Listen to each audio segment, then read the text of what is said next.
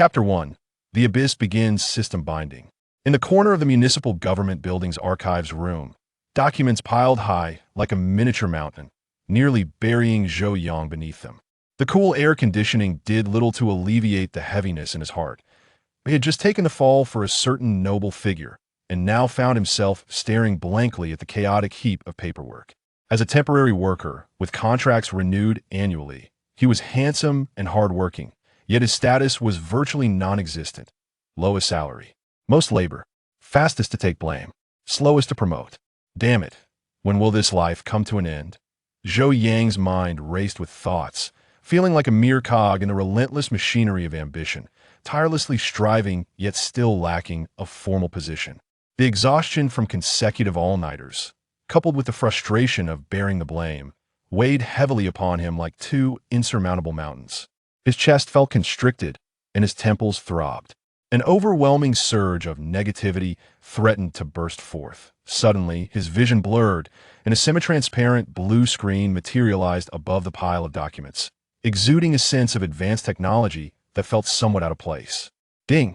A strong desire for progress has been detected in the host. The political harmony system has been bound. Zhou Yang blinked, suspecting he had conjured an illusion from his overtime fatigue. The screen refreshed. Core mission: satisfy the leadership. Methods: include but are not limited to efficiently completing tasks, providing emotional value, resolving challenges, and maintaining the leader's image. Point rewards: guaranteed for all. Before he could fully comprehend, another line of text appeared. Newbie gift package issued. Minor enhancement to energy, slight boost to memory. A peculiar sensation washed over him, akin to a long-awaited rain after a drought, or the invigorating rush of a fully charged phone. Zhou Yang felt a lightness in his body, the sluggishness from sleepless nights dissipating. His mind cleared. Thoughts that had been muddled moments ago began to flow more smoothly. Zhou Yang was taken aback. Is this a standard feature in bureaucratic novels? Yet the system felt somewhat amiss. Political harmony? Satisfying the leadership. It wasn't about business acumen, rather. It seemed I was to engage in the art of emotional value. The epitome of competition was, astonishingly, me. This path seemed rather unconventional. He attempted to focus his thoughts, and indeed, the screen transformed. The interface was as simple as a generic product. Host: Zhou Yang. Points: 0. Tasks: none. Redemption Mall, premium tea, exclusive health products, and even an array of antique curiosities catering to the leader's niche preferences. A dazzling assortment. The prices, however, left Zhou Yang feeling lightheaded from the numerous zeros. How much satisfaction from the leadership would it take to afford any of these? Just as he pondered how to earn his first bucket of satisfaction points, the office door creaked open. Veteran staff member Wang peeked in, his face adorned with a standard friendly smile, though his gaze wandered between Zhou Yang and the mountain of documents. "Zhou, are you busy?" Wang's friendly demeanor loomed larger at the threshold. He carried a hefty stack of documents, no less than 200 or 300 pages, and stepped in with a spring in his step. "Zhou, you've worked hard. Come help me out." He placed the documents on Zhou Yang's desk with a thud, sending a cloud of dust dancing. "Please print 50 copies of these. The leader is in urgent need." The tone was so presumptuous, as if Zhou Yang were merely his personal printing assistant. Zhou Yang's eyelids twitched violently. The recently activated effect of slight enhancement of memory took hold. In an instant, a vivid memory flashed through his mind 3 days prior. It was this very stack of documents, identical in content, which he had personally printed 50 copies of. At that time, Director Wang had specifically instructed this material should be held back for now. The situation has changed, and it is not to be distributed at this time. Zhou Yang's inner thoughts erupted like a barrage. What the heck? Is the old hand trying to offload work again? Do you take me for a human printer? Am I equipped with automatic formatting memory? Have you forgotten something from 3 days ago? Do you really think I'm just a temporary worker who can be easily bullied? Despite having mentally lambasted old Wang 100 times over, Zhou Yang wore a perfectly professional smile, even adding a touch of well-timed confusion. "Brother Wang, your memory seems to be failing you." He casually flipped through the documents, his motions appearing entirely natural. "I recall that during the meeting the day before yesterday, Director Wang mentioned we should hold off on this material, didn't he? Didn't he also say that there have been changes and it shouldn't be sent out for the time being?" Zhou Yang's voice was soft, yet it resonated with clarity in the quiet archive room. He added, his tone laced with a hint of concern, "Moreover, I remember that the last 50 copies I printed are still locked in your cabinet. I haven't seen you distribute them." Old Wang's smile froze upon his face. His eyes flickered, clearly taken aback that Zhou Yang recalled the details so vividly. Zhou Yang had no intention of stopping there. He needed to leave a stronger impression on this old hand. Seemingly inadvertently, he adopted a tone of greater sincerity. "Oh dear, Brother Wang, you must be more careful. Last time, there was an urgent document you seem to have forgotten to take, and as a result, the director was informed and had a few words with you.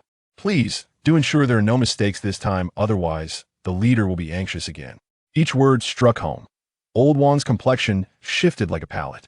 First, it flushed red as he attempted to maintain a smile, yet his muscles betrayed him, twitching uncontrollably. Then it turned pale, his lips quivering as he sought to retort, but found no justification. Ultimately, he was left with a profound sense of embarrassment and a barely perceptible irritation. This kid dared to confront him directly? To bring up past grievances? Yet Zhou Yang delivered his words with politeness, wearing an expression of concern for your well-being, leaving Old Wang choked with indignation, unable to respond. "Oh, is that so?" Old Wang awkwardly reclaimed the documents, his movements somewhat clumsy. "Perhaps I misremembered. Age is catching up with me, and my mind isn't as sharp anymore. I'll go back and check again." He practically fled the scene, unwilling to linger for even a second. The moment Old Wang's figure disappeared at the door, the system's notification echoed in Zhou Yang's mind. Ding! Successfully defused the blame-shifting behavior, avoiding unproductive labor, and receiving a slight positive emotional feedback from oneself. Points 1. Zhou Yang's lips curled into a faint smile. Hey, only 1 point? But this is rather interesting. Providing emotional value to oneself? This system indeed takes an unconventional path. At that moment, the true authority of the office, Director Wang of the Comprehensive Department, peered in from outside, his expression grave. "Xiao Zhou," he called, "come in my office for a moment." Chapter 2. Opportunity or Labor? Zhou Yang felt a jolt in his heart, yet his steps did not falter as he swiftly followed Director Wang, mirroring his pace. They entered the director's office, which, while not particularly spacious, was meticulously organized. Zhou Yang's mind raced with thoughts. What's the situation? Could it be that Old Wang, that insufferable fellow, has come to lodge a complaint? That cannot be. He is in the wrong. Or could it be, did the director witness my confrontation with Wang this morning? Is he here to reprimand me? As he pondered, Director Wang had already seated himself behind his desk and gestured toward the chair opposite him. "Xiao Zhou, sit." His tone revealed no hint of emotion. Zhou Yang obediently took his seat, sitting up straight and adopting a posture of attentive listening. Director Wang picked up his thermos, twisted off the lid, blew away the steam, and leisurely took a sip. Setting the cup down, he finally spoke. "This afternoon, we have a reception event. A leader from the city is coming to inspect our cultural development work here. The occasion is not particularly high profile. It's merely a formality." That he paused, his gaze resting on Zhou Yang's face. "Nevertheless, reception is a matter of considerable importance. We need someone to run errands, coordinate vehicles, and arrange a route. I think you would be quite suitable for the task." Quick-witted, responsive, Director Wang's tone was flat, as if he were discussing the most mundane of matters. "You will accompany me. Drive my car." Zhou Yang was momentarily taken aback. Accompanying the director for the reception? Driving. Was this a stroke of good fortune, or merely a case of him being young and strong, drafted into menial labor? After all, he was still an external staff member in such situations. Seniority should dictate the roles. Ding. A cold system notification echoed in his mind. Triggered temporary task. Successfully complete reception assistance work. Task requirements. Provide the supervising leader with emotional value rated no lower than satisfactory. Optional assistance strategies. Observe, engage appropriately. Task rewards. Points and random items based on completion level. Zhou Yang's heart skipped a beat. The system had issued a task. This must be an opportunity. Forget about being a mere laborer. Generating emotional value was a worthwhile endeavor. And the rewards could include random items. This was a must-do. The flicker of hesitation vanished from his face, replaced by enthusiasm and vigor. "Understood, Director. I will ensure the task is completed." His voice rang out, imbued with determination. Director Wang nodded in satisfaction. Young people should possess a keen sense of awareness and drive. Good, then prepare yourself. I will fetch some report materials. First, head to the parking garage and bring my black Passat to the front entrance. The car keys are in my drawer, the second one that having given his instructions, Director Wang rose to approach the file cabinet. Zhou Yang immediately responded. Understood. He swiftly rose to his feet, approached Director Wang's desk, and gently opened the second drawer, where he indeed discovered a set of car keys. With deft movements, Zhou Yang grasped the keys and turned to exit the office, making his way directly to the parking lot below. Upon locating Director Wang's black Passat, he noted that the vehicle was quite clean, suggesting it had recently been washed. As he opened the car door, a faint, yet discernible scent of smoke wafted out. Settling into the driver's seat, Zhou Yang's gaze swept across the interior, which was relatively tidy, save for the ashtray on the central console overflowing with cigarette. But a slight frown creased his brow. The ashtray was an unsightly detail, especially since the director would be using this car for an afternoon reception. Furthermore, while the director might be accustomed to the odor, what if visiting official from the city found it unappealing? Details dictate success or failure.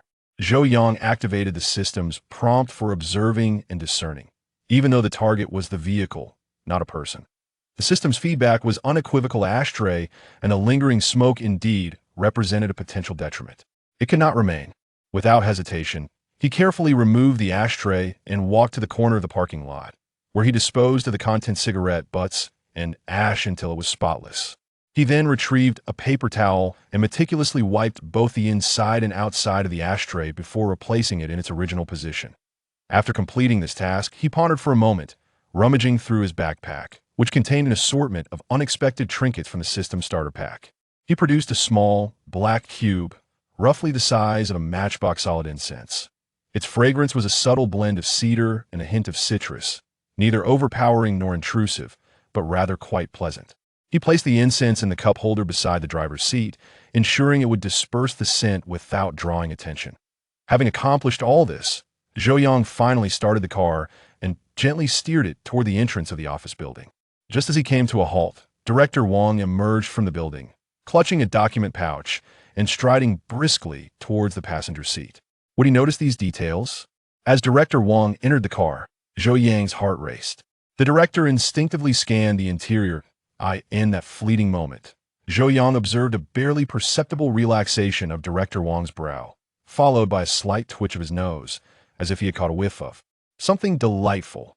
Indeed, the incense works wonders. Zhou Yang silently reveled in his success, a subtle smile gracing his lips, mentally affirming, "This bodes well." Director Wang said nothing, merely nodding slightly before starting the vehicle. Zhou Yang sensed that the previously somewhat oppressive atmosphere within the car had lightened, as if the air itself had been infused with a touch of ease. Ding! The system's notification resonated in his mind, instantly lifting his spirits. The host proactively provides a comfortable environment, enhancing the leader's satisfaction. Points 5. Woo! We're taking off. Zhou Yang felt a surge of elation, 5 points secured. It appeared that the system indeed had its nuances. Emotional value was certainly not to be underestimated. As they drove along the road, Director Wang casually inquired about Zhou Yang's work situation. Seizing the opportunity, Zhou Yang responded appropriately, maintaining an air of confidence while leveraging his recently enhanced memory to succinctly report on several trivial matters' latest developments, all laid out with clarity. The young man possesses quite a clear mind. Director Wang nodded once more, a glimmer of approval evident in his gaze. Zhou Yang felt a surge of secret delight. It appears that one's professional capabilities are indeed intertwined with emotional value. He contemplated earnestly that today's reception must be executed with utmost diligence. At that moment, the scenery outside the car window raced by, and Zhou Yang's spirits soared in tandem with the vehicle's speed, excitement mounting within him. However, just as he was immersed in this euphoria, the reception venue abruptly came into view. Wow, this assembly is far grander than I had envisioned. Zhou Yang's heart jolted as he beheld a scene that exceeded Director Wang's expectations, with vehicles lining the surroundings and guards and reception staff bustling about, creating an atmosphere charged with tension.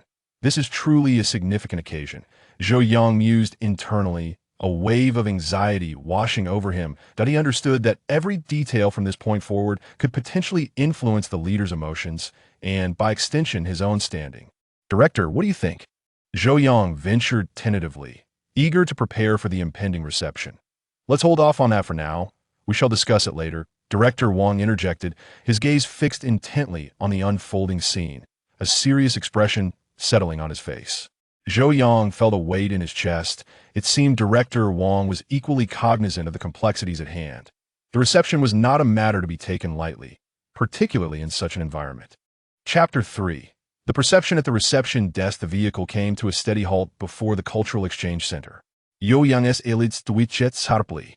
Goodness! Was this not a mere gathering of modest significance? It was, in fact, a grand spectacle, replete with the sounds of drums and firecrackers, fluttering red flags, and a throng of people beyond measure. A red carpet was laid out at the entrance, flanked by 2 rows of uniformed staff standing at attention, resembling a ceremonial guard. The electronic screen at the entrance scrolled welcoming messages, LED lights flickered, and colorful flags waved in the air. The only thing missing was a cannon salute and the playing of music. Such a display could easily be mistaken for the reception of foreign dignitaries. Stealing a glance at Director Wang, Zhou Yang noted that the older man maintained his usual calm demeanor, as if all of this were entirely within his expectations. Yet, Zhou Yang discerned a barely perceptible twitch at the corner of Wang's eye. What a cunning old fox he was, Zhou Yang mused internally, while outwardly remaining composed.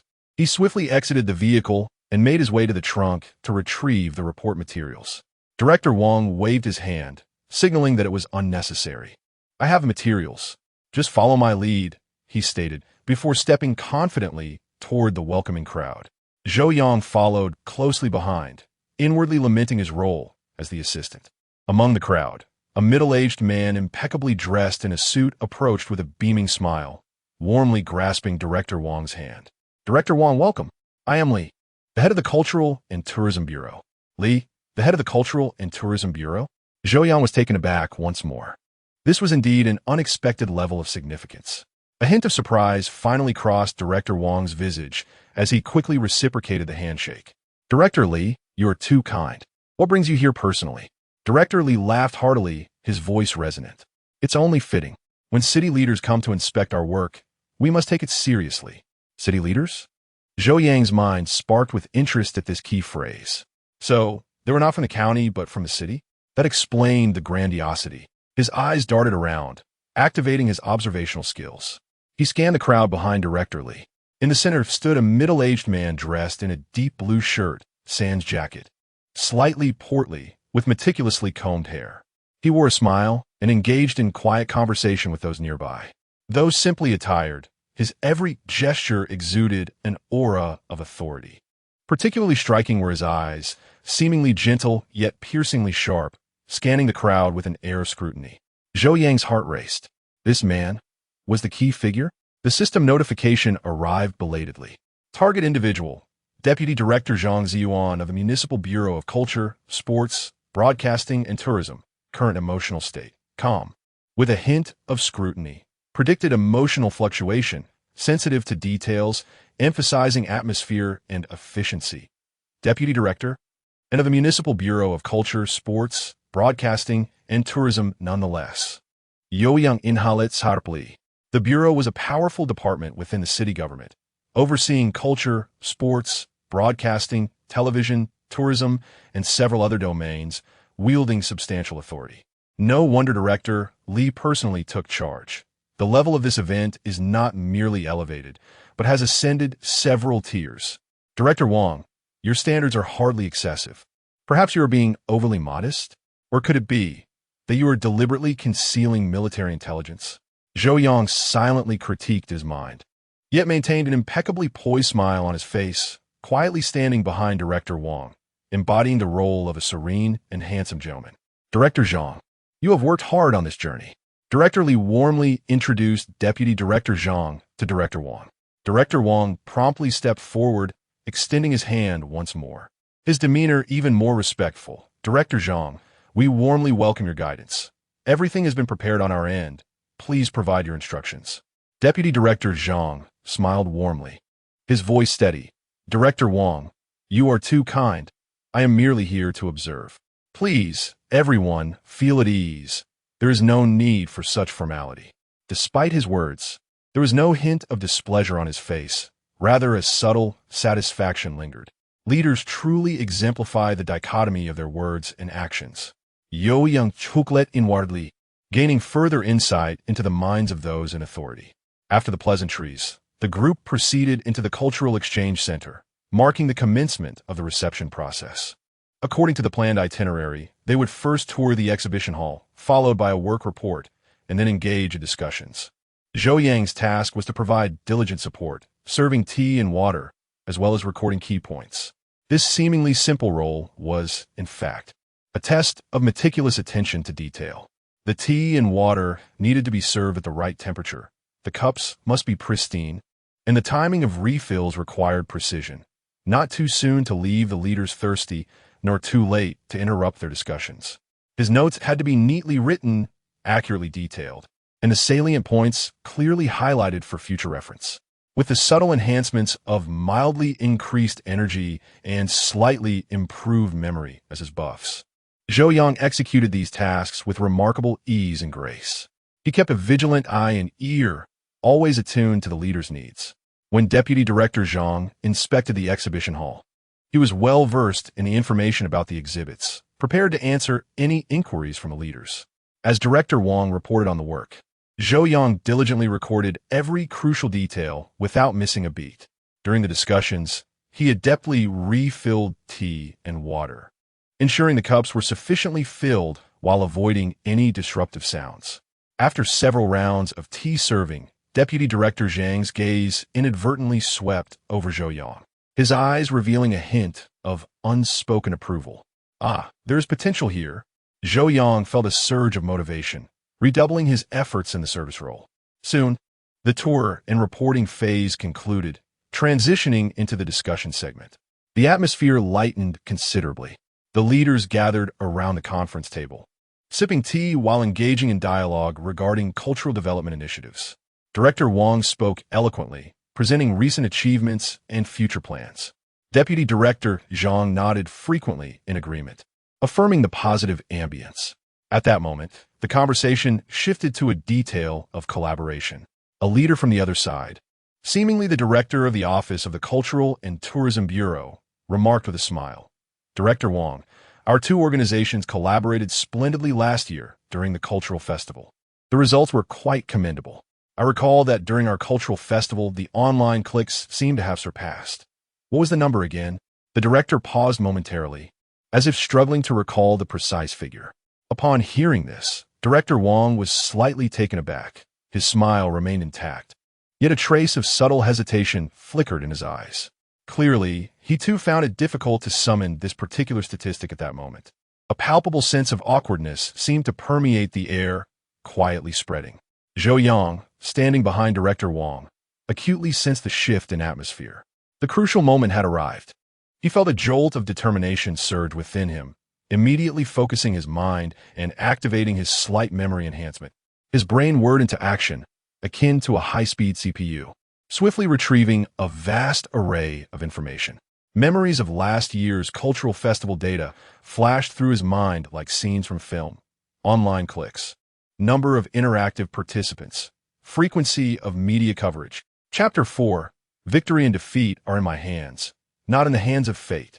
A series of numbers vividly materialized before their eyes. Just as Director Wang appeared somewhat hesitant, ready to speak in vague terms, Zhou Yang caught the fleeting glance that Director Wang cast his way. Is the director looking at me? Is it a plea for assistance? Yo Young's mind rachet, instantly grasping Director Wang's intent. He subtly leaned forward, gesturing with his eyes towards the teacup on the table, seemingly casually reminding him, "Director Wang, your teacup." Simultaneously, his lips moved slightly, silently conveying two crucial figures, 18 million. 18 million? Director Wang's gaze immediately zeroed in on Zhou Yang's lip movements. A spark of realization ignited in his mind, activating long-buried memories. Yes, 18 million. Director Wang slapped his thigh with sudden clarity. A look of enlightenment gracing his face as he affirmatively declared, I remember very well that last year's online click volume was 18 million, a year-on-year growth of 30%. 18 million. The office director of the Cultural and Tourism Bureau, upon hearing this, displayed an expression of astonishment and approval. Director Wang, your memory is truly remarkable. To recall such data after so long is impressive. Others echoed in agreement, praising Director Wang's impressive recall. Deputy Director Zhang also nodded slightly, a glimmer of admiration flashing in his eyes. Director Wang, with a smile, humbly waved his hand, saying, "Oh no, I just happened to remember." As he spoke, he cast a seemingly casual glance at Zhou Yang, his eyes revealing a subtle satisfaction and appreciation. Although it was merely a fleeting exchange of glances, Zhou Yang distinctly perceived Director Wang's affirmation. Success. Zhou Yang rejoiced inwardly, knowing that his assist had been flawlessly executed. Indeed, at that moment, the system's notification tone arrived as expected. Ding! Assisted the leader in resolving a minor awkwardness, enhancing the leader's sense of control. Earn points 10. Splendid. Zhou Yang's heart leaped with joy, akin to sipping a chilled cola on a sweltering summer day, filling him with elation. The emotional value of assisting proved to be remarkably effective. He deeply understood that this political system was not merely about flattering or ingratiating himself, but about truly becoming a valuable aid to the leader, alleviating their concerns and enhancing their emotional value. As the subsequent discussions unfolded, the atmosphere grew even more amicable. Deputy Director Zhang highly praised Director Wang's work, offering constructive suggestions for future collaboration. Director Wang nodded frequently, attentively listening and occasionally responding, with both parties enjoying a delightful exchange. Zhou Yang continued to play the role of the perfect servant, timely refilling teacups, taking notes, and ensuring that the reception proceeded flawlessly. The entire reception process was orderly and smooth. As the meeting neared its conclusion, Deputy Director Zhang stood up, beaming as he shook hands with Director Wang to bid farewell. Director Wang, today's exchange was very enjoyable. Your team has done an exceptionally solid job with many highlights. I hope we can strengthen our collaboration in the future and jointly promote the development of cultural endeavors. Director Wang was taken aback and repeatedly expressed his gratitude. He sincerely appreciated Director Zhang's affirmation and guidance, assuring that they would continue to strive and not disappoint their leader's expectations. Zhou Yang observed quietly from the side, feeling a quiet sense of pride. The reception proceeded smoothly, and the praise from Deputy Director Zhang adorned Director Wang's face with a radiant smile. The atmosphere grew increasingly relaxed, as if joy permeated the very air around them. Director Wang, it's still early. Shall we find a place to play a few rounds of billiards and unwind? Deputy Director Zhang suggested with a smile, his eyes glimmering with anticipation. Billiards? Director Wang was momentarily taken aback, but soon nodded, a smile gracing his face. That sounds splendid. It's the perfect opportunity to relax and discuss our future collaboration. Zhou Yang's heart raced. He thought to himself, this is a golden opportunity. To play billiards with the leaders is an excellent chance to provide emotional value. Let us make it happen. Deputy Director Zhang clapped his hands and turned to Zhou Yang. Xiao Zhou, you should join us too and help with the arrangements. Zhou Yang's heart leapt with joy, and he promptly replied, of course, Director Zhang. I will arrange the transportation right away. Director Wang regarded Zhou Yang with a glimmer of appreciation. Xiao Zhou, you performed admirably today. Keep it up. Thank you, Director. I will certainly strive to do my best. Zhou Yang smiled subtly, secretly pleased, realizing that his efforts were not in vain. He swiftly exited the Cultural Exchange Center, mentally strategizing the upcoming arrangements. He pulled out his phone, his fingers swiftly gliding across the screen. Where to play billiards. This required finesse. It must not be too low-key, risking the leader's reputation, nor ostentatious, appearing wasteful. Ideally, it should be a venue with an elegant ambience, good privacy, and one that Director Wang or Deputy Director Zhang might be somewhat familiar with. The skill of reading the room activated silently. Zhou Yang swiftly filtered through several well-regarded billiard clubs in the city. Eureka! The Dingxing Billiard Club, not far from here, boasts a business-like DCOR with private rooms. I've heard the owner is quite acquainted with people from various agencies. Perfect. He quickly dialed the club's number, reserving the finest private room in a polite yet efficient manner while confirming the route and parking availability. After hanging up, he jogged back to the car, respectfully informing the approaching Director Wang and Deputy Director Zhang, "Directors, I have made the arrangements. We will be at the Dingxing Billiard Club. The environment is quite nice, and it's about a 10-minute drive from here." Upon hearing this, Deputy Director Zhang raised an eyebrow slightly, revealing a satisfied smile. "Dingxing? I know that place. It's quite tranquil. Excellent choice." Director Wang nodded in agreement, his gaze toward Zhou Yang reflecting greater recognition. This young man is efficient and possesses a good sense for selecting locations. Zhou Yang's inner self celebrated with a silent cheer. Step 1 secured. The group split into 2 vehicles, with Zhou Yang still driving Director Wang's Passat, expertly navigating towards Dingxing Billiard Club with the 2 leaders in tow. The atmosphere inside the vehicle was relaxed, as Deputy Director Zhang and Director Wang engaged in lighthearted conversations beyond the realm of work. Zhou Yang, fully focused on driving, occasionally glanced at the rearview mirror to gauge the expressions of the 2 leaders, ensuring their spirits remained high. Just as the vehicle was nearing its destination, a chilling system notification resonated once more in Zhou Yang's mind. Ding! New task released. A fierce battle on the pool table, where victory is determined by my efforts, not fate. Task requirements during the upcoming billiards activity ensure that Director Wang enjoys himself thoroughly while leaving no traces of assistance. Task difficulty, moderate. Task rewards. Points will be awarded based on completion levels, with a chance to acquire random skills or items. Chapter 5. Ah, what a ruse. The hands of Zhou Yang gripping the steering wheel trembled ever so slightly. What is this nonsense? Ensuring that Director Wang enjoys himself? Wouldn't one need to win to achieve that? And it must be done without leaving a trace? Zhou Yang's mind was inundated with thoughts. Goodness. System. What are you up to? How does one quantify enjoyment from winning? Is it the quantity of victories that counts, or the elegance of a win? The crux of the matter is to maintain discretion. Am I to be a caddy or an extraordinary figure akin to a gambling sage? This needs to be covert. A subtle assist of sorts? Moderate difficulty? System. Do you have a misconception of moderate? This level of difficulty has been cranked up to the max. If I don't receive the Oscar for Best Supporting Role, it would be utterly unjustified. Complaints aside, the task must be embraced. Zhou Yang took a deep breath and silently accepted the challenge. It is merely acting, after all. The workplace resembles a stage, and it all hinges on performance. The vehicle came to a smooth halt in the designated parking space of the prestigious billiards club. Zhou Yang quickly exited, hastily darting to the rear to open the door for the 2 leaders. The club manager was already waiting at the entrance, accompanied by a staff member, greeting them with a beaming smile. "Director Zhang, Director Wang, welcome. The private room is ready. Please follow me." The manager personally guided the group to a spacious and brightly lit VIP room.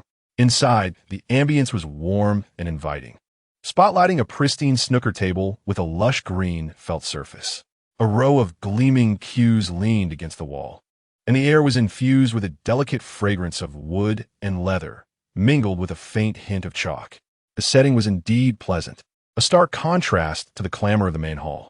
Director Zhang nodded in satisfaction, shedding his coat and handing it to a server. Director Wang appeared equally enthusiastic, approaching the cue rack to pick up a seemingly hefty ebony cue. He weighed it in his hands, twirled it slightly, and tested its feel. A flicker of anticipation crossed his face, tinged with a hint of uncertainty from his long absence from the game. "It has been a while since I held a cue. My skills have grown rusty," Director Wang chuckled, picking up some chalk to meticulously apply it to the cue tip. Zhou Yang instantly slipped into character. He hurried forward, graciously accepting a clean towel from a server and actively assisting Director Wang in polishing the butt of the cue with delicate care. He then picked up the triangle rack, arranging the colored balls with precision, ensuring each sphere was snugly in place. His demeanor was humble, his gaze focused, as if he were born for this role. His face adorned with the standard service industry's polite smile.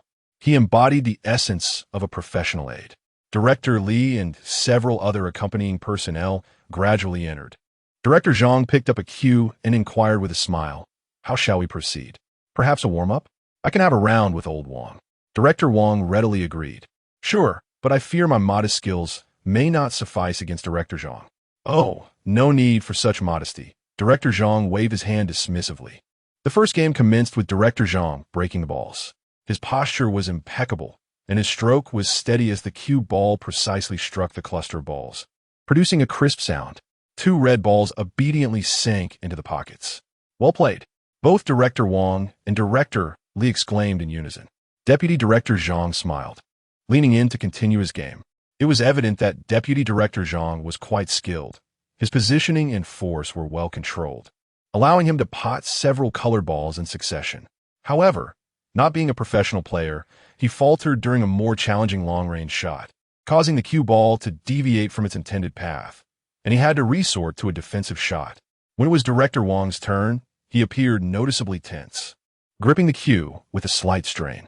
After aiming for an extended period, he suddenly pushed the cue with force.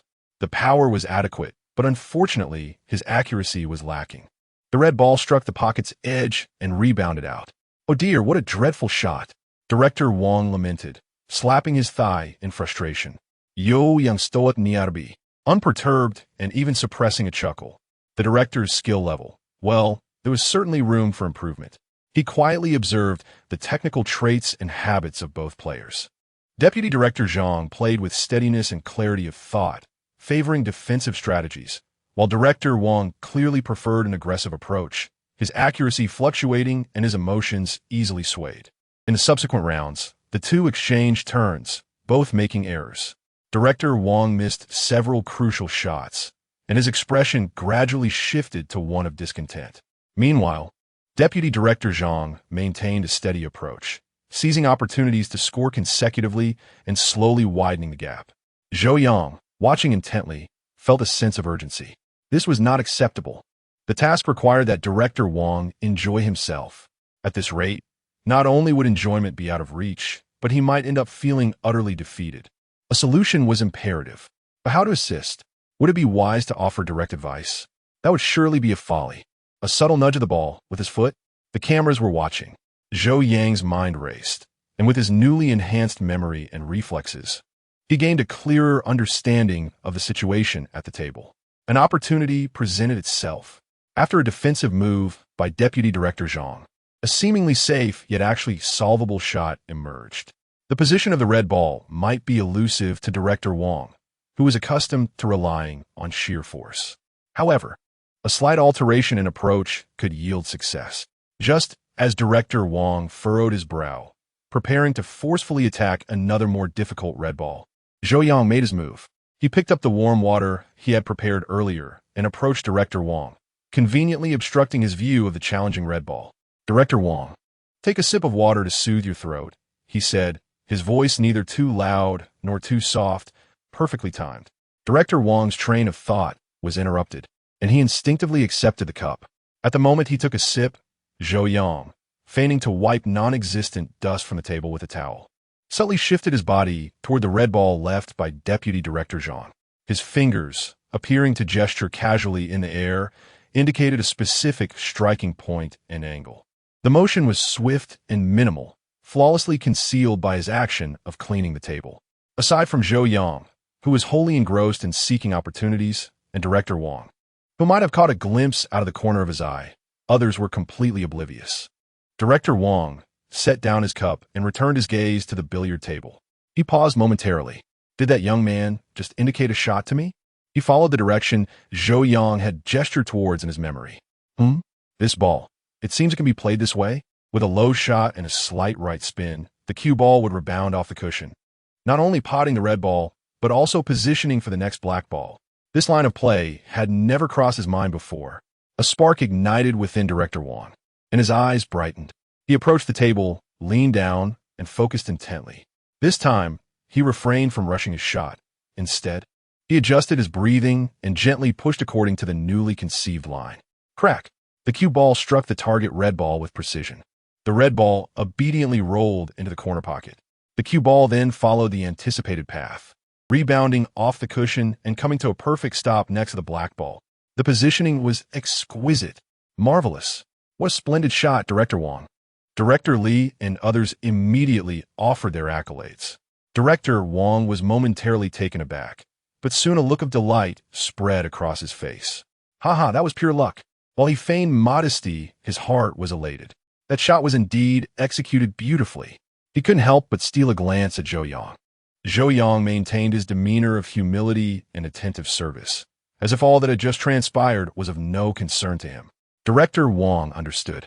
This young man possesses quite a talent. Chapter 6. The outcome is irrelevant. Participation is key success. Assisted the leader in executing a pivotal shot, enhancing their sense of enjoyment and control. Points earned, 5. Zhou Yang's inner thoughts. Wow. 5 points secured. It seems this invisible assistance has its merits.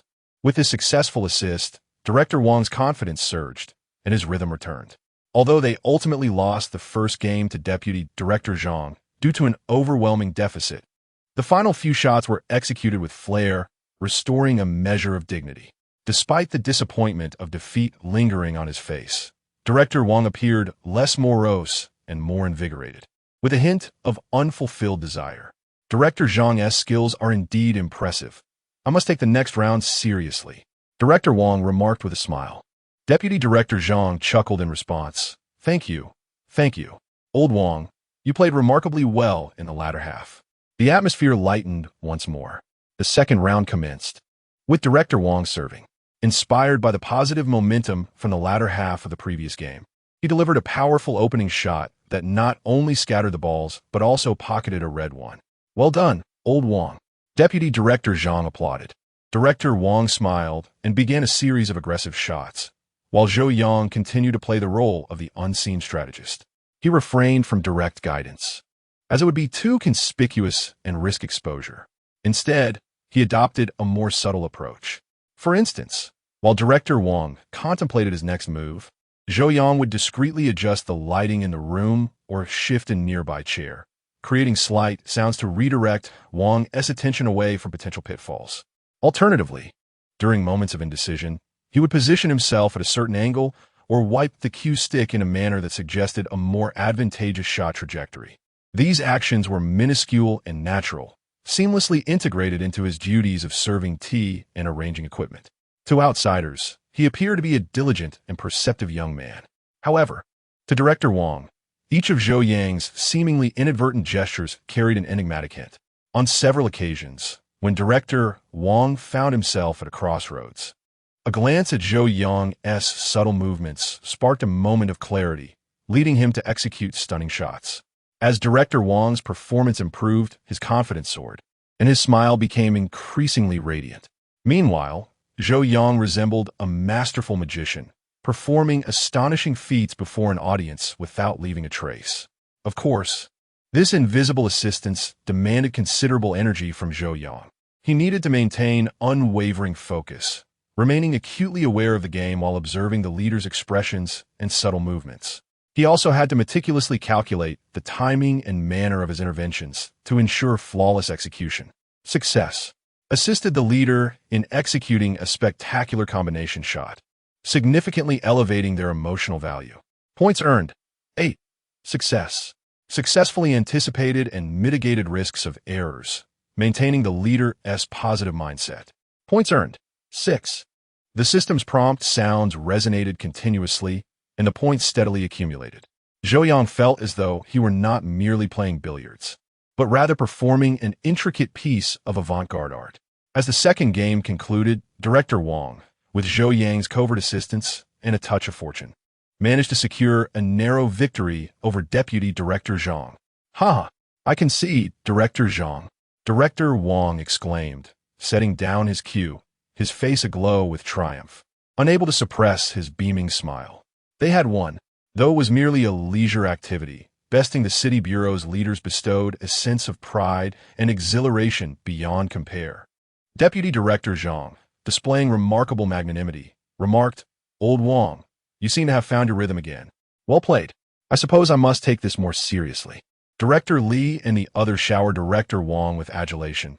Director Wang, you truly are a hidden talent. Such professional skill. Director Wang waved his hands dismissively, attributing his success to luck, yet the smile on his face betrayed his true feelings. His gaze shifted back to Zhou Yang, filled with admiration and satisfaction. This young man was indeed a harbinger of good fortune. Zhou Yang lowered his head slightly, a barely perceptible smile gracing his lips, concealing his contributions and accolades. However, at that moment, Director Li, who had been relatively quiet, suddenly proposed with a smile. Watching the two leaders play is rather dull. How about we switch things up? Young Zhou seems quite spirited. Why don't you come up and give it a try?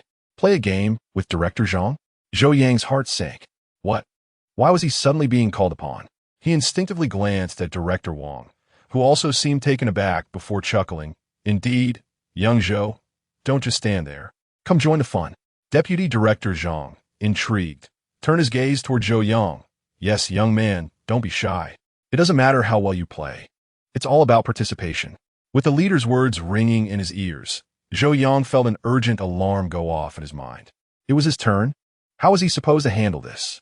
Moreover, he had just employed his subtle skills for 2 rounds, and his touch was just beginning to warm up. What if, by some misstep, he played exceedingly well and overshadowed the leaders? But if he performed poorly, wouldn't that make him look foolish and embarrass Director Wang? The balance required was more precarious than walking a tightrope. Standing beside the table, Zhou Yang maintained an upright posture, gripping the cue with precision, his gaze unwavering. The atmosphere around him shifted instantly to one of tension and anticipation, all eyes fixated upon him. Deputy Director Zhang offered a slight smile, as if eagerly awaiting Zhou Yang's performance. Come on, young Zhou, don't be timid. Play freely. Director Wang encouraged, his expression warm with trust. An urgent system prompt echoed in Zhou Yang's mind. New task issued. Ensure Deputy Director Zhang enjoys himself without leaving any traces of performance. Medium. Task reward. Points and additional rewards based on completion level. Oh my, this was indeed a challenge. Zhou Yang's heart raced as he muttered to himself. The task required him to ensure Deputy Director Zhang had a splendid time without revealing his own intentions, a rather formidable undertaking. He calculated the angles and force briefly, silently reminding himself, stay steady, stay steady. With each stroke, he moved with precision, sinking consecutive shots, the cue ball obediently rolling towards target like a well-trained pup. Wow! A wave of admiration erupted within the private room as Zhou Yang's performance garnered resounding applause from the audience. Impressive. What a remarkable skill. Even the leaders and accompanying personnel from the opposing side could not contain their applause, and the atmosphere became fervent in an instant. Zhou Yang felt a surge of delight within, yet soon alarm bells rang in his mind. Oh no. In his pursuit of enjoyment, he had forgotten his mission. He had exerted himself too much. A tightening sensation gripped his heart as he realized he might have performed too brilliantly, inadvertently depriving Deputy Director Zhang of the opportunity to fully engage. The system's warning echoed once more. An urgent halt. As Zhou Yang prepared to take the final, relatively easy shot at the 8-ball, he deliberately flicked his wrist, exclaiming softly, "Oh dear," as the cue ball sank into the pocket with a crisp sound. What a pity. Director Wang sighed and shook his head, while Deputy Director Zhang chuckled and patted Zhou Yang on the shoulder, saying, "It's all right, Xiao Zhou. It's the participation that matters." Zhou Yang felt a wave of relief wash over him, secretly grateful that his blunder had not raised any suspicions. From that point forward, he resolved to exercise greater caution, ensuring that Deputy Director Zhang could fully showcase his abilities in the forthcoming rounds. Chapter 7. The self-cultivation of the film emperor. As the second round commenced, Zhou Yang once again grasped the cue, silently reminding himself, "This time, I must master the rhythm." He adjusted his breathing, his gaze radiating determination. Deputy Director Zhang initiated the break, and Zhou Yang keenly observed his movements, mentally calculating every conceivable shot trajectory. As the game unfolded, he discerned that while Deputy Director Zhang's technique was solid, minor errors occasionally surfaced at critical junctures. An opportunity presented itself. Zhou Yang felt a stir within and swiftly repositioned himself, ready to offer Deputy Director Zhang some imperceptible assistance at the opportune moment. "Director Zhang, you might consider taking a shot from this angle. The position of that red ball is quite favorable." Zhou Yang spoke softly, his voice not loud, yet perfectly calibrated to capture Deputy Director Zhang's attention. Oh, now that you mention it, I believe I shall give it a try. A spark of insight flashed in Deputy Director Zhang's eyes as he immediately adjusted his shot angle. And indeed, he pocketed the red ball. Excellent shot. Zhou Yang rejoiced internally as the system's notification chimed again. Ding. Successfully assisted the leader in executing a brilliant combination shot, significantly enhancing the leader's emotional value. Points 8. As the match progressed, Zhou Yang found himself increasingly at ease. He adeptly employed subtle tactics, skillfully utilizing the lighting, the movement of chairs, and even the pouring of tea to provide Deputy Director Zhang with discreet hints. This young man truly possesses a remarkable finesse. Director Wang, observing from the sidelines, was left astounded, secretly admiring Zhou Yang's cleverness. Each time Deputy Director Zhang executed an impressive shot, a look of satisfaction graced his face. Gradually, the tide of the game shifted in favor of Deputy Director Zhang, and Zhou Yang's spirits lifted correspondingly. However, just when he believed everything was under control, Deputy Director Zhang unexpectedly hit the cue ball, sending it astray and colliding with the side pocket. Oh dear, such a pity, Deputy Director Zhang lamented, shaking his head in dismay. Zhou Yang felt a pang of concern, realizing this might affect Zhang's morale. Do not worry, Director Zhang. Your shot was quite commendable, and many opportunities lie ahead. Zhou Yang promptly reassured him, striving to restore the atmosphere. You are right, Deputy Director Zhang replied with a faint smile. With his confidence soaring, Deputy Director Zhang continued to sink several balls, all of which Zhou Yang had discreetly set up for him. He grew increasingly adept, his strokes becoming smoother, a light sheen of sweat forming on his brow, and a flush of excitement gracing his cheeks. Seizing the moment, Zhou Yang offered a dose of enthusiastic praise. He led the applause, his voice ringing clear. Deputy Director Zhang, that shot was superb. Your control of power was impeccable, and the angle was quite crafty. Upon hearing this, Deputy Director Zhang's smile broadened, though he feigned humility. Oh, it was merely luck, just luck. Yet the corners of his mouth nearly stretched to his ears. Director Wang observed this interaction, his admiration for Zhou Yang deepening as he regarded him with newfound respect. This young man truly knows how to navigate the situation. After a few more successful shots, it was now Deputy Director Zhang's turn to confront a slightly challenging red ball in the middle pocket. Naturally, this difficulty had been meticulously orchestrated by Zhou Yang. Although it may seem to require a degree of technicality, in reality, success hinges merely on the right amount of force and a clear trajectory, significantly enhancing the likelihood of scoring. Deputy Director Zhang held his breath, keenly observing for a moment. And then, crack, the red ball sank into the pocket. Wow! Zhou Yang immediately chimed in, showering praise with unabashed enthusiasm. Director Zhang's shot is increasingly imbued with professionalism. This anticipation, this positioning, simply extraordinary, a display worthy of a master. Such commendations even prompted Director Li, who had been relatively quiet, to nod in agreement. Indeed impressive. With Director Zhang's skill, it would be a disservice not to compete professionally. The others quickly echoed. Yes, yes. What precision, remarkable. Director Zhang, a hidden gem indeed. Deputy Director Zhang, basking in the adulation, felt elated, thoroughly invigorated. He even took the cue to instruct Zhou Yang. Young Zhou, observe this shot.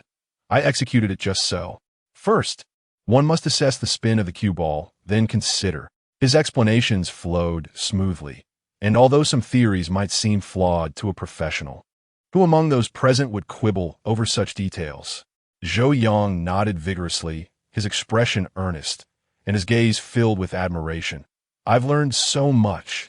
Your reasoning is exceptionally clear, Director Zhang. A single session with you is worth more than a decade of study. The atmosphere in the private room was harmonious and congenial. Under the encouragement of Zhou Yang and the others, Deputy Director Zhang had transformed into an underestimated billiards virtuoso, merely concealed in his usual demeanor. Zhou Yang's inner self was already reveling in glee. Emotional value, bring it on. This round is secured. After several games, Deputy Director Zhang had indeed emerged victorious most times, his spirits soaring to new heights. As the time drew near, it was the final game, the decisive round. Soon, the situation on the table became apparent. All the colored balls had been played, leaving only the solitary black 8 ball. Now, it was Zhou Yang's turn to strike. The position of the black 8 was not ideal. It was somewhat distant from the corner pocket, and the angle was rather tricky, yet not entirely devoid of opportunity for a direct shot. Everyone's breaths quieted, their gazes converging upon the center of the table, fixated on Zhou Yang. Deputy Director Zhang rubbed his hands together, standing to the side, his face a mixture of expectation and subtle tension. Winning this round would mark a perfect conclusion to the day. Zhou Yang stood before the table, acutely aware of the unspoken pressure. His mind raced, calculating the optimal strategy. A direct shot? No, that would overshadow Deputy Director Zhang. The task was to ensure he enjoyed a fulfilling victory. Intentionally missing? That too was not an option. It would appear overly contrived, and should a challenging situation arise where Deputy Director Zhang could not make the shot, it would be utterly awkward. He needed to create a mistake, one that seemed exceedingly minor, entirely reasonable, and utterly natural. A miscalculation that would allow the cue ball to gently nudge the black 8 towards the pocket, while ensuring that the cue ball itself did not fall in. The difficulty of this maneuver was akin to microsculpting. Channeling his inner actor, Zhou Yang took a deep breath and slowly leaned forward. His stance was as impeccable as that of a textbook example, his gaze sharp and intently focused on the cue ball. The aura he exuded embodied the essence of a professional athlete. Even Deputy Director Zhang discreetly nodded in approval, recognizing that this young man possessed truly solid fundamentals. Then he struck. The motion was crisp and decisive. With a resounding crack, the cue ball made precise contact with the target ball, which promptly sank into the pocket. Chapter 8, the unintentional recommendation of the director, the white ball, commenced its journey along the predetermined path, everything appearing so exquisitely perfect. However, just as the white ball was about to come to a halt, narrowly brushing past the black 8 ball, a most unexpected occurrence transpired. Was it perhaps due to an almost imperceptible tremor of the wrist at the moment of striking? Or could it be that the felt surface of the table bore an almost invisible flaw? In any case, at the final moment of separation, the angle seemed to deviate ever so slightly, just the slightest bit. It inadvertently grazed the adjacent black 8 ball. A soft, nearly inaudible collision reverberated through the quiet room. It resonated with startling clarity. Everyone's hearts leapt into their throats. The black 8 ball, gently nudged by the white ball, as if under a spell, rolled languidly and precisely towards the pocket at the end of the table. All eyes followed the rolling black 8 inch by inch. Ultimately, it came to a steady stop at the mouth of the pocket. It was but a hair's breadth away from falling in. As for the white ball, it came to rest safely on the opposite side of the table, far removed from the black 8, creating a flawless snooker situation. However, for Deputy Director Zhang, there was no barrier whatsoever. Alas! Zhou Yang suddenly straightened up, an expression of utter dismay etched across his face as he lightly pounded his thigh with a clenched fist. My fault. My fault. It was so close. This luck. His tone brimmed with regret and frustration, an impeccable performance of despair. Director Wang glanced at the black 8 resting at the pocket's edge and then at Zhou Yang's rueful demeanor, a slight twitch of amusement gracing his lips. This young man, truly remarkable. The focus of the entire room instantaneously shifted from Zhou Yang to Deputy Director Zhang. The black 8. It was perched right at the pocket's threshold. This was nothing short of victory, served on a silver platter. An opportunity handed over without effort. Deputy Director Zhang's eyes sparkled with excitement, his face aglow with exhilaration. He approached the table, meticulously applying chalk to his Q-tip, as though engaged in some sacred ritual. Then, he inhaled deeply, striking a pose he deemed exceedingly suave. Aiming, striking. As for the execution, to be frank, it was not particularly refined, even somewhat awkward. But it mattered not. The force was sufficient. Crack. The black 8 was firmly struck by the cue ball. There was no doubt whatsoever. With a gentle roll, the black 8 obediently sank into the pocket. A brief silence ensued. A mere tenth of a second later, the room erupted into the most enthusiastic applause and cheers of the day. Well played. Deputy Director Zhang is exceptional. A decisive blow. Splendid. Such mental fortitude. Steady. Director Li led the applause, and others joined in with their most sincere, or perhaps not, accolades. Ha ha ha! Deputy Director Zhang tossed aside his cue, laughing heartily, his exhilaration palpable as he pumped his fist in triumph. With great strides, he approached Zhou Yang, his large hand clapping firmly on Zhou's shoulder. Little Zhou, not bad, not bad. You played well. Just a touch of bad luck. Ha ha ha. He laughed with exceptional joy, clearly satisfied with his subordinate Zhou Yang, a vanquished rival. Promising. Work diligently. The cold chime of the system notification resonated in Zhou Yang's ears like a celestial melody at that moment. Congratulations, host, for successfully completing the task, ensuring Deputy Director Zhang enjoyed himself thoroughly without leaving traces of performance. Emotional value evaluation, excellent. Points earned, 100. Additional reward, slight enhancement in reaction speed. Additional reward, a premium by Luo Chanti gift box X1, stored in system space. Zhou Yang felt an overwhelming elation within, yet maintained a perfectly measured expression of regret and delight for his leader. Stability, 100 points secured. Moreover, an increase in reaction speed? This is a divine skill. Wouldn't dodging both overt and covert attacks become remarkably easier? And premium by Luo Chun? What a splendid opportunity to present it to Director Wang. This is a tremendous gain. Quite simply a windfall. The billiards incident has concluded splendidly. Zhou Yang could distinctly sense the satisfaction and admiration in Director Wang's gaze toward him, nearly overflowing. Today's maneuver not only allowed Director Wang to enjoy himself, but, more importantly, ensured that Deputy Director Zhang from the Municipal Bureau was thoroughly pleased, allowing Director Wang to save face before his superiors. The emotional value was executed impeccably. Days after the billiards debacle, Zhou Yang could palpably feel the atmosphere in the office had transformed, particularly with Director Wang. Previously, when Director Wang looked at him, it was akin to regarding a somewhat handy office tool, useful, yet nothing more. Now, there was a hint of, how to describe it? Human warmth? Yes, that was it, human warmth. This morning, as Zhou Yang prepared tea for Director Wang, he was astounded when Director Wang casually remarked, Xiao Zhou, don't make the water too hot. Just warm will suffice. In the past, Zhou Yang had to gauge these things on his own. Such treatment was unheard of. Zhou Yang understood all too well. It appears that the emotional value had been effectively established, and his treatment had immediately elevated. The little schemer within him began to calculate how to maximize benefits during similar opportunities in the future.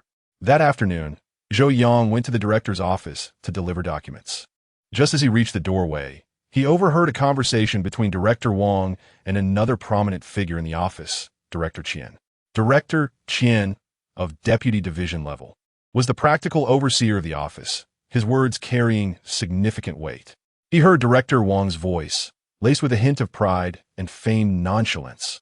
Old Qian, let me tell you something. I've recently discovered that our office at Xiao Zhou, Zhou Yang, is quite clever. His reactions are impressively swift. Yoya momentarily halted. His ears perked up instantly. Here it comes. The classic, unintentional praise. Director Qian responded with a non-committal hum, seemingly unimpressed. Director Wang continued to elaborate. Last time when Deputy Director Zhang from the Municipal Bureau visited, Xiao Zhou's performance was remarkably steady. He displayed exceptional insight, serving tea, arranging schedules. Everything was impeccably handled. Oh, Director Qian's voice carried a hint of intrigue. Moreover, Director Wang lowered his tone slightly, sharing a secretive tone the other day. While accompanying Deputy Director Zhang for a game of billiards, guess what? Little Zhou can play a bit too, mainly just to keep me company. He is quite down to earth, never seeking the spotlight, and very considerate. Outside the door, Zhou Yang nearly burst into laughter. Keeping you company? Director, with your skill level. Ahem. And as for not seeking the spotlight, that was merely precise point control, if I may say so. Nonetheless, Director Wang's words were remarkably effective. He did not directly state how well Zhou Yang played billiards, but rather mentioned that he could play a little, kept him company, was genuine, and considerate. These descriptors seemed tailor-made for Zhou Yang as an exemplary subordinate. They highlighted his versatility, even skilled in billiards, hinted at his emotional intelligence, not overshadowing his superior, and emphasized his reliability, genuine and considerate. Truly impressive. Zhou Yang silently commended Director Wang. Such a leader is indeed commendable. Chapter 9. The promising structure. Zhou Yang gently tapped on the door, waiting for a response before pushing it open, his face adorned with a quintessential sunny smile. Director Wang. Director Qian. Here are the documents you requested. Director Qian lifted his gaze to examine Zhou Yang, his eyes lingering on his face for a brief moment. There was a discernible depth of scrutiny and inquiry that had not been present before. Zhou Yang felt a subtle stir in his heart, realizing that Director Wang's prior hints had borne fruit. Yet, he maintained a composed demeanor, placing the documents down and refilling the cups of both directors with water before respectfully exiting the room. In the days that followed, Zhou Yang heightened his focus and diligence. He understood that the goodwill and emotional value bestowed by Director Wang were merely stepping stones, mere embellishments. In this environment, to truly establish oneself and aspire for advancement, one's professional competence was the currency of survival, the very foundation of one's existence. The system's rewards of enhanced energy and memory had now become his most formidable assets. Where others might labor over a report, revising it repeatedly and pondering for hours, Zhou Yang exhibited clarity of thought, rigorous logic, precise data citation, and eloquent expression, often producing high-quality work in a single breath. While others struggled to compile meeting minutes, often losing crucial details or failing to highlight key points, Zhou Yang, with his exceptional memory and enhanced responsiveness, swiftly grasped the core content, articulating it with clarity and even accurately reflecting the tone and emphasized points from leadership speeches. Over time, not a concern for him. While others were still grappling with their tasks, Zhou Yang had already organized his workload impeccably, finding spare moments to assist colleagues who were overwhelmed. This transformation was palpable. Initially, colleagues merely noted that Zhou Yang appeared to be in good spirits. As time passed, they recognized that not only was his demeanor positive, but his efficiency was remarkably high, with almost no errors. Gradually, the perception of Zhou Yang within the office began to shift, particularly in the eyes of Director Qian. Director Wang frequently mentioned Zhou Yang's commendable performance, and initially, Director Qian brushed it off, thinking it was merely praise for a newly acquired capable assistant. However, as time unfolded, he too became observant. The documents Zhou Yang submitted were undeniably flawless. Tasks assigned to him were completed swiftly and effectively. His interactions became increasingly composed and adept, a far cry from the demeanor of a newcomer. On this particular day, Director Qian reviewed a set of meeting minutes meticulously prepared by Zhou Yang. Having gone over them twice without finding a single punctuation error, he couldn't help but nod in approval. This young man possesses great potential, he silently assessed. Whispers of his capabilities began to circulate unnoticed. During lunch that day, the office's seasoned informant, Brother Li, approached Zhou Yang with a conspiratorial demeanor, lowering his voice. "Zhou, let me share a tidbit with you." Zhou Yang paused in his meal, looking up. "Brother Li, what's the matter? I've heard that we might soon be addressing several staffing issues here." Li's gaze flickered around the room, his voice dropping to a whisper. "There are only a few spots available. At most one or two." The mention of official status made Zhou Yang's heart race. Although he had heard rumors of potential opportunities upon his arrival, he had never taken them seriously. Now, coming from the lips of someone as seasoned as Li, the credibility was undeniable. This was a monumental chance. Resolving his official status would be akin to a carp leaping over the Dragon Gate, transforming his identity entirely. Is it truly? Ou finit de surprise? Yet his inner excitement was nearly impossible to contain. It was highly probable. Li nodded, but warned, the competition is fierce. Many are eyeing the same opportunity, so be aware. Zhou was certainly aware. In the office, there were several contract workers like him, both overtly and covertly, who wouldn't want to secure a permanent position. The competition was undoubtedly fierce. He needed more advantages, more bargaining chips. At that moment, he recalled the premium by Luo Chun tea awarded by the system. This tea would undoubtedly be a perfect gift, especially for someone like Director Qian, a seasoned tea aficionado. The question was, how to present it? Should he simply walk into Director Qian's office carrying it? "Director Qian, I hear you enjoy tea. I have some exquisite leaves to present to you." "No, That would be too blatant, too obvious. It could easily be misconstrued as flattery or even bribery, backfiring spectacularly. Gift-giving requires subtlety, an unspoken finesse. It must feel natural, seamless, allowing the recipient to accept it with a sense of gratitude. This task proved far more challenging than executing a flawless shot at the pool table. For several days, Zhou pondered this dilemma, his brow furrowing in concentration. Where's the opportunity? That afternoon, with sunlight streaming in, the office resonated with a rhythmic clatter of keyboards. Director Qian entered, cradling his Yixing clay cup, a hint of displeasure etched on his face. Approaching his desk, he shook the tea canister, finding it empty. He sighed heavily, his voice deliberately audible to those nearby. Ah, the tea is finished again. Recently, I've noticed that good tea is becoming increasingly difficult to procure. After sampling various kinds, they all seemed to lack something, as he lamented. Zhou, seated not far away, perked up at Qian's words. An opportunity. Was this not a pillow delivered to a weary sleeper? It was an auspicious moment indeed. His heart skipped a beat. The chance to present the premium by Luo Chun had finally arrived. It was now up to him to seize this opening. He gently tapped on the door, pushed it open, and donned a bright, sunny smile. Director, are you in search of tea? I happen to have a box of Bai Luo Chun, a gift from relatives back home. Reportedly, this year's new harvest, top grade. It would be a shame for me to consume it all alone. Would you care to try some? As Zhou Yang's words lingered in the air, Director Qian's eyes sparkled with newfound interest, fixating intently on the exquisite box of tea leaves, seemingly forgetting his earlier concerns in an instant. Oh, young Zhou, you are indeed too kind. Director, please do not stand on ceremony. Simply taste it and you shall see. Zhou Yang replied with a subtle smile, secretly pleased, for it appeared that his strategy had indeed borne fruit. The director, feigning reluctance, remarked, "Oh dear. How can I accept this?"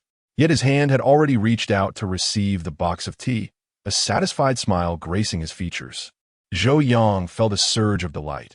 It was as if the perfect opportunity had arrived at his doorstep. Director Qian, lamenting his lack of fine tea, found Zhou Yang's by Luo Chun to be a most fortuitous gift. He promptly unwrapped the packaging and brewed a cup, the aroma of the tea wafting through the office, filling the space with a refreshing essence. After savoring a sip, he closed his eyes in appreciation, his expression transforming into one of sheer ecstasy. What a splendid tea. Indeed, it is exceptional.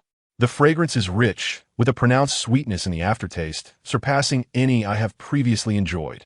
Chapter 10. The inspection approaches. You may do as you please, Zhou Yang modestly remarked, yet inwardly he reveled in his success. Accomplished. The tea presented was perfectly timed. At that moment, a notification chimed from the system. Ding. Precisely met the leadership's needs, providing high-quality emotional value. Points 20. A wave of joy surged within Zhou Yang. It appeared this endeavor had once again resulted in a fruitful exchange of emotional value. He smiled slightly, turned, and took his leave, contemplating. This would surely enhance the director's favorable impression of me, thus increasing my chances for a position. However, matters were not as straightforward as they seemed. While Zhou Yang basked in satisfaction, the atmosphere in the office subtly shifted. Over the course of several days, Zhou Yang's performance in the office became increasingly commendable. Documents were meticulously organized, meeting minutes were flawless, and he even proactively assisted colleagues, earning their admiration. The ambience in the workplace grew more relaxed, and everyone was eager to engage with him. This young Zhou is truly a gem, Director Qian remarked in the office. Hearing this, Zhou Yang felt a swell of pride. It seemed his efforts were not in vain. Nevertheless, the pressure of competition loomed ever present. He understood that the number of positions available was limited, and he must seek further opportunities to enhance his competitiveness. Just then, new news circulated in the office. It was rumored that the municipal bureau would be conducting an inspection, and everyone needed to prepare thoroughly. Zhou Yang's heart tightened. The bureau's inspection was no trivial matter, especially for an external staff member like him, where opportunity and challenge coexisted. He needed to excel in this inspection to further solidify his standing. I cannot falter this time. Yo Yang Re Sol Fet. doubling his efforts to prepare materials and diligently study the Bureau's requirements. As the date of the inspection drew nearer, he silently encouraged himself, striving to remain calm and ready for the impending challenge.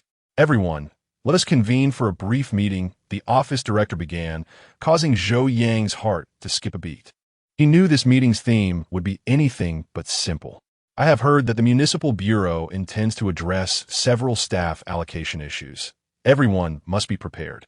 As the director's words faded, a sense of urgency surged within Zhou Yang. Staff allocation issues? This presented a significant opportunity. He contemplated, his gaze instinctively sweeping around the room.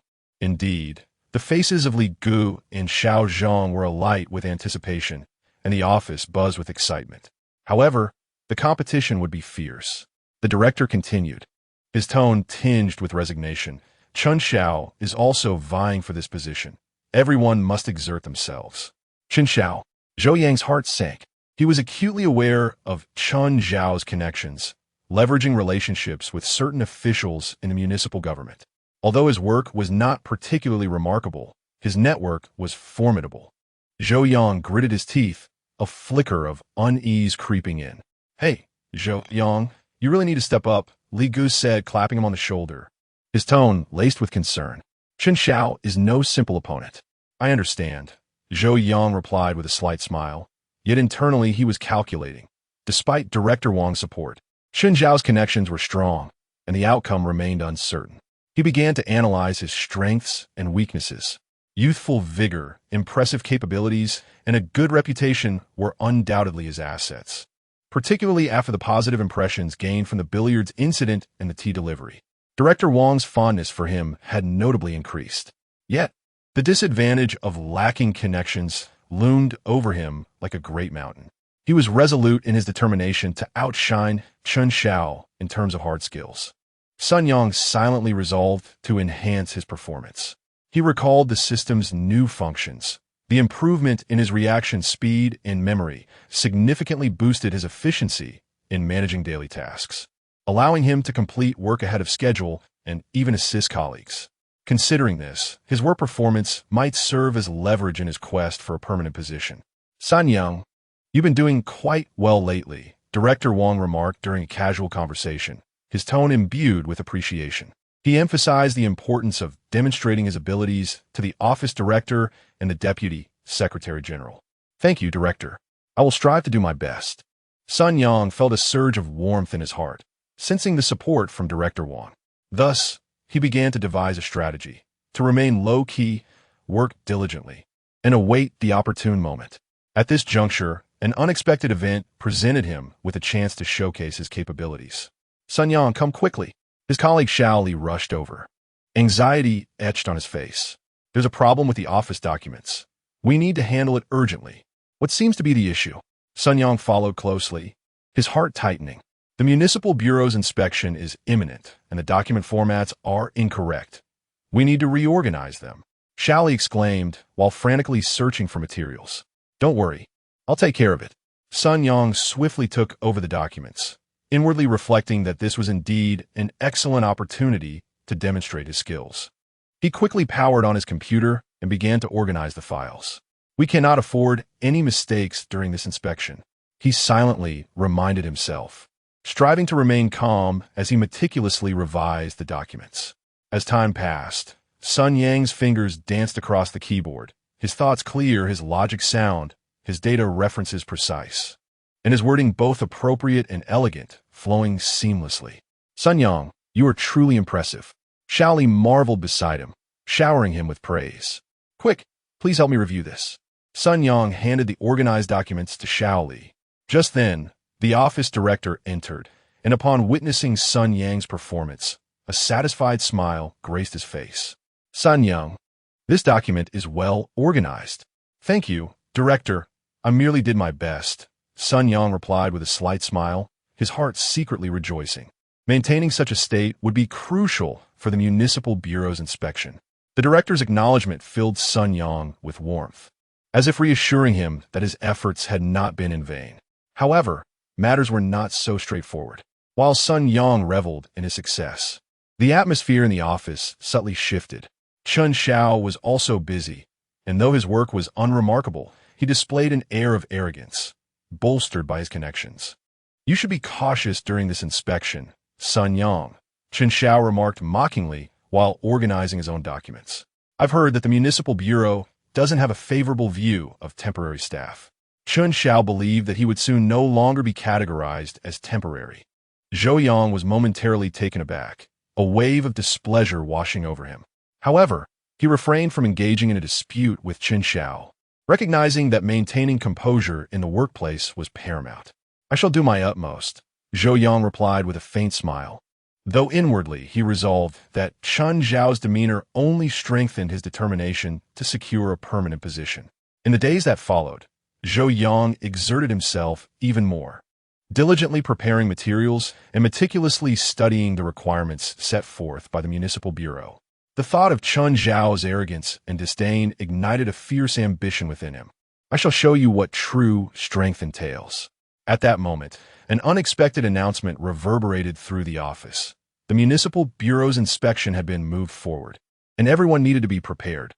The news tightened Zhou Yang's chest. Time was of the essence, and the pressure intensified. He understood that he must excel in this inspection to further solidify his standing. This time, he could not afford to falter. Chapter 11. An unexpected public outcry? Watch me resolve it with one strike. Director Qian's remark, "This young man is quite exceptional," swept through the office like a gentle breeze. Although everyone maintained a facade of indifference, Zhou Yang could sense a palpable shift in the atmosphere. No longer were they regarding him as a mere temporary worker on the verge of dismissal. Their gazes now bore a hint of scrutiny, curiosity, and perhaps even trepidation. It was inevitable, for in a remarkably brief span, he had transformed from an inconspicuous figure into the commendable individual spoken of by the director, subtly overshadowing Chun Xiao, who had long relied on connections to navigate the workplace. Particularly, Chun Xiao's fiery glances were unmistakable. Zhou Yang understood all too well that this was the culmination of his own efforts and the benevolent workings of the harmonious system. The system's reward of energy rendered him akin to a perpetual motion machine, tirelessly laboring without fatigue. Memory and reaction speed had reached extraordinary levels, enabling him to process documents at lightning speed while retaining intricate details with precision.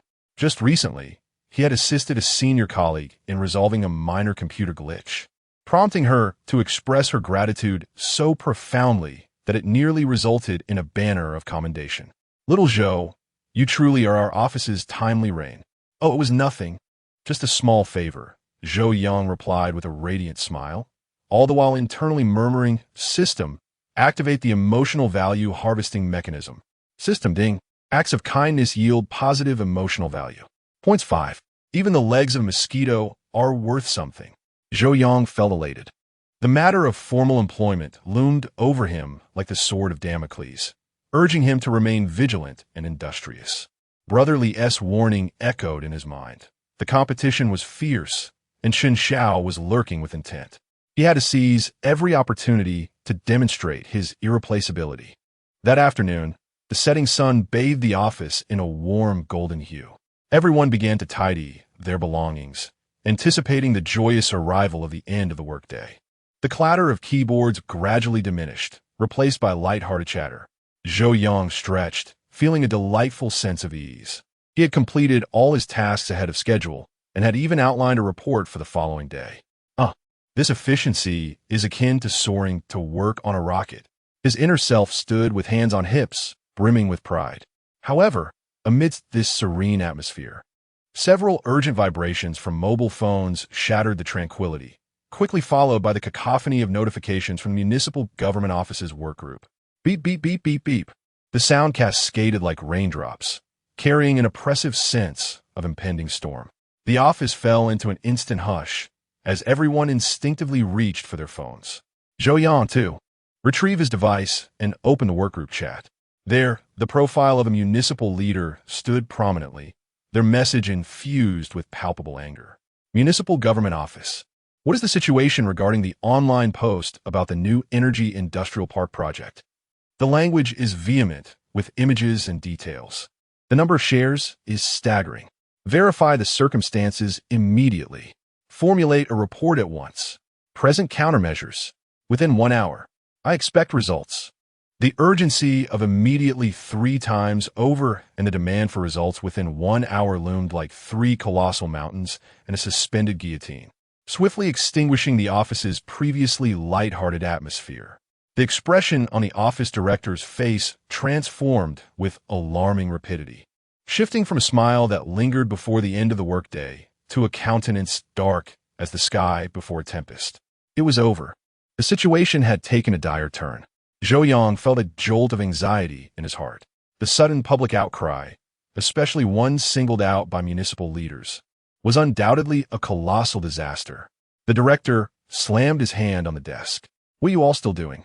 Zhou Yang, Chen Xiao, both of you, come here at once. Zhou Yang and Chen Xiao, summoned by name, instinctively rose to their feet.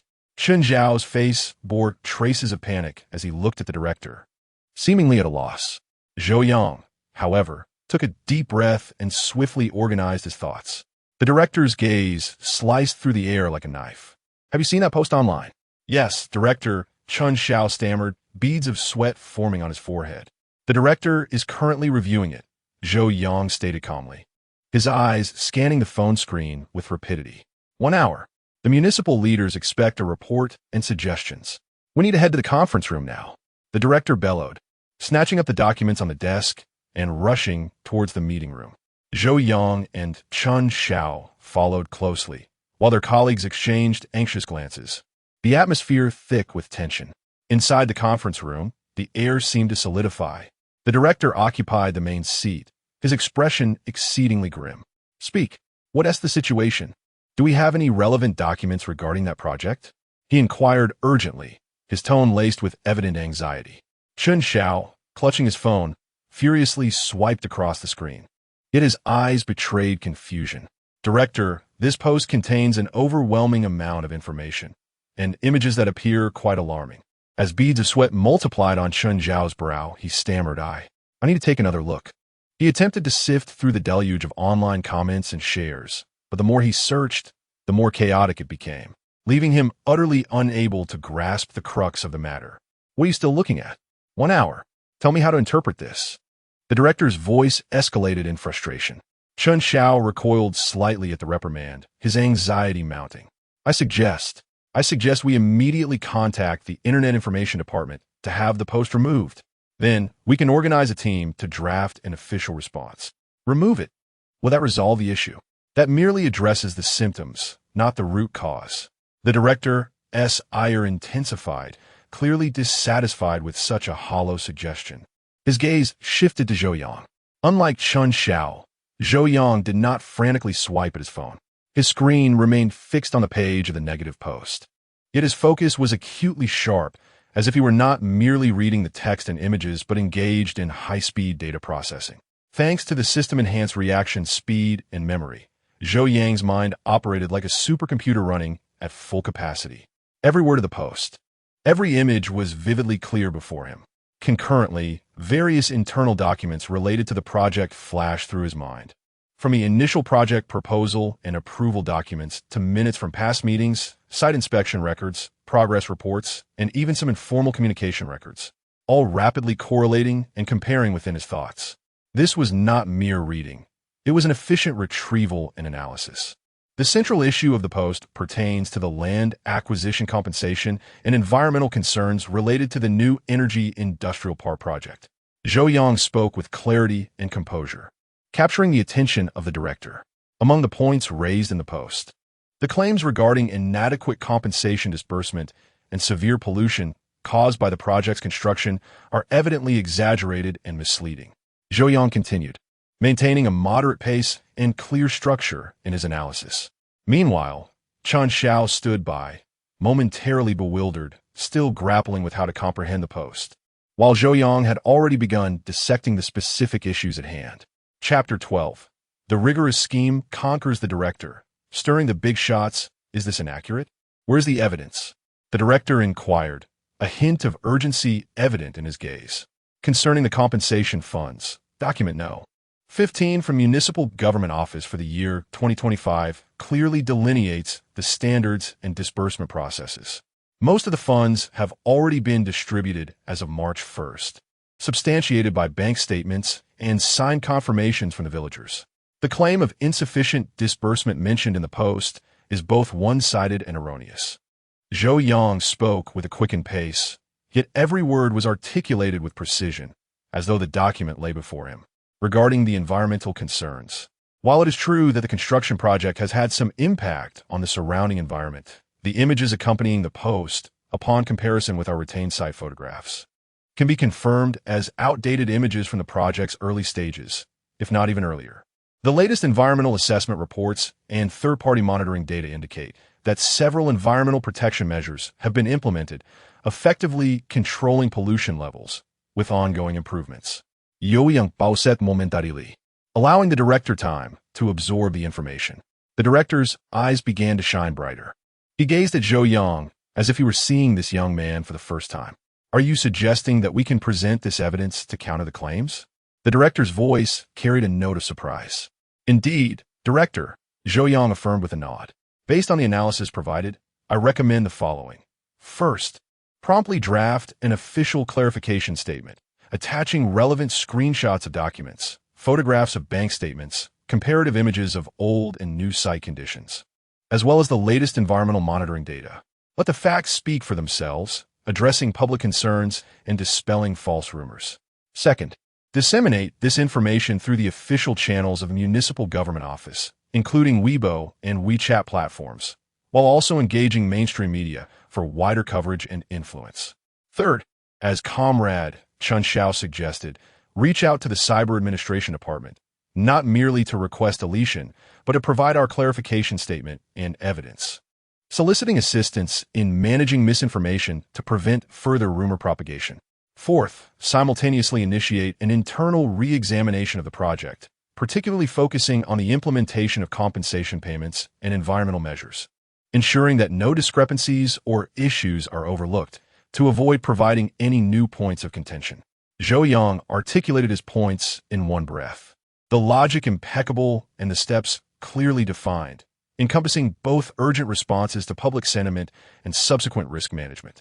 In the entire conference room, only Zhou Yang's voice resonated. Chun Xiao was completely taken aback, oblivious to his phone lying on the table.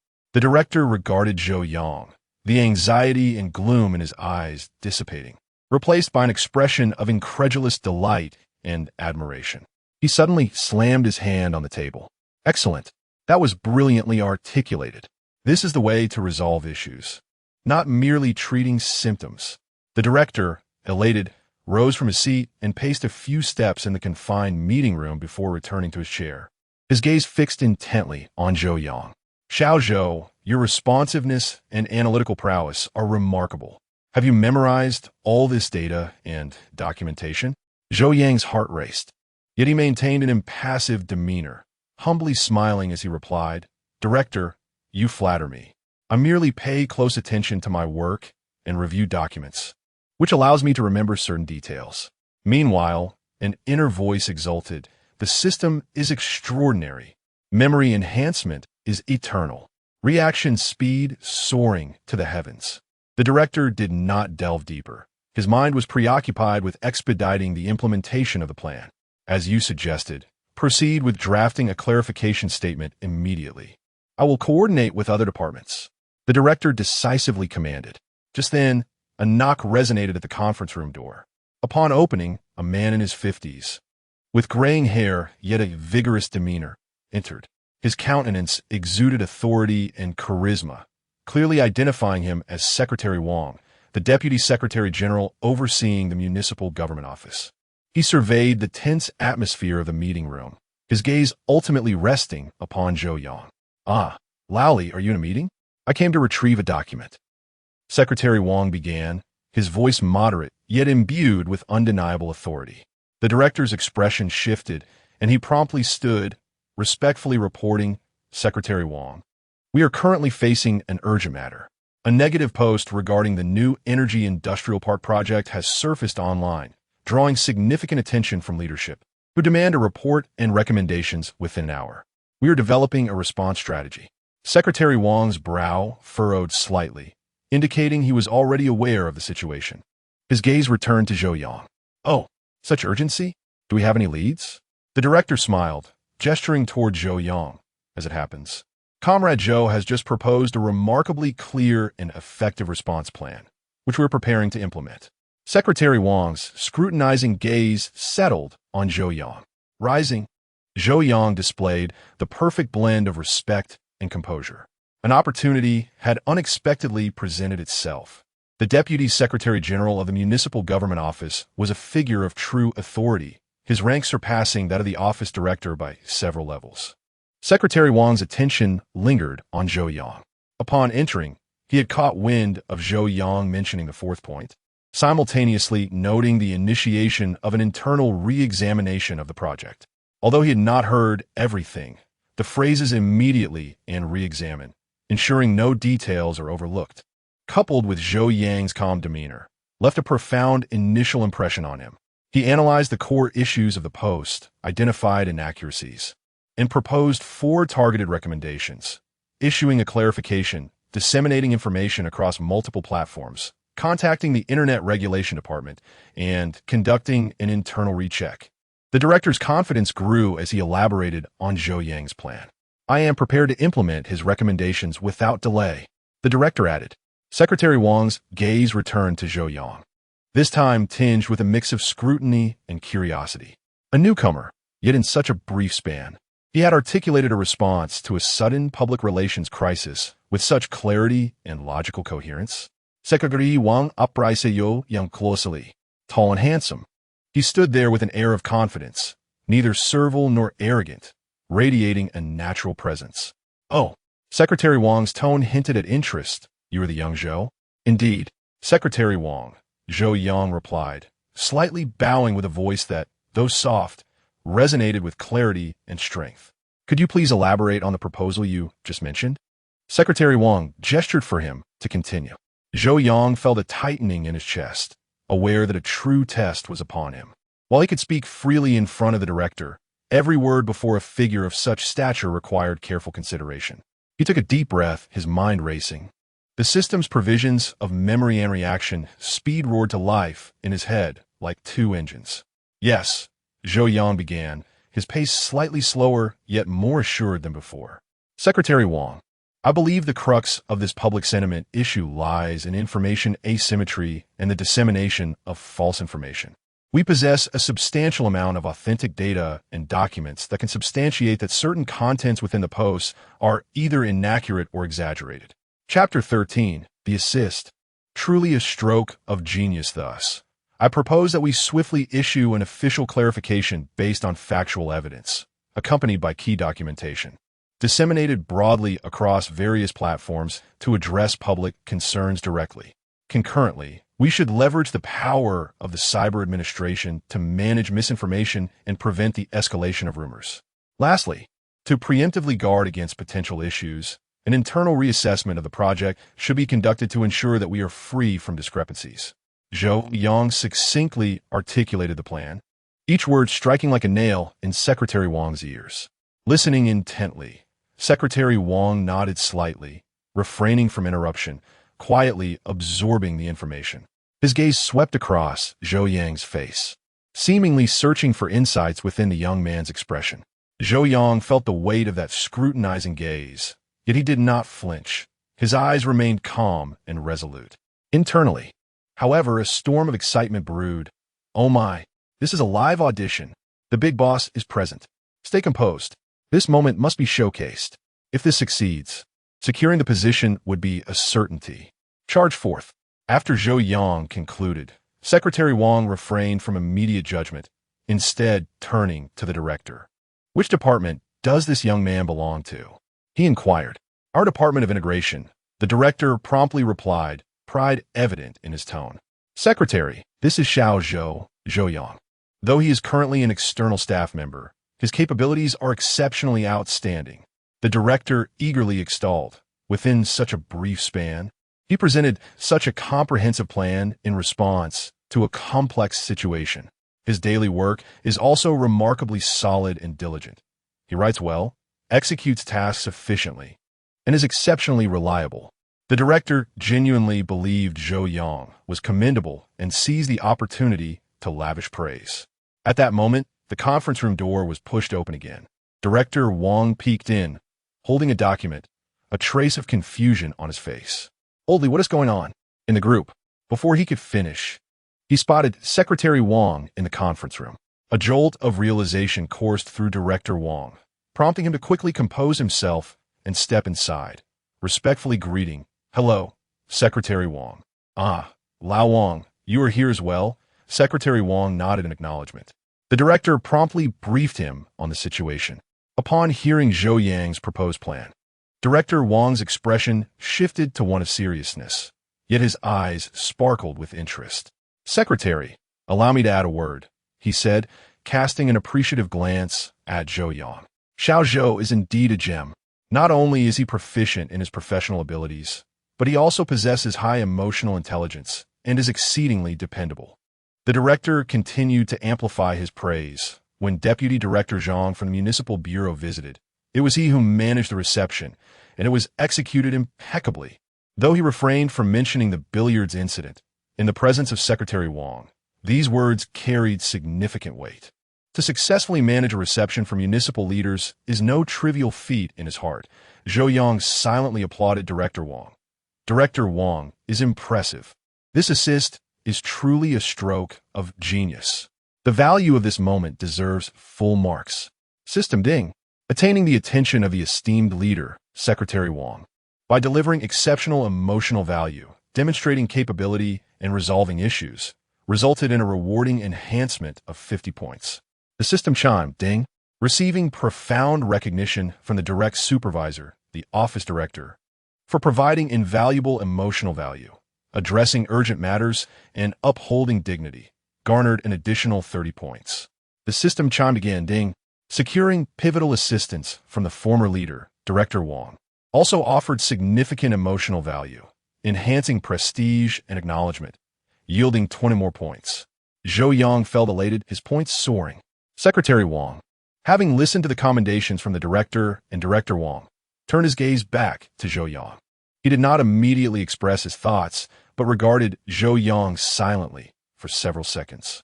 To Zhou Yang, those moments stretched interminably, feeling as though they spanned a century. He sensed the weight of Secretary Wang's scrutiny, a deliberation, an evaluation, a force capable of determining destinies. Maintaining a poised demeanor of respect and composure, he refrained from uttering a single word. On the sidelines, Chun Zhao's countenance was ashen, his fingers clenched tightly around his phone, his gaze fixed on Zhou Yang as if attempting to bore holes into him. Listening to the praises from the director and Director Wang, he felt his teeth grind in frustration. An external candidate. What right did he have? Chen Xiao raged internally.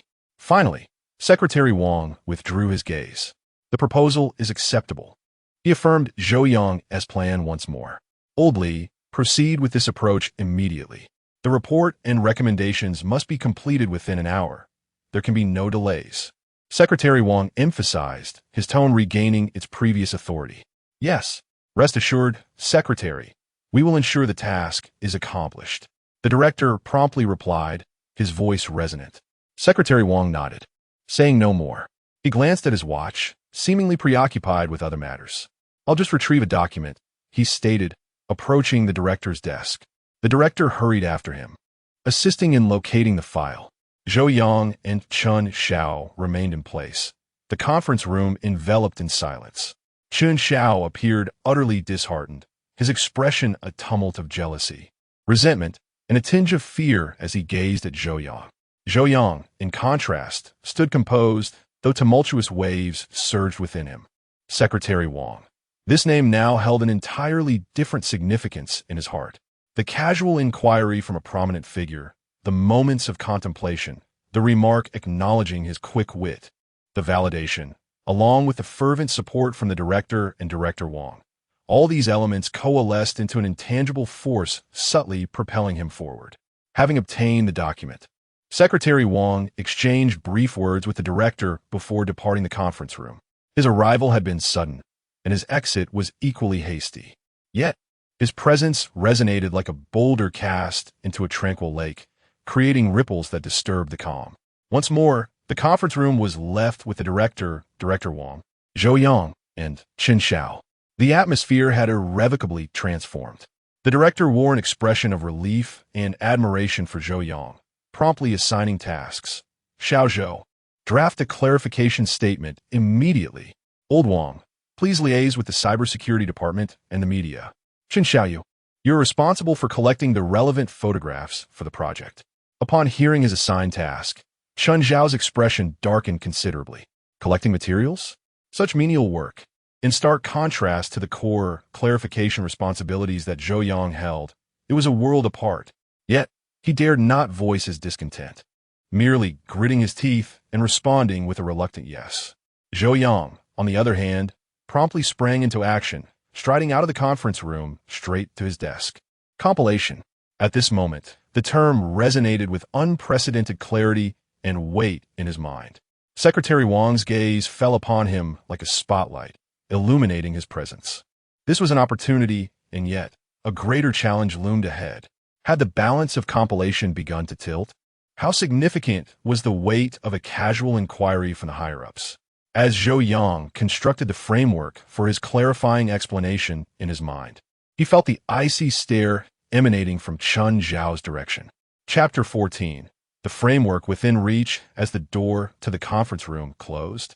It sealed off the cacophony from the outside, yet it failed to diminish the piercing gaze of Chen Zhao, which felt like a thorn in his back. Zhou Yang did not look back. He headed straight to his workstation, seated himself, and powered on his computer. The screen illuminated, reflecting his composed visage, while internally, a tempest raged. Chen Zhao's stare was akin to a barrage of resentful projectiles. His expression suggested that he might leap forth at any moment, ready to challenge him and proclaim, "Do not underestimate the youth in their poverty." Alas, Chen, you are no longer youthful, and neither am I impoverished. Our paths diverge significantly. I rely on competence, while you depend on connections. It appears that, in critical moments, sheer ability might hold slightly more weight than mere associations. As he entertained these thoughts, his fingers began to dance across the keyboard. The framework for the clarification document was vividly clear in his mind, bolstered by the system-enhanced memory that allowed him to instantly retrieve all necessary key information: document numbers, specific dates, compensation standards, distribution ratios, and crucial data from the environmental assessment report. These previously dull figures and text now sprang to life, leaping at his fingertips. Speed and efficiency were Zhou Yang's sole preoccupations at that moment. Leadership demanded results, not the intricacies of the process, no matter how arduous the journey. If the outcome fell short, it was deemed unacceptable. Conversely, regardless of how advantageous the process might appear, as long as the results were commendable, that constituted true capability. He typed furiously, words multiplying on the screen at a visible pace. Each term was meticulously chosen, rigorous and precise to align with the formal style of official documents, yet simple enough to be comprehensible to the public. Just as he immersed himself in his work, the office phone rang. It was an internal line from the office director. "Xiao Zhou, how is the document coming along?" The director's voice carried an urgency. "The framework is established. I am currently filling in the detailed data," Zhou Yang promptly replied, maintaining a steady pace of speech. "Good. Hurry. The sooner, the better," the director urged. Additionally, there was a brief pause in the director's tone. "Chen Zhao's uncle, Old Lin from the city government office, called me earlier." Zhou Yang's heart sank momentarily. Here it came. The card of Chen Xiao as connections was being played. And swiftly at that, Old Lin mentioned that Xiao has been under considerable stress lately and hopes the organization can extend more concern. The director's tone was somewhat nuanced, and he alluded to the current staffing matter. Zhou Yang remained silent, listening intently. "Director, what are your thoughts?" He awaited further clarification. "Oomph." The director emitted a soft grunt, concealing his emotions. "Concern is indeed necessary. However, as you have observed, this matter is significant. The city leadership has directly named it, and Secretary Wang has personally inquired. The one who possesses the capability to resolve the issue shall bear the responsibility." I will handle old Lin's side. You focus on your tasks, ensure the clarification document is well prepared, and verify the data meticulously. No errors permitted. The director's tone shifted to one of seriousness and resolve. Yes, director. I assure you I will complete the task. Zhou Yang promptly affirmed. After hanging up the phone, Zhou Yang's lips curled into a barely perceptible smile. The director's maneuver was impeccable. By not outright refusing, he preserved face, yet in practical terms, the scales had already begun to tip. This exemplifies the art of balance. In the face of capability, sometimes even connections are not all-powerful, especially when one stands behind a greater endorsement, or rather, a more substantial recognition. He recalled the few seconds of scrutiny from Secretary Wang. The weight of those moments now became evident. He returned to his work, his fingers dancing across the keyboard like butterflies, or perhaps like two small hammers, methodically shattering the barriers of Chen Zhao's connections. The first draft of the clarification was swiftly completed. Zhou Yang meticulously reviewed it 3 times to ensure that every piece of data and every timestamp was precise. He then began reaching out to relevant departments, requesting screenshots of bank statements, photographs of the villager signature lists, electronic versions of the environmental assessment monitoring reports, and comparative images of the old and new sites. Surprisingly, this process unfolded smoothly.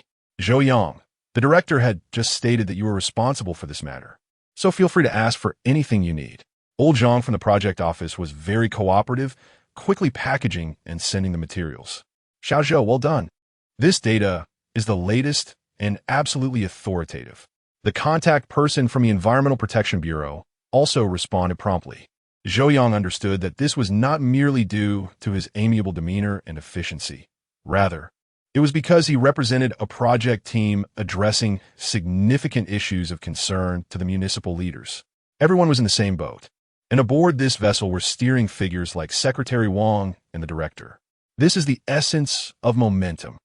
To act in accordance with the prevailing circumstances yields remarkable results. Had Chen Zhao sought these materials, he likely would have first been asked, "Are you responsible for this matter?" Zhou Yang organized all the supporting materials, packaged them with the clarification, and sent them to the office director. Director, the clarification and related supporting materials have been compiled. Please review. Almost instantaneously, a response arrived. Received. Well done. The director replied with 4 words and added a thumbs-up emoji. Zhou Yang felt a wave of satisfaction wash over him.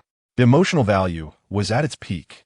The director's mood was likely akin to winning the lottery. From being singled out for criticism by municipal leaders to holding a clear and robust response plan and evidence in hand, the contrast was exhilarating. Just as Zhou Yang sailed smoothly, dissonant voices emerged from the meeting room. Chen Zhao, what is wrong with these photos? They're mixed up, and several are irrelevant.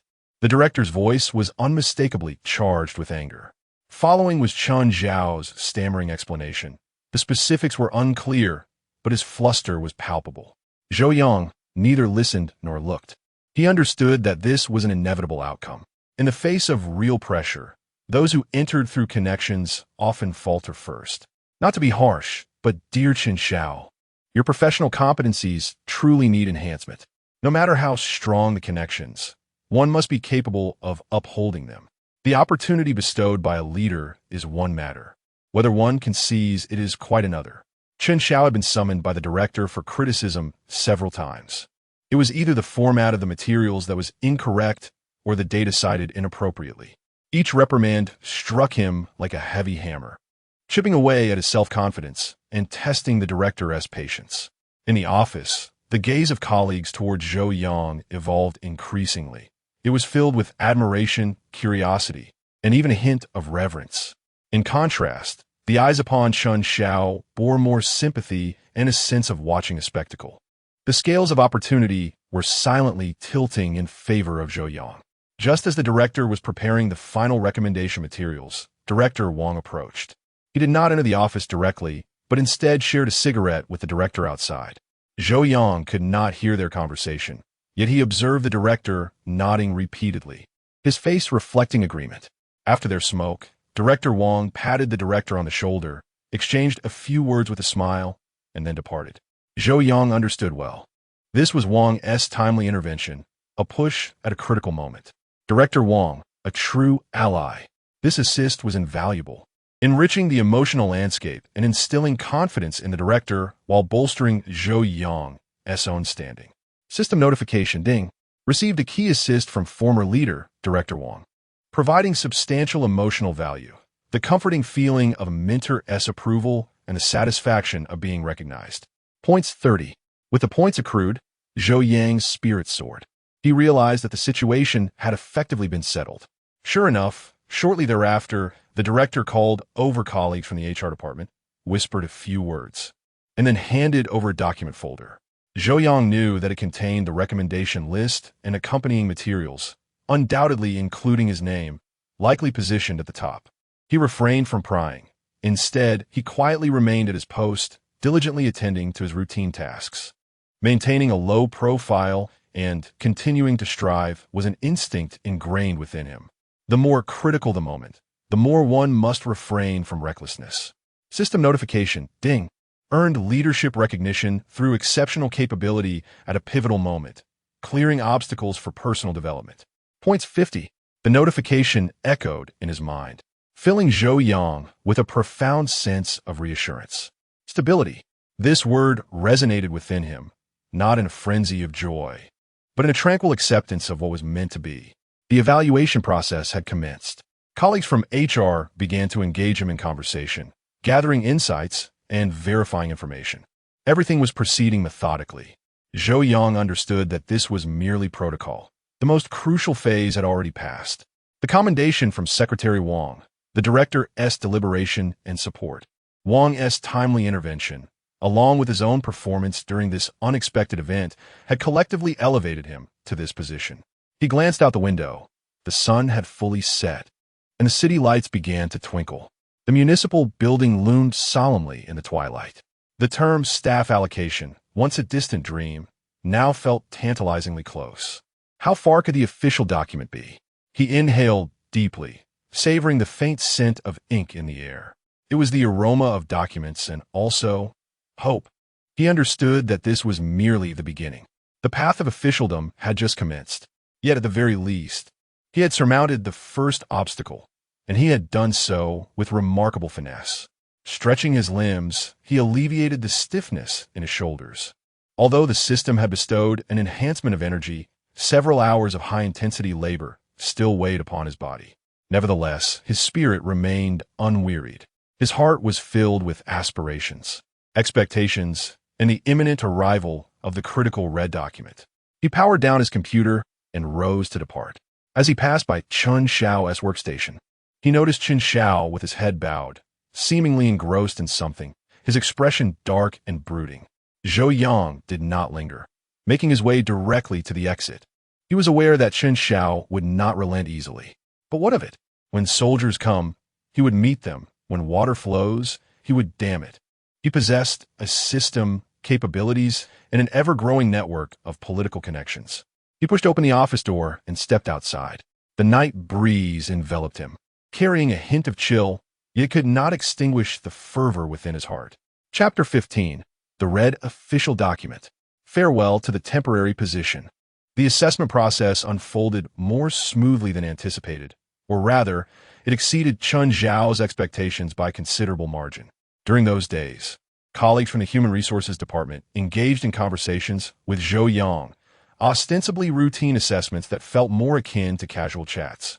They inquired about his work experiences, future aspirations, and his views on the municipal government office. Zhou Yang was well aware that this was the organization seeking to gather insights, yet did not resemble an interrogation. He maintained a humble demeanor, responding appropriately, demonstrating enthusiasm without appearing overly ambitious. When discussing the public opinion incident, Zhou Yang refrained from claiming credit, attributing the success to the adept leadership of the director and Director Wang, while humbly stating that he merely fulfilled his responsibilities by providing some insignificant analysis. Redirecting praise upwards is an essential quality for navigating the bureaucratic landscape. The colleagues from the Human Resources Department listened, their faces adorned with satisfied smiles. They were undoubtedly aware of the true circumstances, yet Zhou Yang's modesty and understanding enhanced their impression of him. Additionally, With the steadfast support of the office director and Director Wang behind the scenes, and most crucially, the absence of any dissenting opinions from Secretary Wang, who even seemed to harbor a hint of appreciation, Zhou Yang's path to assessment appeared to be illuminated with a green light. As for Chun Xiao, it was reported that the atmosphere during his assessment conversations was far less relaxed. When questioned about his work capabilities, he sidestepped the issue, emphasizing his extensive experience and familiarity with the situation. When asked about the public opinion incident, he stammered, attempting to shift the blame onto Zhou Yang without daring to say it outright, merely stating that the circumstances were urgent and he did not respond in time. The colleagues from a human resources department were keenly aware of the underlying truth.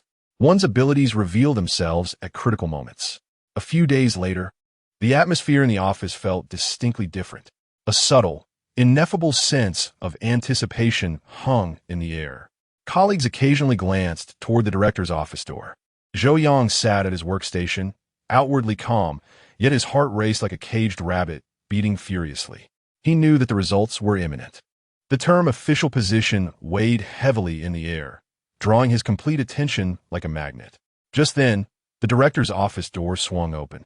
The director emerged, holding a red document folder emblazoned with the words Organization Department of the Communist Party of XX Municipal Committee.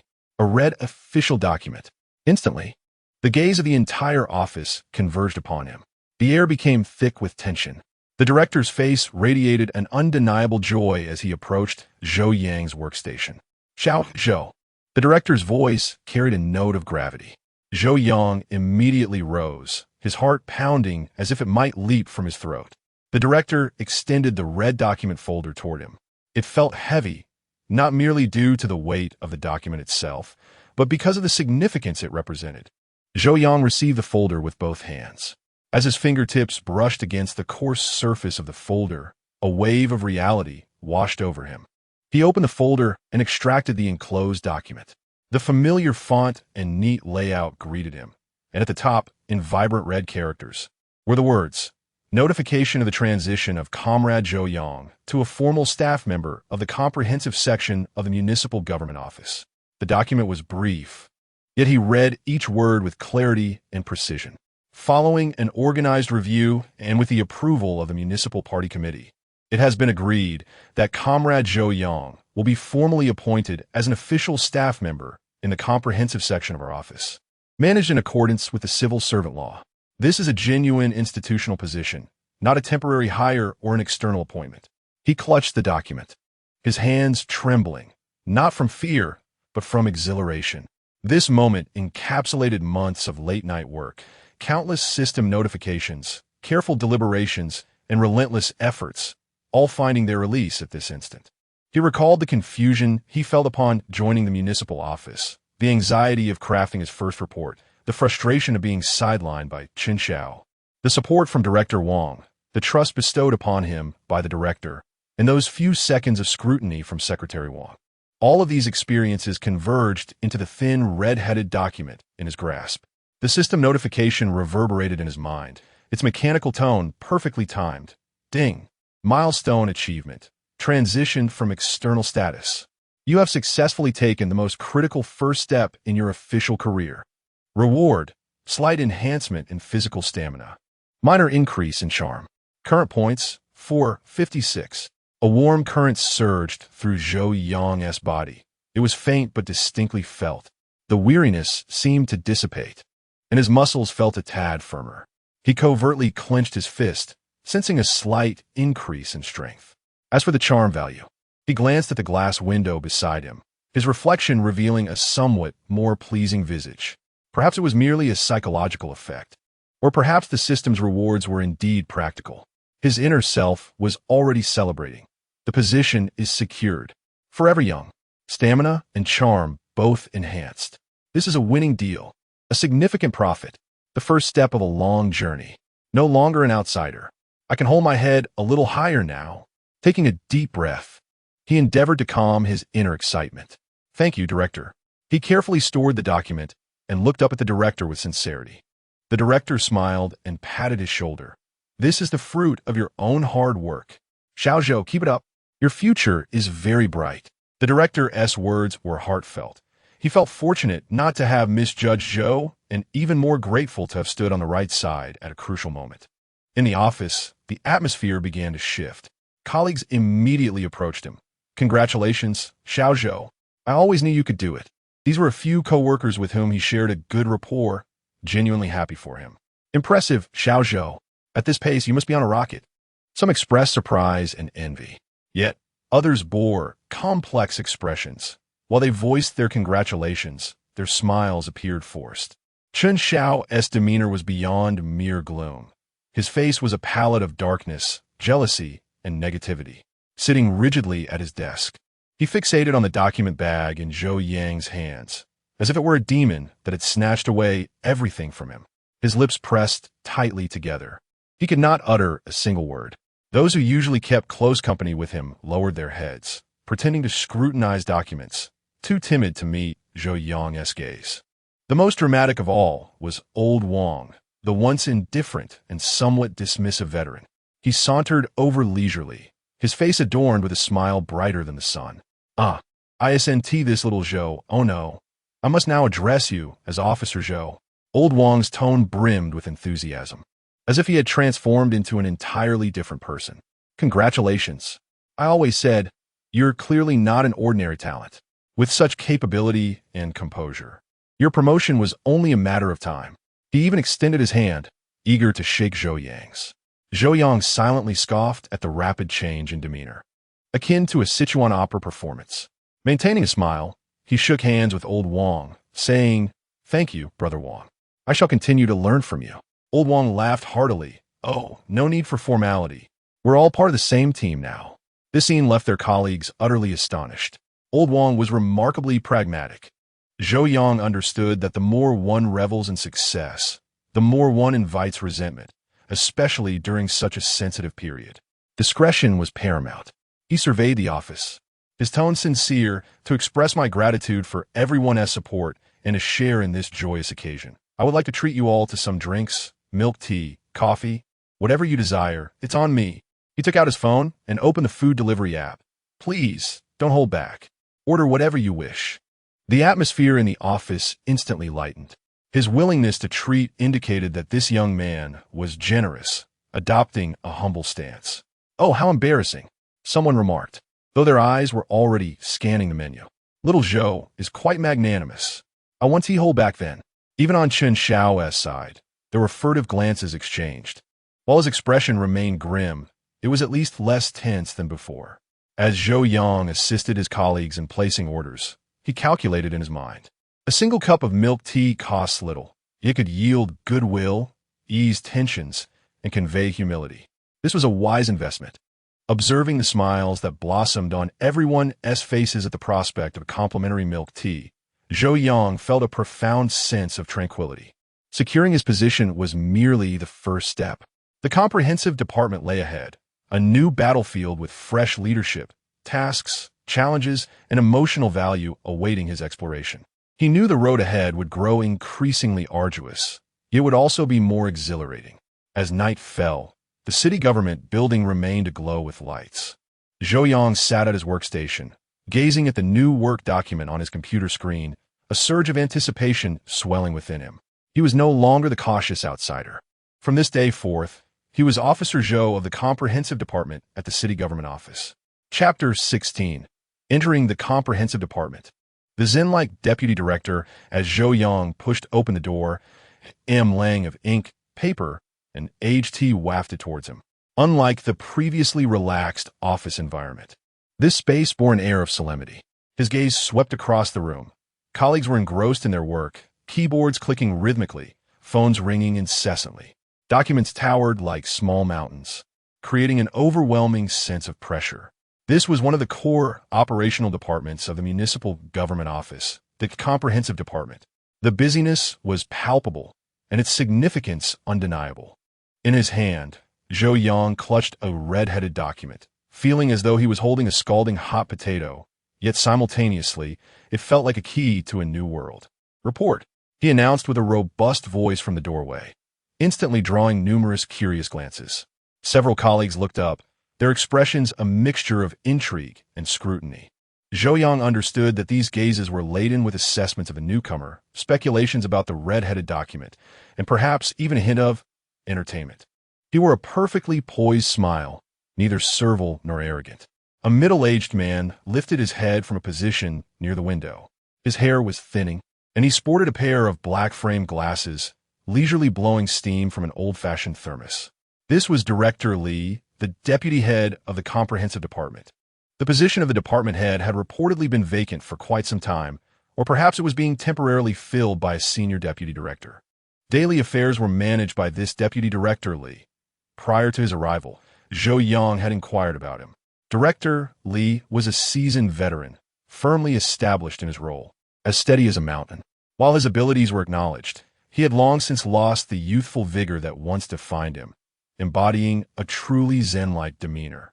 He neither competed nor sought the limelight, yet he was said to possess a profound sense of pride. Zhou Yang approached with measured steps, each one deliberate. Director Li, greetings, he said, standing at attention before Li's desk, respectfully presenting the red-headed document. I am Zhou Yang, assigned here to report to the comprehensive department. Director Li set down his thermos and accepted the document bag. His movements were leisurely, as if he were savoring a rare treasure. He meticulously retrieved the document, unfolding it and scanning the pages beneath his glasses. Zhou Yang stood there, his internal monologue already fretting. Here it comes, the scrutiny from the esteemed leader. Steady yourself. Maintain a humble posture and sincere gaze. Director Li, your hair seems a bit sparse lately. Have you been under stress? The thought of such an ill-timed comment abruptly silenced his inner voice. What was he saying? Where was his emotional intelligence? Ah, Zhou Yang, Director Li finally spoke. His voice neither loud nor soft, devoid of discernible emotion. Please have a seat. He gestured towards the chair in front of his desk. Zhou Yang expressed his gratitude and sat down. I have reviewed the document, Director Li said, placing it aside. He resumed, holding his thermos. The young man seems promising. Both Director and Director Wang have spoken highly of you. Such praise is merely a reflection of the leader's guidance. I have only fulfilled my duties, Zhou Yang responded modestly. Zhou Yang quickly responded, humility radiating from him. Li, the section chief, nodded slightly and blew on the tea in his cup. The affairs of the comprehensive department were rather numerous, and the pace was brisk. One must adapt swiftly upon arrival. Yes, please rest assured, Chief Li. I will strive diligently in my work and not betray your trust, Zhou Yang affirmed. Then, there was silence. Chief Li held his thermos cup, sipping tea in small gulps, his gaze drifting out of the window as if contemplating the origins of the universe, yet seemingly lost in thought. Zhou Yang sat there, feeling akin to a newcomer at an interview, while the interviewer had entered a sage-like state. The atmosphere grew somewhat stagnant. Zhou Yang's heart began to race. Is this the legendary Zen-like leader? The ambience starkly contrasted with the previous office's lively environment. It felt as though he was neither deliberately making things difficult nor particularly invested in the newcomers. Or perhaps he simply didn't care who came. As long as he managed his own little domain. What to do now? Oh, system overlord, grant me some guidance. Just as Zhou Yang's mind raced with thoughts, a familiar mechanical voice resonated in his mind. System ding. New phase task. Gain the recognition of Deputy Chief Li. Indeed, it had arrived. Zhou Yang felt a shiver run down his spine. System. Possible strategies. Respect authority. Demonstrate value. Respecting authority means treating him as a leader, listening to him, not overstepping bounds, nor overshadowing him. Demonstrating value entails performing splendidly, solving his problems, easing his burdens, and perhaps enhancing his reputation. As Zhou Yang listened to Chief Li's occasional trivial inquiries, such as where he lived or which department he came from, he rapidly analyzed in his mind. This task, while seemingly straightforward, bore its own challenges. Dealing with a decisive and ambitious leader, one's competence is naturally recognized. However, with a Zen-like leader, being capable might merely suggest that one is acceptable, leaving a gap to bridge for true acknowledgement. He values his reputation. Zhou Yang pondered. This could be a potential breakthrough. Zen individuals often do not actively seek recognition, but that does not imply they dislike being possessed. For instance, they may not solicit praise. It would certainly not refuse accolades that fall upon them. Alternatively, if one could demonstrate respect for his experience and status, inadvertently providing him with a slight, emotionally gratifying value, this task required not only finesse but also artistry. At last, Chief Li finished half his cup of tea and returned the document bag to Zhou Yang. All right, you may find a place to sit. Xiao Lu, show Zhou Yang around and find him a workstation. A young man appearing to be in his 20s immediately stood up. Certainly, Chief Li. Thank you, Chief Li. Zhou Yang expressed his gratitude once more as he accepted the document bag. Following Xiao Lu, Zhou Yang took a brief tour of the comprehensive department. Although it was termed familiarization, it primarily involved noting where everyone sat, the location of the tea room, and where the printer was situated. Xiao Lu is a rather enthusiastic young man. As they walked, he quietly introduced Zhou Yang, saying, "Brother Zhou, from now on, we shall be colleagues. Although it may be a bit busy here, the learning curve is swift." Section Chiefly. P.S. Quite decent. You'll see for yourself. The phrase quite decent was delivered by Xiao Lu with a hint of significance. Zhou Yang understood the implication. While Section Chief Li was not difficult to get along with, one should not expect him to elevate one's career or offer any exceptional guidance. Thank you, Xiao Lu. I look forward to your guidance in the future. Zhou Yang replied with a smile. Xiao Lu then led Zhou Yang to an available workstation. This one is yours.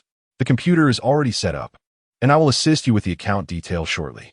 As Zhou Yang settled into his new workspace, he gazed at the pristine computer before him, a surge of determination swelling within him. Chapter 17. Li Ku, your vigilance is essential. A new battlefield. The initial wave of tasks arrived swiftly. Piled in the corner of the desk were documents awaiting attention. Data requiring verification, notices needing drafting, and minutes for meetings in need of organization. Zhou Yang refrained from voicing complaints and rolled up his sleeves to commence his work. The enhancements provided by the system, namely his vitality and memory, once again came into play. His speed in reviewing documents, verifying data, and typing was far beyond that of an ordinary individual. His eyes scanned the pages like a scanner, swiftly capturing essential information with remarkable precision. His fingers danced upon the keyboard as if powered by an engine, producing a fluidity akin to playing the piano. The documents he processed exhibited a clarity of logic reminiscent of meticulously crafted algorithms, and the wording was as precise as a textbook model. In the course of cross-referencing a historical dataset, he astutely identified a minor error left behind by a predecessor, a misplaced decimal point. Although the impact was minimal, in an official document, it was akin to a ticking time bomb. How could one make such an error? Yo Young internali scoffet. Yet he discreetly corrected it without drawing attention. He chose not to report this discovery for accolades, understanding that the moment was not yet ripe. Instead, he diligently ensured the flawless completion of the documents. One after another, they flowed through his hands, each executed with exceptional quality. Initially, his colleagues in the comprehensive department were preoccupied with their own tasks and paid little heed to the newcomer.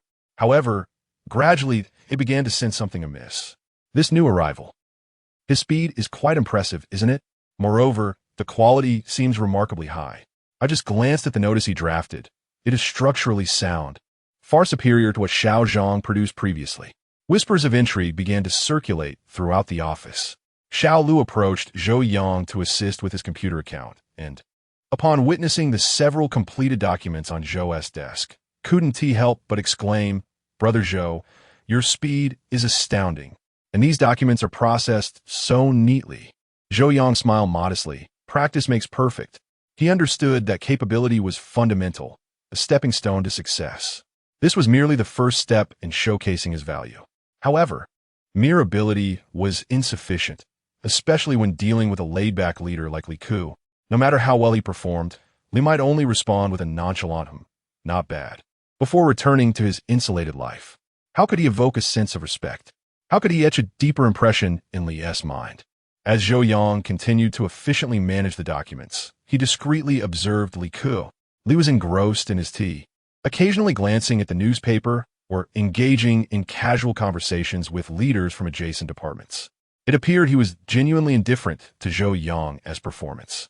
Zhou Yang recognized this as a test, a challenge to discover his place within an environment that seemed tranquil, yet was rife with undercurrents, and to rise within it. He possessed the capability, and the system served as his advantage. Now, he needed to find a key to unlock the door of this laid-back leader, Li Ku. Bowing his head, he resumed his work. Fingers danced across the keyboard while eyes scanned the document, yet the mind was whirring at high speed. What did Director Li enjoy? What brand adorned his thermos? What hobbies did he pursue? These seemingly trivial details at this moment appeared to Zhou Yang as potential avenues for breakthrough.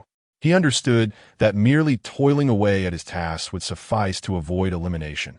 However, earning recognition, especially from a leader of a more Zen disposition, required a more sophisticated approach, one that necessitated emotional value. Yet, how does one provide emotional value to a leader devoid of desire or ambition? This was indeed a delicate endeavor. As dusk descended, the comprehensive department remained brightly lit. Having completed the final document at hand, Zhou Yang rose, stretching his neck. He glanced at Director Li, who, adorned with reading glasses, seemed absorbed in a paper. Though his gaze wandered, Zhou Yang was aware that the real battle had just begun. Securing a position was merely the first step. The challenge lay in how to take root and flourish in this new environment. Director Li was the first stronghold he needed to conquer. What emotional needs lay concealed within this laid-back deputy director? Soon, an opportunity presented itself. A meeting summary concerning a key city project required Director Li's final approval and signature, and the task fell upon Zhou Yang. As he received the document, a pang of anxiety surged within him. This was indeed a hot potato. Crafting it well was his duty, but failure would invite criticism. Yet, upon reflection, he realized it was a splendid opportunity. Simply completing the task by submitting a polished draft would be unremarkable. Instead, presenting the rough draft for guidance, thus inviting Director Li's involvement, held greater promise. Zhou Yang took a deep breath, opened his computer, and began drafting the meeting summary. As he wrote, he mentally rehearsed the forthcoming scenario. His language needed to be humble, his demeanor modest. He could not appear utterly ignorant, lest he be dismissed. Neither could he seem overly knowledgeable, which would convey disrespect. The approach should reflect that he had endeavored to do his utmost, yet felt a certain element was lacking, an element only a seasoned leader like Director Li could illuminate. Upon completing the draft, Zhou Yang did not rush to print it. He meticulously reviewed it several times, ensuring there were no elementary errors.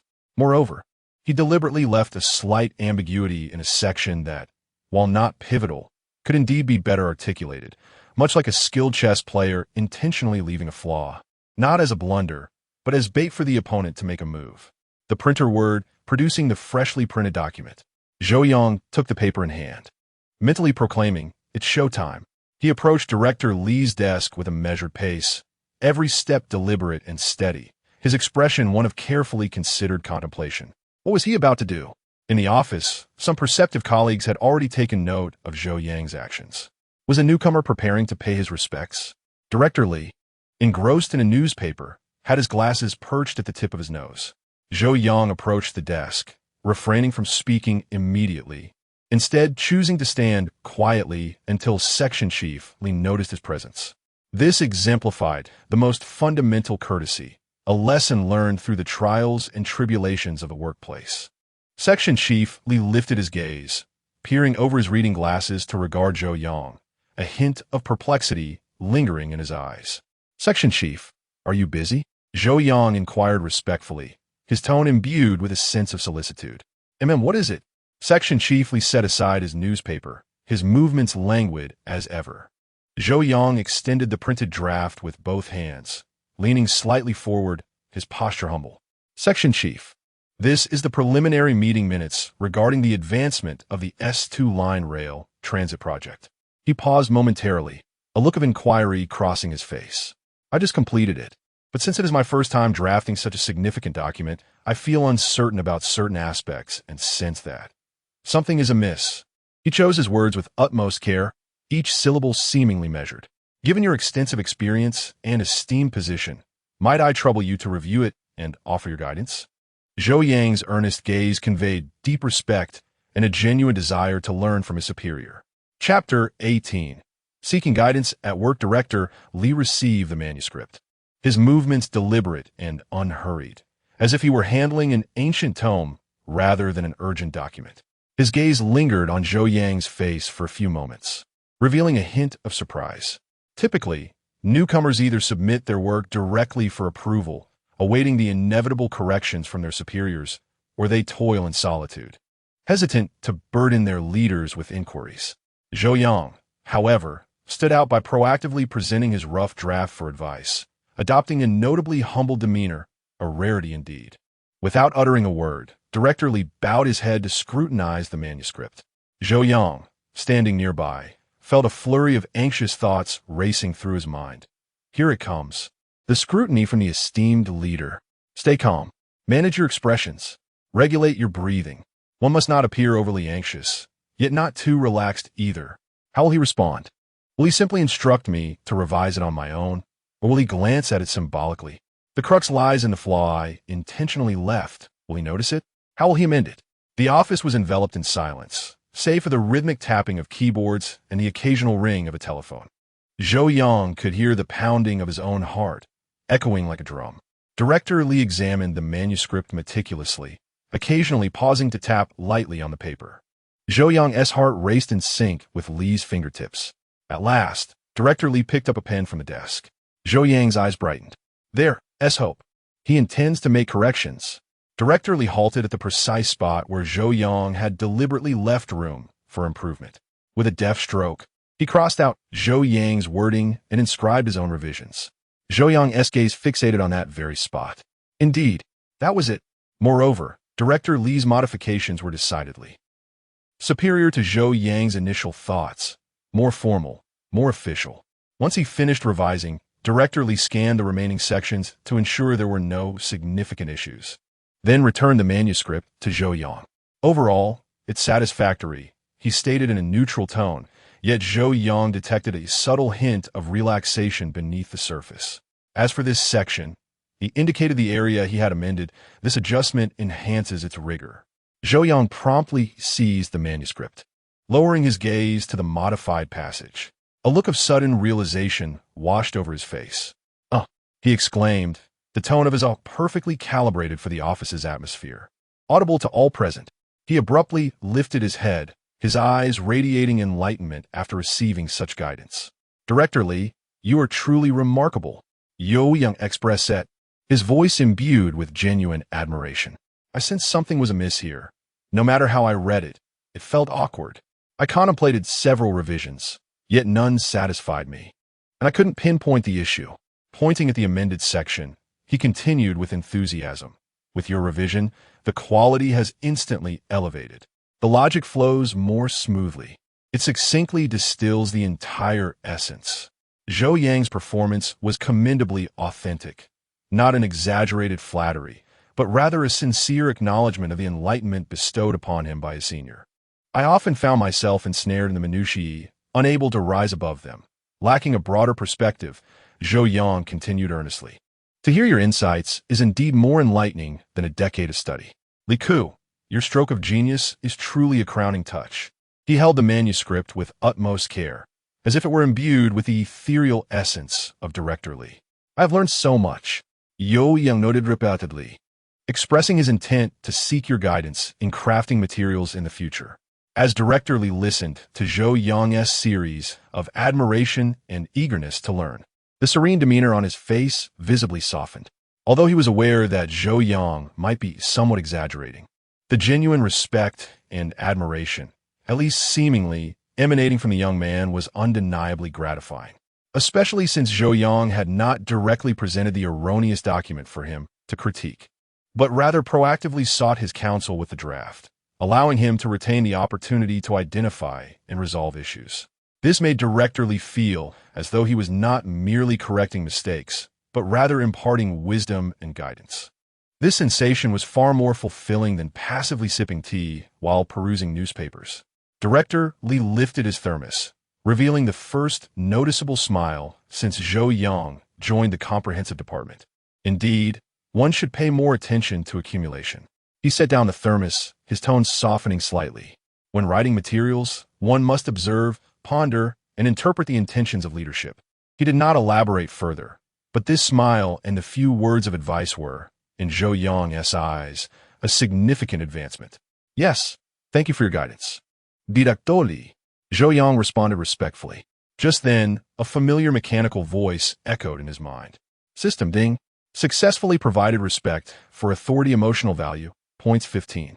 Zhou Yang's heart raced. It worked. 15 points, though modest, marked his first points gained from Director Li. Moreover, it signified the success of his strategy. Gained recognition from Deputy Director Li, this task had finally taken a crucial step forward. Zhou Yang felt elated, yet maintained a demeanor of humility befitting a learner.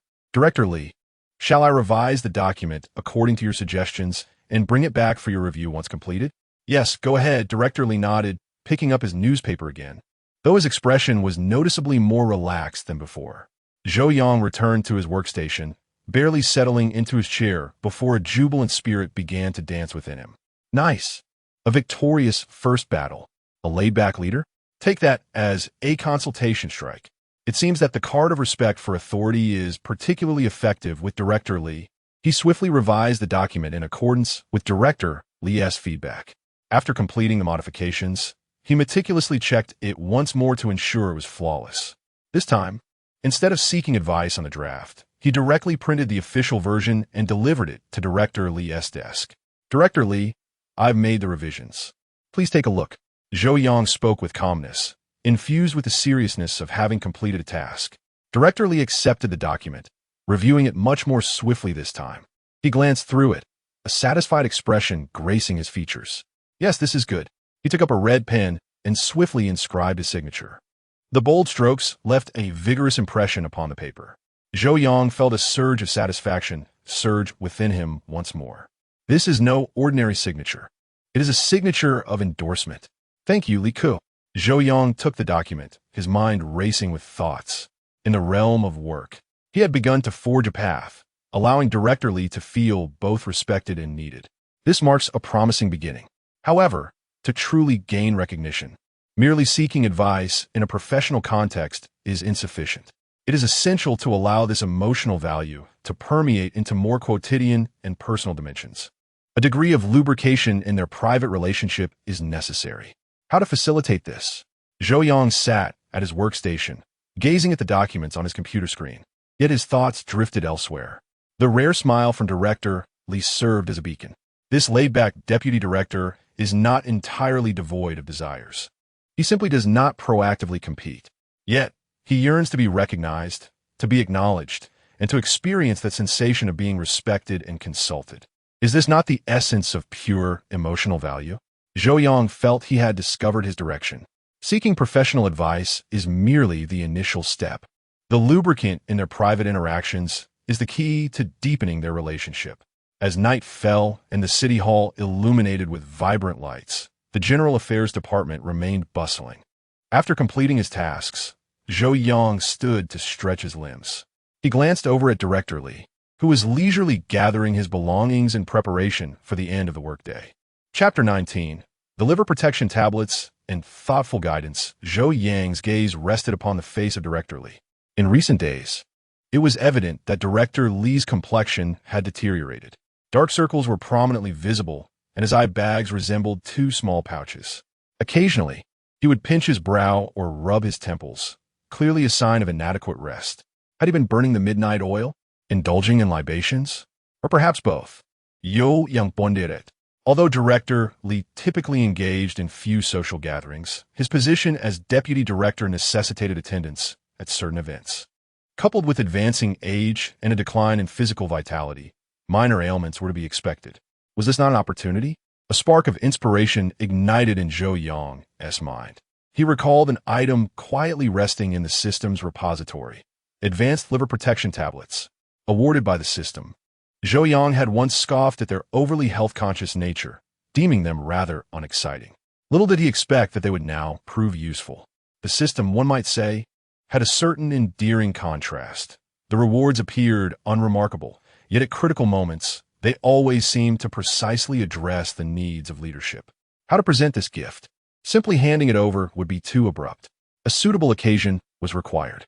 Zhou Yang returned to his tasks, yet his ears remained attuned to the sounds within the office. Anticipating that moment. Opportunities, after all, favor the prepared. That evening, the comprehensive department found itself working overtime. An urgent report needed to be completed overnight. The clatter of keyboards filled the air, mingling with the sense of coffee and fatigue. Director Li was also present in the office. While his role primarily involved review rather than the late-night typing that younger colleagues engaged in, his presence was nonetheless significant. Finally, around 10 o'clock, the report was completed. Everyone began to gather their belongings. Director Li stretched and rubbed the back of his neck. Now was the moment. Zhou Yang discreetly retrieved a small paper box from his bag. The packaging was understated, devoid of any visible branding, yet it felt exquisite to the touch. As a product of the system, it was undoubtedly of high quality. He rose and approached Director Li's desk. Director Li, are you done with your tasks? Zhou Yang inquired casually, infused with a hint of concern. Director Li looked up, a glimmer of weariness in his eyes. Yes, I've finished. Xiao Zhou, you work hard today. You've worked even harder, Zhou Yang replied with a smile, extending the small box towards him. I've noticed your complexion hasn't been great lately. Have you been resting poorly? He paused, choosing his words with care. This is something a friend brought back from abroad. It's quite renowned for its liver protection properties, made from pure plant extracts. Particularly beneficial for those who often stay up late or engage in social gatherings. Zhou Yang placed the box on Director Li's desk, speaking as casually as if sharing a snack. I don't usually need this, so it's just lying around. If you trust it, perhaps you might take it home to try. Consider it a small token of appreciation. He refrained from using the term gift, instead suggesting it as something to try, emphasizing that it was a present from a friend, thus lessening the implication of obligation. By stating he had no use for it, he subtly indicated that the item held little value for him, making it easier for Director Li to accept. Director Li gazed at the small box on the table before shifting his attention to Zhou Yang's earnest eyes. Indeed, he had been experiencing some discomfort in his liver area lately, likely a consequence of overindulgence during recent social engagements. He hesitated for a few moments. Within the system, the act of accepting gifts is a sensitive matter. However, Zhou Yang's explanation, a gift from a friend that he could not use, suggesting that Li try it, sounded more like an act of camaraderie among colleagues rather than an act of flattery from a subordinate to a superior. Furthermore, Li had been observing Zhou Yang's recent performance at work.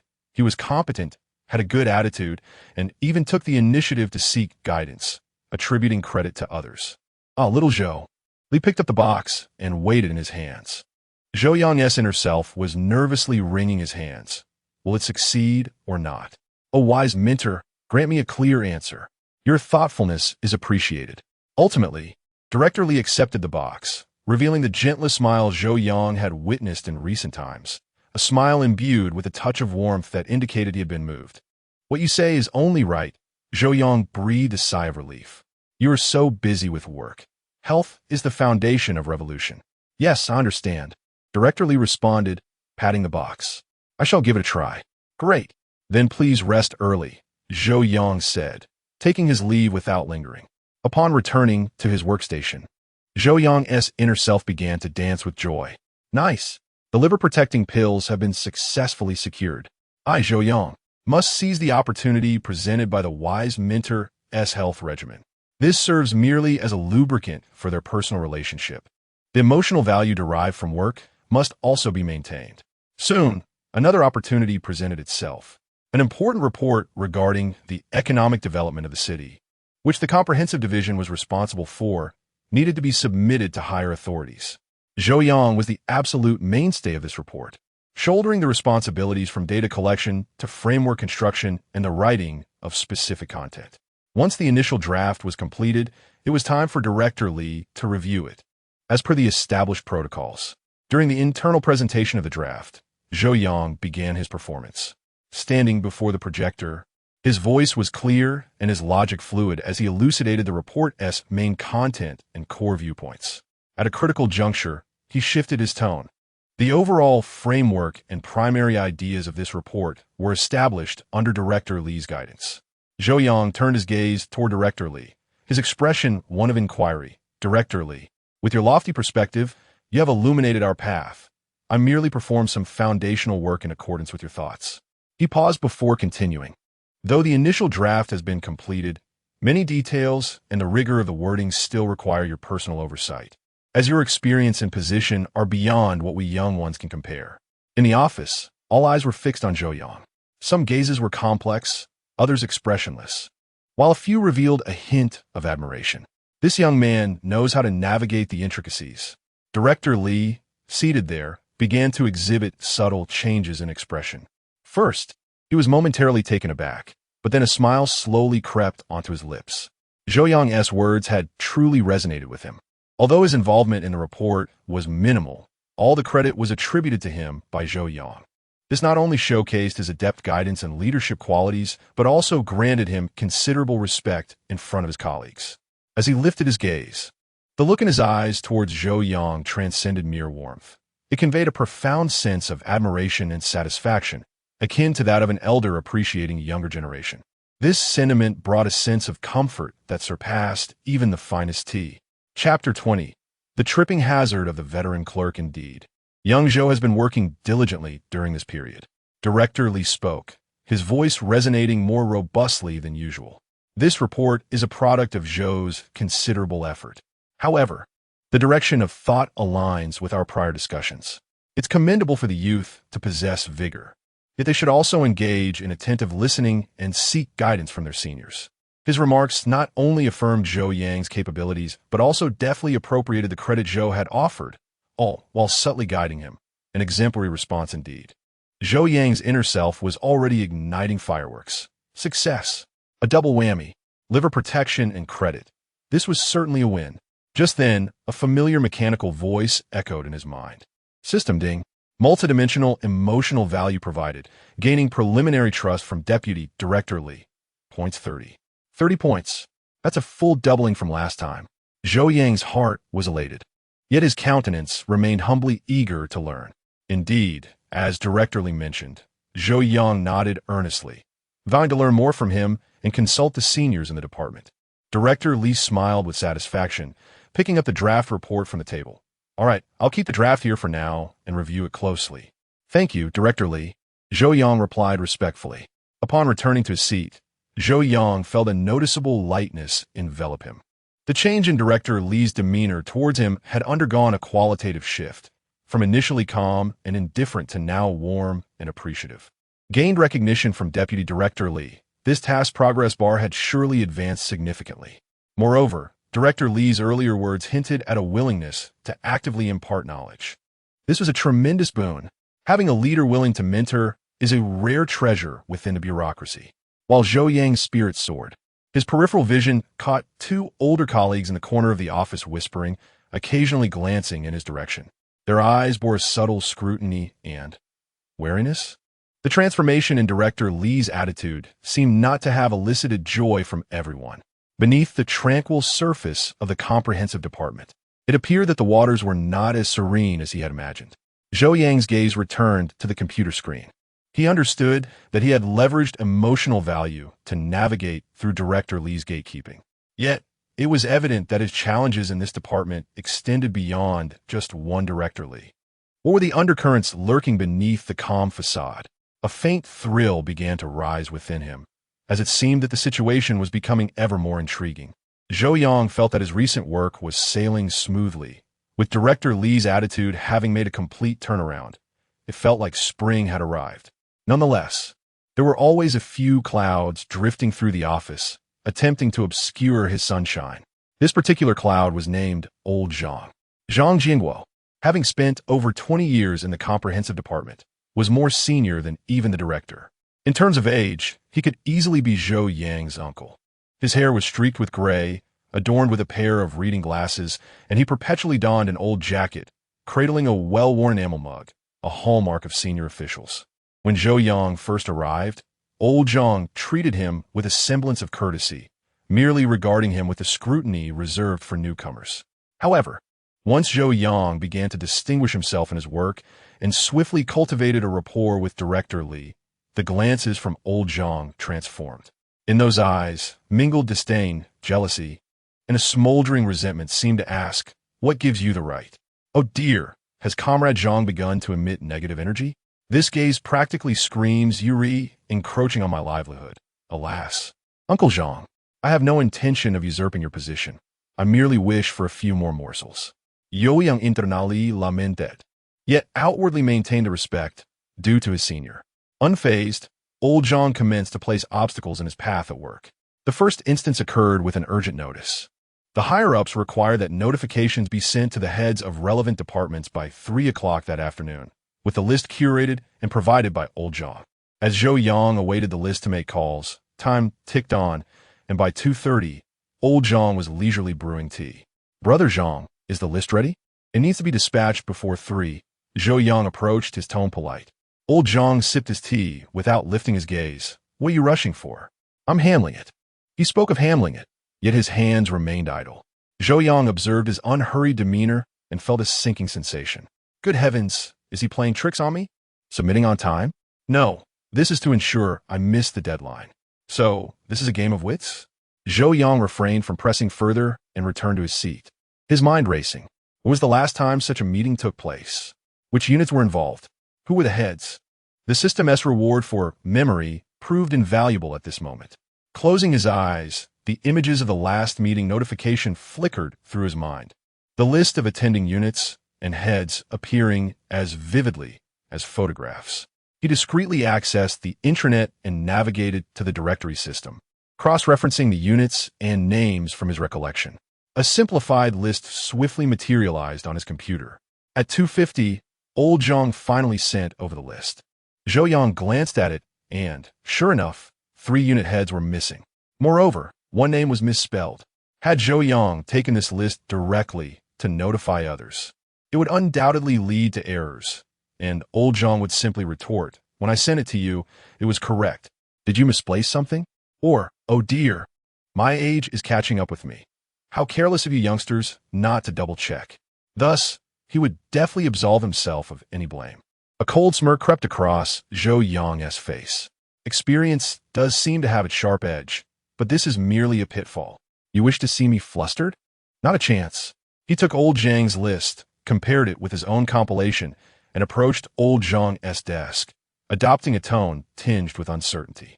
Brother Zhang, regarding this list, I seem to recall that the last meeting included a few more units, such as Director Qian from the Municipal Development and Reform Commission. He did not directly point out that old Zhang was mistaken. Rather, he deftly returned the question with a rhetorical, how could I be mistaken? While subtly implying that the other party might have overlooked something.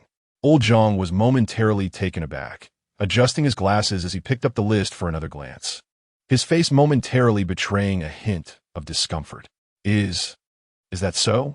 Oh dear, perhaps my eyesight is failing me, and I did not scrutinize it closely enough. He verbally conceded, yet his tone lacked any semblance of contrition. No worries, I shall double-check. Zhou Yang, seizing the opportunity, swiftly returned to his seat and began making calls with the complete list he had verified. Hello, this is Xiao Zhou from the General Affairs Office of the Municipal Government, notifying you to attend at 3 o'clock this afternoon. Zhou Yang spoke rapidly, his voice resonant and clear. In the office, the telephone rang incessantly. But Zhou Yang's voice stood out prominently. Old Zhang sat there, listening to Zhou Yang notify one person after another, his expression somewhat rigid. From time to time, he cast a glance at Zhou Yang, then at his own incomplete list. Chapter 21. Perfect resolution. Revealing one's clumsiness 3 hours ago, Zhou Yang concluded his final call, exhaling a sigh of relief. The task had been completed with great success. The first trap set by old Zhang had been effortlessly resolved by Zhou Yang, not only preventing any embarrassment for himself, but also highlighting old Zhang's own oversight. Ding. Successfully resolved the information obstruction crisis. Points 10. Though the points were modest, Zhou Yang felt a sense of satisfaction. This was not merely a tally. It was a potent counter to old Zhang's petty maneuvers. After a brief respite, old Zhang resumed his attempts. This time, it involved drafting feedback for a certain department. Director Li had verbally tasked Zhou Yang to draft this feedback based on previous documents and his directives. Director Li's instructions were quite principled and the overall direction was clear. However, the specific wording and emphasis were left to Zhou Yang's discretion. Zhou Yang listened intently and made detailed notes. Then, old Zhang approached with his unsolicited advice. Little Zhou, Director Li asked you to write that feedback, right? Old Zhang ambled over with his enamel mug, positioning himself next to Zhou Yang's desk. Yes, Brother Zhang.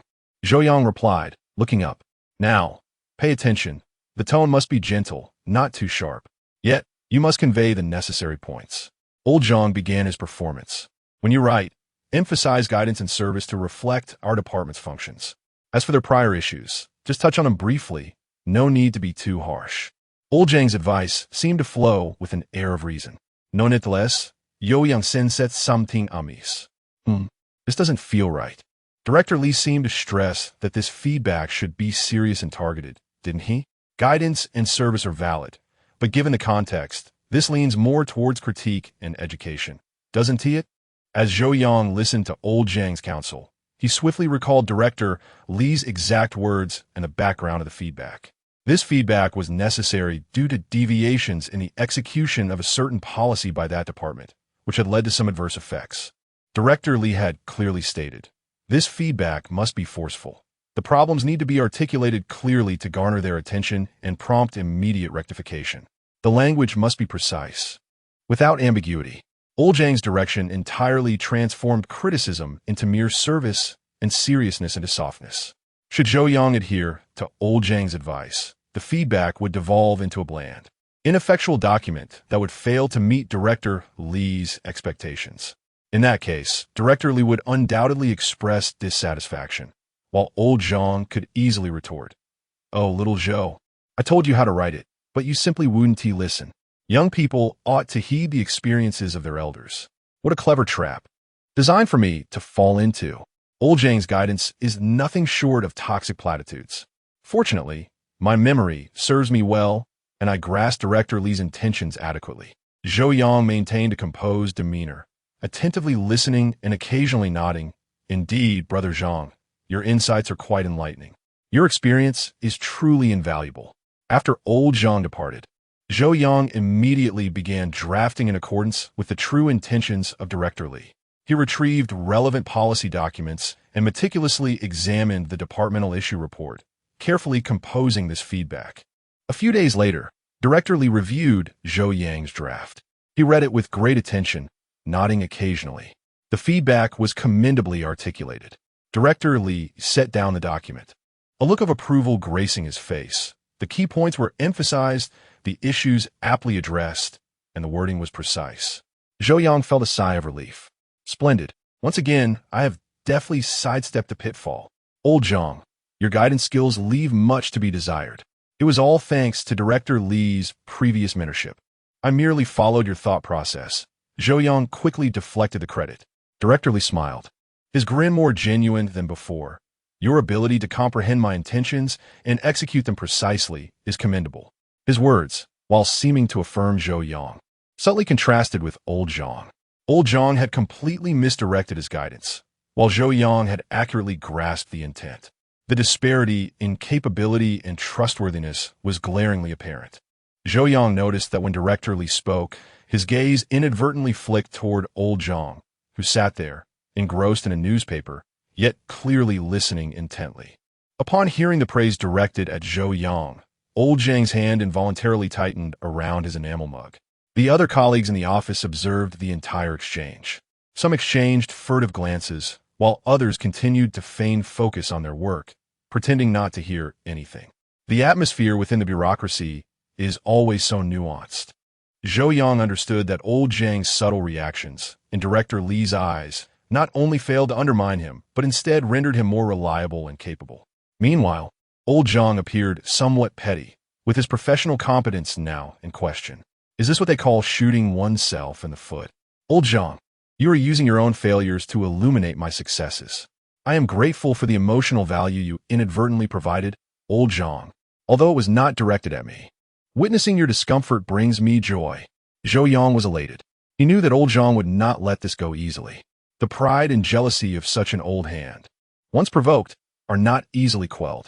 The atmosphere in the municipal government's comprehensive department had recently taken on a frenetic pace, akin to being fast-forwarded. Just days ago, they were playing hide-and-seek with Old Zhang, and now a formidable whirlwind had swept through the office. The cause was none other than the city's upcoming Grand Economic Development Forum.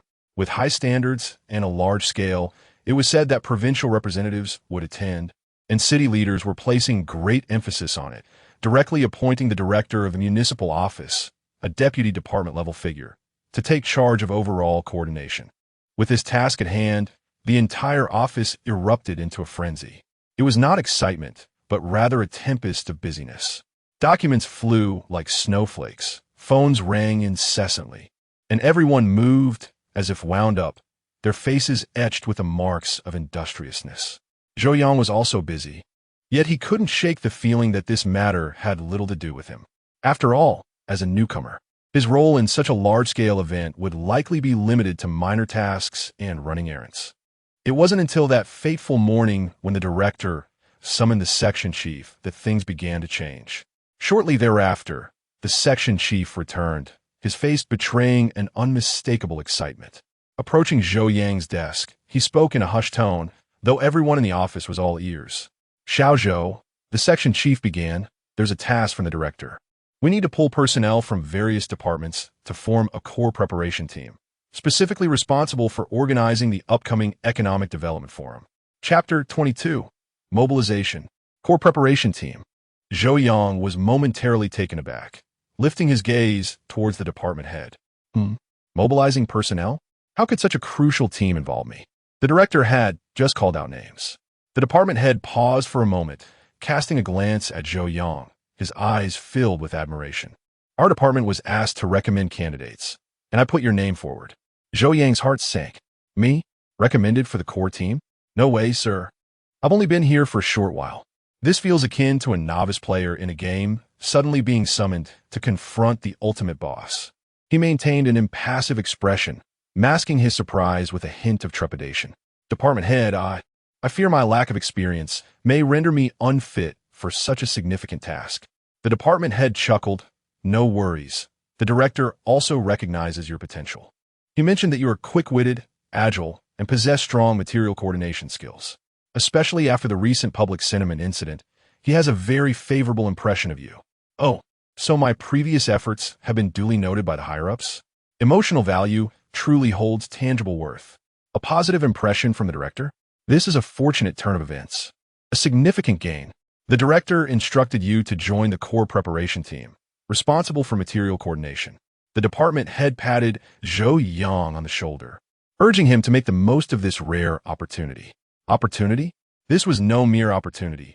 It was akin to being lifted by a helicopter, directly entering the core preparation team, reporting to the director of the municipal office. This implied that Zhou Yang would have access to more critical information and interact with higher leadership. In the bureaucratic system, this was a fast track to advancement that countless individuals yearned for. Zhou Yang felt his heart racing, overwhelmed by pressure, yet brimming with motivation. This sensation is akin to being suddenly plunged into an expansive pool of experience. The experience bar is skyrocketing, yet simultaneously, the level of challenges has increased exponentially. Old Zhang sat in the corner, head bowed, still clutching his enamel mug. Yet Zhou Yang sensed a gaze sweeping over him like an X-ray. That gaze held incredulity, a touch of bitterness, and an indescribable complexity of emotions. "Comrade Old Zhang, I merely intended to give you a minor hurdle. How did you manage to ascend so rapidly?" What stark contrast! Zhou Yang secretly reveled in this, though he maintained an outward demeanor of humility and gratitude. "Thank you, department head, for your cultivation. I will certainly strive to live up to your and the director's trust." That very afternoon, Zhou Yang relocated to a new office. This was a makeshift office for the preparation team, modest in size, but imbued with an atmosphere of gravity. The conference table was cluttered with various documents, phones ringing incessantly, and every conversation exuded a sense of urgency and efficiency. Zhou Yang was assigned a desk, and before he could settle in, a thick stack of documents was thrust into his hands. "Xiao Zhou, this pertains to the various subplans for the forum. Familiarize yourself with it. Your primary responsibility is to compile, coordinate, and report materials. There will be numerous documents to write, revise, and connect with." A man in his 30s, impeccably groomed, gestured towards the files, He was the deputy leader of the preparation team and a trusted aide of the director. Understood, deputy leader. Yo Young promptly acknowledged. He opened the document, dense with text, tables, and flowcharts, which instantly surged into his mind. Activate Memory Palace. Information reception mode. Fully engaged. Those words and numbers transformed from mere monotonous symbols into a vast network of information rapidly constructed within his mind. Each plan aligned with its corresponding department. Each link requiring specific coordination, various timelines, and critical elements, all became strikingly clear, as if labeled for his convenience. The sensation was exhilarating. In the past, reviewing materials meant relentless searching. Now, it was as if his brain possessed a built-in search engine, yielding results at the slightest inquiry. The intensity of the preparatory team's workload was exponential. Overtime was the norm, and sleepless nights were routine.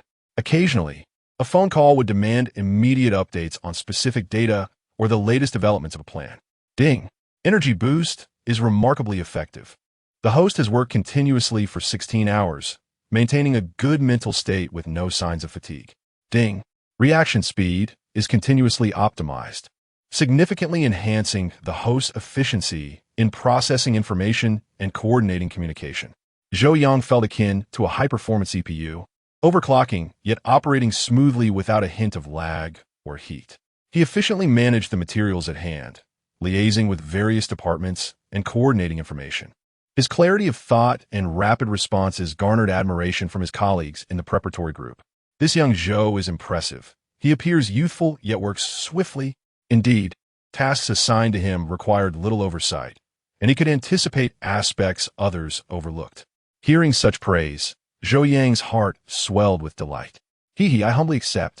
It's all thanks to the system. Isn't this the essence of emotional value? When colleagues and leaders perceive you as dependable and capable, it elevates their spirits. Ding! System notification.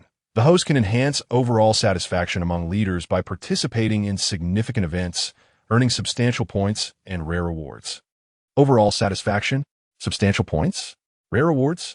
This is an opportunity for the system to unveil a new scoring dungeon. Moreover, it's a hidden dungeon with exceptionally high experience and item drop rates. Zhou Yang's eyes sparkled. This was not merely a job. It was a colossal opportunity, an accelerator for system rewards. He threw himself wholeheartedly into his work, as if invigorated by a surge of energy.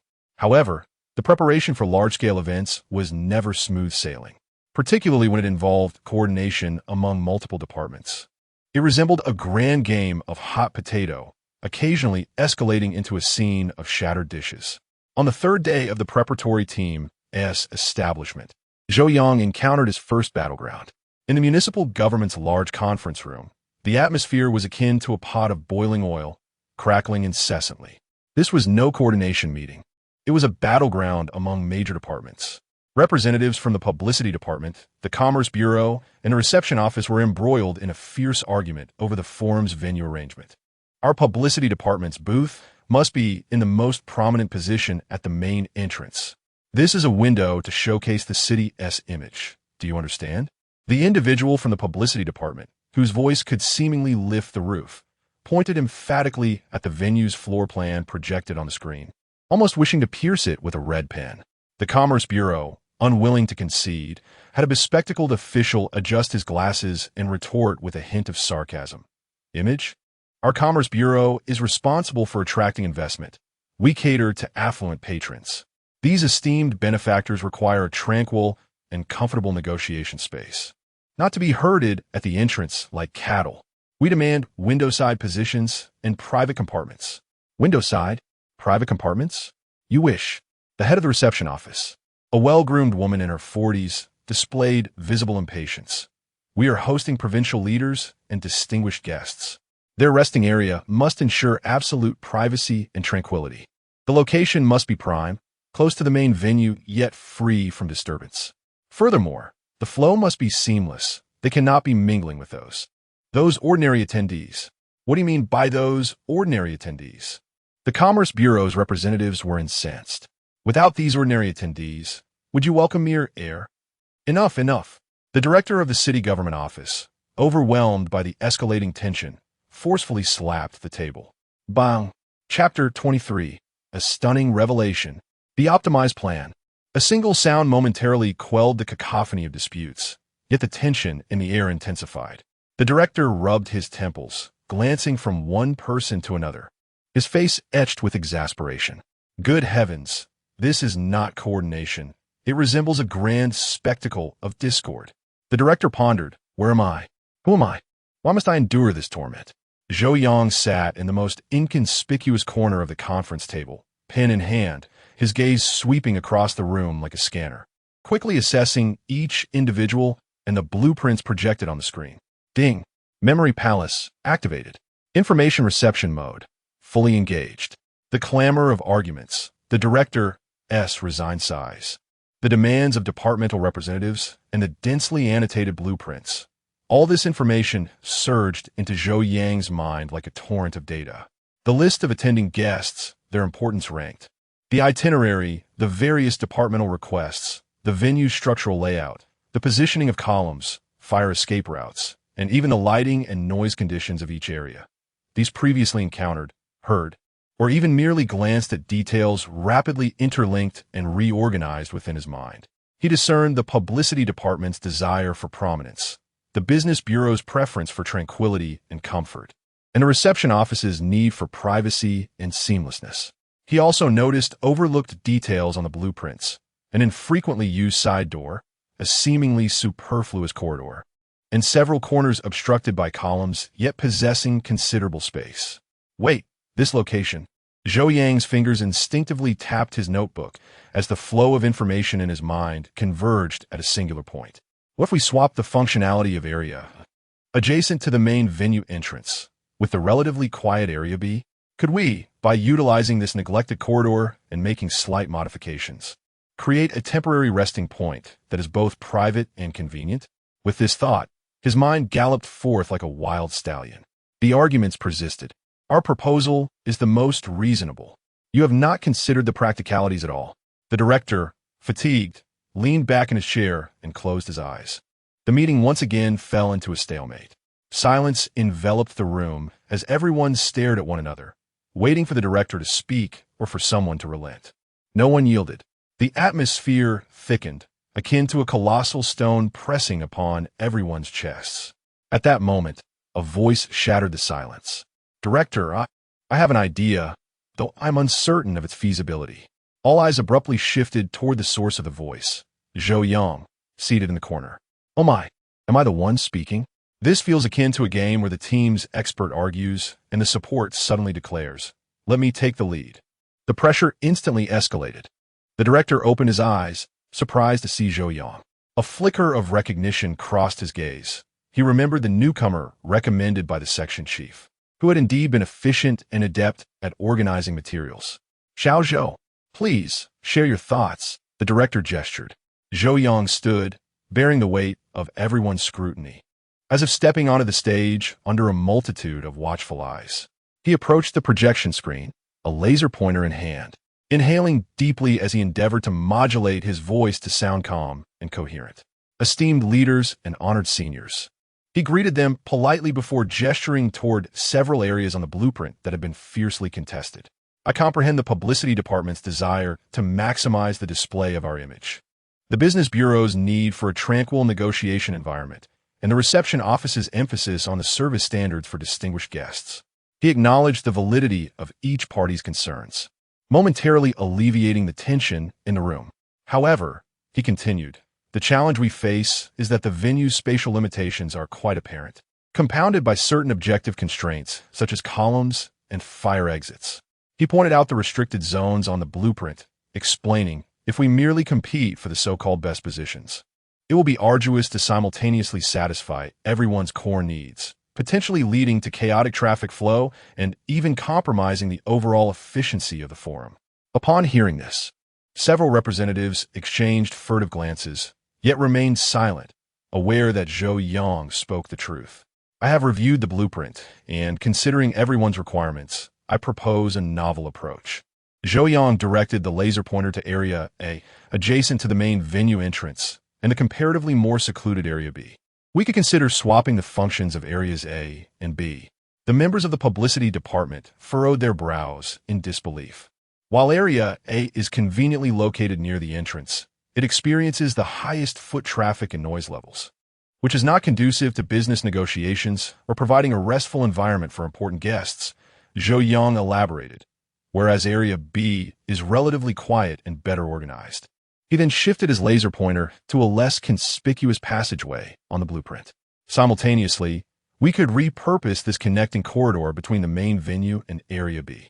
For instance, we could create a temporary partition to establish several small, private resting spots. Zhou Yang's pace quickened as he articulated his thoughts with clarity, suggesting that placing the business negotiation area and the resting zone for distinguished guests in Area B and the renovated corridor would maximize tranquility and privacy, thereby satisfying the core demands of the business bureau and the reception office. Furthermore, this location is conveniently close to the main venue, facilitating smooth ingress and egress for guests and clients.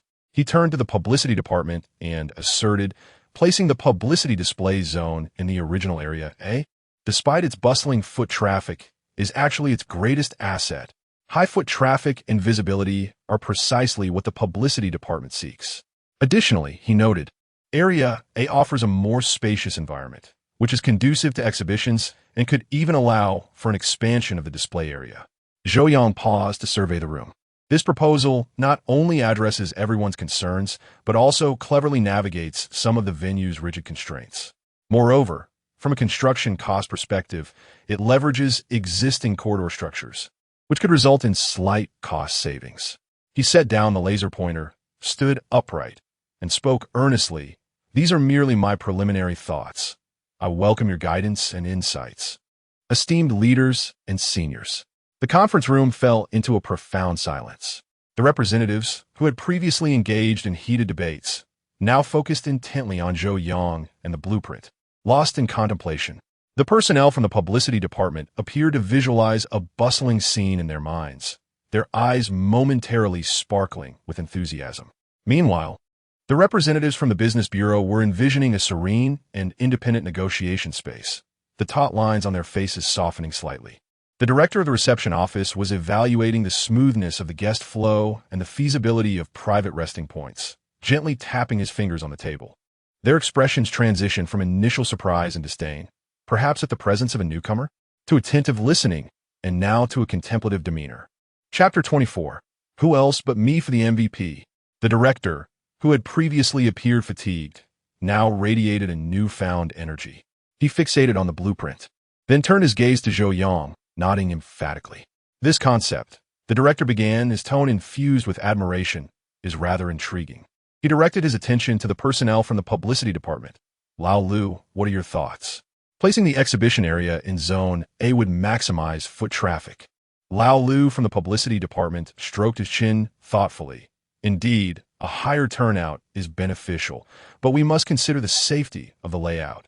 These concerns can be addressed through technological measures.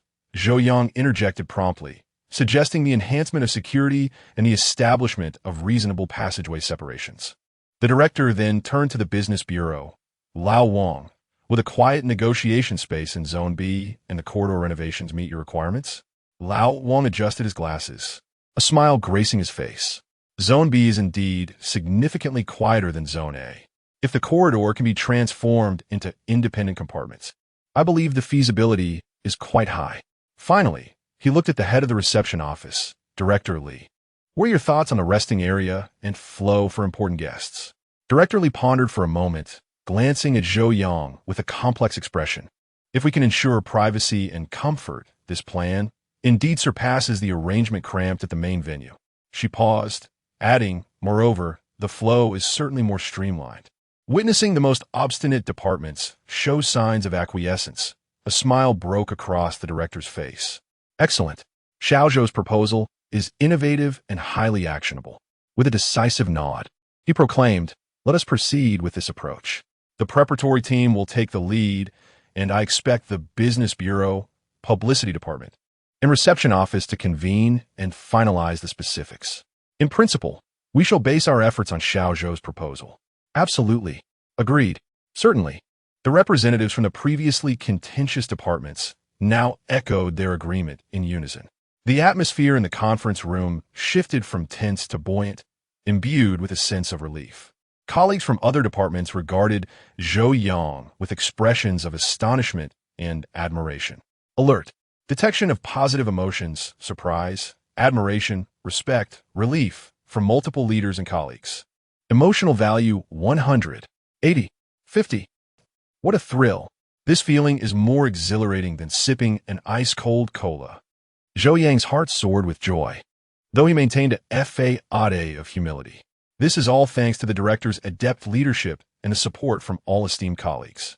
The director waved his hand with a smile, a young person with ideas, willing to speak up and take action. Splendid. Xiao Zhou, you will be responsible for coordinating and refining the specifics of this proposal, with the assistant team leader by your side. Yes, director. Zhou Yang promptly affirmed. Goodness. Not only has the proposal been approved, but I've also taken on the responsibility for its execution. Yet, taking on this responsibility means greater proximity to the core and more opportunities to shine. This isn't merely a job, it's paving my own path. The meeting concluded in a relatively harmonious atmosphere. Zhou Yang, notebook in hand, followed the assistant team leader out of the conference room. He could sense the many pairs of eyes still watching him. In this impromptu arena, he not only refrained from being swept away, but had instead become the linchpin for resolving the issue. Yet, Zhou Yang was acutely aware that the approval of the plan was merely the initial step. No matter how flawless the blueprint appeared, the implementation phase was fraught with potential challenges. Construction, electricity, security, signage, on-site coordination. Any misstep in these processes could jeopardize the entire forum. The true test lay during the forum itself. That day would be the ultimate examination. And now, he found himself at the very heart of this crucible. Zhou Yang clenched his fist, his eyes sparkling with exhilaration. The grand performance had only just begun. The International Convention and Exhibition Center was particularly lively today, bustling with a throng of people, the air fragrant with perfumes and the rustle of fine attire. The Urban Development High-Level Forum was officially underway. In the main hall, leaders took turns to deliver speeches, met with continuous applause. In the sub-forums, experts and scholars engaged in fervent debates, ideas colliding. In the negotiation area, businessmen clad in suits exchanged whispers and business cards. Everything unfolded in an orderly manner, following the plan Zhou Yang had coordinated. The publicity department's booth was indeed crowded, with promotional materials flying off the shelves. The business bureau's negotiation area remained serene and private, punctuated occasionally by satisfied laughter. The important guest lounge, managed by the reception office, was discreet yet convenient, with staff moving about silently. As a member of the organizing committee, Zhou Yang navigated through various zones, his eyes scanning the venue like radar. Holding a walkie-talkie, he listened intently to reports from different areas. As the forum progressed, my heartbeat synchronized with the rhythm. It felt like embarking on a grand RPG adventure, with main quests unfolding and side quests scattered everywhere. I was ever ready to tackle any challenge. He was responsible for coordinating materials, ensuring that all reports, documents, and speeches needed for both the main hall and sub-forums arrived promptly and accurately. This task appeared straightforward, but demanded extreme meticulousness and rapid responsiveness. A single misdelivered item or a delay of even a minute could disrupt the proceedings and displease the leaders and guests. Zhou Yang was fully alert, his mind operating at full throttle, with every timeline, responsible individual, and required material clearly marked in his mental repository. He functioned like a precisely engineered gear, ensuring the seamless flow of materials. As the intermission arrived, the main hall emptied, with leaders and key guests gradually making their way to the lounge. Zhou Yang was about to check whether the materials for the afternoon session were in place when a sudden urgent call crackled through the walkie-talkie. Xiao Zhou, Xiao Zhou, hurry to the entrance of Lounge B. The voice belonged to the deputy director of the municipal government office, tinged with urgency. Zhou Yang's heart raced. Was something amiss? He quickly crouched and maneuvered through the crowd, hastening toward Lounge B. Upon reaching the entrance, he saw a group gathered there. At the forefront stood Vice Mayor Zhang, who oversaw the economy, alongside a spirited elderly gentleman exuding a formidable presence. Zhou Yang instantly recognized the elderly gentleman as the chairman of a prominent enterprise in the domestic renewable energy sector, a distinguished guest at the forum, and a key target for the city's investment attraction efforts. The head of the municipal department responsible for this industry stood nearby, his complexion pale and beads of sweat forming on his forehead. The director of the municipal government office was also present, his brow furrowed in worry. The atmosphere was so tense, it seemed capable of dripping with anxiety. "What is happening?" Zhou Yang inquired softly to a colleague beside him. The colleague leaned in closer, lowering his voice. The chairman just engaged in conversation with Vice Mayor Zhang and suddenly expressed a desire to review our city's detailed data report on the renewable energy battery industry, stating he would like to reference it during this afternoon's discussion. "Isn't that a good thing?" Zhou Yang asked, perplexed. "Good? Absolutely not," his colleague exclaimed, exasperated. The chairman specifically requested the detailed and most recent data, ideally with an analysis of the upstream and downstream of the industry. He also insisted it must be provided within half an hour. Half an hour? Zhou Yang's mind buzzed at the revelation. Chapter 25, Urgent Rescue. Accepting the task, a report of such a customized nature, requiring the compilation, analysis, and organization of data from multiple departments, typically demands at least half a day of preparation. Half an hour? Surely, this must be a jest. Oh no, a sudden incident, and it's of S-level urgency. The difficulty has escalated to hell mode. Producing a detailed report in half an hour? That is more outlandish than expecting a programmer to develop an operating system in the same time frame. Responsible department. I am at my wit's end. He glanced at the head of the municipal department, who was bowing his head and incessantly explaining something.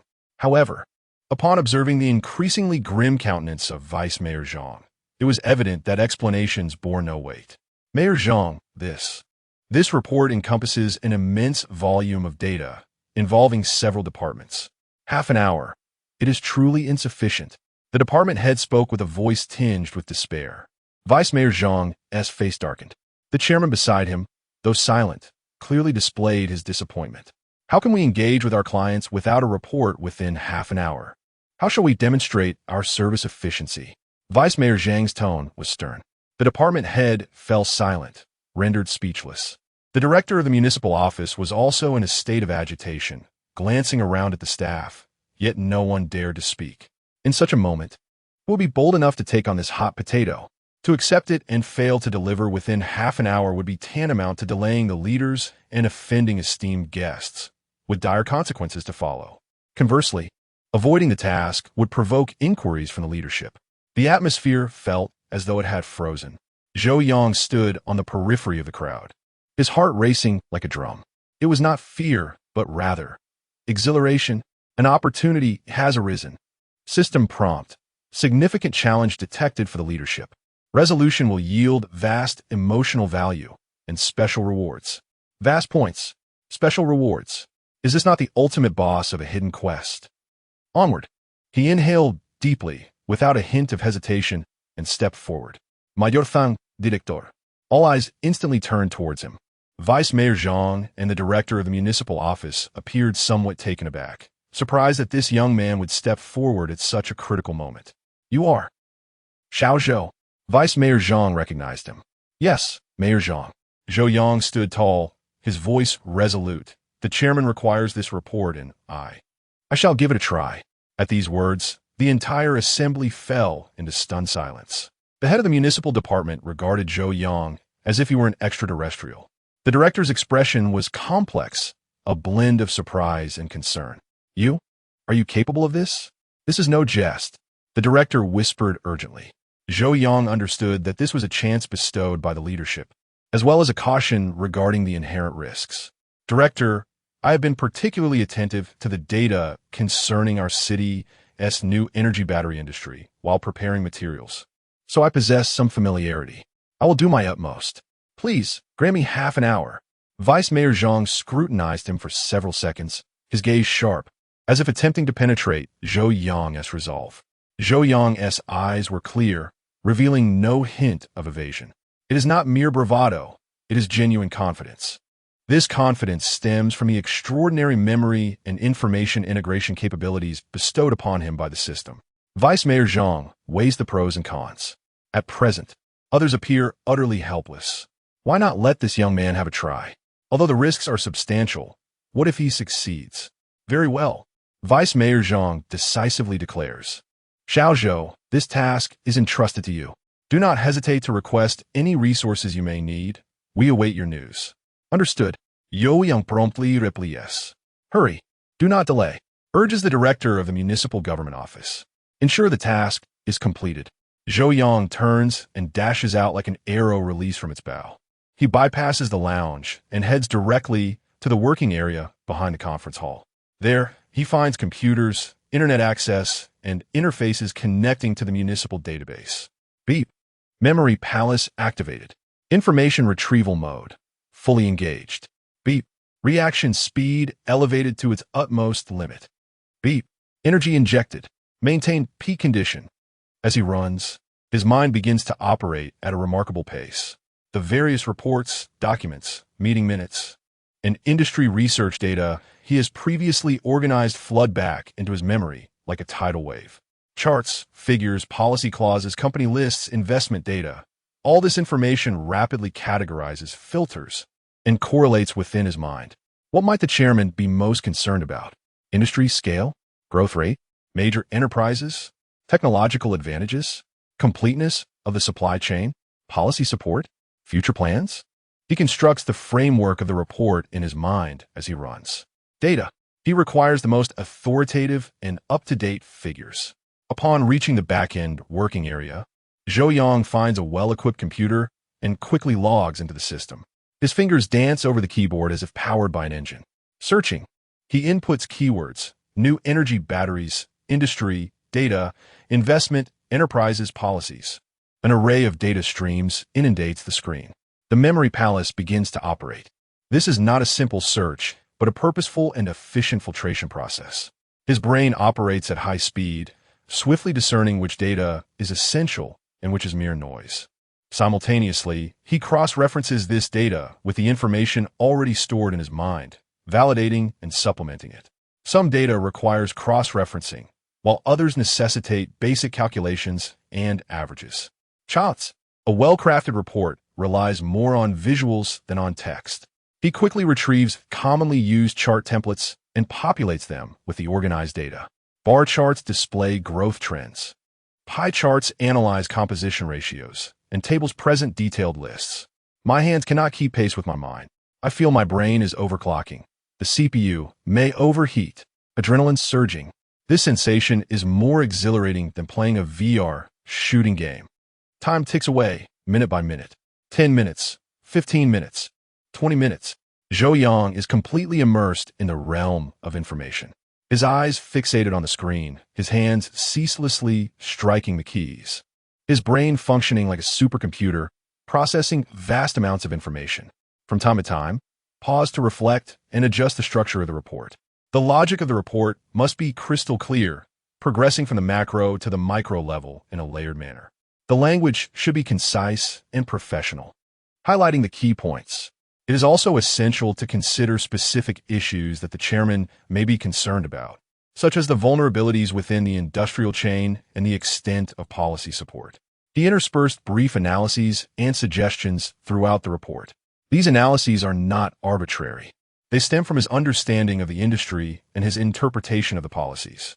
The printer hums beside him, churning out pages one by one. As he prints, he simultaneously conducts a swift review. Chapter 26. The Big Boss's Approval. Is the data accurate? Is the format flawless? Have any key details been overlooked? The combination of reaction speed and energy enabled him to maintain an extraordinary level of focus and acuity. Not a trace of fatigue or a single extraneous thought distracted him. His mind was solely occupied with the report. Report. The clock indicated 25 minutes. The main content of the report was complete. He swiftly bound the printed pages together, cover, table of contents, main text, and appendices.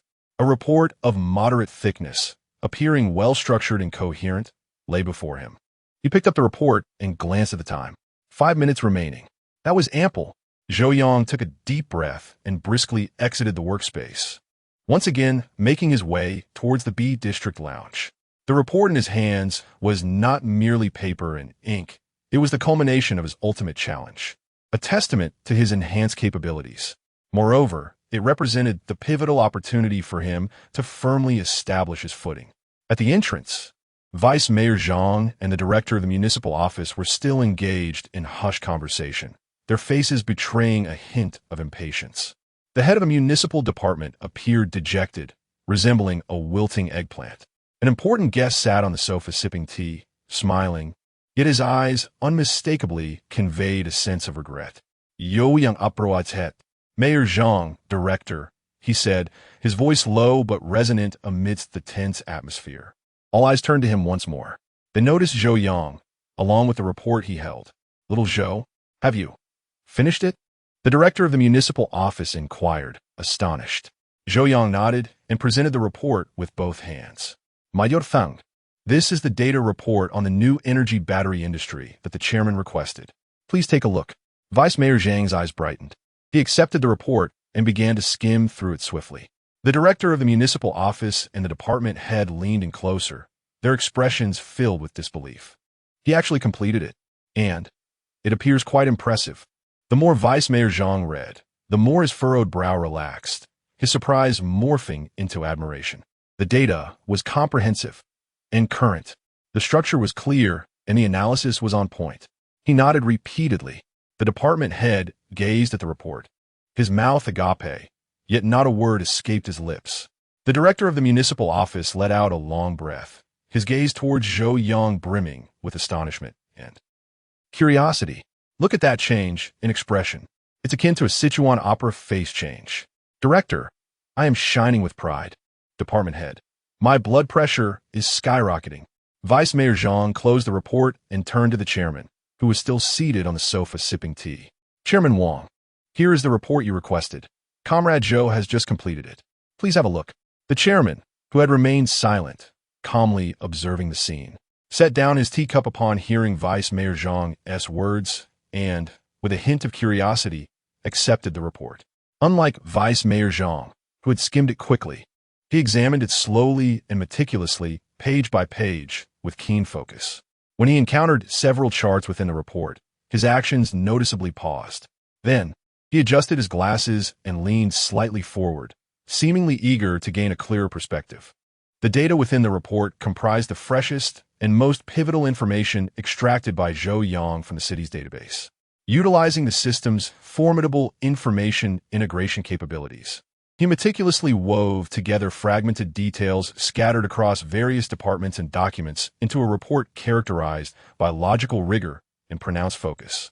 Notably, Zhou Yang conducted an in-depth analysis regarding the upstream and downstream of the industrial chain and policy support that might pique the chairman's interest, supplementing it with succinct recommendations. These suggestions were not mere figments of Zhou Yang's imagination. Rather, they were derived from the system's comprehensive data analysis, presenting several plausible directions that sounded both professional and profound. The chairman's pace in reviewing the report gradually slowed, his expression becoming increasingly serious. The hint of regret that had initially graced his features vanished entirely, replaced by an ineffable sense of surprise. He lifted his gaze, scanning through the crowd until it settled directly on Zhou Yang. That look bore curiosity, appreciation, and an air of intrigue akin to observing a rare creature. Young man, the chairman began, his voice low yet imbued with an undeniable gravitas. Did you single-handedly produce this report in just half an hour? This question struck like a stone cast into a tranquil lake, instantly stirring a tempest of emotions within Zhou Yang. His heart raced, not out of anxiety, but because, here it comes, the ultimate test from a boss. A commendable response will lead to soaring heights. A poor answer, well, there's no option for that. He straightened his posture, maintaining a humble yet confident smile. Yes, Chairman, I have been following our city's new energy battery industry closely and gathered some foundational data. This report was urgently compiled in light of the latest statistics. Given the time constraints, there are certainly areas that could be improved. I welcome your guidance. He neither exaggerated his capabilities nor solely attributed the achievement to his prior efforts, instead emphasizing the urgency of the compilation, which explained the speed while leaving room for humility. The chairman remained silent, his eyes once again scanning the report as if to validate Zhou Yang's words. The conference room fell silent once more, all eyes fixated on the chairman, breaths held in suspense. Vice Mayor Zhang and the director of the municipal office anxiously observed the chairman, their palms nearly slick with sweat. The head of the office appeared ashen, sensing that his career was crumbling before him. At last, the chairman raised his head again, directing his gaze toward Vice Mayor Zhang, a satisfied smile gracing his face. "Ah, Mayor Zhang, the efficiency of your city's work truly impresses me." Upon hearing this, Vice Mayor Zhang's tense demeanor instantly relaxed, a broad smile illuminating his face. This young comrade. The chairman turned his attention back to Zhou Yang, admiration evident in his tone. Swift to respond, remarkably capable. This report is comprehensive, with incisive analysis, and will be invaluable for our discussions this afternoon. Ding! Congratulations, host. Successfully completed the exceedingly difficult emotional value task, earning praise from the supervising leader. Task evaluation, perfectly achieved. The esteemed Deputy Mayor Zhang has garnered high praise from the distinguished guest Chairman Wang, significantly enhancing his positive emotional value and image before the business community.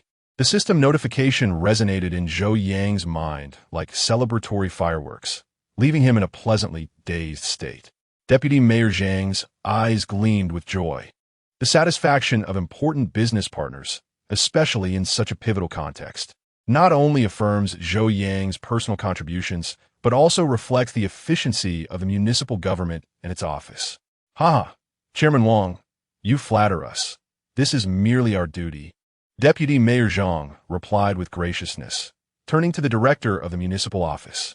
He chuckled as he patted the director's shoulder, saying, boldly, "Your office is truly a treasure trove of talent. Comrade Zhou is quite remarkable." Chapter 27. Celebration Banquet. The director was momentarily taken aback by the sudden praise, but soon his face blossomed with a smile more radiant than the sun. Indeed, Mayor Zhang is absolutely right. Young Zhou has always been exceptionally diligent. Who would have thought he could assist so significantly today? The director echoed enthusiastically while casting an appreciative glance towards Zhou Yang, his eyes brimming with admiration, astonishment, and a sense of fortunate discovery. "Director, what a phenomenal gain." "Superior, I am a loss." The superior, standing nearby, wore an ashen expression. His gaze towards Zhou Yang complicated, tinged with jealousy and resentment, but predominantly infused with a profound sense of helplessness. Having struggled for half an hour to resolve the report, almost leading to a catastrophe, he was saved by a young man, which felt like a resounding slap in the face. The chairman, holding the report, exchanged a few words with Deputy Mayor Zhang, instantly transforming the atmosphere into one of lightheartedness and joy.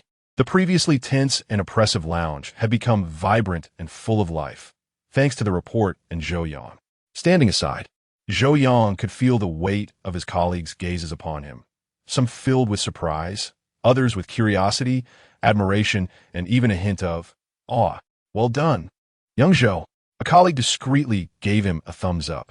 "Impressive, Teacher Zhou. How did you manage to complete such a report in half an hour? Are you some sort of wizard? A firefighter? From now on, call on young Zhou for any urgent matters." "Ah, the title of firefighter sounds fantastic. It has a cool ring to it. Teacher Zhou, that sounds even more exhilarating. It feels as though I've suddenly become a technical expert." The incident rapidly spread within the municipal office, proliferating like a virus. Zhou Yang's quick thinking and formidable abilities established his reputation as a firefighter. Some even jestingly referred to him as Teacher Zhou, eager to learn his secrets. Zhou Yang felt a swell of satisfaction within. This maneuver not only addressed the urgent needs of the leaders and garnered accolades from distinguished guests, but also solidified his standing within the municipal office, granting him a touch of fame. More importantly, points credited, an abundance of points. Absolutely exhilarating. Physical enhancement? I feel invigorated, capable of running for another 10.5 hours without issue. Detox pills? Ha ha. This reward is exceedingly practical. Isn't it tailor-made for the celebratory banquet in the political arena? No more fears of being pressured to drink. Zhou Yang gazed at the 3-round detox pill icons in his system backpack, unable to suppress a smile. The forum had concluded successfully, and now was time for the celebration banquet. At the celebration banquet held at the city's International Convention Center, the atmosphere was electrifying, with the sounds of drums and firecrackers filling the air. Well, perhaps that was an exaggeration. However, the ambience was indeed explosively festive. In a vast banquet hall, lights shimmered brilliantly, and the sounds of lively chatter filled the space. The air was rich with the aroma of exquisite dishes and fine wines. Clad in suits and elegant gowns, guests mingled with glasses in hand, their faces reflecting the relief of having survived a crisis and the joy of successfully completing their tasks. This high-end forum on urban development was deemed a resounding success. The leaders were pleased, the merchants satisfied, and every department had delivered commendable results in their respective fields. As a pivotal member of the conference organizing committee, Zhou Yang naturally received an invitation. He navigated through the crowd with a glass of orange juice in hand, a perfectly timed smile gracing his face as he greeted familiar leaders and colleagues. This sensation felt akin to triumphing over a challenging level in a game. Immersed in a celebratory feast, congratulations to player Zhou Yang for achieving the milestone. Emergency response. Half-hour report. Congratulations to player Zhou Yang for earning the special titles, Firefighter and Teacher Zhou. Zhou Yang felt a surge of delight within. During this forum, he had truly made a name for himself. From orchestrating the intricate venue layout to swiftly preparing a bespoke report for a heavyweight guest in just 30 minutes. He carved a path through the competitive environment of the municipal office. Particularly noteworthy was the report presented in the afternoon, which was nothing short of a masterstroke. It not only garnered respect for Vice Mayor Zhang in front of Chairman Wang, but also allowed the municipal office director to stand tall before Vice Mayor Zhang. Was the emotional value off the charts? System notification. Your political network system has been upgraded, with more features being unlocked. What a surprise. There is more to come? I am utterly captivated. While engaging in social pleasantries, Zhou Yang remained attentive to the ambience of the gathering, especially at their table in the municipal office. The director was evidently elated today. As the leading department in the forum's preparation, the efforts and successes of the municipal office had not gone unnoticed by the leadership. Naturally, the director was the focal point of toasts. Old Li, this forum has been executed splendidly. Your hard work is appreciated. Director, our department is basking in your glory. Let us raise a glass to you. Director Li, on behalf of XX Corporation, I express our gratitude for the municipal office's thoughtful service. One toast followed another. The director's usually serious demeanor was now flushed, resembling a boiled shrimp, and his speech began to slur slightly. Ha! It's all thanks to everyone's hard work. The director swayed slightly, nearly spilling his drink. Zhou Yang's instincts were on high alert. While it was perfectly fine for leaders to enjoy a couple of drinks in high spirits, losing composure could lead to significant repercussions, especially in such a setting. Surrounded by influential figures, any misstep or indiscretion could result in embarrassment. He discreetly approached the director's table, holding his orange juice. His ears perked up and eyes focused on the director's actions. As anticipated, someone approached with a drink. This time, it was the deputy minister from the municipal propaganda department, who maintained a good rapport with the director. Oldly, come. The success of our promotional efforts is largely due to your municipal office's excellent coordination. I must raise a toast to you. The deputy minister was effusive in his praise. The director was already struggling to maintain his balance and awkwardly raised his glass, preparing to speak. Zhou Yang acted swiftly, stepping forward with his orange juice to shield the director. Minister Zhang, greetings. The director has had a taxing day and has already enjoyed quite a bit to drink. Allow me to toast on his behalf. His tone was earnest, and his expression conveyed the respect of a younger individual toward an elder. Deputy Minister Zhang was momentarily taken aback. He glanced at Zhou Yang, then at the flushed and stout director. Oh, young Zhou, I hear that report this afternoon was crafted by you. Impressive indeed. Vice Minister Zhang, clearly aware of Zhou Yang's accomplishments, promptly shifted the conversation. Well done. Successfully redirecting animosity. Oh no, redirecting firepower. What do we call this move? timely loss mitigation, high emotional intelligence at play, online instruction. Zhou Yang seized the opportunity to respond, Minister Zhang, you flatter me. It was merely my duty. The work of the publicity department for this forum has truly shown, particularly that short video, which has garnered over 1 million views. Our office is buzzing with excitement. It was remarkably creative. He began to eloquently extol the merits of the publicity department's efforts, from the ingenuity of the short video to the arrangement of the exhibition booth, and the breadth and depth of media coverage, articulating his points with clarity and confidence. All of this knowledge was drawn from his prior experiences in preparing conference materials, and it was perfectly applicable at this moment. Chapter 28. The long-awaited Deputy Section Chief Deputy Minister Zhang was beaming with delight, his smile more radiant than ever. Xiao Zhou, your observations are truly meticulous. That short video indeed required substantial effort from our team. I am thrilled to receive your affirmation. He was completely sidetracked by Zhou Yang, his wine glass raised high, forgetting entirely the custom of toasting. Seizing the moment, Zhou Yang lifted his glass of orange juice. Minister Zhang, allow me to offer you a toast with tea in place of wine. I sincerely appreciate the support from the publicity department for our municipal office. Excellent. Xiao Zhou, splendid. Deputy Minister Zhang laughed heartily, clinking glasses with him and downing his drink in one go. Subsequently, he refrained from insisting on another toast to the director, opting instead to pat Zhou Yang on the shoulder before mingling with others. Ding! Positive emotions detected from the leader, joy, appreciation. Emotional value, 50. Zhou Yang exhaled in relief. The first wave of toasting had been successfully navigated. Next, he employed the same strategy to shield the director from several more rounds of drinks. When some attempted to offer white spirits, Zhou Yang would interject. The director has had quite enough of white wine today. Let me take this glass of red wine on his behalf. And he would raise his own glass of orange juice. When others sought to engage the director in conversation, Zhou Yang would eagerly approach, interjecting with humor or posing work-related questions, deftly redirecting the discourse towards himself. Xiao Zhou, I am merely a human shield, equipped with AI intelligence, professional skills on point, eloquence intact. Who says young people lack understanding? This is far superior to those who only know how to urge others to drink. Although the director had indulged, his awareness remained intact. He sensed Zhou Yang consistently by his side, aiding him in evading potential pitfalls, his mind as clear as crystal. He raised his head, his gaze slightly foggy, and mumbled, Xiao Zhou, you truly are impressive. Ding! Positive emotions detected from the leader, contentment, recognition. Emotional value, 80. Zhou Yang felt a warmth in his heart. This was the reward of emotional value. Seizing an opportunity during a toast, he quietly approached the director from behind. Director, perhaps you should drink some water.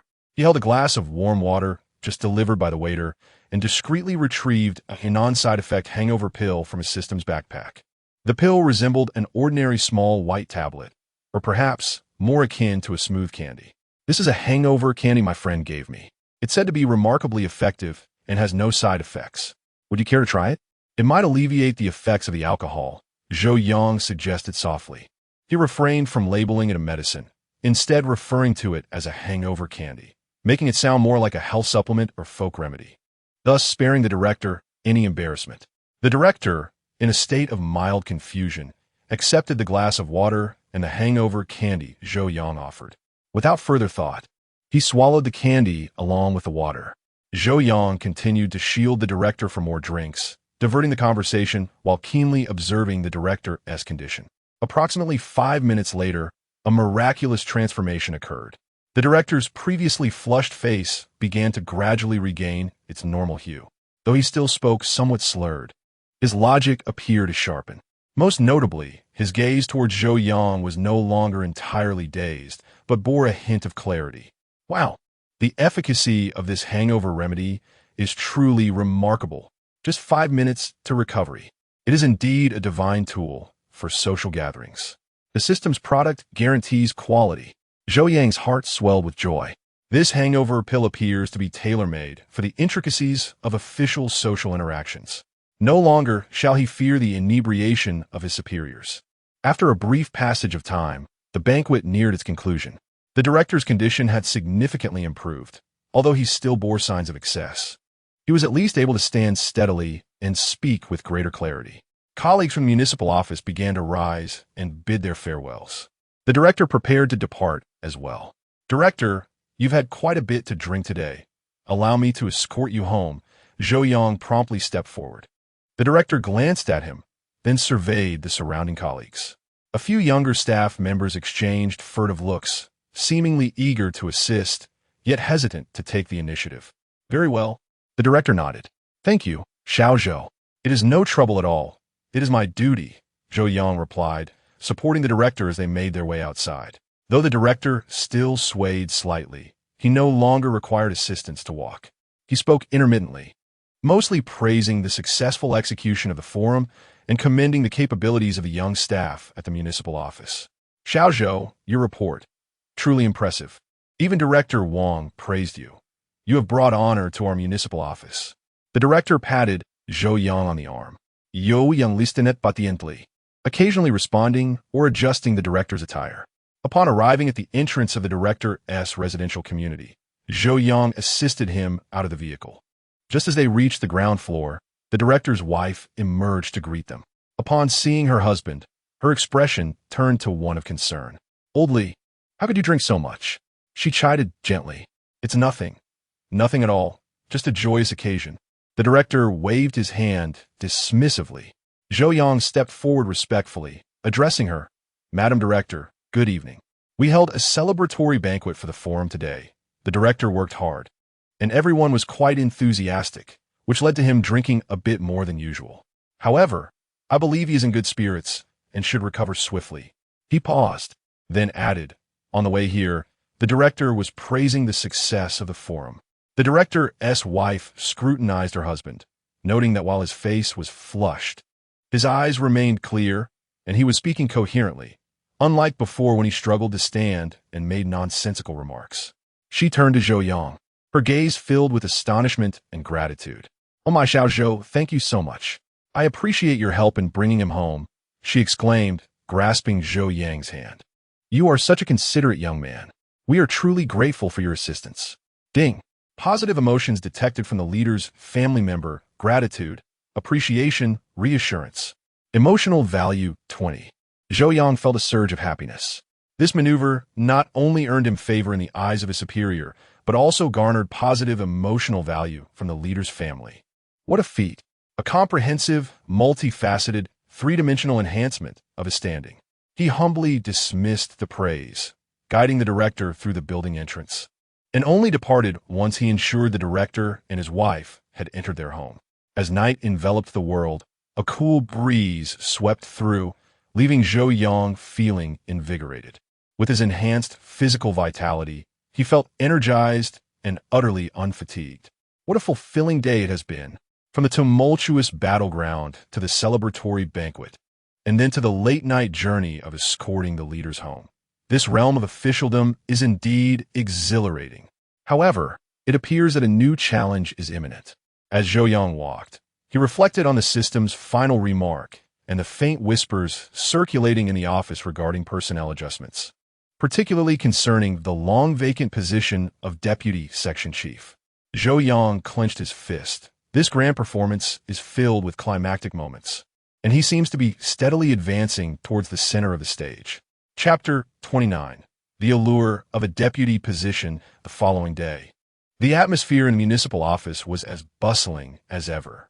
The director entered with a vibrant spirit, showing no signs of a hangover. He brewed a cup of tea, sat down, and summoned Zhou Yang. "Thank you for your help last night, Xiao Zhou." The director spoke with a gentle tone. "You're too kind, director. It was my duty." Zhou Yang stood tall and replied. "Indeed," the director nodded. "That hangover remedy. Its effect was remarkable. Does your friend have any more?" A flicker of amusement crossed Zhou Yang's mind. "Here we go. The purchasing phase. System. Host, would you like to activate the item exchange function?" "Let me check. It seems I have 2 left," Zhou Yang responded nonchalantly. "I'll bring them to you later." "Excellent." The director's face broke into a satisfied smile. "I'll pay you back." "No need. It was a gift from a friend. It's of little value," Zhou Yang quickly declined. The director did not press further, but cast a deep glance at Zhou Yang. In his eyes, there was not only appreciation and trust, but also a hint of contemplation. Xiao Zhou, you performed exceptionally well at the forum, the director began, his tone turning serious. Especially that report in the afternoon. It brought our office much prestige. All credit goes to your leadership, director. Zhou Yang seized the opportunity to flatter. Modesty is commendable, but your abilities speak for themselves. The director waved his hand. There will be some personnel adjustments in the office soon. Zhou Yang's heart skipped a beat. Here it comes. The main event. Deputy Section Chief Position. Deputy Section Chief Position. Continue to work diligently. The director did not elaborate, but glanced at him meaningfully. You are young and promising. Your future is bright. Though unstated, the director's words were implicitly clear. Zhou Yang felt a rush of excitement akin to fireworks, yet maintained a calm and respectful demeanor. Yes, director, I will work hard and live up to your expectations. Stepping out of the director's office, Zhou Yang felt buoyant, as if he were walking on clouds. Although the appointment wasn't made official, the director's implication. It's secured? Deputy Section Chief. The speed of this promotion is akin to riding a shooting star. This wave of political harmony is exhilarating. Absolutely delightful. He took a deep breath, striving to temper his exhilaration. The position of Deputy Section Chief is no trivial advancement. It signifies his entry into the core management of the municipal office, granting him access to higher-level responsibilities and a greater platform for influence. Of course, it also entails increased responsibilities and heightened competition. A confident smile crept across Zhou Yang's lips. Competition? He had never feared it. As Zhou Yang exited the office, he bumped into several colleagues. Teacher, Xiao Zhou has arrived. Good morning, our firefighter. The titles had changed. No longer was he merely Xiao Zhou. He had been elevated to teacher Xiao Zhou, infused with a hint of jest and admiration. This feeling is akin to a video game where, after completing a hidden quest, the NPC dialogue shifts in response to you. Once, it was a simple greeting, hello, passersby. Now, it has transformed into a grand homage. I humbly worship you. Please accept my reverence. With a humble smile adorning his face, he replied, Oh, please, do not say such things. It is all due to our collective efforts. Yet internally, he felt a delightful sense of pride. This forum had truly catapulted his presence into the limelight. From the epic contest of the venue's layout to the timely report he presented, and even to the celebratory banquet where he graciously shielded the director from excessive libations. Each incident had become an urban legend within the office. Particularly noteworthy was the incident of escorting the director home. Although he did not boast about it, there were always keen observers with sharp tongues. They whispered, Did you hear? Zhou Yang personally took the inebriated director home that night? My goodness. This young Zhou not only excels in his work, but possesses exceptional emotional intelligence as well. The murmurs were soft, yet they buzzed like summer mosquitoes, infiltrating his ears. Zhou Yang feigned ignorance, settling into his workspace to commence another day of labor. However, some individuals would inevitably approach him. Indeed, the deputy section chief from the comprehensive department, usually cheerful, deliberately slowed his pace as he passed Zhou Yang. Young Zhou, he began, lowering his voice, How did you sleep last night? I hope you aren't too fatigued? Thank you for your concern, deputy section chiefly. I slept quite well and do not feel tired at all. Zhou Yang promptly stood, responding with utmost respect. Enhanced stamina is a blessing. Working through the night on reports is no issue, let alone a good night's sleep. Deputy Section Chief Li's face radiated with warmth, his smile reflecting evident admiration. As long as you're not fatigued, that's what matters. He patted Zhou Yang's shoulder with slightly more pressure than usual. Youthful energy is an asset.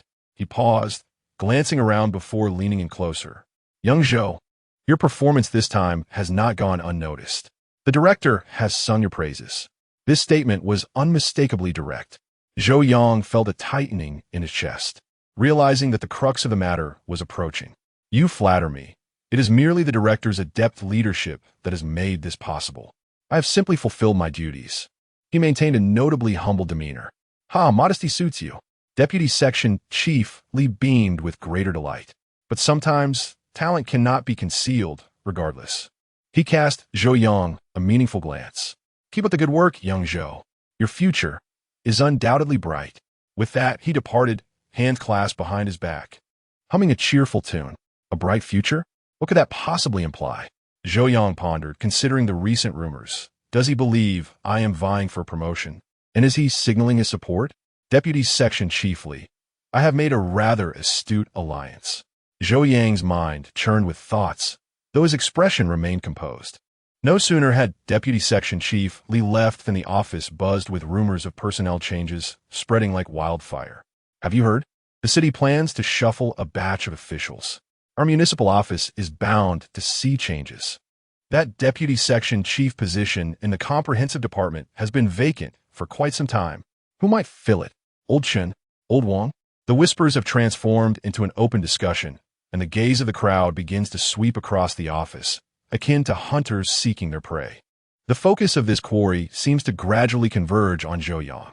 How intriguing it is that even before the official document has been issued, the air is already thick with the scent of impending conflict. The instinct prevalent in the bureaucratic realm is truly remarkable, more acute than that of a police dog detecting narcotics. Is my name already inscribed in the records of certain individuals? Zhou Yang can distinctly feel the scrutiny directed towards him. Some curious, some envious, and of course, some harboring ill intentions like Old Zhang, seated diagonally across from him. Chapter 30. Old Zhang's ghost story. Old Zhang has long been a stalwart presence in the office, arriving even before the director. His hair, now grizzled, and his face etched with the lines of time, usually render him silent, akin to a mere specter. However, over the past couple of days, Zhou Yang has felt an unsettling gaze occasionally sweep over him, one imbued with scrutiny and an indescribable complexity. Today, in an unprecedented turn of events, Old Zhang approached Zhou Yang's side. He remained silent for a moment, then let out a long, weary sigh. The sound resonated deeply, reminiscent of tales untold and unfulfilled desires. This sigh, it carries an air of foreboding. It feels as though a story is about to unfold. Old Zhang, young man, you are utterly ignorant of true power. Zhou Yang looked up, his expression a blend of appropriate curiosity and concern. Brother Zhang, what troubles you? Why the sigh? Old Zhang sighed again, his eyes fixed on Zhou Yang, shimmering with a complex light. Young Zhou, his voice flowed slowly, akin to aged wine, steeped in the weight of years. You've been quite the rising star lately. A sudden thud echoed in Zhou Yang's heart. He understood that the main act had begun. Here it comes, a warning reminiscent of the old Versailles. No, this is more like a cryptic warning. Rising star? I'm merely doing my job. Must I lie low to be deemed humble?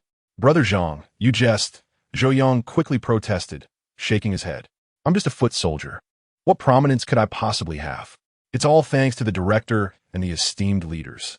Old Zhang shook his head, a smile gracing his lips, laden with profound meaning. Ah, youth is indeed naive.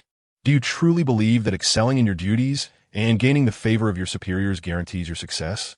His tone bore the weight of a life lesson, yet his gaze held a hint of resentment, or perhaps a warning. In this organization, the waters run deep. Old Zhang lowered his voice, enshrouded in mystery. Sometimes, standing out too much can be detrimental. He paused, exhaling another sigh.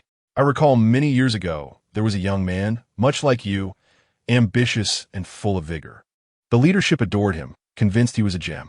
Old Zhang's gaze grew distant, as if he were lost in reverie. But what happened? Alas, within a few years, he was reassigned to a mundane position, never to rise again. As he spoke, his eyes remained fixed on Zhou Yang, laden with an evident implication. Goodness, is this a ghost story? This is a classic tale of flattery leading to exclusion. Old Zhang, I'm not targeting you. I'm merely cautioning all young aspirants present. This fate could befall you. Zhou Yang listened to Old Zhang's words, fully comprehending their intent. This was no benevolent warning. It was a stark admonition. It served as a reminder that one should not let success cloud their judgment. In this realm, mere ability does not guarantee ascension.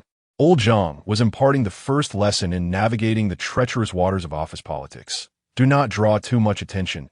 Do not obstruct others' paths. especially when one such as he, with seniority, might also be eyeing that deputy position. Deputy Section Chief Li, form a line. Director, a hint. Old Zhang, a warning. This sequence of actions resembled a game of werewolf, with everyone cautiously probing one another. Yet, Zhou Yang maintained an expression of humility and eagerness to learn. Brother Zhang, you are absolutely correct, he earnestly nodded.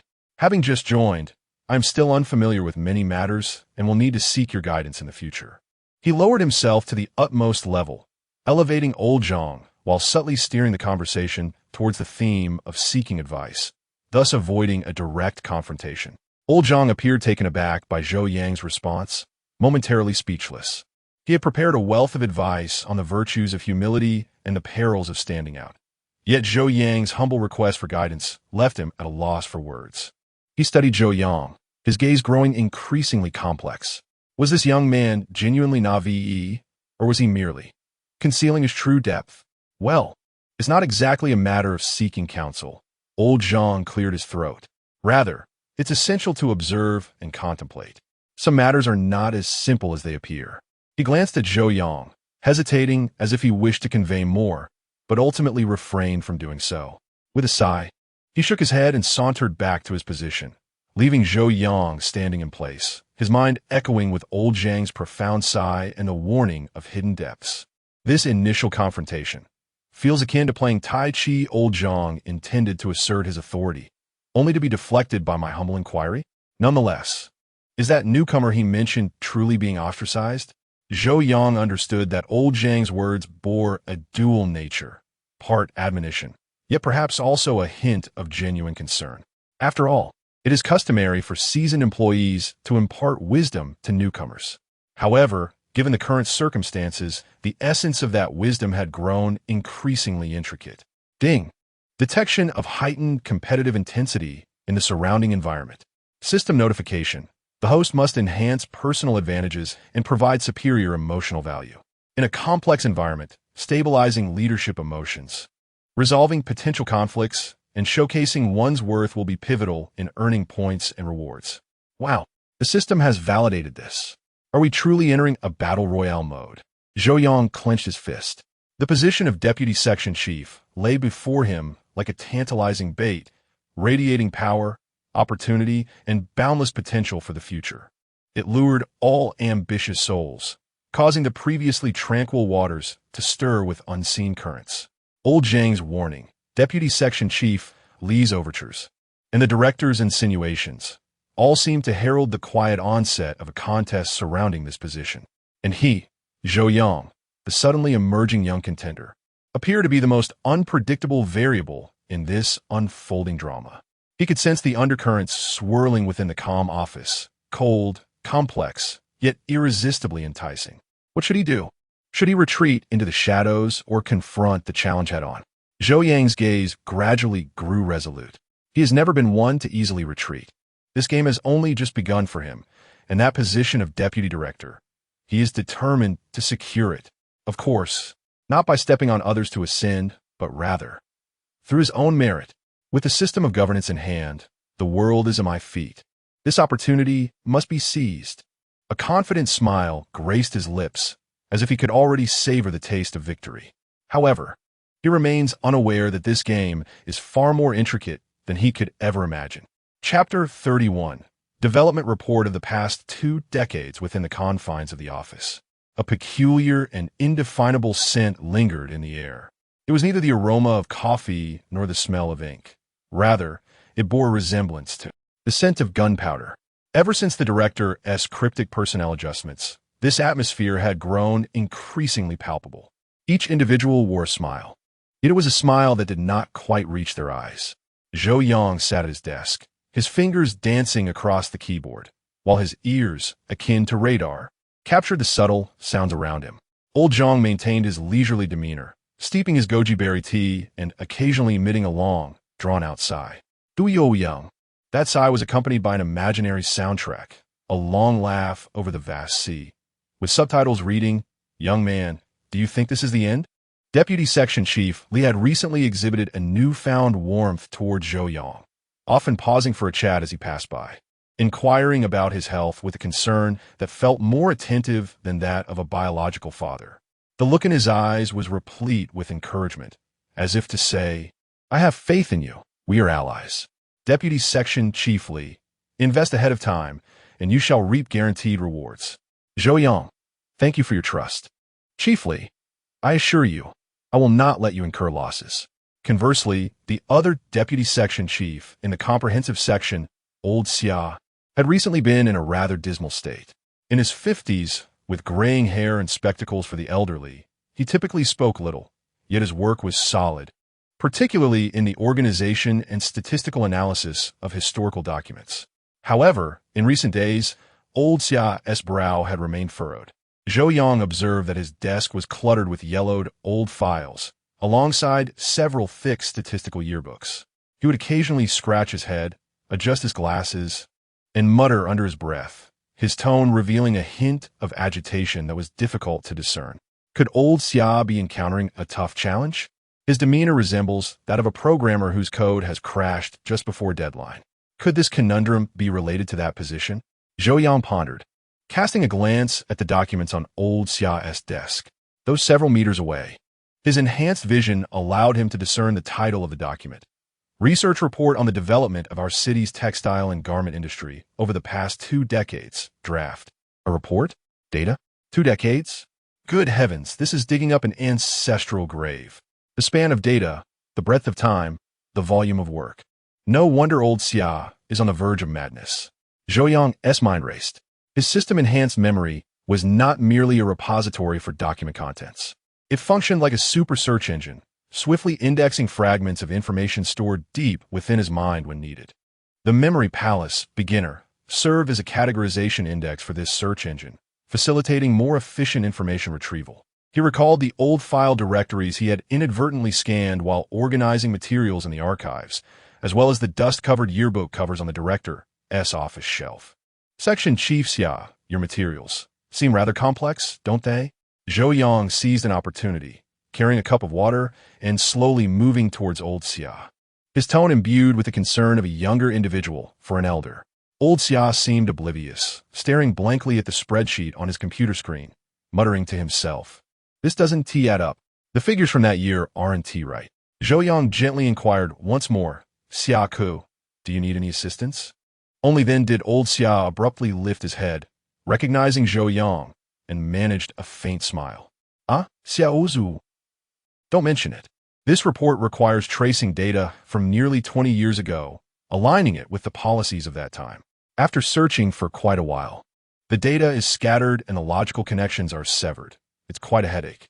He gestured towards the documents on the table and then at the computer screen. "Look, the statistical data from 2015 is so different from what is cited in the 2020 report. Furthermore, there was a specific policy enacted back then. I can't recall which year it commenced or how it influenced the data." Zhou Yang felt a spark of inspiration. Wasn't this the moment for the system to showcase its capabilities? He refrained from revealing his knowledge immediately, instead adopting a demeanor of humble inquiry as he leaned closer to the screen. "Ah, this is indeed quite challenging. With such a vast time span, the data must be difficult to locate." He pretended to peruse the yearbook on Old Xia's desk, lightly brushing his fingers over the yellowed pages. System, initiate memory skim mode. Target, all materials on Old Xia's desk pertaining to economic statistical data and policy documents from 2006 to 2025. System, scanning. Information indexing. Xia Kiskiviko. Look here, Zhou Yang pointed to a small table on a page of the yearbook. I recall that internal report regarding the adjustment of the textile and apparel industry mentioned a similar situation. Didn't it elaborate on the shifts in data parameters? That report was released in 2019, and I have a vague recollection of which archive room it might be in, though I'm not entirely certain. His tone conveyed uncertainty, resembling both reminiscence and a quest for Old Xia's validation. Old Xia's eyes momentarily brightened. Furrowing his brow, he struggled to recollect. The 2019 internal report regarding the adjustment of the textile and apparel industry. I think it did mention that. How could I have forgotten? He began rummaging through the documents on the table, mumbling that report. I believe it's in the 3rd floor archive. Which shelf was it again? Seizing the moment, Zhou Yang continued to guide him. The third-floor archive. I recall moving things there before. There's a dedicated area for historical research materials, right? ISNT at the shelf by the window. The top few tiers? I remember the cover was blue. Zhou Yang, please commence your performance. System, host, please note, your memory palace, beginner, is now in operation. Relevant information has been automatically categorized and key features extracted. This feeling resembles that of playing an escape room game. I'm not directly finding the key, but providing my teammate with an exceptionally precise hint, making my teammate feel like the true puzzle-solving genius. With Zhou Yang's uncertain yet remarkably accurate prompts, old Xiao's thoughts were progressively guided. As he recalled, he cross-referenced the fragmented information Zhou Yang provided. Yes, the third floor, by the window, blue cover. Ah, Xiao Zhou, your memory is truly remarkable. Lao Xia et Galim, slapping his thigh, a long-lost smile illuminating his face. He promptly rose to his feet, declaring, I shall head to the archives at once. Chapter 32. Elevating Old Xia's Emotional Value. Xia Ku. Shall I accompany you? The more people, the easier it will be to find it, Zhou Yang suggested, rising promptly. No, I know the way. Old Xia waved his hand dismissively, hurrying out as if he had found a lifeline. Zhou Yang observed old Xia's retreating figure, a smile tugging at the corners of his mouth. He certainly could have directly shared the report title, the precise location of the archive, and even the critical passages within the report to expedite the process. However, would old Xia perceive it as his own triumph? Certainly not. He would merely regard Zhou Yang as impressive, a capable individual. Instead, through guidance and inquiry, allowing old Xia to recollect, organize, and ultimately uncover the key clues himself. Zhou Yang demonstrated true emotional intelligence. It enabled the leader to feel that he had surmounted difficulties through his own capabilities, albeit with assistance. This sense of being needed and inspired, along with the affirmation of one's own prowess, holds far greater emotional value than merely being acknowledged as impressive. Ding. Positive emotions detected from the leader, inspired, thoughts clear, key clues discovered. Emotional value 30. This is merely an appetizer. Once he locates the report and resolves the conundrum entirely, the emotional value. Oh my. Before long, Deputy Section Chief Old Xiao returned, cradling an old report with a blue cover. His face radiated excitement, akin to one who had unearthed treasure. He eagerly flipped open the report, cross-referencing it with the data on his computer. Indeed, this was it. The report meticulously elucidated the policy background and reasons for data adjustments from that year. Old Xia, brimming with exhilaration, patted the report, exclaiming at last, the issue that has perplexed me for several days has been resolved. He turned to Zhou Yang, his gaze filled with gratitude and admiration. Xiao Zhou, I owe you a debt of thanks. How could I have forgotten this report? Your memory is truly remarkable. Zhou Yang quickly deflected the praise, replying, You flatter me, Xia Ke. I merely took a wild guess, recalling that I had seen this cover before. It is primarily your clarity of thought that led you to the crux of the matter. He attributed all the credit to old Xia, omitting any mention of his own guiding influence. Old Xia, even more delighted, beamed broadly. He perceived that Zhou Yang was not only capable, but also considerate and humble. Haha, Xiao Zhou, you are far too modest, old Xia said. His mood significantly lifted, his previously tense demeanor now relaxed. Come, sit down. He pulled out a chair, gesturing for Zhou Yang to take a seat. With this report resolved, the subsequent tasks would proceed smoothly. Old Xia cheerfully remarked, then shifted the topic. Xiao Zhou, you have been with our municipal office for some time now. How do you find it? Here it comes. The bonus segment after an emotional value surge. Is he about to embark on a nostalgic tale? Or perhaps share some insights into the nuances of bureaucratic life? Zhou Yang adjusted his posture, responding earnestly, It's quite good. I feel like I learn something new every day. The director and esteemed colleagues have shown me considerable care. Learning is undoubtedly a given. Old Xia nodded, a hint of nostalgia gracing his features. Our municipal office, despite its apparent busyness, possesses a wealth of knowledge, particularly concerning the preparation of materials. which may seem tedious at first glance, conceals numerous intricacies. Lowering his voice, he leaned slightly forward. Take this report, for instance. One might assume it merely involves matching data to data. However, that is far from the truth. Crafting such documents entails a multitude of considerations. One must contemplate what the leadership wishes to see, interpret the implications behind the data, and, more critically, discern what can be articulated and what must remain unspoken. Old Xiao's gaze took on a complex nuance, imbued with an understanding grasped only through experience. Some long-standing matters, you see, are merely surface-level manifestations of deeper truths. He paused, casting a glance at Zhou Yang, seemingly assessing his capacity for understanding.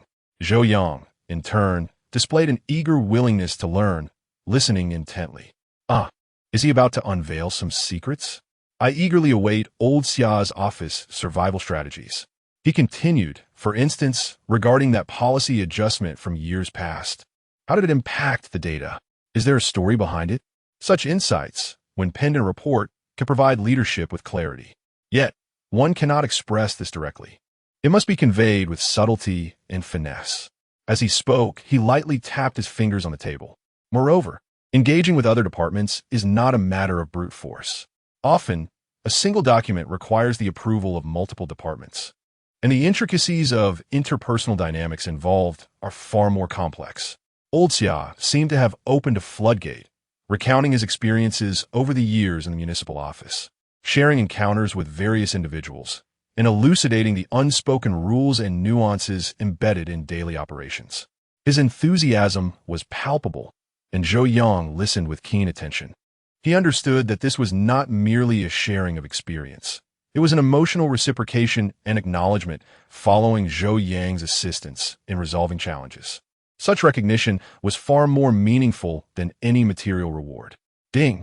Positive emotions detected from leadership, desire to share, feeling heard, recognition of a junior. Emotional value 50. What a boon! Resolving a single issue has yielded a cascade of rewards. This is a win. Moreover, understanding these nuances grants me a divine perspective, far more useful than the system's memory rewards. As Zhou Yang absorbed the information, he mentally organized old Xiao's insights. These were lessons unattainable from textbooks. The hard-earned wisdom accumulated over decades of navigating this environment.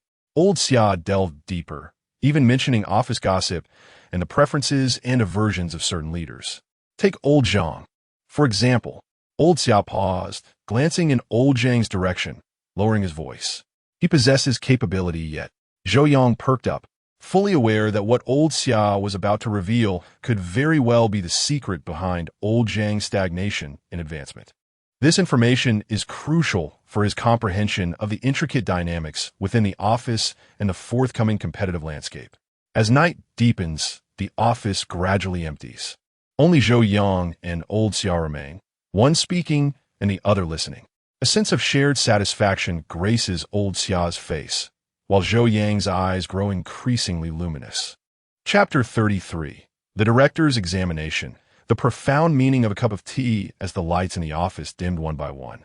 The warm yellow glow above Zhou Yang's seat resembled a spotlight on stage. Deputy Section Chief Lao Xia, with a sense of satisfaction, cradled his report and hummed a tune as he departed. Zhou Yang sat alone, his mind still reverberating with Lao Xia's survival principles in the office. Lao Xia's generous sharing is akin to a living textbook. One conversation with him is worth 10 years of study.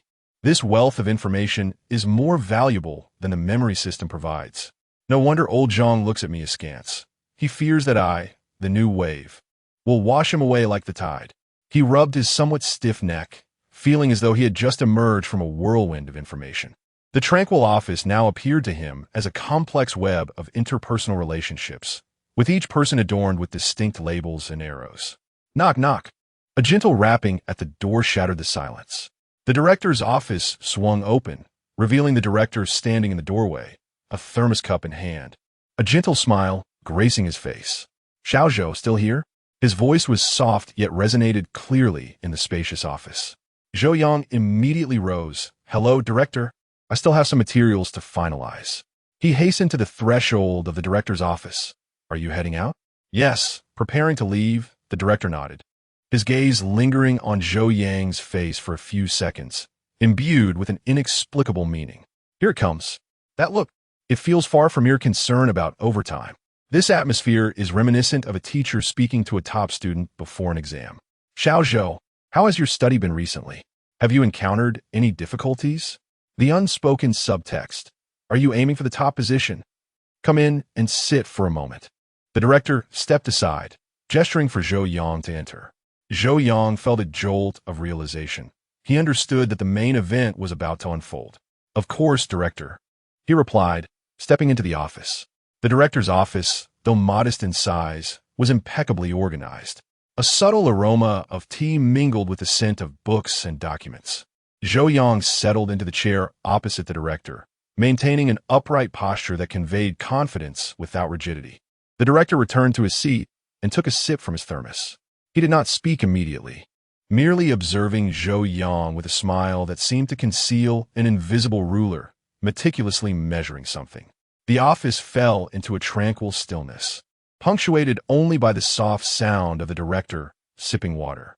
To Zhou Yang, this silence felt like a silent scrutiny, causing him to tense slightly. This silence. The pressure is palpable.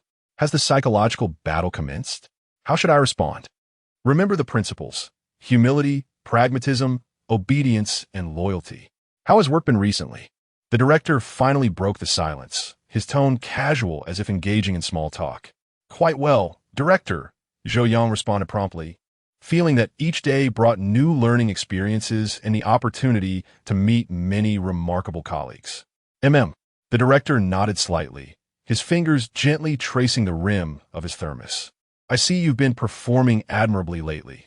The tasks assigned to you have been completed on time and to high standards, particularly your report for the recent forum, which was exceptionally well crafted.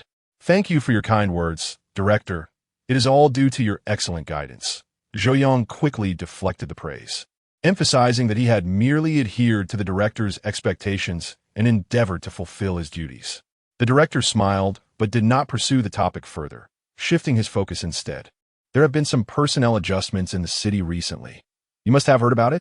Zhou Yang felt a jolt in his chest, fully aware that he could not evade this subject. I've overheard some colleagues discussing it, he replied, maintaining a composed demeanor, careful not to reveal any particular interest.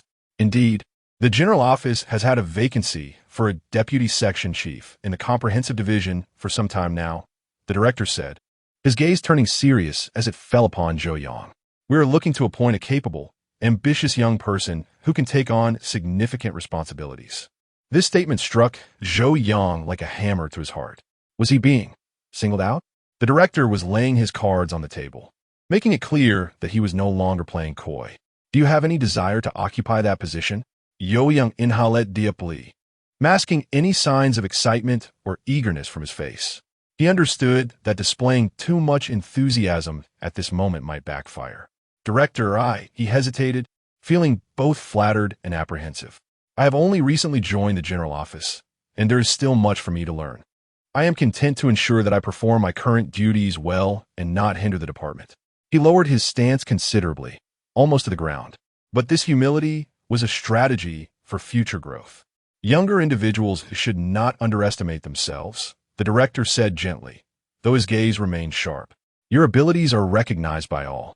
Of course, integrity is equally important. Those who can shoulder responsibilities are the ones the organization considers. Absolutely, you are entirely correct. Zhou Yang readily concurred, recognizing the significance of both capability and character. I have been diligently learning from the senior members of our department. Their experiences and qualities are invaluable lessons for me. He deftly steered the conversation towards the importance of learning from his predecessors, showcasing humility while skillfully sidestepping the direct question of whether he aspired to the deputy section chief position. The director nodded slightly, seemingly pleased with Zhou Yang's response, before taking another sip from his thermos. By the way, the director suddenly recalled, the tea you gave me last time was indeed delightful. What kind was it? That tea. Zhou Yang's face lit up with a genuine smile. It was from my relatives back home. They insisted on giving me some. It's a family heirloom, grown in small quantities, not sold, but kept for personal enjoyment or to share with relatives. He painted a vivid picture, attributing to the tea a flawless, organic pedigree that is not for sale, steeped in ancestral heritage. Oh, the director became intrigued. Is it homegrown? No wonder the flavor diverges from that of commercial offerings, imbued with a certain, how shall I put it, a refreshing essence. Chapter 34. Objective, Deputy Section Chief. Go. This is Billiard, Director, Zhou Yang said with a smile. It hails from a quaint village in our hometown, where the air is pristine, the water is pure, and no chemical fertilizers or pesticides are used. It is truly organic. Billiard. The director savored the name, took another sip of tea, and a look of enjoyment spread across his face. No wonder. This tea indeed uplifts the spirit. Ding. Positive emotions detected in the leader, contentment, enjoyment of a rare resource. Emotional value, 15. Zhou Yang felt a surge of joy as the system notification arrived, although it wasn't about being cared for or receiving a rare resource. The feelings of contentment and enjoyment of a scarce commodity still counted as emotional value. Director, if you like it, Zhou Yang seized the moment. His tone sincere, as if he were truly offering a cherished collection. I'll bring you some more later, just a little bit for you to enjoy in your leisure. This tea is truly delightful. Given how busy you are, it can refresh and invigorate you. His emphasis on just a little bit and enjoying it casually made the offer seem unforced, akin to a friendly sharing. Moreover, he highlighted the tea's invigorating qualities, serving the director's work needs. Upon hearing this, the director's smile broadened significantly. He looked at Zhou Yang, his gaze filled with evident appreciation. Very well. I shall sample the fine tea from your hometown relatives. The director accepted without hesitation. Success. A cup of tea exchange for the director's goodwill. This maneuver is akin to cleverly gaining without investment. Produced by the system, guaranteed to be of superior quality. This top-tier billiard is indeed a charm for winning favor. Not at all, Director. I am pleased that you enjoy it, Zhou Yang humbly replied. The director set down the thermos, leaned slightly forward, and his tone returned to the seriousness of their earlier discussion about work. Xiao Zhou, during your time in our department, do you have any thoughts or suggestions regarding our work? Now we delve into the main course. Zhou Yang understood that the director was assessing the depth of his insights and his level of engagement with the department. He could not afford to remain overly modest as before. He needed to showcase his value. In an instant, the insights from the system's analysis of the Departmental Work Efficiency Evaluation Report and his observations of the department's workflow flashed through his mind. Director, I have a rather immature thought to share. Please correct me if I err. Zhou Yang began cautiously, leaving himself an exit. Go ahead. The director gestured for him to continue. I believe our comprehensive department undertakes a multitude of foundational tasks, such as document circulation, information collection, and meeting organization. These responsibilities are substantial and rather tedious. The director nodded in agreement, acknowledging the truth of his statement. I am contemplating whether it might be possible to enhance efficiency by optimizing certain processes or introducing simple tools, thereby liberating everyone from repetitive tasks and allowing us more energy to contemplate deeper issues. Zhou Yang did not outright dismiss the existing work, but instead proposed a direction for optimization and the introduction of tools, presenting a constructive approach. For instance, the circulation of documents often necessitates manual transmission and signatures, consuming both time and effort. Wouldn't the development of a simple electronic circulation system, or the utilization of existing office software to standardize processes, significantly expedite these tasks? Furthermore, in terms of information collection, much data remains scattered across various departments and documents. Establishing a shared repository or employing cloud storage would greatly facilitate access to information, thereby minimizing redundant labor. Additionally, could routine meeting notifications and agenda arrangements be templated or even automated with intelligent reminder tools to reduce human errors and omissions?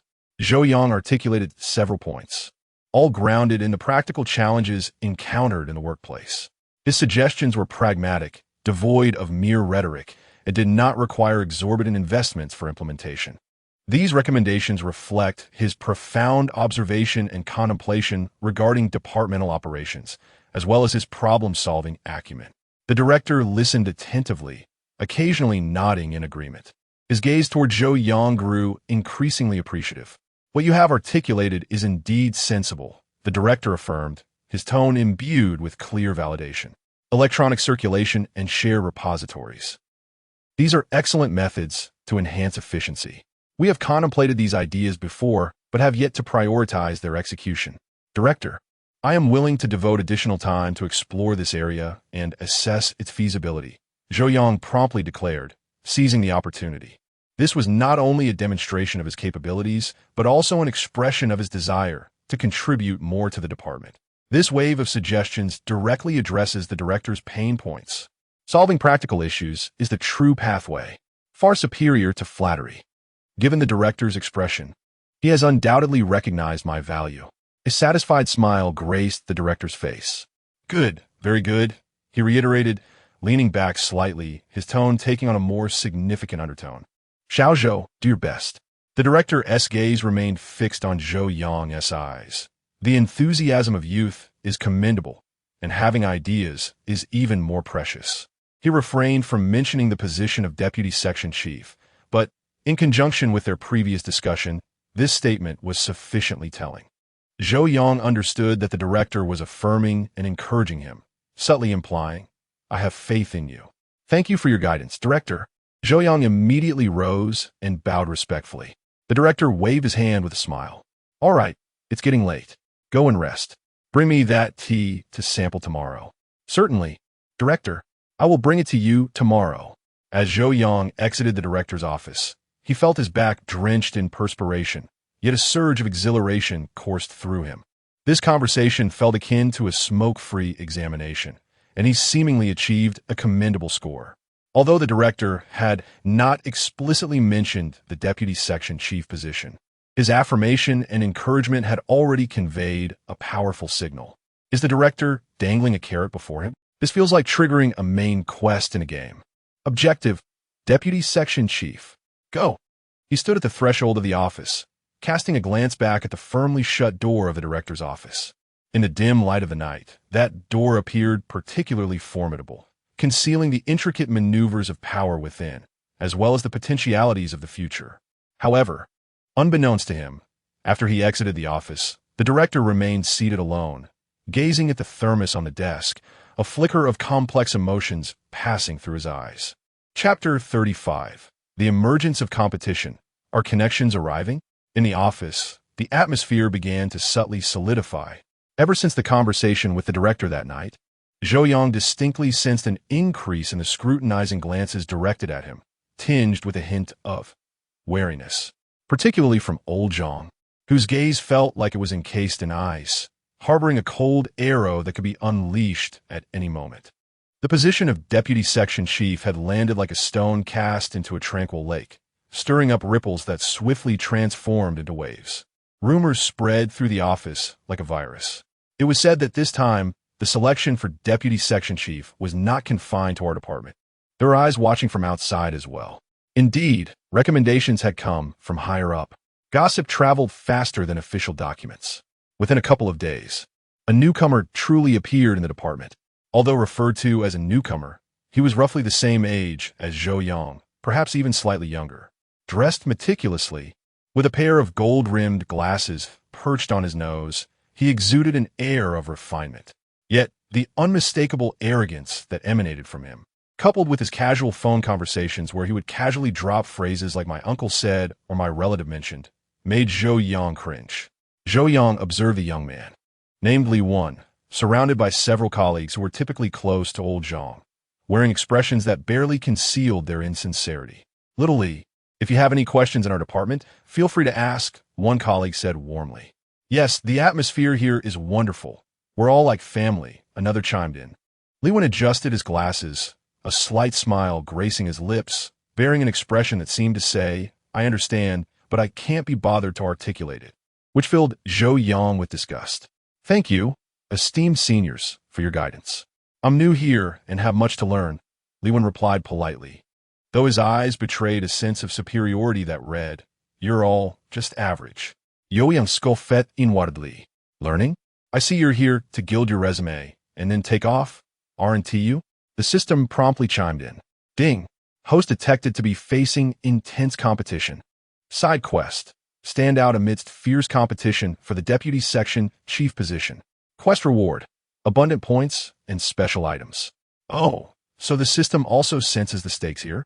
All right then, since I'm here, how can I not exert myself in the face of this life? I'm living with a built-in advantage. Competition was now laid bare before them. Yet, while some prefer to compete openly with their abilities, others thrived in the shadows, launching covert attacks. Old Zhang evidently belonged to the latter category. Zhou Yang began to feel an undercurrent stirring. Colleagues, with whom he usually shared meals, would occasionally drop subtle hints. Little Zhou, your recent prominence is a bit too much. You ought to tone it down. It's good for the young to have ambition, but one must also learn restraint. I've heard some think you seek too much attention and lack composure. Zhou Yang appeared to listen with humility, yet internally he was fully aware. This is definitely old Zhang stoking the flames, spreading rumors, cooing the juniors. Is he trying to undermine me at the root? Regrettably, the protagonist possesses a faint degree of empathy, and his emotional radar has long been activated. He can discern the sentiments and intentions lurking behind those words. They are not benign reminders. Rather, they serve as pricking probes and suppressive gestures. While an ordinary individual might begin to introspect whether they have erred or should temper their brilliance, Zhou Yang remains resolute in his defiance. He chooses to confront the situation head-on, not with individuals, but with his work. He refrains from defending himself, forming alliances, or engaging in direct confrontations with Lao Zhang or Li Wan. Instead, he channels his focus entirely into his professional duties.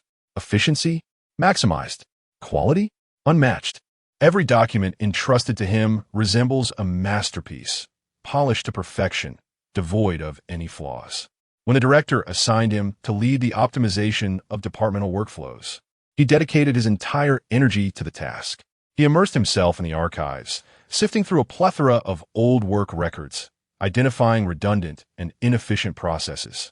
Utilizing his after-hours, he explored the functionalities of existing office software, uncovering overlooked hidden features. He even took the initiative to apply his rudimentary programming knowledge to create several small programs designed to assist in processing various forms and data.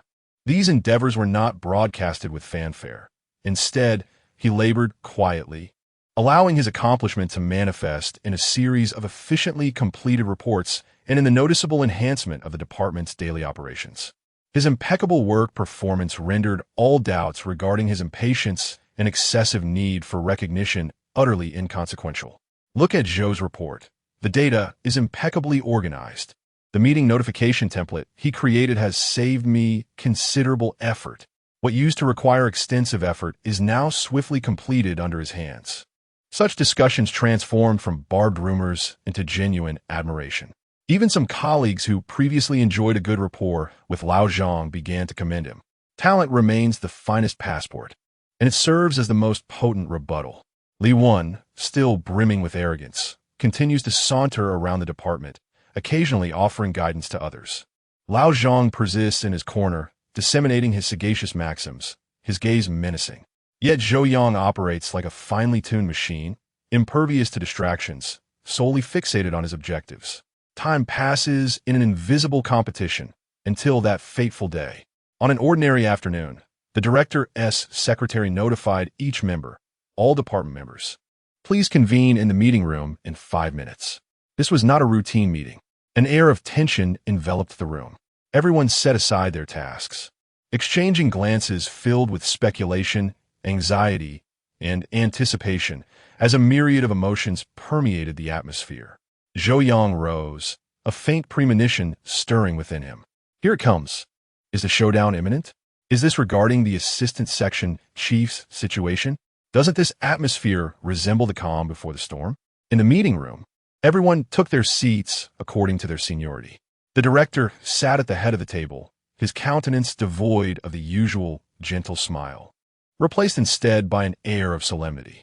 He cleared his throat and slowly scanned the faces of everyone present, including Zhou Yang, Old Zhang, and the newly arrived Li Wan. The atmosphere grew tense, almost palpable. The director finally spoke, his voice not loud, Yet every word resonated deeply within the hearts of all assembled. Comrades, I have gathered you here today to announce an important matter. The organization department of the Municipal Committee, in accordance with the actual circumstances of the comprehensive section of the Municipal Government Office, has decided. He paused momentarily, and a collective breath was held. The decision, it was revealed, was to dispatch an organizational assessment team to evaluate candidates for the position of Deputy Section Chief within the comprehensive section. The words assessment team struck like a thunderclap, reverberating throughout the conference room. Competition was no longer a clandestine undercurrent. It was no longer mere whispers confined to small circles. It was now officially on the agenda, laid bare before all. In that instant, the gazes of everyone present transformed, becoming intricate and piercing. Chapter 36. The arrival of the inspection team. Zhou Yang felt his heart leap unexpectedly. The moment had arrived. The real drama was about to begin. The organization had dispatched an inspection team. This was a serious matter. His opportunity had come. Old Zhang's expression darkened instantly. Li Wen adjusted his glasses. A hint of arrogance more pronounced on his lips. The other colleagues wore expressions of spectatorship, tinged with a sense of detached relief or concealed anticipation. The director's voice resonated, detailing the specific arrangements and requirements of the inspection team. Yet, Zhou Yang found it increasingly difficult to focus, as the only thing echoing in his mind was the task recently issued by the system. Side mission, stand out in the fierce competition for subordinate positions. There was no escaping this battle, and victory was imperative. As the meeting room door closed, the announcement of the inspection team's arrival stirred a tempest beneath the surface of the department. Old Zhang's face darkened further, resembling the bottom of a pot, as he sat motionless in his chair like a rusted statue. Li Wen, however, remained composed, adjusting his gold-rimmed glasses, a faint, knowing smile tugging at his lips, as if all of this had been anticipated or perhaps scripted by his uncle. Well, this is the real deal now. With the inspection team here, can the well-connected still walk all over us? Old Zhang looks like he's about to explode any second now. Zhou Yang maintained an outward calm, yet internally, his thoughts raced. He understood that from this moment forward, the competition would no longer be a private affair, but a public evaluation. News of the inspection team's arrival at the municipal office spread rapidly among various departments. The position of deputy director in the comprehensive department suddenly became the center of attention. In the ensuing days, the atmosphere in the department grew increasingly tense. Conversations were conducted with utmost caution, as everyone feared saying something wrong that could be used against them. Old Zhang remained his usual sardonic self, but his aggression seemed to have intensified. He would casually remark about certain individuals who, having just arrived, were already eager to climb the ranks, cautioning that such ambitious strides could lead to missteps. He would even praise Li Wen, asserting, Xiao Li truly possesses insight. His words carry weight, unlike some who merely bury their heads in work, lacking adaptability. Oh, the precision of his broadside is remarkable. Old Zhang's tongue is lethal. He's getting desperate, launching indiscriminate attacks now. As for Li Wen, he continued to showcase his connections. During phone calls, he spoke in a tone perfectly pitched for those around him to overhear. Yes, my uncle believes that the organization should cooperate more closely.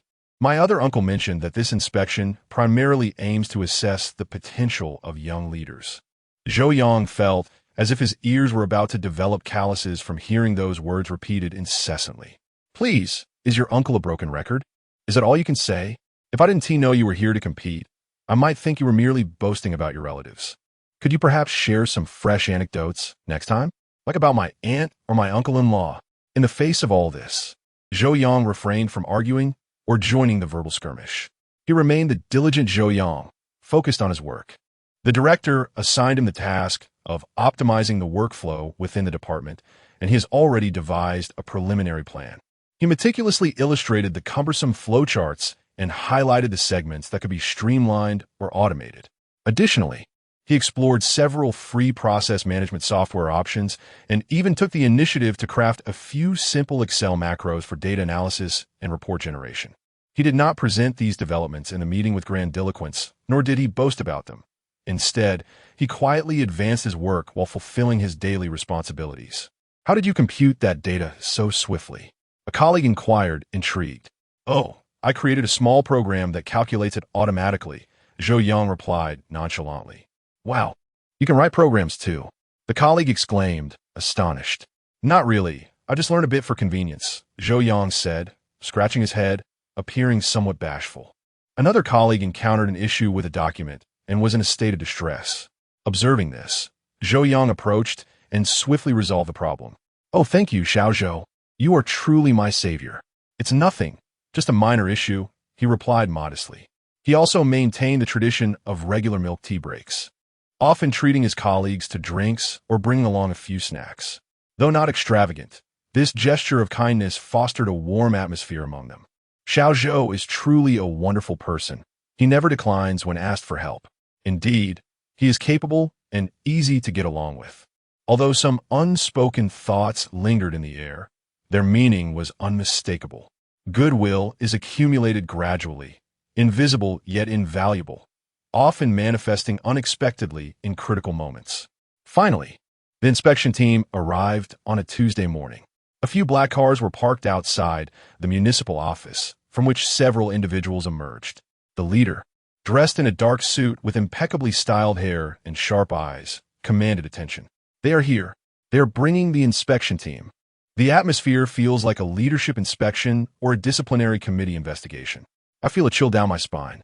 The inspection team set up camp in a conference room within the municipal office, bringing in temporary furniture and laying out documents and notebooks.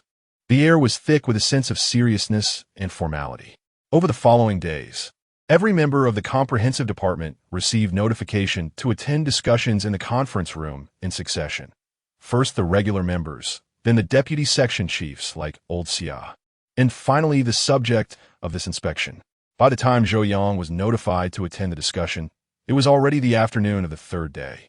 He took a deep breath, adjusted his attire, and walked toward the conference room. My heart is racing a bit, but it's manageable. Stay composed, don't panic. Just treat it like a thesis defense, albeit with a higher caliber of examiners.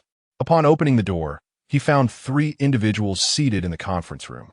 The central figure, the team leader, prominently displayed a party emblem on his chest, making him stand out. Please sit, the leader gestured towards the chair opposite him, his tone calm. Zhou Yang took his seat, maintaining a proper posture and wearing a sincere smile. You are Comrade Zhou Yang, correct? Good to meet you, the leader said, perusing through the documents in his hands. Greetings to the team leader and esteemed leaders. Zhou Yang responded with poise and composure.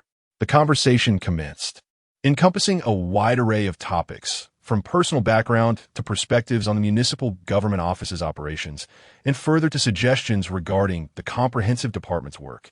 How long have you been at the municipal government office? What are your thoughts on the work of the comprehensive department? In which areas do you believe you excel? Have you encountered any difficulties? Zhou Yang answered methodically, neither boasting nor shying away from the inquiries posed. Chapter 37.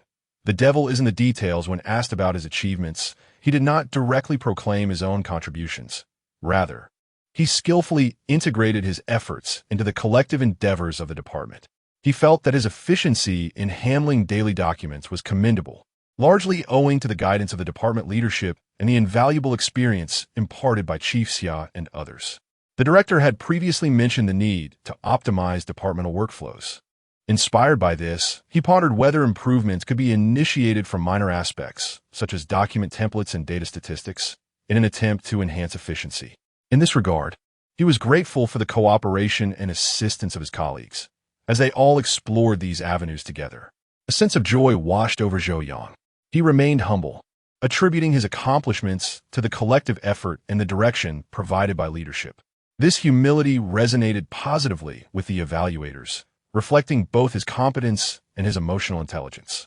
The conversation lasted for over half an hour, during which Zhou Yang maintained a demeanor of humility, diligence, and pragmatism. He spoke passionately about his love for his work and his desire to contribute more to the department, yet his tone remained sincere, devoid of any hint of urgency or self-interest. Thank you, Comrade Zhou Yang, the team leader concluded, closing the materials in hand. That will be all for today's discussion. Thank you, team leader, and thank you to all the leaders present. Zhou Yang rose and offered a slight bow. Upon exiting the conference room, he felt a considerable weight lift off his shoulders. Phew, that was a tough battle, he thought. Did I perform adequately? At least I didn't falter. Now, it all hinges on the democratic evaluation. The democratic assessment was scheduled for that afternoon. A temporary ballot box was placed at the entrance of the conference room, where each individual would collect an evaluation form to fill out their feedback and suggestions regarding the candidate, subsequently depositing it into the box. The atmosphere within the department had grown increasingly nuanced. As colleagues grasped their evaluation forms, their expressions varied widely. Zhou Yang entered and collected his form. Rather than filling it out immediately, he retreated to a corner to examine the contents meticulously. He understood that this was not merely a voting exercise. It represented a feedback mechanism regarding his usual performance. He recalled the milk tea he had treated his colleagues to, the problems he had helped them solve, and his overall attitude towards everyone. This is the culmination of my accumulated character. That milk tea expenditure was not in vain. At critical moments, a solid foundation of public support is paramount.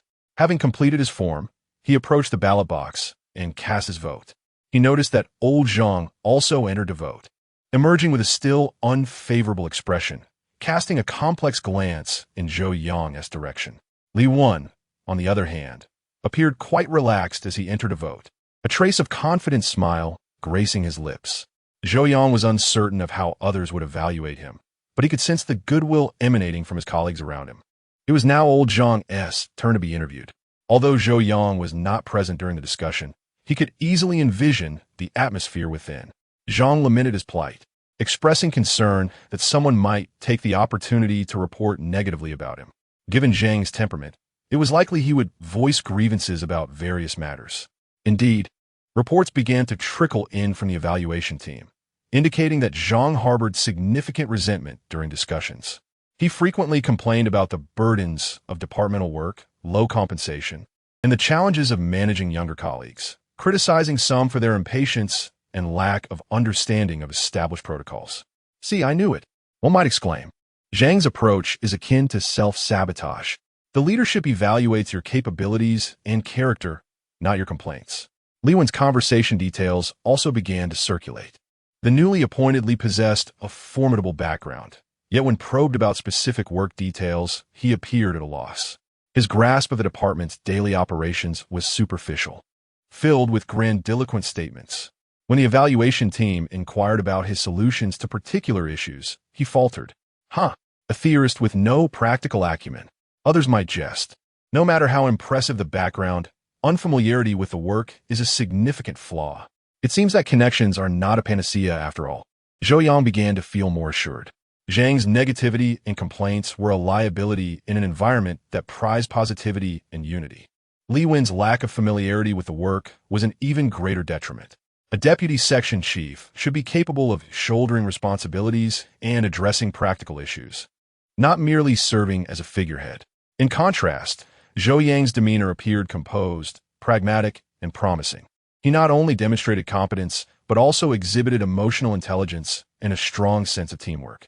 The evaluation team spent 3 days at the municipal office, conversing with everyone in the department and gathering extensive feedback and assessment forms. On the afternoon of their departure, the leaders of the municipal office came out to bid farewell. Zhou Yang stood among the crowd, watching as the evaluation team's vehicles slowly departed. Just before the team leader entered the car, he casually scanned the farewell crowd, momentarily locking eyes with Zhou Yang. That gaze was not merely a glance, nor was it one of admiration. It conveyed an ineffable complexity, an examination, a contemplation, perhaps even appreciation. Wow, the team leader noticed me. One might think, what does that gaze signify? Does he see potential in me? Or does he think I am too calculating? That look carried a heavy weight of meaning. As the evaluation team's convoy vanished around the corner, the crowd outside the municipal office began to disperse. Zhou Yang remained rooted in place, his heart racing like a caged rabbit. When would the evaluation results be announced? Who would ultimately secure the position of deputy section chief? All remained uncertain. In the days that followed, the atmosphere at the municipal office simmered like boiling water. calm on the surface but bubbling with anticipation beneath. Everyone was speculating, inquiring, and cautiously observing Zhou Yang, Zhang, and Li Wen. Rumors flew through the office like birds on the wing. Have you heard? This evaluation seemed to focus on opinions regarding departmental work, and there were inquiries about the potential for nurturing young talent. On that day, Lao Zhang's demeanor was most displeasing. He exited without uttering a single sound. In contrast, Xiao Li remained remarkably composed, perhaps confident in his own knowledge. Yo Yang, his ears filled with the incessant chatter surrounding him, maintained an impassive exterior while his mind raced with thoughts akin to a barrage of comments. Lao Zhang has indeed revealed his vulnerabilities. The atmosphere is charged with resentment. Perhaps he is unaware of the inadequacies in his own expertise. Though he may possess a formidable background, the inspection team is not to be underestimated. When confronted with genuine substance, even a strong background may falter. Chapter 38. The final push, assisted by Old Li and Old Xia, Zhou Yang continued to adhere to his routine, working with even greater focus than before. He had nearly perfected the departmental workflow optimization proposal assigned by the director. The document, printed and bound into a substantial volume, was rich in illustrations and even included several Excel macros and workflow templates he had crafted himself. This presentation, when revealed, would undoubtedly captivate the leadership. However, he refrained from submitting it just yet. The timing was not ripe. He understood that the report from the evaluation team would first reach the office director, who would synthesize various opinions, including the evaluation team's conclusions and the perspectives of the seasoned colleagues in the department, before making a final decision. Waiting, he mused, is an art form, a form of endurance. Occasionally, Zhou Yang would retreat to the tea room to brew a cup of the finest tea sourced from his own system. The delicate aroma of the tea provided a momentary respite for his anxious mind. Holding the cup, he gazed out the window, yet his thoughts were occupied with replaying the discussions of the evaluation team and scrutinizing his every action within the department. Have I overlooked anything? Were there any missteps? Was my emotional resonance adequately conveyed? The feedback from the leaders and colleagues, surely it must have been positive? He recalled the fleeting moment of eye contact with the team leader as they departed. The complexity of that gaze remained inscrutable. Was it affirmation, doubt, or merely a cursory glance? The nuances of bureaucratic gazes are profoundly intricate. He reflected, it seems my empathy skills, albeit feeble, are yet to be finely honed. I remain unable to decipher the leader's expressions. As days passed, the tension in the air not only persisted but intensified. Everyone awaited the fateful news. Old Zhang's demeanor grew increasingly grim, and his fiery glare directed at Zhou Yang was palpable. He would occasionally cough or slam down documents with exaggerated force, attempting to assert his presence or express dissatisfaction. Li Wen continued to arrive punctually each day, impeccably dressed, his gold-rimmed glasses glimmering. He rarely engaged in conversation. Yet the phrase "my uncle says" or "my uncle told me" would occasionally drift into Zhou Yang's ears. Still flaunting your connections? Zhou Yang thought. Alas, the evaluation team is scrutinizing the essence, not the facade. Your lack of professional competence cannot be salvaged by family ties, my friend. At last, the calm was shattered. It was an ordinary afternoon, sunlight streaming through the window and spilling onto the desk. The director's office door swung open. Old Xia, please come in. The director's voice resonated from within. Zhou Yang's heart skipped a beat. Old Li, the deputy section chief nearing retirement, was generally hands-off, amiable, and approachable. Old Xia, also on the brink of retirement, had devoted his life to diligent service, a steadfast workhorse, unambitious and uncompetitive. These two elder statesmen were the bedrock of the department. Though lacking in formal power, they held significant esteem and goodwill among their peers. What could the director want with them? Zhou Yang's instinct told him that something was unfolding. While he continued typing, his eyes involuntarily darted towards the closed door of the director's office. Lao Li and Lao Xia entered the office one after the other, and the door closed behind them. The office was once again enveloped in an eerie silence.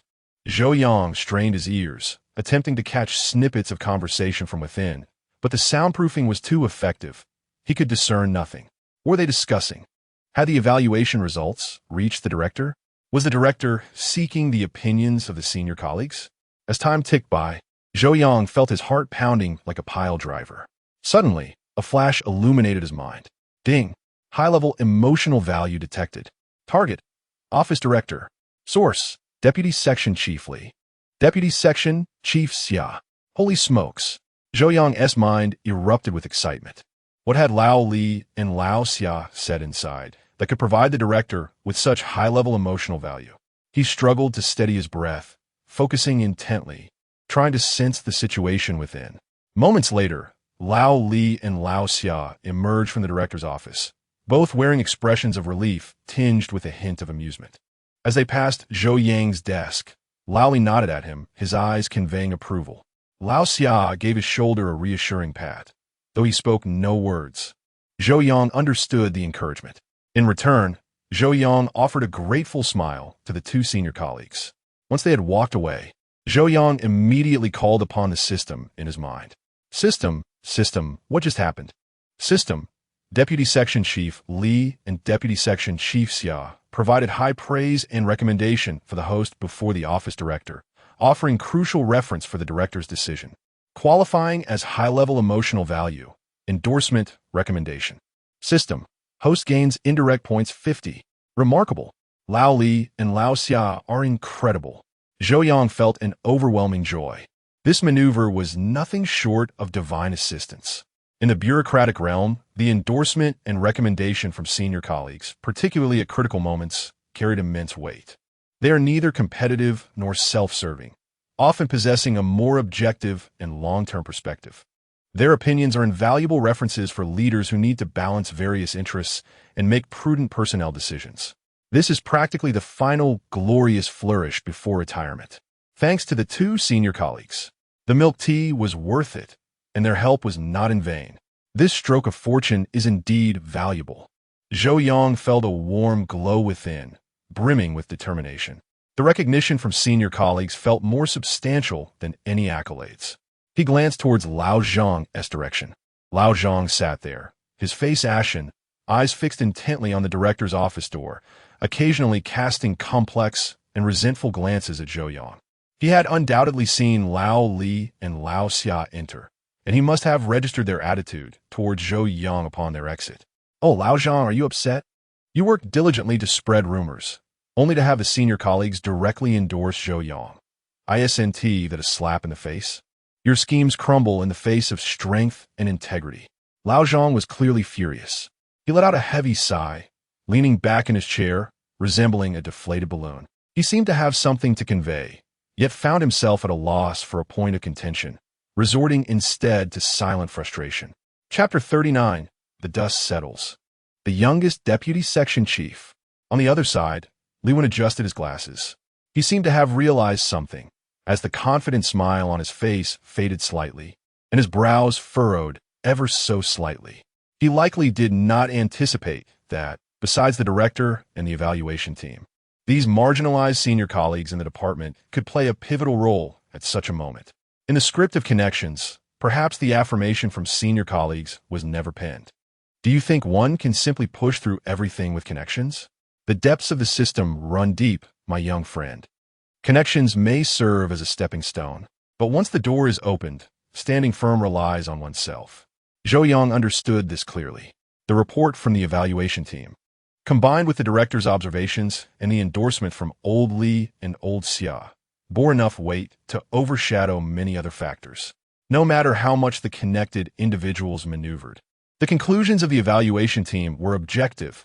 Liwen was not proficient in his duties, and the recommendations from the senior colleagues were genuine. Zhou Yang was capable, diligent, and respectful. These hard metrics cannot be easily brushed aside through connections. The door to the director's office opened once more. The director stood at the threshold, his gaze sweeping across the entire department before lingering on Zhou Yang for a moment. That look carried an affirmation born of scrutiny, along with a seriousness indicative of an impending important decision. He did not speak, merely cast a glance at Zhou Yang before returning to his office. But Zhou Yang knew. The decision is about to be made. The director already has a candidate in mind. Does that gaze suggest it is indeed me? His heart raced anew, blood rushing to his head. The position of deputy section chief seemed tantalizingly within reach. Upon returning to his office, the director settled into his chair, facing the report from the evaluation team and his own notes from the discussions. The words of old Li and old Xia echoed in his ears. He gazed at Zhou Yang's comprehensive departmental workflow optimization proposal, which lay within his grasp. After careful consideration, the director picked up the phone. He intended to report to the Deputy Secretary General in charge of the Municipal Government Office regarding the recommendation for the Deputy Section Chief of the Comprehensive Department. This suggestion encapsulated the opinions of the evaluation team, the hopes of the department's senior colleagues, and his own judgment as the director.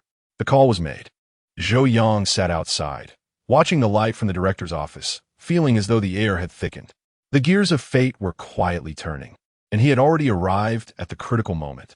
The light in the director's office remained illuminated for quite some time. Once the phone was set down, silence enveloped the room again. The atmosphere in the outer office felt almost frozen, with even the sound of typing becoming cautious. Everyone seemed to be performing a silent play, appearing calm on the surface while turmoil raged within.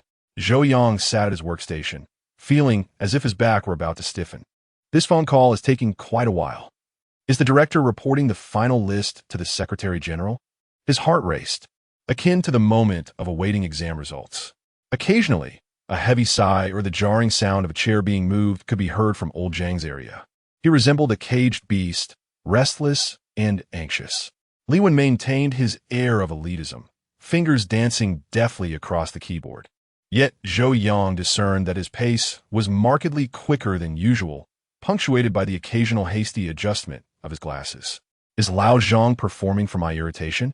Is Li Wen typing at such speed to compose a lengthy manuscript or merely venting? Everyone here is an Oscar contender. Time stretched interminably, each second feeling like an eternity.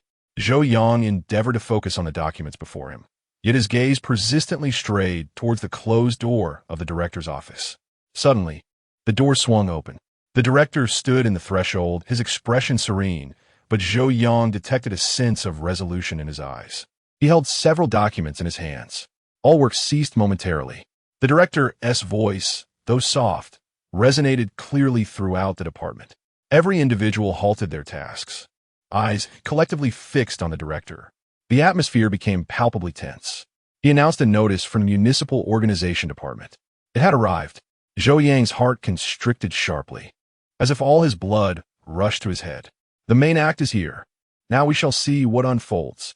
The director unfurled the documents, cleared his throat. His gaze swept slowly over Lao Zhang, Li Wen, and finally settled on Zhou Yang. Zhou Yang felt as though his breath had nearly ceased. According to the directives of the Municipal Organization Department, following assessment and research, it was decided. The director's voice faltered, and that brief moment felt like a century. Zhou Yang was appointed as the Deputy Director of the Comprehensive Section of the Municipal Government Office at the level of Deputy Section Chief. Boom! It was as if a thunderclap reverberated in Zhou Yang's mind. It had happened. It was truly real. Goodness gracious! I have become the Deputy Section Chief. An emotional victory has yielded a Deputy Section. The competition is indeed fierce. A wave of immense elation surged through Zhou Yang. Yet he maintained a facade of humility, feigning surprise. The office erupted in a cacophony of voices. Congratulations, Xiao Zhou. Director Zhou, please take care of us going forward. Xiao Zhou is remarkable, achieving deputy status at such a young age. There were heartfelt congratulations, astonished exclamations, and some remarks tinged with sarcasm. Zhou Yang smiled as he graciously acknowledged each comment. Thank you. Thank you. I hope to count on everyone's support. His peripheral vision caught Lao Zhang and Li Wen. Lao Zhang's face was beyond pale. It was a tumultuous blend of shock, anger, resentment, and bitterness, reminiscent of a spilled palette of colors. His lips twitched, as if he wished to speak, yet no words emerged, only a steadfast glare directed at Zhou Yang, his eyes seemingly wishing to pierce through him. Lao Zhang, my dream of becoming a deputy section chief has shattered. He must be wondering, why not me? Why this newcomer? Do not inquire. The answer lies in the power of emotional value. And Li Wen? The confidence that once adorned his features had evaporated entirely. His hand, poised to adjust his glasses, hung suspended in midair, his mouth slightly agape, as though he had encountered a ghost. His eyes were filled with disbelief, as if the script painted by his uncles had been shattered in that very moment. "This is absurd. What about my background? What about my uncles?" he exclaimed. "I apologize, but in the face of emotional value and professional competence, one's background must take a back seat. Young man, the system is not your private garden. Mere connections will not grant you unchallenged passage." After announcing the appointment, the director offered a few encouraging words, expressing hope that Comrade Zhou Yang would continue to strive in his new role and serve everyone well. He also urged the colleagues in the department to support Zhou Yang's work, advocating for unity and collective progress. Chapter 40. The new official takes office. How to ignite 3 flames. These words resonated profoundly in Zhou Yang's ears, each syllable weighing heavily with significance. To old Zhang, however, they likely pierced his heart. The director handed Zhou Yang the appointment document. Though modest in size, it felt weighty in his hands, a tangible first step in his career, an officially sanctioned ascent. Ding! Congratulations, host, on your promotion to the Deputy Section Chief. You have completed a phase of your tasks. Reward distribution in progress. Rewards: Leadership Aura, Beginner, Premium Customized Health Gift Box X1. The system's notification echoed in his mind, stirring a wave of excitement within Zhou Yang. Leadership Aura? That sounds impressive. A health gift box? Quite practical. Truly practical. System, you truly are my greatest ally. Maintaining a facade of humility, Zhou Yang accepted the document with both hands, expressing his gratitude for the director's trust and the organization's nurturing, vowing to work diligently to meet everyone's expectations. His words were so textbook perfect they could have been extracted from a manual, yet they were delivered with impeccable timing for the occasion. The director nodded in satisfaction before retreating to the office. Instantly, colleagues surrounded Zhou Yang, showering him with congratulations. "Section Chief Zhou, let us celebrate. Section Chief Zhou, please share your programming secrets with us. Congratulations, congratulations." While Zhou Yang smiled in response, he was mentally calculating his next steps. "Of course, I will host a celebration. It is customary. I must navigate these social intricacies with care." His gaze swept over the crowd, landing on old Zhang, who stood at the periphery, his expression still grim. Zhou Yang approached him with sincerity, infused with the respect of a junior toward a senior. "Brother Zhang, I will need to seek your guidance in our work. You are a seasoned veteran in the department with extensive experience. As I embark on this new role, there are many aspects I'm unfamiliar with, and I hope you can mentor me." Upon hearing this, the surrounding onlookers turned their attention towards them. Old Zhang, taken aback by Zhou Yang's overture and his humble approach, managed to force a smile that was more akin to a grimace. "Ha, little Zhou, congratulations." Old Zhang replied dryly. "Old Zhang, what is he trying to portray? Mentor you? I would rather see you pack your things and leave immediately. As long as I can save face, I will internally curse you 100 times." Zhou Yang, seemingly oblivious to the malice in old Zhang's eyes, continued with pleasantries. "You are too kind, Brother Zhang. You are the backbone of our department. For many matters in the future, I will certainly need your seasoned guidance."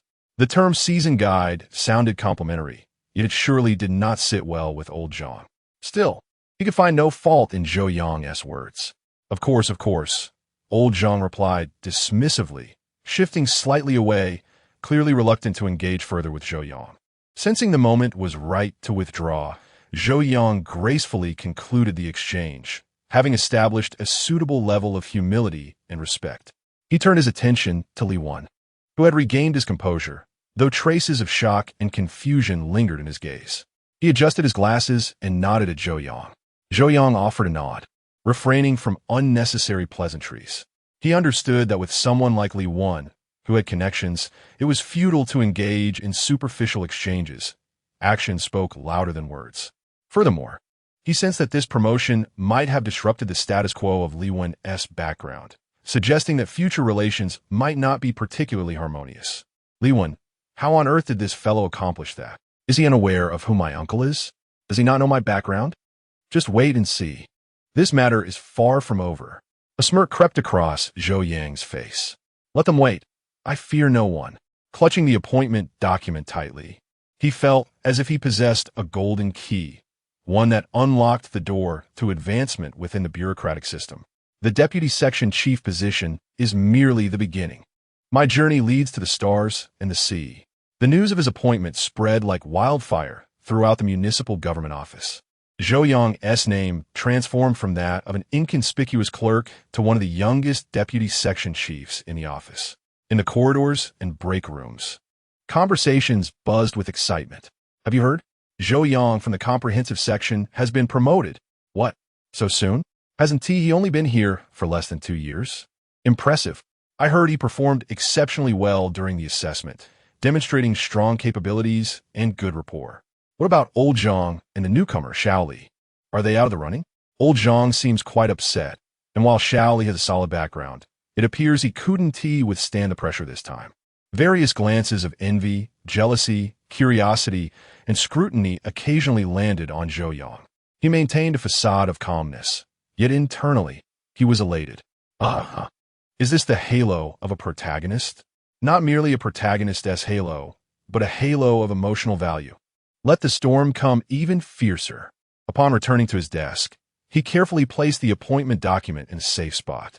Gazing at the red headers on the paper filled him with a profound sense of accomplishment. This was a result crafted from his emotional intelligence, abilities, and every ounce of emotional value he had invested. Simultaneously, he recognized that the position of deputy section chief was not merely an honor, but a responsibility. And new challenges were just beginning. How to truly steer a department. How to balance internal relationships, particularly with Old Zhang, who harbored resentment. How to confront potential backlash stemming from Li Wen's connections. Zhou Yang felt as if he were being roasted over an open flame. Yet this fire was not meant to consume him. Rather, it was a blaze he intended to wield against others. The new official must ignite 3 fires. How to manage this blaze is a skillful endeavor. If it burns too fiercely, it risks harming one's own people, inviting trouble. If it burns too weakly, it appears lacking in resolve, unable to command respect. On the first day of officially assuming his role as deputy section chief, Zhou Yang entered the office, sensing a distinct shift in the atmosphere. Previously, he had been a mere foot soldier. Now, he was a leader of men. Though he held only a deputy title, the weight of the words deputy section chief felt substantial. The gazes of his colleagues had altered. No longer did they regard him with the expectation of routine labor. Instead, there was an air of scrutiny, of inquiry, and perhaps even reverence. Old Zhang sat there, his eyelids barely lifting, yet Zhou Yang could sense an aura emanating from him that suggested a desire for solitude. Li Wen offered a nod, his face adorned with that quintessential, inscrutable smile reminiscent of a finely crafted automaton. The younger colleagues, their eyes sparkling with curiosity and anticipation, contrasted sharply with the older veterans, who chuckled amiably, proclaiming, "Little Zhou, soon-to-be section chief Zhou, congratulations." Zhou Yang responded to each with a smile, fully aware of the underlying sentiments. How much sincerity lies within this congratulation? The workplace is akin to a performance, reliant on one's acting prowess. He did not hasten to occupy the vacant deputy section chief position, located conveniently near the director's office with an excellent view, but instead made his way to his old workstation to tidy up a few belongings. His new desk was already impeccably polished, and a new chair awaited him. Chapter 41. Winning over the staff, the director summoned him into the office, imparting various work-related matters, primarily the responsibilities that the deputy section chief was expected to shoulder, along with the key directions for the department's work. Zhou Yang listened attentively, occasionally nodding and posing a couple of constructive inquiries. When leaders speak, one must focus on the essentials and grasp the spirit of their words. To ascend the ladder, one must ensure its stability first. Upon exiting the director's office, Zhou Yang refrained from adopting an authoritative demeanor. Instead, he took a leisurely stroll around the department, remaining silent as he observed his colleagues at work, listening to the rhythmic tapping of keyboards and absorbing the atmosphere of the office. Before starting a fire, one must first examine the stove. To know oneself and one's adversary is to ensure victory in 100 battles. He approached the water cooler, and poured himself a cup. Nearby, some colleagues were whispering. Section Chief, Zhou seems quite approachable, doesn't he? He doesn't carry an air of superiority like some, who forget their own names the moment they gain a modicum of power. The first impression is favorable. My amiability serves as my camouflage, to observe discreetly and act decisively. In the following days, Zhou Yang's performance surprised some. He did not embark on sweeping reforms, nor did he immediately convene meetings to assign new tasks or dictate orders. Like a detective, he lurked within the department, engaging in conversations with various colleagues. From the youthful Xiao Wang and Xiao Li to the seasoned Lao Ma and Lao Chun, he treated them to meals, shared milk tea, and discussed work life, and the myriad challenges encountered within the department. Xiao Wang, when you draft materials, do you find any particular aspects especially time-consuming? Lao Ma, as a veteran in the department, are there any areas in our workflow that could be improved over the years? Xiao Chun, have you ever encountered any difficulties when submitting documents? His inquiries were meticulous, and he listened intently, casually jotting notes in a small notebook. These were not formal discussions.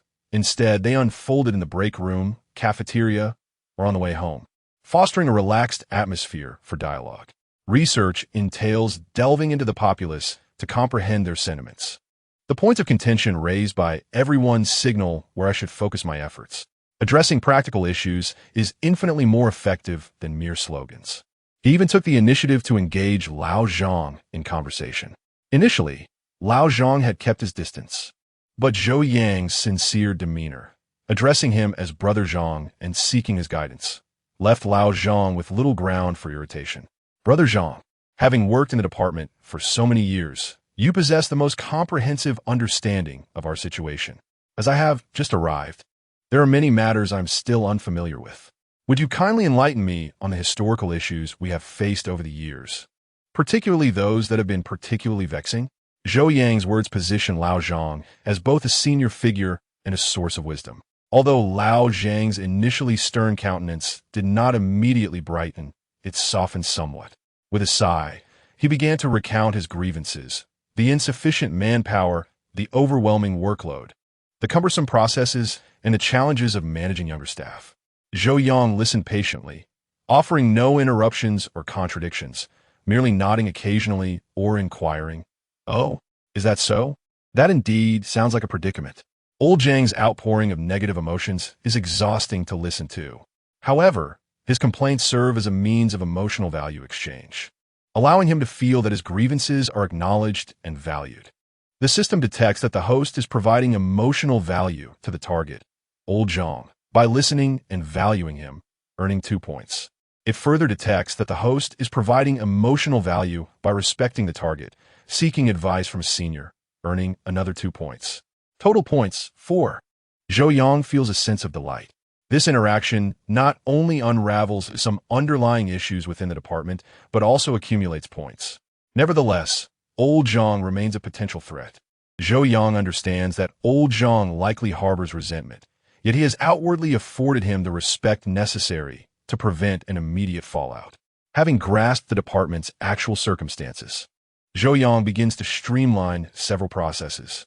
He focuses on the most tedious and time-consuming aspects. For instance, he discovers that submitting a document requires various signatures and stamps, with different procedures for different types of materials, resulting in chaos. Leveraging his technical expertise, he designs a straightforward electronic circulation system that standardizes and digitizes the submission processes. The requirements for signatures and stamps are clearly outlined, with automatic reminders incorporated. Moreover, he notes that colleagues often need to repetitively fill in basic information for routine reports. He compiles a template library, presetting common information so that everyone only needs to input personalized content. These optimizations may seem trivial, yet they significantly alleviate the workload of his colleagues. Director Zhou, this electronic circulation system you created is incredibly convenient, running around for signatures used to consume half the day. Indeed, this template library is exceptionally practical. It greatly enhances our efficiency in drafting materials. The younger colleagues express their heartfelt gratitude. Although the older staff initially struggled to adapt to the new system, they gradually accepted under Zhou Yang's hands-on guidance. Realizing it indeed simplifies their tasks. Solving practical problems is always the best form of emotional value. By making things easier for everyone, my points will accumulate. The system detects that the host, through optimizing work processes, provides emotional value to multiple colleagues, making their work light and efficient, earning 30 points. It also detects that the host gains the fondness and recognition of colleagues, both young and senior, earning an additional 20 points. Total points, 50. As Zhou Yang observes the surge in his points, he feels a wave of satisfaction. His leadership aura, beginner, begins to take effect. In assigning tasks, he adopts a tone that is no longer tentative, but rather imbued with a natural authority that invites compliance. He communicates clearly, articulating task objectives, requirements, and deadlines with precision. His tone is gentle, yet imbued with an undeniable firmness. Xiao Wang, please submit this document by 3 p.m. this afternoon, ensuring the format is standard and the data is accurate. Dear Chun, could you please summarize the progress of this project? We will discuss it in tomorrow's morning meeting. Upon hearing his arrangements, everyone felt not as though they were being assigned tasks, but rather entrusted with responsibilities, which instilled a sense of comfort. Moreover, the tasks assigned by Zhou Yang are often clearly defined, leaving no room for confusion. Leadership charisma is not derived from shouting or oppression, but rather from clarity, trust, and the sense that following you leads to a promising future. Though still in its infancy, it is sufficiently effective. The atmosphere within the department has gradually begun to shift. Chapter 42. Old Zhang's mischief. Due to the optimization of processes, work efficiency has markedly improved, resulting in fewer overtime hours and diminished complaints. The younger colleagues have developed a sincere admiration for the youthful leader, Zhou Yang, while the seasoned staff, though acknowledging his youth, respect his prudent approach and deference towards their experience. Yet, old Zhang remains the solitary figure of gloom, as he observes Zhou Yang flourishing within the department. Receiving accolades from his peers, a deep-seated resentment simmers within him, threatening to overflow. Inwardly won, he continues to maintain his distance. Yet his observant gaze has become increasingly frequent. Zhou Yang is aware that this well-connected individual still wields influence, but with the trust of the department head, endorsements from senior colleagues, and the support of the majority of his co-workers, he feels considerably more assured. However, the calm days are invariably fleeting. The first departmental meeting presided over by the new head approaches as scheduled. The head occupies the central seat, while Zhou Yang takes the position of deputy section chief, flanked by old Zhang and Li Wan. Other colleagues are seated in a circle around them. As the meeting commences, each member takes turns reporting on their work. Zhou Yang listens attentively, occasionally jotting down notes. When it is his turn to speak, he first acknowledges the recent efforts of his colleagues before briefly introducing his research and process optimization efforts. Through these minor adjustments, he expresses a hope to facilitate smoother workflows, allowing everyone to concentrate more on core business activities. Zhou Yang speaks humbly, with a gentle tone, eliciting nods of agreement from many present. At this moment, the previously silent old Zhang abruptly interjects. Clearing his throat, he wears an inscrutable smile. Young section chief, Zhou has articulated some excellent points. Improving processes is indeed a positive endeavor, old Zhang drawls, his gaze directed at Zhou Yang. Here it comes. Old Zhang is up to something. That smile clearly harbors ill intentions. Zhou Yang's internal alarm bells ring, yet he maintains a composed facade, gesturing for him to continue. However, old Zhang shifts his stance, asserting, I believe the most pressing issue in our department is not merely about processes. He pauses, deliberately building suspense among the audience. It is staffing, especially in response to unexpected incidents. Old Zhang raises his voice, referencing the recent urgent material submission. Although you optimized the process, young section chief Zhou, it still required several people to work late into the night, exhausting themselves. What does this indicate? It suggests that the root problem remains unresolved.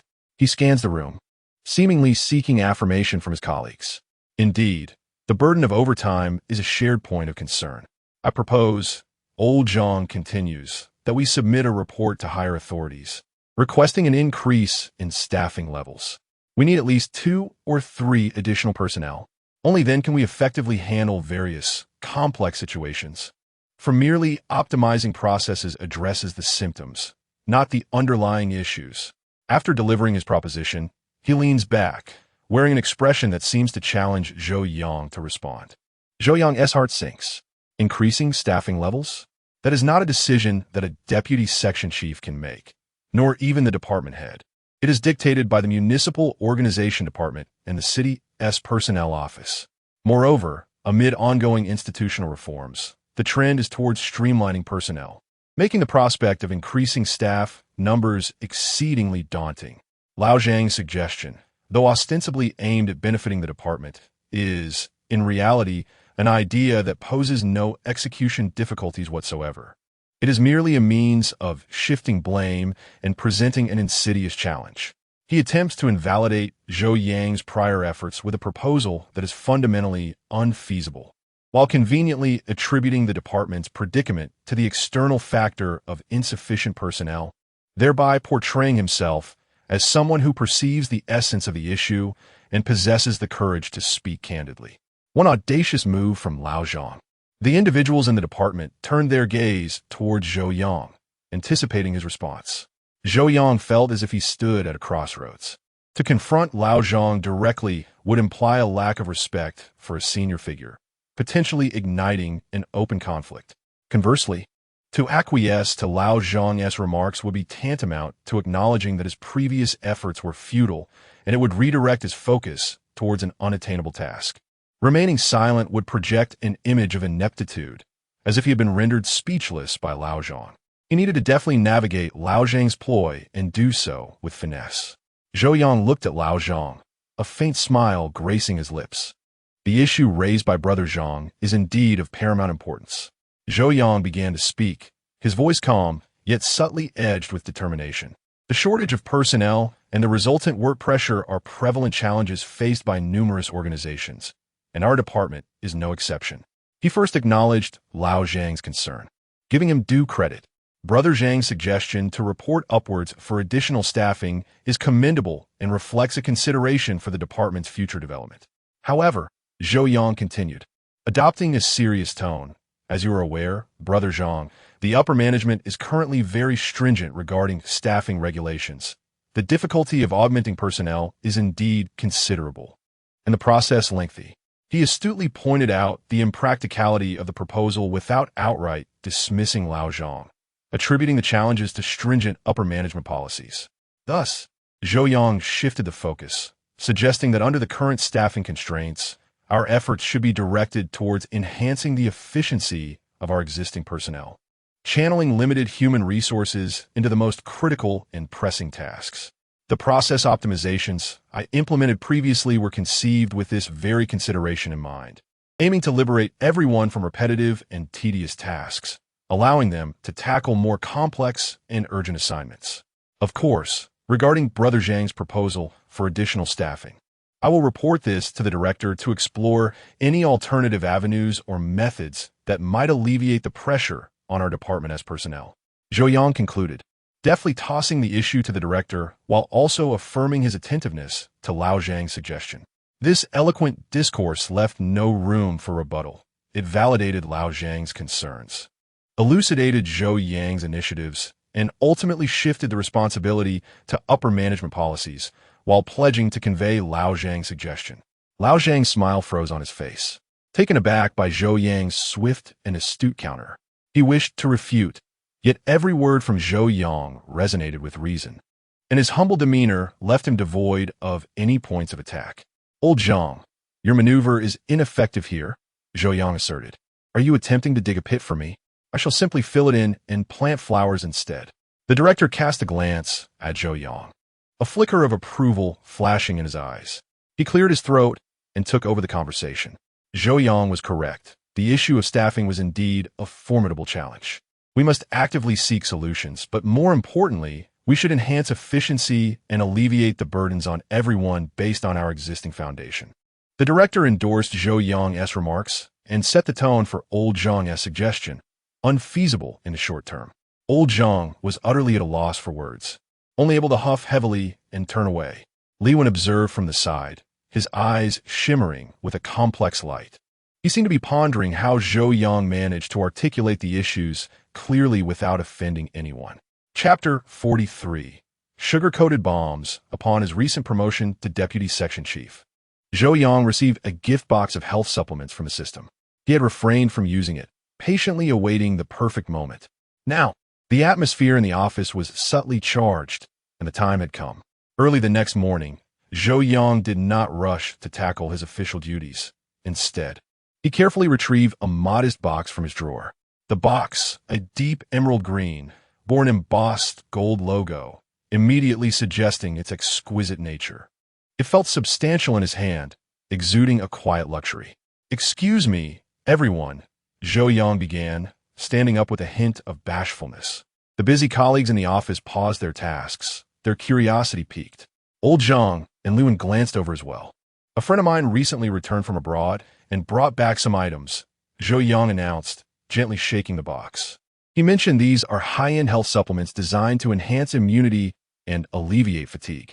He gifted me several boxes, far more than I could consume. He paused, his gaze sweeping across his colleagues, particularly those seasoned veterans and younger staff who often appeared weary from long hours at their desks. "It would be a shame for such fine products to go to waste," Zhou Yang continued with a smile, his tone casual yet considerate. "Given how hard we all work, especially lately with the increased workload and overtime, I thought it would be nice to share these and let everyone try them." As he opened the box, it revealed a neat arrangement of petite, exquisite bottles and individually packaged bags, the text on the packaging written in a foreign script, exuding an air of sophistication. "Let us each take one. Consider my treat," Zhou Yang said, placing the box on the table and gesturing invitingly. A moment of silence enveloped the room. "But, Chief Zhou, this is quite generous," young Xiao Wang was the first to respond, his tone tinged with surprise. "Indeed, it appears very valuable." Old Chin chimed in. "Oh, it's merely a gift from a friend. It's the thought that counts." Zhou Yang waved his hand dismissively. "Please, no need for formality. You all work hard. It's the least I can do." With Zhou Yang's reassurance, hesitation dissipated and colleagues eagerly approached. "Thank you, Chief Zhou. You're too kind. The packaging is exquisite." As they expressed their gratitude, they carefully took their portions from a box. Some brought the items close to their noses, inhaling the faint, pleasant aroma, while others examined the packaging with awe. The youthful colleagues radiated delight and appreciation. Such an unexpected gesture of kindness bore significant impact. It was not a salary or a bonus, but rather a heartfelt expression of care. Zhou Yang's gaze settled on old Zhang, who remained seated with a somewhat stiff demeanor, though his peripheral vision kept darting toward the box. Zhou Yang approached his desk, holding out a supplement.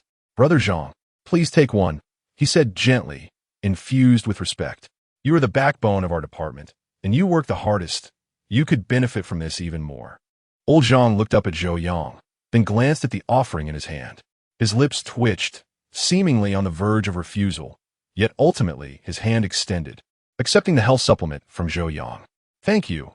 Lao Zhang's voice was somewhat subdued, betraying no hint of emotion. Nevertheless, he accepted it. "Lao Zhang, this kid, playing the same old tricks again, trying to win me over with trifling favors? Dream on." However, the packaging does look quite impressive. Zhou Yang then approached Li Wen. Li Wen, quite naturally, extended his hand to receive the health supplement Zhou Yang offered. "Thank you, Section Chief Zhou." Li Wen maintained his standard smile, but Zhou Yang noticed him gently rubbing the packaging with his fingers, his gaze tinged with curiosity. "Li Wen, so Zhou Yang has this kind of approach. A gift from a friend? What kind of friend can casually bestow such a fine item? Is it background or capability?" Zhou Yang chuckled inwardly. "Regardless of your connections, let's see how you fare after tasting my little sugar-coated bullet." System detected that the host provided emotional value through material rewards to multiple targets, garnering benefits. Points 30. System detected that the host provided emotional value to target, Lao Zhang, gaining respect, proactively offered. Points 5. Total points, 35. With the points credited, Zhou Yang felt a wave of satisfaction.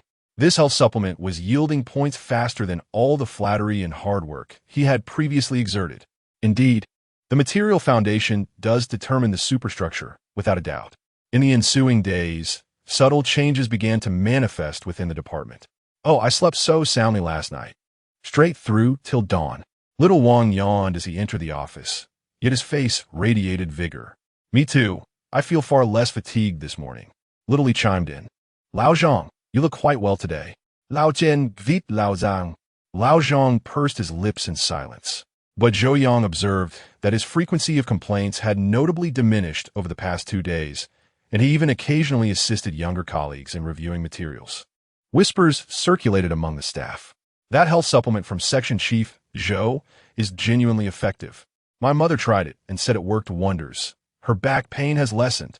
How much did it cost? Section Chief Zhou is truly generous. His character is beyond reproach. Zhou Yang absorbed these discussions, fully aware that the health supplement had made an impact. It was not a miraculous remedy, but tangible physical improvements resonated far more profoundly than any hollow promises.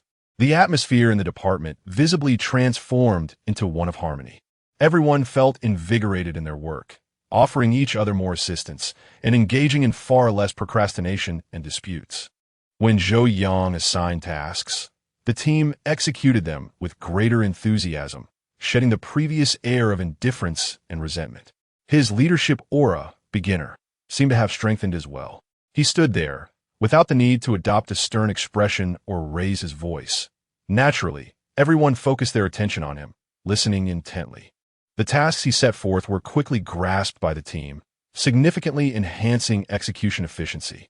Zhou Yang felt as though he were a generator of emotional value, with the health supplements rewarded by the system serving as his most effective catalysts for emotion. These health supplements were akin to a physical enhancement for promotions and salary increases within the system. They directly impacted the body, enabling everyone to feel cherished and invested in. Who could possibly resist such a sensation? Emotional value, at times, necessitates a material vessel. Seizing this wave of heightened morale, Zhou Yang resolved to stoke the flames further. Chapter 44. Urgent coordination. Everyone has been working diligently lately, and our efficiency has notably soared. Zhou Yang sent a message in the department group, pondering that it has been a while since we gathered for a meal. He suggested finding a time for everyone to dine together and unwind. Absolutely. Zhou is so generous. We must arrange this. The group erupted with enthusiasm, everyone responding eagerly. Although Lao Zhang did not comment in the group, when Zhou Yang privately inquired, he reluctantly nodded, indicating he would see how things went. Li Wen simply replied with an acknowledgement. Zhou Yang selected a restaurant that offered excellent value and delectable cuisine, conveniently located near the office for everyone to visit after work. On the day of the gathering, nearly everyone from the department attended, save for a few who genuinely had prior commitments. The atmosphere at the dining table was remarkably relaxed. There were no speeches from leaders or work reports. It was purely a time for eating and conversing. Zhou Yang occupied the host's seat, but maintained an approachable demeanor, frequently serving dishes to others and sharing jokes. The younger colleagues felt at ease, discussing games, movies, and weekend plans. The senior members also opened up, sharing stories from home and amusing anecdotes from their previous workplaces. Zhou Yang took the opportunity to toast to Lao Zhang and Lao Chun, expressing gratitude for their support without mentioning work, simply conveying appreciation and concern. After a few drinks, Lao Zhang's demeanor softened considerably. He regarded Zhou Yang with a complex gaze. Zhou Yang proactively poured him another glass, listening to his reminiscences about the department's glorious past, occasionally providing light-hearted banter. Although Lao Zhang's words remained somewhat brusque, his tone bore less sarcasm and more nostalgia. Lao Zhang mused, this kid really knows how to put on an act. Yet he thought, but this wine is indeed delightful. Ah, those were the days. Li Wen, seated beside Zhou Yang, spoke little but observed keenly. He watched Zhou Yang navigate the dinner with remarkable ease, ensuring everyone felt included and maintaining a lively atmosphere, a flicker of unspoken admiration glimmering in his eyes. As the meal progressed, relationships among the group grew significantly closer. With the wine flowing and spirits high, previously concealed sentiments emerged, and minor misunderstandings were resolved. Upon leaving the restaurant, The night breeze carried a hint of pleasant intoxication. Colleagues assisted one another, laughing as they bid farewell. Zhou Yang stood by the roadside, watching his co-workers depart in small groups, his heart brimming with a sense of accomplishment. This wave of emotional value is truly fulfilling. Dining and drinking will always be the ultimate way to strengthen bonds. System, are my points about to soar again? System detected that the host, through the gathering, provided emotional value to multiple targets, facilitating relaxation and happiness while fostering inclusion. Points 45. System detected that the host has gained favor and recognition from colleagues, both young and senior, including Lao Zhao. Points 30. Total points 75. Zhou Yang felt invigorated, not solely due to the enhancement of his physical prowess bestowed by the system, but more so by the profound sense of acceptance and acknowledgement. The following day at work, the atmosphere in the department had indeed improved. Colleagues greeted each other with smiles, conversing more casually. The level of cooperation in their work had heightened, and efficiency surged remarkably. This transformation could not escape the keen eyes of the office director. One morning, the director summoned Zhou Yang into his office. "Xiao Zhou, please take a seat." The director gestured toward the chair opposite him, a pleased smile adorning his face. "Thank you, Director," Zhou Yang replied as he settled into the chair. "The recent performance of the comprehensive department has been quite commendable," the director remarked, lifting his teacup and savoring a sip. "I have received feedback from staff indicating that since your arrival, the atmosphere and efficiency within the department have seen significant enhancement." The director regarded Zhou Yang, his gaze reflecting unmistakable approval. "All credit goes to your capable leadership and our collective efforts," Zhou Yang humbly replied. "I have merely undertaken a few minor tasks. It is primarily due to my colleagues' support." "Ha, you have a way with words," the director chuckled, waving his hand dismissively. "However, the process optimizations you implemented are indeed quite practical. Additionally, I have noticed that everyone seems to be getting along well lately, and their spirits have noticeably improved." "Yes, everyone is very enthusiastic," Zhou Yang nodded. "I am delighted to contribute to tangible results for the team." "Excellent," the director responded with a satisfied nod. "Maintain this momentum. Young people like you should always seek solutions and take action." Zhou Yang's heart swelled with joy. Such emotional validation from a higher authority was truly gratifying. However, just as Zhou Yang thought he could take a breather and relish the fruits of his success, the director's smile abruptly diminished, his expression turning serious. He picked up a document from his desk and handed it to Zhou Yang. "This is an urgent matter just delivered from the municipal party committee." The director's tone grew grave, pertaining to the urgent coordination of a significant citywide project. "The timeline is tight, and the workload is considerable. The comprehensive department must take the lead in liaising with various departments and compiling materials." Zhou Yang accepted the file, his fingertips grazing the edge of the paper, sending a chill coursing through him. He glanced down at the cover, where the word urgent was prominently displayed, accompanied by the municipal party committee's header, along with a notice regarding the preparation of materials and logistical support for the urgent coordination meeting on the city's major project. His heart skipped a beat. The major city project.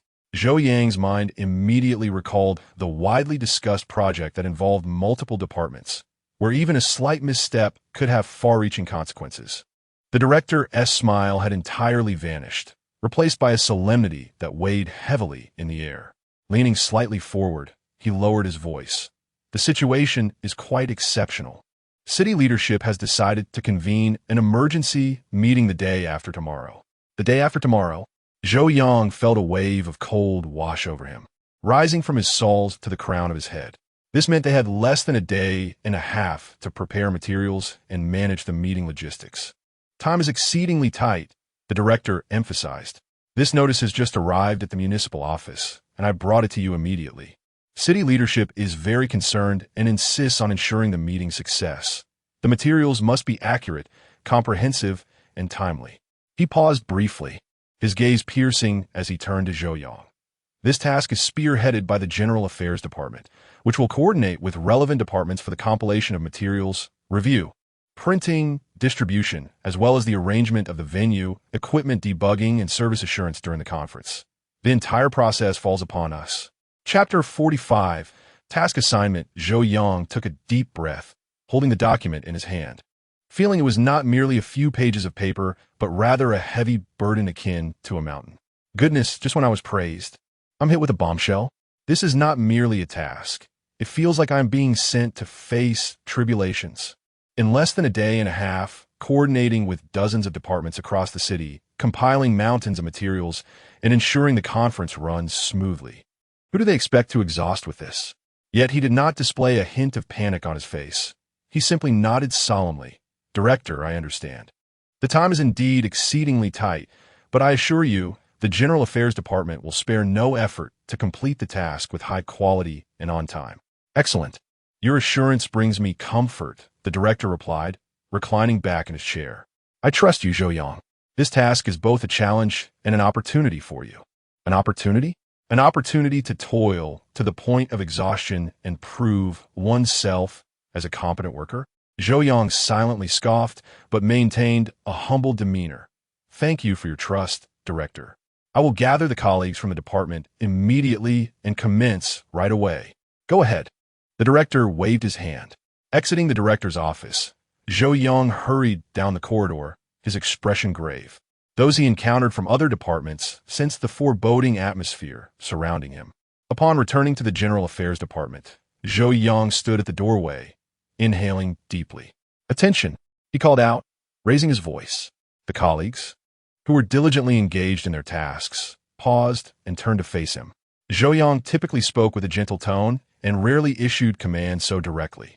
Sensing the gravity of the situation, everyone set aside their work and gathered around. Lao Zhang and Li Wen also stepped forward. Without further ado, Zhou Yang placed the document on the table, pointed at its contents, and articulated the task details swiftly yet clearly. That is the situation. Zhou Yang scanned the room filled with colleagues. We have a meeting the day after tomorrow, and the time left to us is less than a day and a half. This task is extremely urgent and significant, directly impacting the advancement of major projects in the city. We cannot afford to be careless. A collective gasp echoed through the department. My goodness, it's so urgent. Less than 2 days? How can we possibly finish this? Will we need to work through the night? Expressions of shock and concern adorned their faces. The workload appeared astronomical. Zhou Yang did not immediately delegate tasks, but instead softened his tone. I understand that this task is exceptionally daunting and represents a formidable challenge for our department. However, it is a crucial undertaking for the city and a test of our capabilities in the General Affairs Department. He looked earnestly at everyone. I need your assistance and support. This is not merely Zhou Yang's task. It is a collective endeavor for our entire department. We are all in the same boat and must navigate it together. Now, I need everyone to brainstorm how we can tackle this task swiftly and effectively. Zhou Yang did not issue direct orders. Instead, he posed a question to the group. According to the requirements outlined in the document, there are several key components. First, liaising with various departments to gather their relevant materials. Second, compiling, organizing, and reviewing these materials. Third, preparing meeting documents, including speeches for leaders, reports, and agendas. Fourth, ensuring logistical support for the meeting, which encompasses venue arrangement, equipment setup, personnel notifications, and on-site services. He inquired how the personnel in our department could most reasonably allocate these tasks. Who possesses experience in certain areas or is willing to take on specific responsibilities? Zhou Yang gazed at everyone, his eyes reflecting trust and anticipation. This approach made the team feel like they were not merely tools being commanded, but valued members whose opinions were sought and relied upon. Yang Wang promptly raised his hand, exclaiming, Director Zhou, I can quickly liaise with the departments. I can handle the coordination and communication. Me. I type fast, and I am proficient in formatting. I can assist with material compilation and document preparation. Li also eagerly responded. Old Chun, the department's seasoned writer, although a bit older, excelled at drafting materials. I can help with material review and the leadership speech, he offered. The atmosphere in the department shifted from initial shock and discomfort to one of lively engagement, with everyone actively claiming responsibilities or suggesting ideas. Zhou Yang listened attentively, nodding occasionally and jotting down notes swiftly. He understood that the core challenge of this task lay in coordinating numerous departments, gathering vast amounts of information, and synthesizing it into valuable meeting materials within a very short time frame. This required experience, meticulousness, and the ability to command respect. His gaze fell upon old Zhang, who had remained silent throughout, arms crossed and standing on the periphery, wearing an expression that seemed to say, "Let's see how you handle this." Old Zhang's expression was one of anticipation for my potential failure. "You think I'll embarrass myself? Not a chance. You consider yourself experienced and all-knowing, do you? Then I shall assign you the task that demands the most expertise." Zhou Yang approached old Zhang, speaking with sincerity and respect. "Brother Zhang, you are our department's esteemed elder, the most experienced among us. The most challenging and crucial aspect of this task is coordinating with various departments to obtain materials and conducting a preliminary organization and classification of these documents. This requires a profound understanding of the nature of work and interrelations within the city's departments, as well as the gravitas to ensure timely submission of materials." He looked intently at old Zhang and said earnestly, "I believe this task is uniquely suited for you. If you take the lead in coordinating and connecting with the departments, they will undoubtedly show you respect. You could then guide Wang and the others in gathering and initially organizing the materials. What do you think?" Old Zhang's sharp gaze fixated on Zhou Yang. He discerned the underlying message in Zhou Yang's words: coordinating with departments, wielding influence, and receiving respect. This was clearly a form of flattery, acknowledging his experience and connections. Simultaneously, this task indeed required expertise and was critically important, serving as the foundation of the entire endeavor. If this phase encountered obstacles, all subsequent work would come to a halt. Moreover, Zhou Yang has emphasized the significance of this task, directly placing it upon the shoulders of this esteemed senior. If he were to decline, it would undeniably reflect poorly on his capabilities and sense of responsibility. More importantly, Zhou Yang mentioned that it would be him leading Xiao Wang and the others, rather than undertaking the endeavor alone. This not only grants him authority, but also provides him with a team, alleviating his burden. A brilliant maneuver indeed. Chapter 46. Standing alone, old Zhang's expression fluctuated several times. He sought a pretext, yet with Zhou Yang's amiable demeanor and eloquent discourse, he found no grounds for objection. He contemplated evasion, but Zhou Yang had elevated the task to an indispensable level, making refusal rather awkward. With a grunt, his voice muffled, he remarked, "This task is no trifling matter. Those departments are all quite challenging to deal with." "I understand, Brother Zhang. Precisely because it is challenging, your involvement is essential," Zhou Yang replied, aligning with his sentiments. "Your wealth of experience will undoubtedly provide a solution." Ultimately, old Zhang refrained from further comment, merely nodding slightly. System detected that the host provided emotional value to the target, old Zhang, who felt valued and affirmed. Experience weight. Point 10. Zhou Yang felt a surge of joy within. Mission accomplished. Subsequently, he swiftly organized a detailed division of labor based on everyone's strengths, preferences, and the urgency of the tasks. Xiao Wang, accompanied by a few others, was tasked with coordination and material collection. Xiao Li, leading another group, was responsible for compiling, entering, and preliminarily categorizing the materials. Old Chun would oversee the review of critical documents and materials, while others prepared for meeting logistics. "And me?" Li Wen, who had remained silent, finally inquired. Zhou Yang turned to him. Li Wen hailed from a prestigious background, yet Zhou Yang was still assessing his specific capabilities. However, given the urgency of the task, he could not be sidelined. "Li Wen, stay close to me," Zhou Yang instructed. "I will primarily be coordinating the entire task, focusing on the most pivotal and challenging materials, the leader's speeches, and the final report.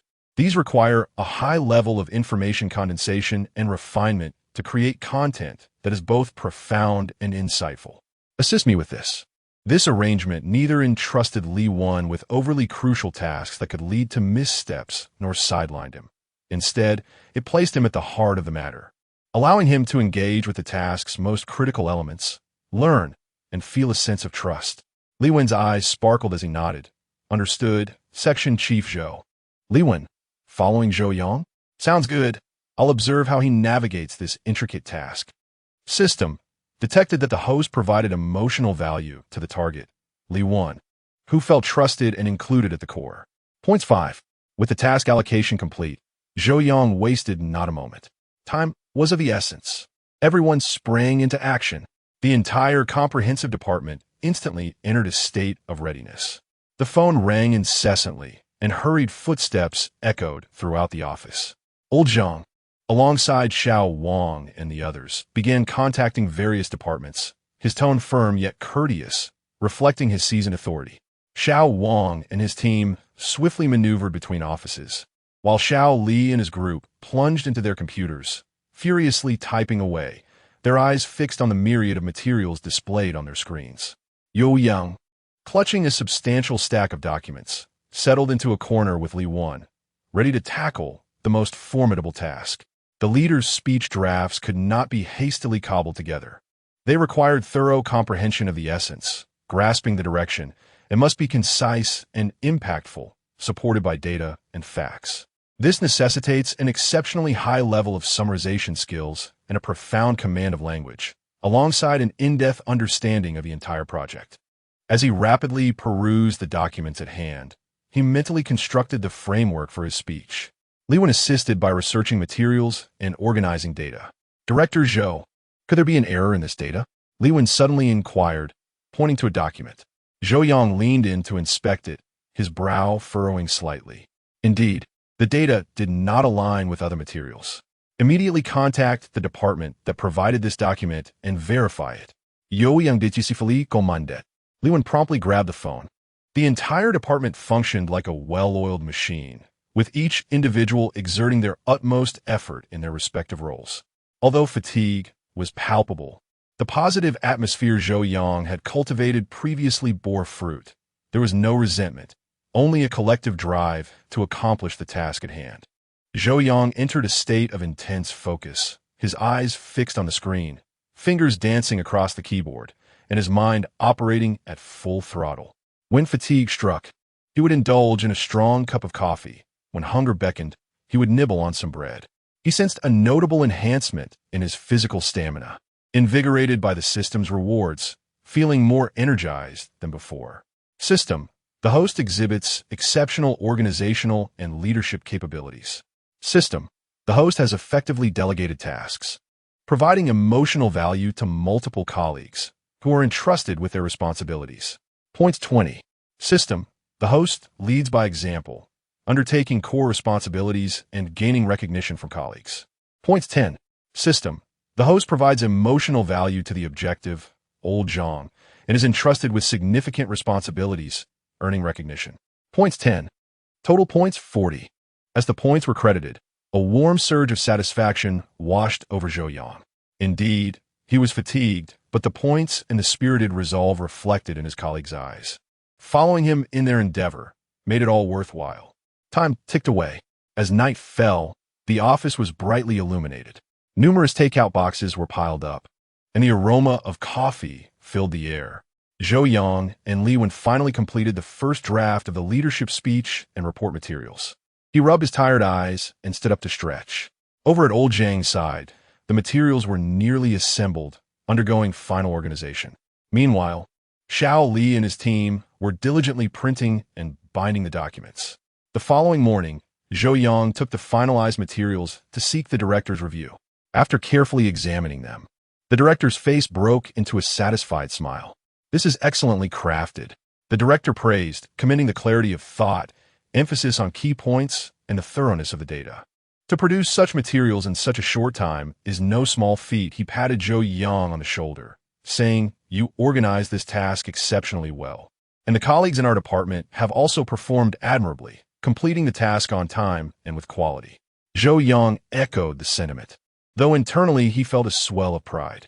The director pointed at him, shaking his head with a smile. "In this task, I witnessed your capabilities, not merely in writing, but also in organization and coordination, as well as your ability to maintain composure and effectively direct under pressure."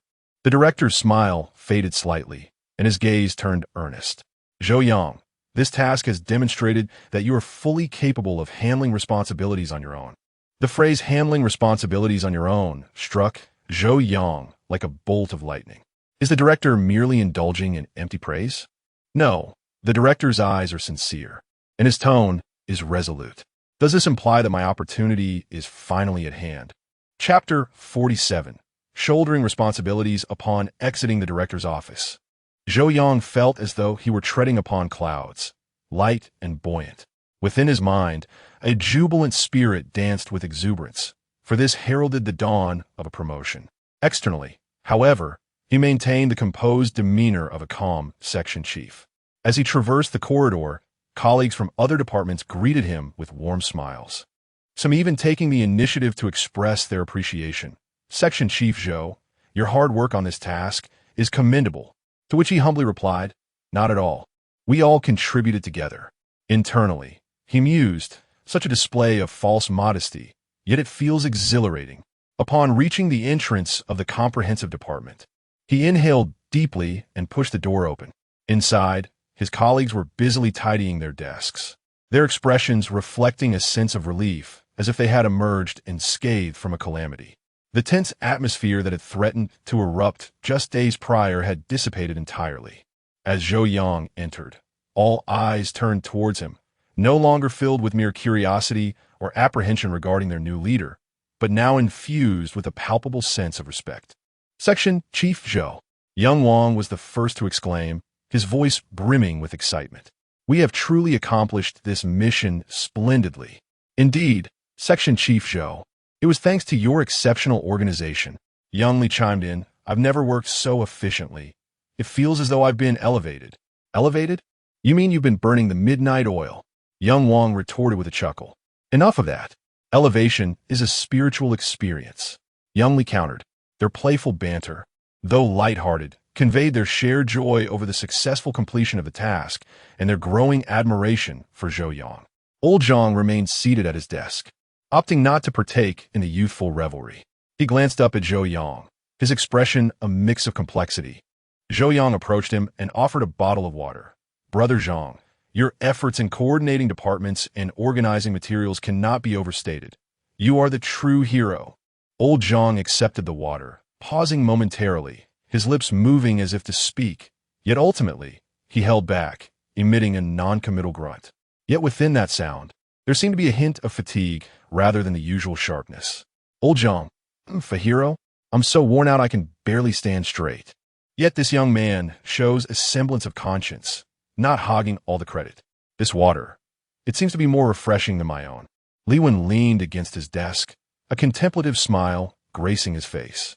Section Chief Zhou, this task has truly broadened my horizons, he remarked. To unite so many departments in such a short span, your organizational prowess is commendable. Li Wen, commandable. I merely wish to ascertain whether you possessed genuine skill, or if it was merely fortuitous. However, this tactic of flattering old Zhang does possess a certain finesse. Zhou Yang was acutely aware of Li Wen's cunning nature. Though he spoke sweetly, there were likely ulterior motives at play. Yet, he maintained a humble facade. You flatter me. Li Wen, we are all united in purpose, striving collectively to fulfill our mission. System detected that the host has gained recognition and goodwill from colleagues. Young Wang, Young Li, etc. Points 20. The system detected that the host provided emotional value to the target. Lao Zhang, receiving affirmation, a true hero. Points 5. The system then detected that the host provided emotional value to the target. Li Wen, receiving recognition, a united front. Points 5. Total points, 30. With the points credited, Zhou Yang felt an uplift in his spirits. Exhaustion lingered, yet it was worth it. This urgent task served as a crucible, not only validating his abilities, but also solidifying his position within the comprehensive department. Previously, his minor efforts to win hearts were mere preliminaries. But conquering this significant challenge established his true authority. Everyone witnessed his organizational skills, coordination abilities, and capacity to withstand pressure. More importantly, they saw him transform an impossible task into a feasible one. Such shared moments of life and death forged the strongest bonds among people. Seizing the moment, Zhou Yang proposed an afternoon tea gathering that very afternoon, ordering an abundance of milk tea and desserts. Everyone has worked hard. Let us replenish our energy. He messaged in the group chat. The department erupted in cheers. While sipping milk tea and recounting the thrilling escapades of the task, the atmosphere became increasingly relaxed and harmonious. Zhou Yang refrained from discussing work, instead engaging in casual conversation, listening to their grievances about sleepless nights, and sharing in the joy of completing the mission. The system detected that the host, through afternoon tea, provided emotional value to multiple targets, fostering relaxation and care, resulting in benefits. Points 25. The system noted that the host gained favor from colleagues, including Lao Zhang. Points 10. Total points 35. Although Lao Zhang did not partake in the milk tea, he couldn't help but smile at the youthful exuberance around him. He glanced at Zhou Yang, hesitating to speak. Zhou Yang sensed that the defenses in Lao Zhang's heart were gradually softening. In the following days, the efficiency within the comprehensive department soared. Teamwork flourished, communication flowed smoothly, and many matters that previously required extensive negotiation were resolved with a single call or message. Zhou Yang arranged tasks, and everyone executed them swiftly and adeptly, even proactively suggesting improvements. His aura of leadership seemed to have evolved. Standing there, without uttering a word, he exuded an intangible cohesion that everyone could feel. The director also noticed this change, occasionally visiting the comprehensive department, always wearing a satisfied smile as he observed the vibrant atmosphere. Xiao Zhou, the department is in excellent shape lately. The director praised him on multiple occasions. The director leads well. Everyone is working diligently. Zhou Yang would standardly reply. Haha, you rascal. The director chuckled, shaking his head. One day, the director summoned Zhou Yang into his office.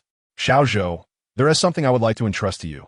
The director spoke casually, but Zhou Yang understood that a new challenge was on the horizon. Please go ahead. A few days ago, there were some follow-up coordination details regarding that significant project from the city that still need attention, the director continued, such as the funds disbursement process and the final confirmation of responsible departments, among other matters. These matters may seem trivial, yet they hold significant importance and necessitate communication with various departments. I would like you to take charge of this. Here it comes. The director has begun to add to my burdens. Although these tasks sound daunting, they also present an excellent opportunity to hone my coordination skills. No problem, director. Zhou Yang promptly agreed, assuring that he would meticulously attend to every detail. Excellent. The director nodded in satisfaction, stating that if this task is accomplished well, I shall accompany you to the next significant event in the city. Chapter 48. The municipal government executive meeting. The pivotal moment has arrived. Are you taking me along? This is my chance to shine. In an instant, the little man in Zhou Yang's heart ceased its revelry and began to warm up with fervent anticipation. This signified an opportunity to engage with higher echelons of leadership and to step onto a grander stage. I'm truly grateful for your trust, Director. Zhou Yang's tone grew more earnest. I shall not disappoint your expectations. Upon exiting the director's office, Zhou Yang felt the weight of responsibility upon his shoulders. Yet his heart brimmed with enthusiasm. This forthcoming coordination task, though not as exhilarating as the previous urgent assignment, presented an excellent opportunity to solidify achievements and showcase meticulousness. Moreover, it was directly tied to the chance of stepping outside his usual circle alongside the director. Charge forth. For my independence, for my promotion and salary increase, I shall get my all. Returning to the department, Zhou Yang immediately immersed himself in the new task. Rather than dispersing all the work at once, he opted to first study the documents and clarify his thoughts. He understood that these intricate details were the most susceptible to errors, yet they also reflected one's diligence and sense of responsibility.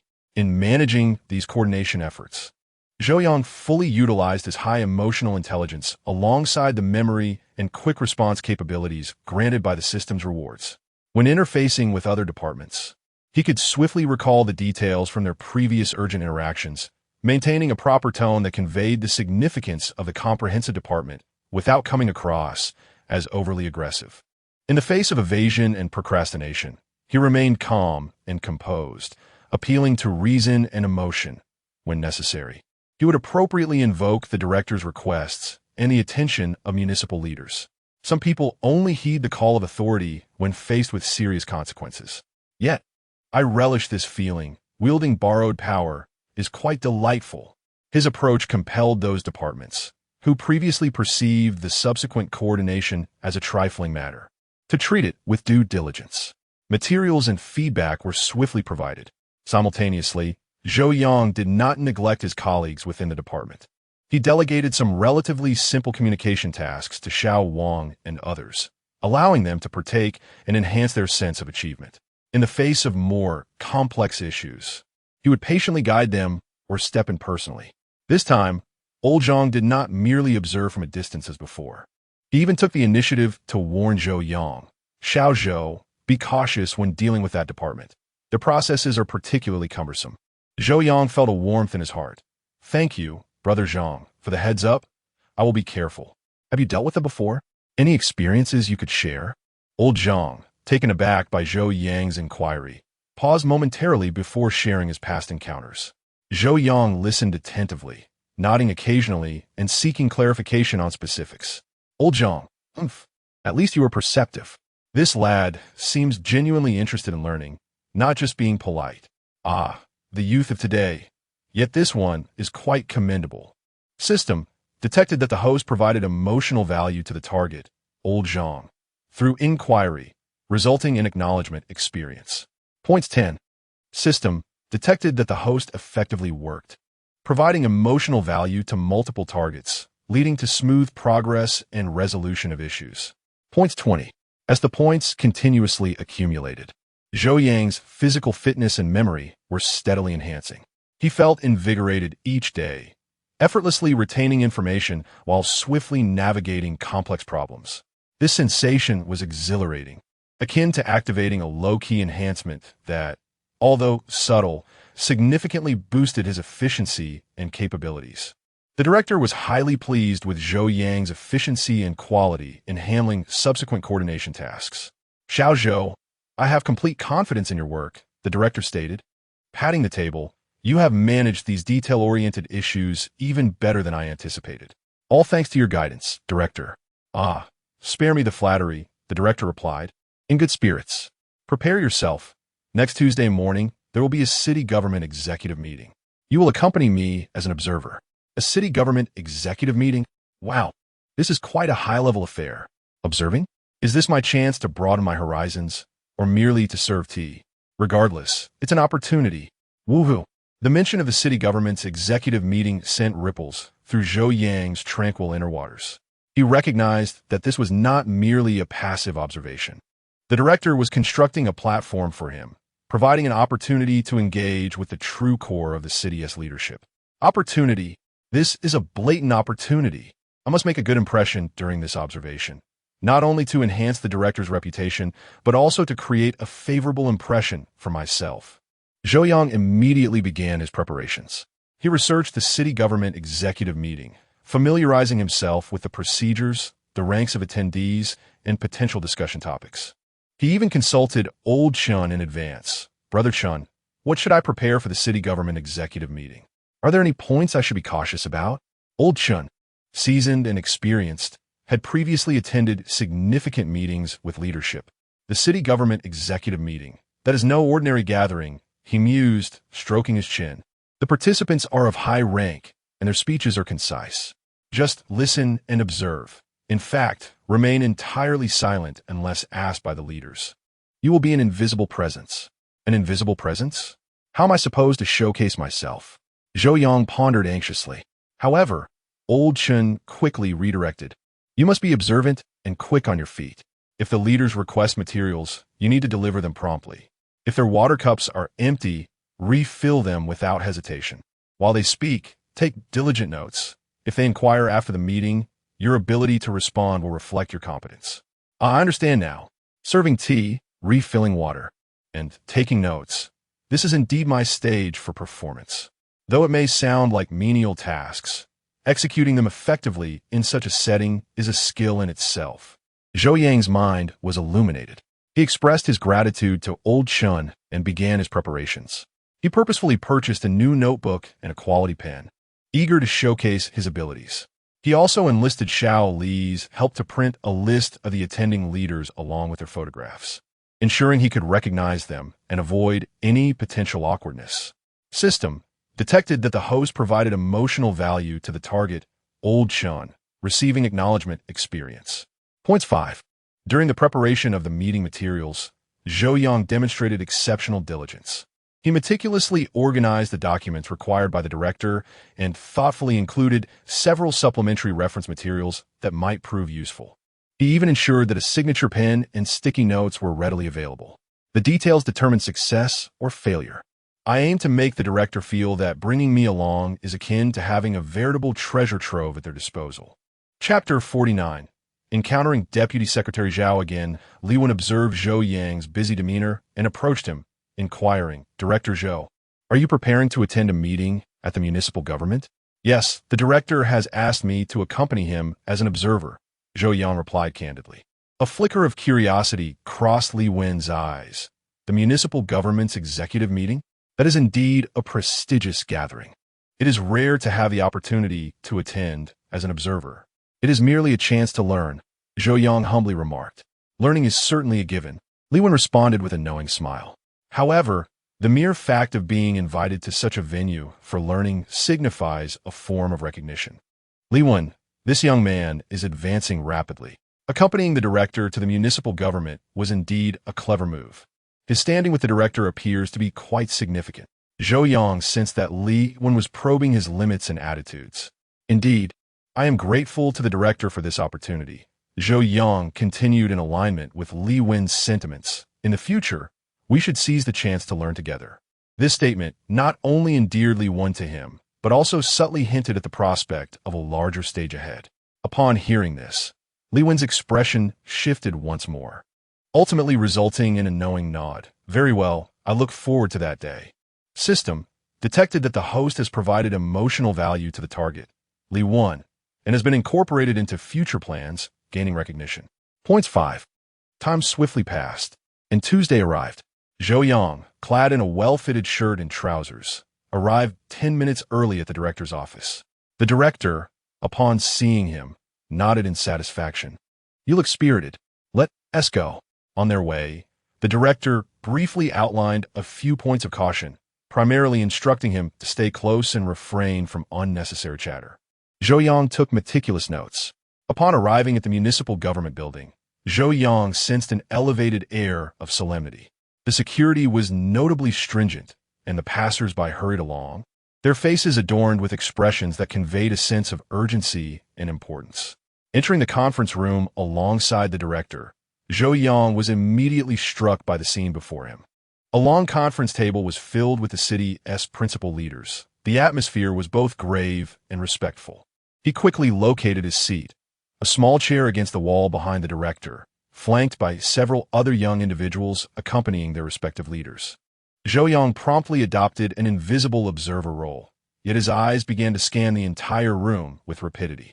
He swiftly compared the positions of the leaders with a pre-prepared list in his mind, confirming their locations.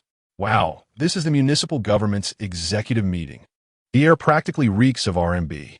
So many prominent figures, whom I usually only see on television, are right before my eyes. The meeting commenced shortly thereafter. The leaders' speeches were indeed concise, delivered with rapidity and substantial information. Zhou Yang listened intently, his pen racing across the pages of his notebook. He not only recorded what the leaders articulated, but also noted their tones, expressions, and the exchanges of glances among them. These are living textbooks on political affairs. That leader frowned. Could it be that he disapproves of this proposal? That leader nodded. It seems this topic will pass. Halfway through the meeting, when the director spoke, Zhou Yang swiftly and adeptly presented the prepared documents. The director cast a glance and, satisfied, accepted the document. After the speech concluded, the director's cup was empty. Zhou Yang immediately rose, quietly retrieving the water jug to refill it. His movements were fluid and silent, causing no disturbance to anyone. The director noticed his actions, slightly turned his head, and a glimmer of approval sparkled in his eyes. System detected that the host provided emotional value to the target, the director, by offering service and thoughtfulness. Point 10. Zhou Yang felt a surge of joy. It seemed his strategy of blending into the background while being a supportive presence was proving effective. The meeting extended for over 2 hours, during which Zhou Yang maintained an unwavering focus, listening attentively, observing keenly, and diligently taking notes. Once the meeting adjourned, everyone rose, exchanging handshakes and pleasantries. Zhou Yang remained closely behind the director, prepared for any task at hand. As the director conversed with several leaders at the door, Zhou Yang stood at a respectful distance nearby. At that moment, one leader's gaze inadvertently swept over Zhou Yang. This was a dignified gentleman in his 50s, his hair meticulously styled, wearing gold-rimmed glasses, exuding an air of sophistication. He was the Deputy Secretary General responsible for the city government. Deputy Secretary General Zhao's gaze lingered briefly on Zhou Yang, as if recalling something. He smiled slightly and initiated, "Ah, is that not little Zhou?" Zhou Yang immediately straightened, standing tall, his face adorned with an appropriately respectful smile. "Good day, Secretary Zhao," he replied, his voice resonant yet gentle, imbued with the reverence of a junior toward a senior. Deputy Secretary General Zhao scrutinized him anew, his smile deepening. "Indeed, it's little Zhou. Last time, regarding that key project in the city, I believe you were responsible for coordination from the office, correct?" Zhao seemed to recollect, his tone laced with commendation. "Time was tight back then, and your office demonstrated remarkable efficiency. Thank you for your kind words, leader." Zhou Yang's posture straightened further, his tone growing more respectful. He acknowledged that the successful completion of that task was a collective effort of the entire office, under the director's direct supervision. They merely fulfilled their duties. System detected that the host provided emotional value to the target, Deputy Secretary General Zhao, through respect and acknowledgement efficiency. Points 15. System detected that the host provided emotional value to the target, the director, through acknowledgement, command, and recognition of merit. Points 10. Oh, Deputy Secretary General Zhao, noting Zhou Yang's inclusion of the director, turned to the office director beside him, Old Wang. "This young man is quite commendable. He knows how to be humble and does not seek accolades."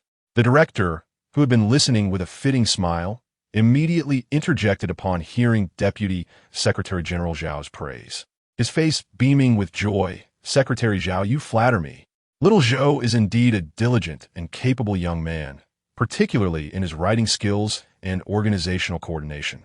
Our office cannot do without him." The director's praise, oh no, genuine and heartfelt commendation, is truly impressive. Zhou Yang silently admired the director in his heart, maintaining an appearance of humility, though the corners of his mouth subtly lifted, betraying his delight at receiving praise from his superior. Deputy Secretary Zhao nodded in satisfaction and turned to Zhou Yang, inquiring, "I hear you have now been promoted to the position of Deputy Head of the Comprehensive Department? Quite impressive. Your progress is commendable." Chapter 50. Foreshadowing gratitude for the leadership's concern. Zhou Yang stood at attention once more, acknowledging that the office director and department leaders had provided him with ample opportunities for learning and growth. System detected that the host provides emotional value to the target, Deputy Secretary Zhao, by being respected, humble, and courteous. Points 20. System detected that the host provides emotional value to the target, director, by being affirmed, well-trained. Points 10. Deputy Secretary Zhao appeared to be in high spirits as he casually inquired about the recent work of the Comprehensive Department. The department had recently focused on the follow-up coordination of key city projects. Without the slightest hesitation, Zhou Yang succinctly reported the status.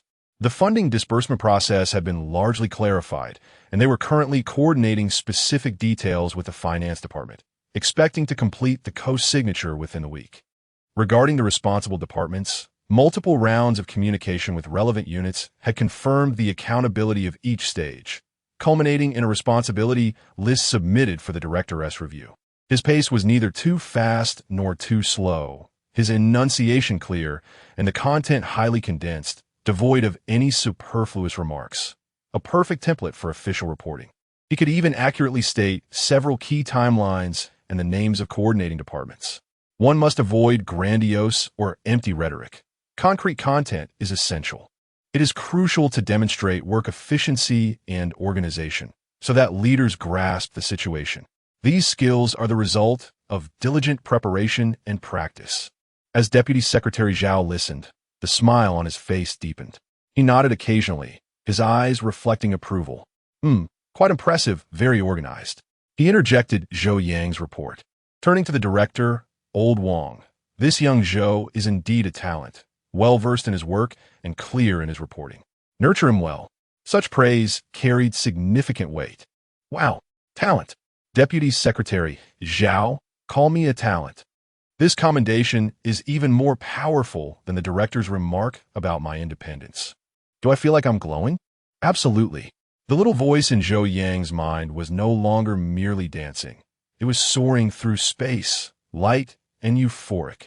The director's eyes also brightened, responding immediately, indeed. Indeed, Secretary Zhao has a keen eye. Young Zhou is very grounded. We are prioritizing his development. Should you require any assistance in the future, do not hesitate to assign him. I assure you, he will handle it impeccably. The director's words were exceptionally astute, not only demonstrating his regard for Zhou Yang, but also seamlessly recommending him to Deputy Secretary Zhao, thereby creating more opportunities for Zhou Yang to engage with senior leadership. The director is remarkable. This maneuver has thrust me directly before the big shots. From now on, I will be viewed as the director's representative and Deputy Secretary Zhao's eyes. My connections have instantly strengthened. Zhou Yang's mind was racing, yet his expression remained humble and respectful. Very well, very well. Deputy Secretary Zhao repeated his approval twice, clearly pleased with the director's endorsement. He turned back to Zhou Yang, his gaze imbued with encouragement. Young Zhou, continue to excel. Your drive and capability are invaluable assets to the organization. Thank you for your guidance, Secretary Zhao. I shall remember this. Zhou Yang stood at attention once more. Most importantly, the endorsement from Deputy Secretary Zhao signifies that Zhou Yang has not only gained recognition at the level of office director, but his name and abilities have begun to capture the attention of higher-ranking leaders within the municipal government. This paves a direct expressway for his future advancements. Deputy Secretary Zhao engaged in a brief conversation with the director about various matters before taking his leave. Zhou Yang remained in place until the figure of Deputy Secretary Zhao completely vanished at the end of the corridor, at which point he allowed himself to relax slightly. The director observed Zhou Yang, unable to conceal the smile on his face. He placed a firm hand on Zhou Yang's shoulder. Young Zhou, did you see? Opportunities are reserved for those who are prepared. The director lowered his voice, but the excitement in his tone was palpable. You performed admirably today. You were not daunted. Your report was well-structured, and you adeptly shared the credit with the team, especially when mentioning me. Ha ha ha. The director is genuinely pleased. To have the director maintain his dignity before Deputy Secretary Zhao adds significant emotional value. It is all due to the director's exceptional leadership that I have such opportunities. Zhou Yang continued with his customary response. Yet this time he felt the sincerity in his words. The director pointed at him and shook his head with a smile. You rascal. Well, this time, attending the municipal executive meeting as an observer must have been quite rewarding, right? Indeed, it was immensely beneficial. Listening to the leaders speak has clarified many concepts in my mind, Zhou Yang replied earnestly. The director's smile faded slightly, his expression becoming more serious. Such opportunities will arise again. Accompany me more often, observe and learn. But remember, take to heart what Secretary Zhao said today. Just listen. Do not let it go to your head. The road ahead is still long. Yes, I will certainly heed your teachings. Yo Yang promptly affirmed. Let it go to my head? Impossible. This is Deputy Secretary Zhao, the leader overseeing the municipal government.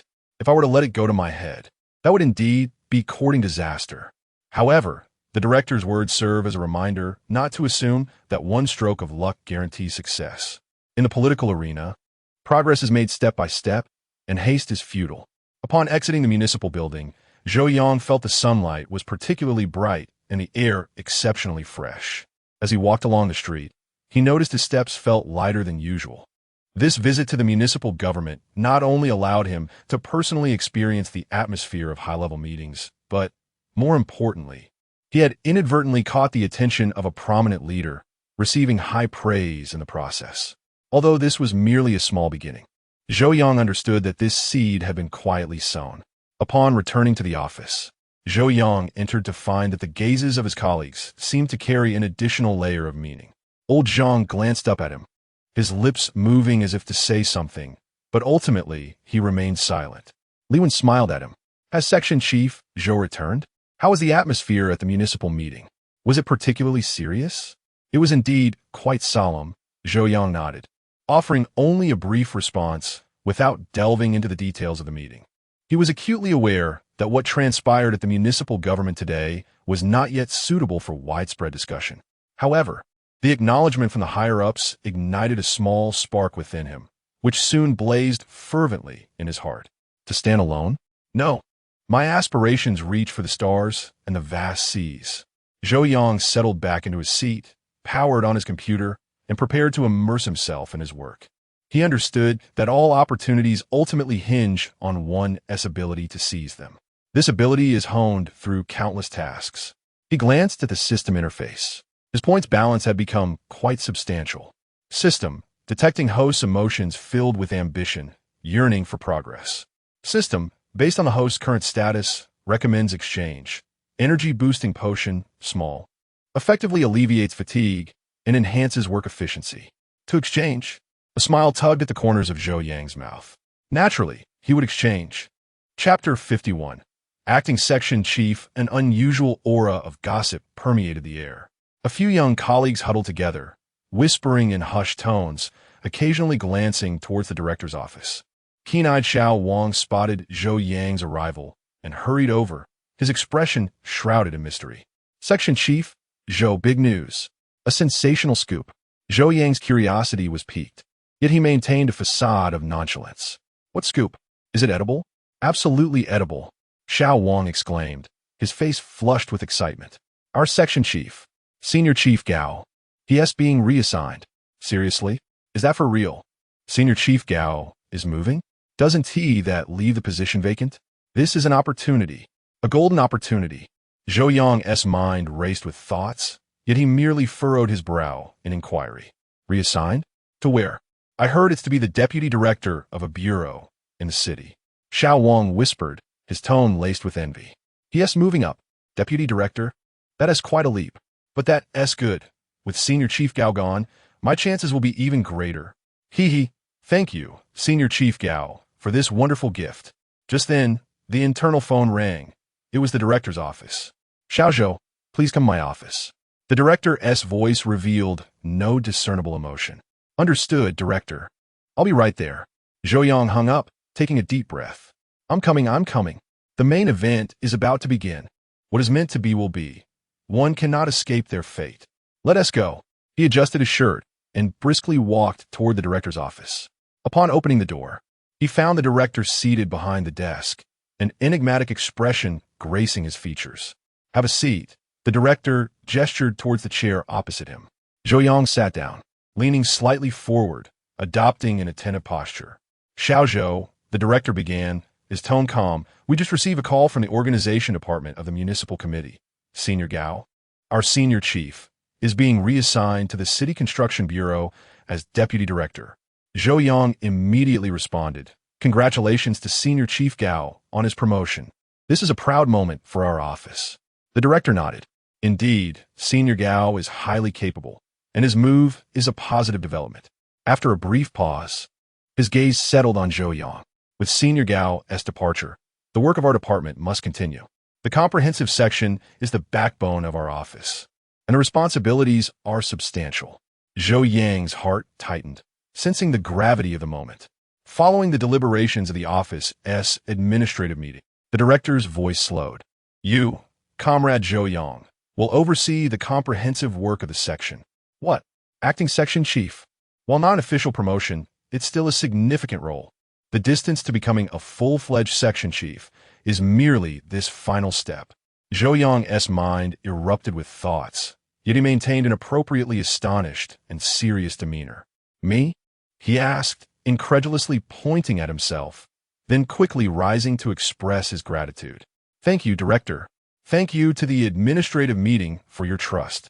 I will not disappoint the organization's expectations and will strive to excel in managing the comprehensive section's responsibilities. Sit down, the director smiled, waving his hand dismissively. While it is termed overseeing the work, it is effectively the role of acting section chief. The formalities for the position are not yet complete, but the work of the section cannot be delayed. You are now the deputy section chief, and the responsibility falls upon your shoulders. No one has any objections. Objections? Old Zhang likely has opinions that could pierce the ceiling. However, I am currently acting as the section chief, the nominal leader. Old Zhang, you must heed my words. Zhou Yang chuckled inwardly, though his expression remained solemn. Yes, I understand. Rest assured, director, I shall fulfill my duties diligently. The director nodded in satisfaction. The comprehensive section is in good standing, and your performance during our visit to the municipal government was commendable. Secretary Xiao praised you. Secretary Xiao? The director mentioned him directly. This is an endorsement for me. It signals to everyone that Zhou Yang has influential connections. Zhou Yang felt a surge of joy, yet remained modest. It is all thanks to your capable leadership, director. I merely performed my responsibilities. Enough of the flattery. The director, in high spirits, continued. Moving forward, you should boldly take charge of the comprehensive section's work.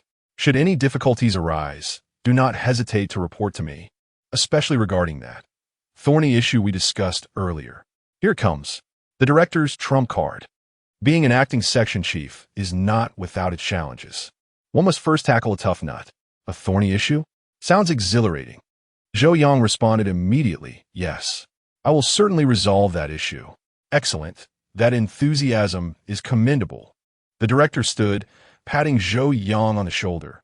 Go forth and act. This position is both a challenge and an opportunity for you. Upon leaving the director's office, Zhou Yang felt as if he were walking on air. Acting section chief. Though merely a prefix, the feeling is entirely different. Previously the deputy. Now I am the nominal leader. System, where's my Italian cannon? Oh no, my emotional value cannon is fully loaded. Returning to the comprehensive section. The atmosphere in the office instantly became tense. All eyes were fixed on Zhou Yang. He approached his desk, took a deep breath, and donned a gentle yet authoritative smile. Everyone, please be quiet. Zhou Yang clapped his hands, and the office fell silent. He remained standing, surveying each individual in the department. The director just spoke with me. Senior Chief Gao has been reassigned as the Deputy Director of the Municipal Construction Bureau. Congratulations to Senior Chief Gao on his promotion. Zhou Yang announced this news, and everyone's faces reflected a mix of understanding and astonishment. Until my position as chief is officially confirmed, I, Zhou Yang, will preside over all affairs of the comprehensive section. His tone was calm, yet every word resonated with clarity and strength. System. Host has been promoted to acting section chief. Unlocking stage task. Successfully established as a formal section chief. Reward. Generous points and Memory Palace Intermediate. System notification. Memory Palace Intermediate has been issued. Zhou Yang's mind buzzed, feeling something had been activated within him.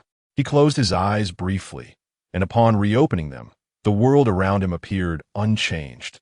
Yet deep within his mind, a vast and orderly library emerged.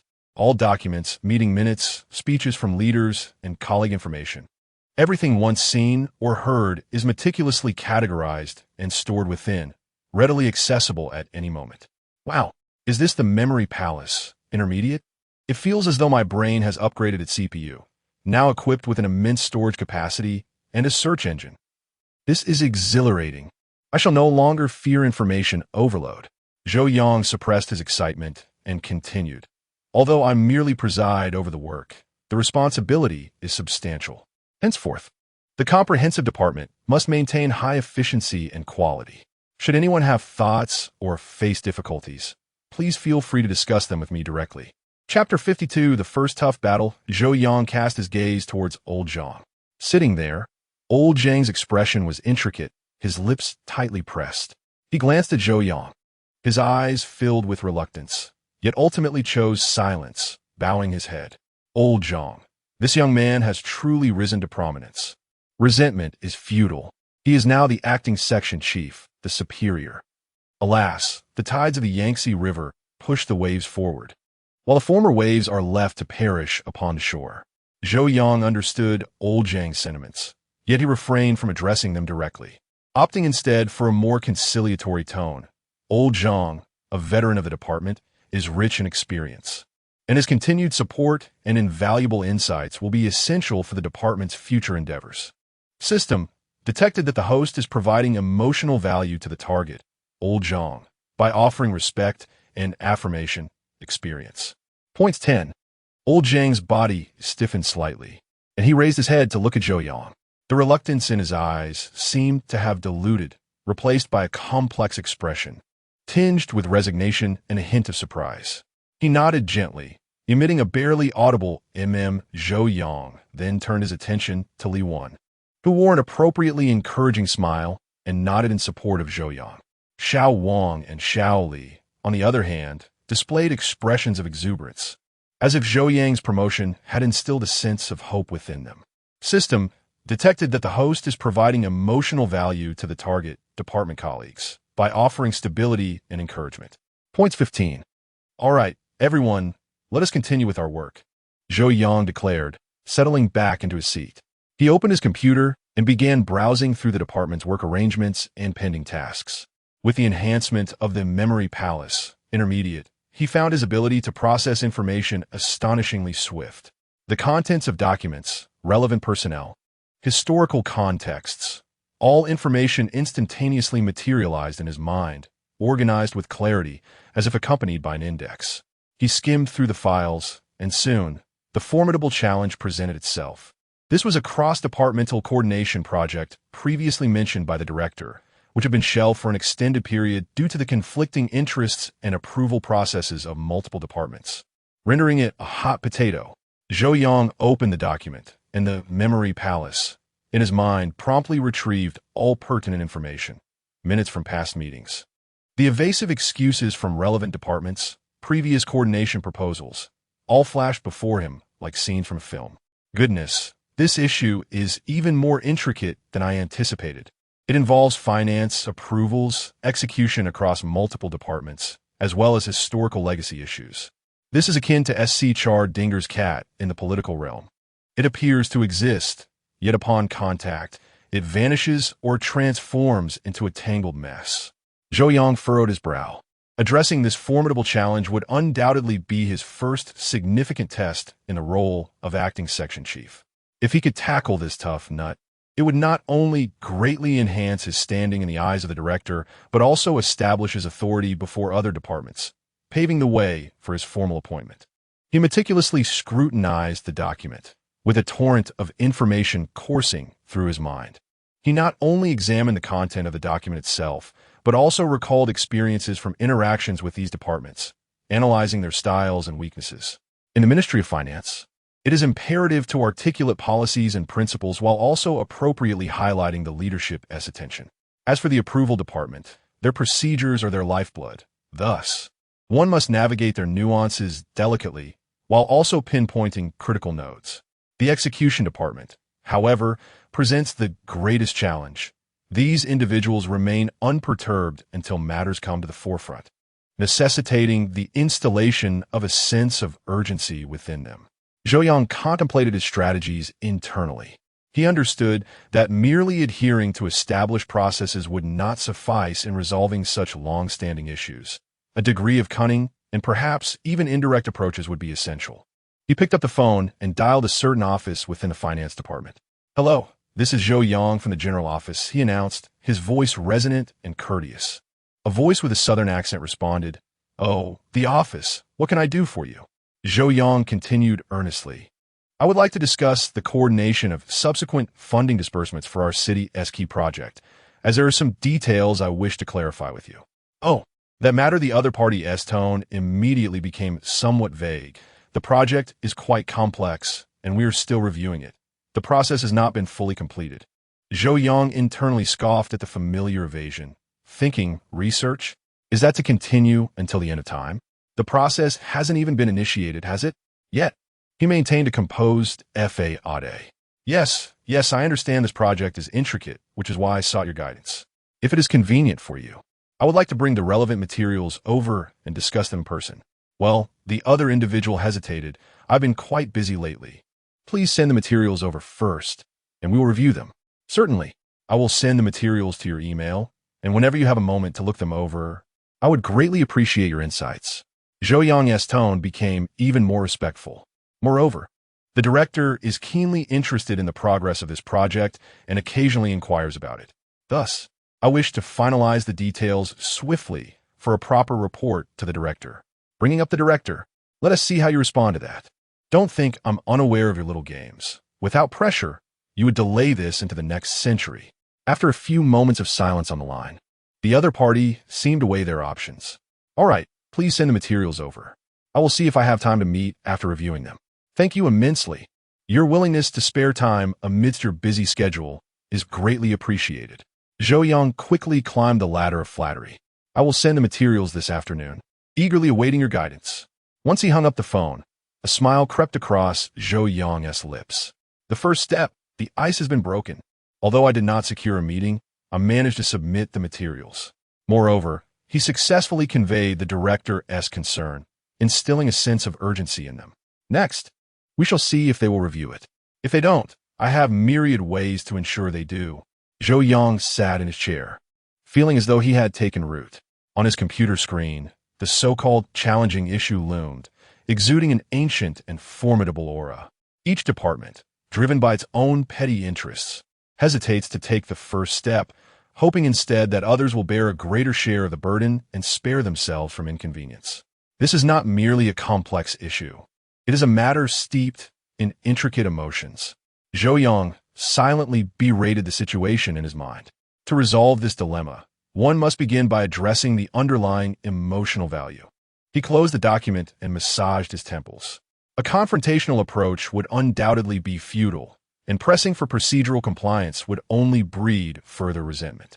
One must influence subtly and seek alternative paths to salvation. Chapter 53. The breakthrough. Zhou Yang contemplated the essence of the governance and harmony system, providing emotional value. To ensure the leaders are at ease, the colleagues are satisfied, and the counterparts feel esteemed.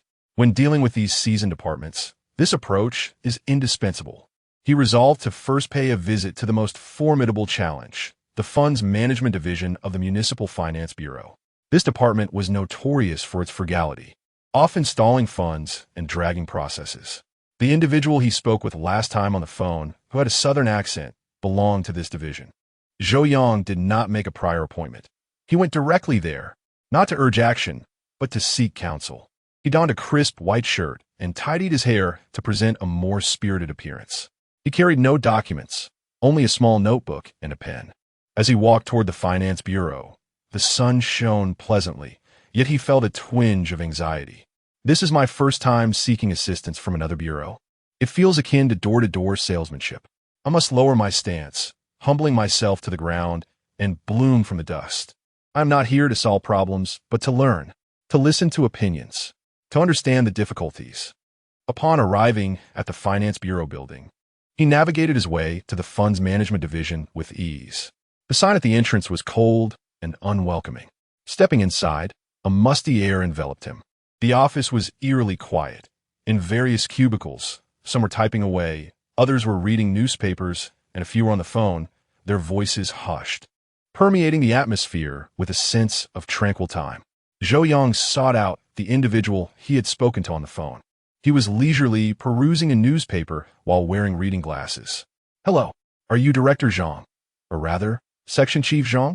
Zhou Yang promptly corrected himself, adopting a tone of humility akin to that of a freshly graduated intern.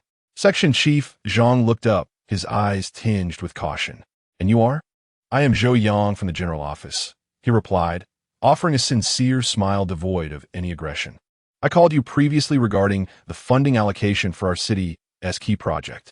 Section Chief Zhang then recalled the conversation, set down the newspaper, and adjusted his glasses.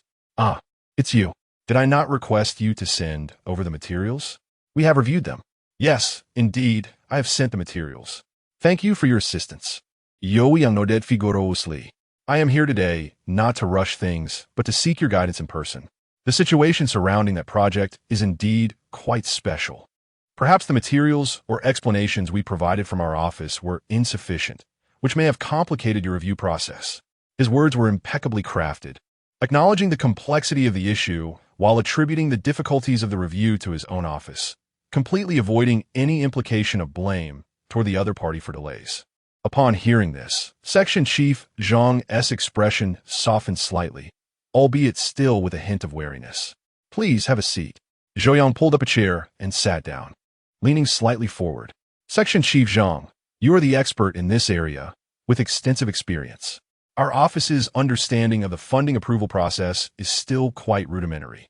Therefore, I wish to come in person to hear your insights, to identify the crux of the issue, so we can improve our work upon returning."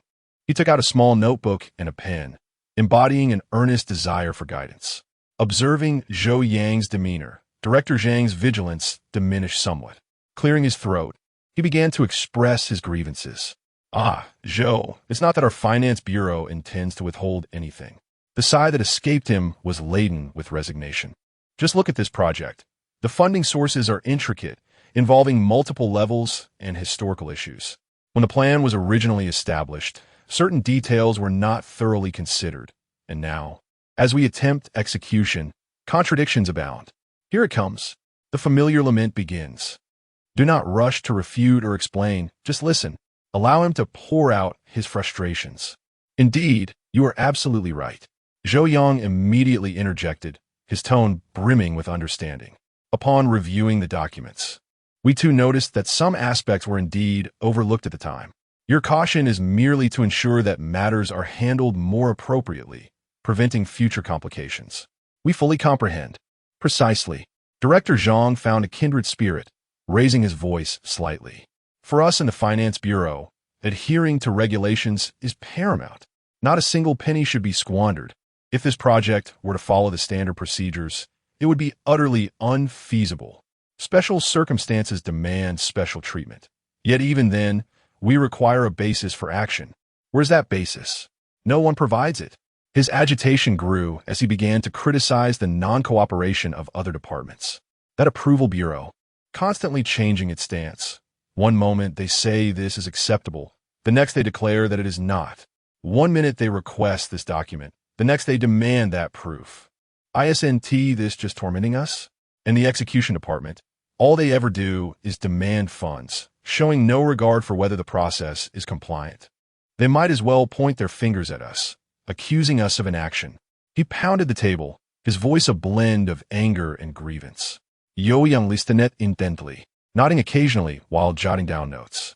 He did not defend any department, merely interjecting timely expressions of understanding and sympathy. "You truly have it tough. We, in the coordination role, are most capable of empathizing with such feelings. The situations you describe, we had only gleaned from documents previously, but hearing you speak today, we genuinely grasp the challenges you face." System detected that the host is providing emotional value to the target, Director Zhang, through being listened to, understood, and empathized with. Points 30. System detected that the target, Director Zhang, has experienced an increase in emotional value and a decrease in vigilance. After pouring out his thoughts, Director Zhang felt a noticeable relief in his heart. He lifted his teacup for a sip, and his gaze towards Zhou Yang softened considerably. "Thus, Zhou, it's not that we wish to delay. It is genuinely challenging to manage, unless there is a special directive from a higher authority to facilitate matters. I genuinely cannot foresee when this will be resolved." Zhou Yang's heart stirred. A special directive from leadership, facilitating matters? He continued to probe further. "Director Zhang, what do you believe is the most critical challenge of this project? In other words, which aspect requires the most coordination and is most likely to encounter obstacles?" Director Zhang hesitated for a moment and lowered his voice, saying, "In fact, the proposal for this project was initially spearheaded by Deputy Secretary Li from the Municipal Government Office. After he was reassigned, no one took charge of it. Currently, there is a director at the Approval Bureau, surnamed Wang, who is under Deputy Secretary Li back then. He holds the most authority over this project and possesses the deepest understanding of its complexities. However, he is now obstinately adhering to the new procedures, which do not entirely align with the plan established years ago, thus causing a stalemate. Zhou Yang's heart raced. Director Wang? Approval Bureau? Deputy Secretary Li from the Municipal Government Office? He immediately activated the information stored in his memory palace. Municipal Government Office, Deputy Secretary. Wait, Deputy Secretary Xiao. He swiftly searched for information regarding Deputy Secretary Xiao, particularly his previous connections and work history. My goodness. Deputy Secretary Xiao. He was in charge of the comprehensive office of the municipal government at that time, and Deputy Secretary Li was one of his subordinates. This Director Wang was likely one of Deputy Secretary Zhao's personnel back then. Isn't this a connection to a higher authority? Isn't this an acquaintance of the director? Zhou Yang suppressed the tumultuous waves within him, maintaining a demeanor of earnest inquiry on his face. So that is the case. I am grateful to Director Zhang for guiding me through this conundrum. Your insights have clarified my thoughts immensely. Chapter 54. Leveraging resources, there's nothing much to it. Merely some words of experience. Chief Zhang waved his hand, his mood evidently lifted. Young people should venture out more, ask questions, and not just sit in the office poring over documents. Indeed, I've learned so much. Zhou Yang immediately rose, his gratitude evident. Thank you, Chief Zhang. Today has truly been enlightening. All right, go back and study diligently. Chief Zhang also stood, his tone imbued with the encouragement of a senior to a junior. Upon exiting the Finance Bureau, Zhou Yang felt as if he were floating. It was not fatigue, but exhilaration. In his little notebook, he had scrawled a flurry of keywords. Chief Zhang of the Finance Bureau, Director Wang of the Approval Bureau, Deputy Secretary Li of the Municipal Office, Deputy Secretary Zhao. Along with Chief Zhang's grievances, he had not only grasped the superficial issues surrounding this long-standing problem, but had also unearthed the intricate web of key relationships lurking beneath the surface. Director Wang was the critical bottleneck. Years ago, he had been under the tutelage of Deputy Secretary Li, who in turn had once been subordinate to Deputy Secretary Zhao. Moreover, Deputy Secretary Zhao had recently praised him in the municipal building, declaring that the director had a close relationship with both old Wang and young Zhou. This chain of connections was akin to a bespoke key crafted to unlock his predicament. This is hardly a long-standing issue. It is evidently a treasure trove of insights handed to me. Oh, Director, the task you assigned me is nothing short of divine assistance. Zhou Yang hurried back to his unit, his mind already weaving the next steps of his plan. Should he approach Director Wang of the Approval Bureau directly? No, that would be rash. Without an introduction, he, as an acting division chief, lacks sufficient weight and might very well be met with a closed door.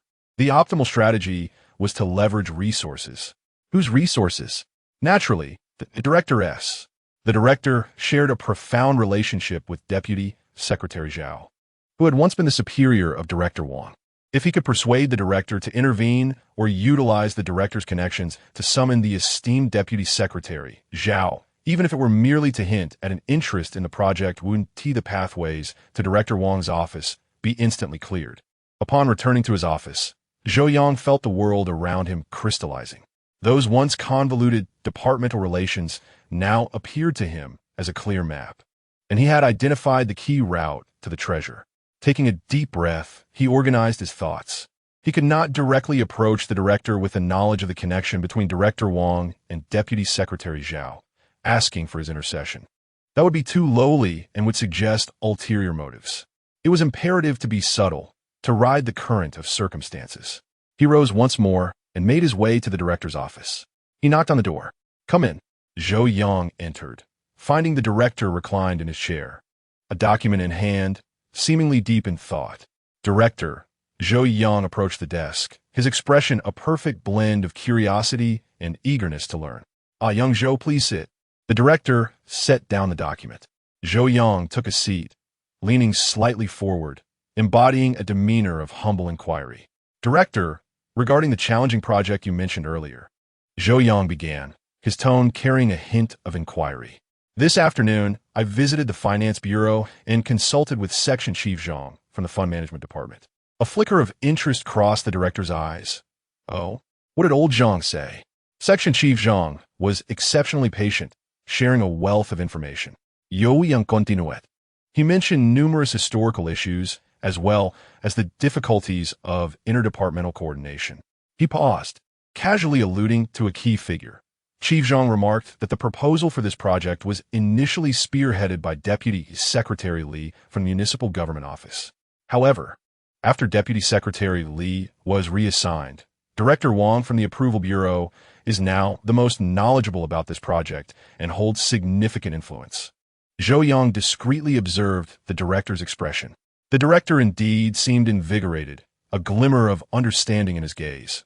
Old Zhang is quite tight-lipped. The fact that he shared so much indicates he thinks well of you, young man. Not at all. It is merely because Section Chief Zhang sees me as a junior and is willing to guide me, Zhou Yang humbly responded. Nevertheless, after listening to Section Chief Zhang, I sense that Director Wang from the Approval Bureau might be the pivotal point for resolving the issues. Director Wang. The director's expression shifted subtly.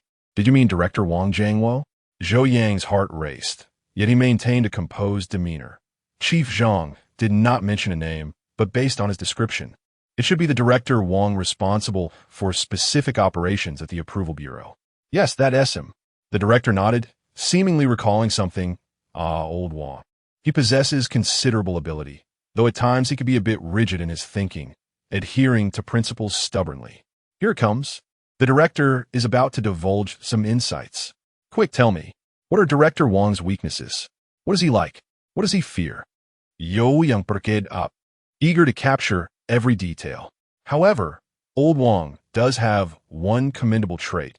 He places great value on personal relationships. The director mentioned casually, particularly cherishing connections with former leaders and old colleagues. At this point, the director suddenly chuckled. Speaking of which, it seems Old Wang once worked under Secretary Zhao. Wow, this is I thought. Director, you're directly feeding me information. Thank you, Director. Thank you, Secretary Zhao. Thank you, Director Wang. Thank you to all those paving the way for me. Zhou Yang felt a surge of joy within, yet his expression remained one of humble inquiry. Secretary Zhao? He asked in surprise, referring to the Secretary Zhao who praised me during our last visit to the municipal government. Yes, that's the one.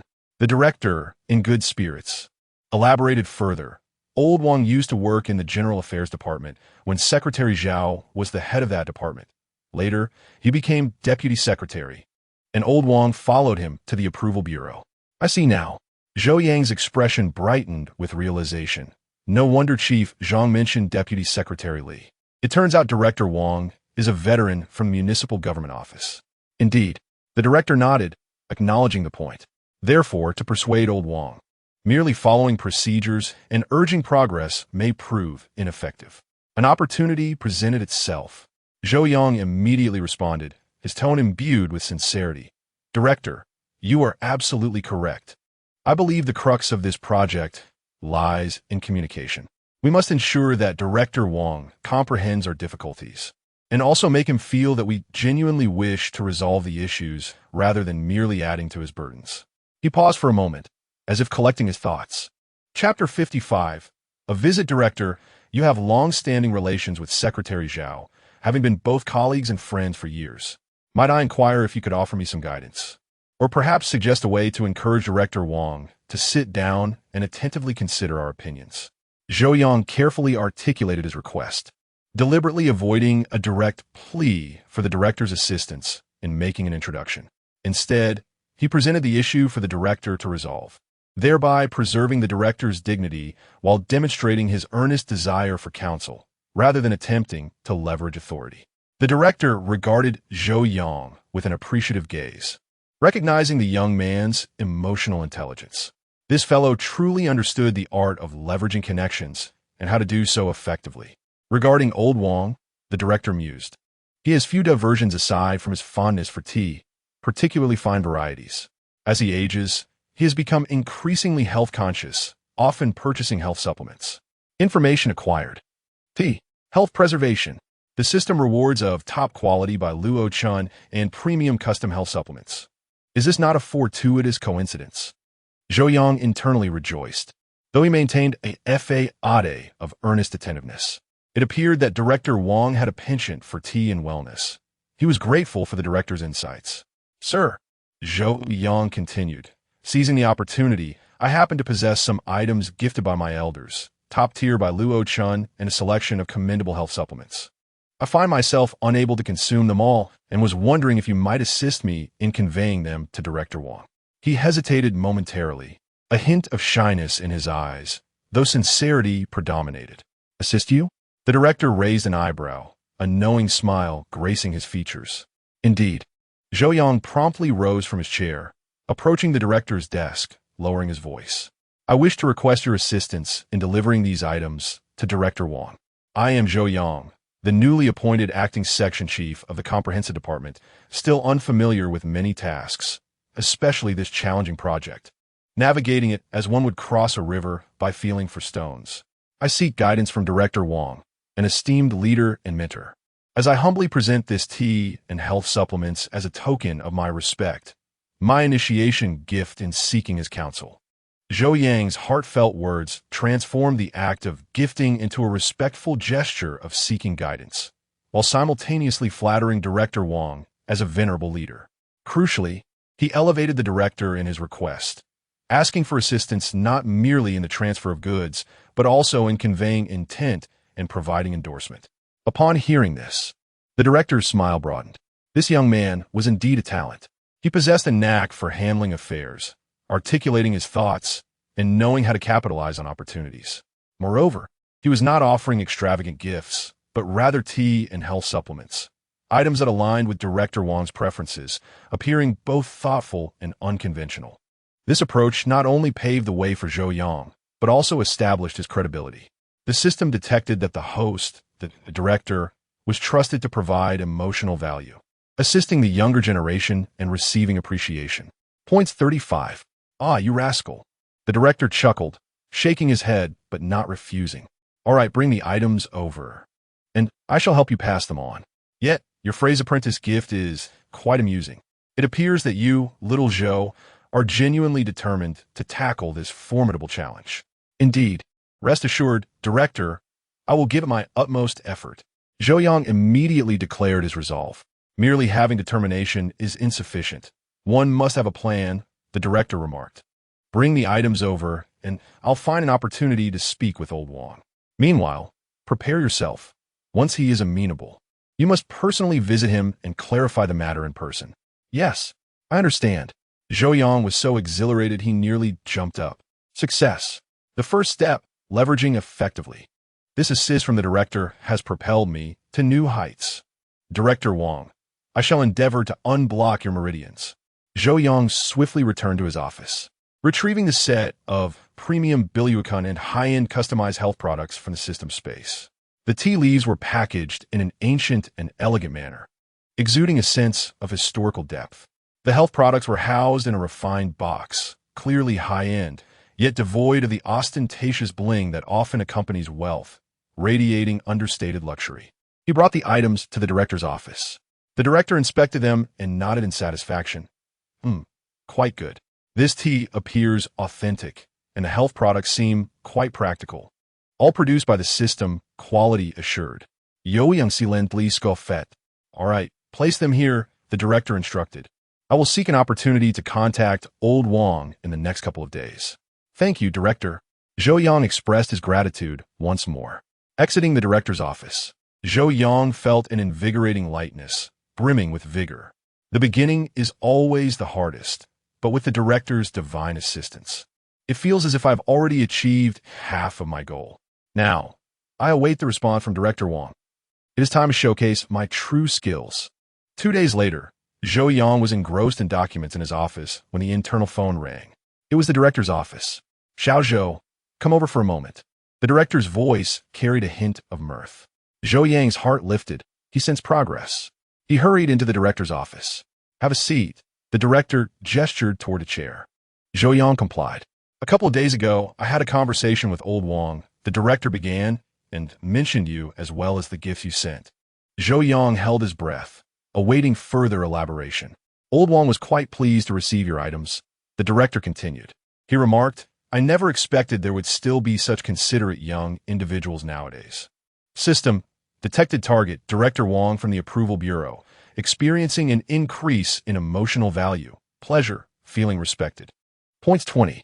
System detected that the host provided emotional value to the target, Director Wong from the Approval Bureau, resulting in feelings of respect and affirmation. Points 20. Zhou Yang's heart soared with joy.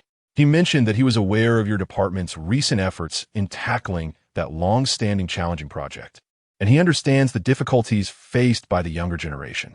The director continued, suggesting that you should take some time to visit his office for a face-to-face conversation. Success. The tough nut is beginning to crack. The apprenticeship was indeed not in vain. Zhou Yang's face lit up with surprise. Really? I'm immensely grateful to the director. I also appreciate Director Wong for granting me this opportunity.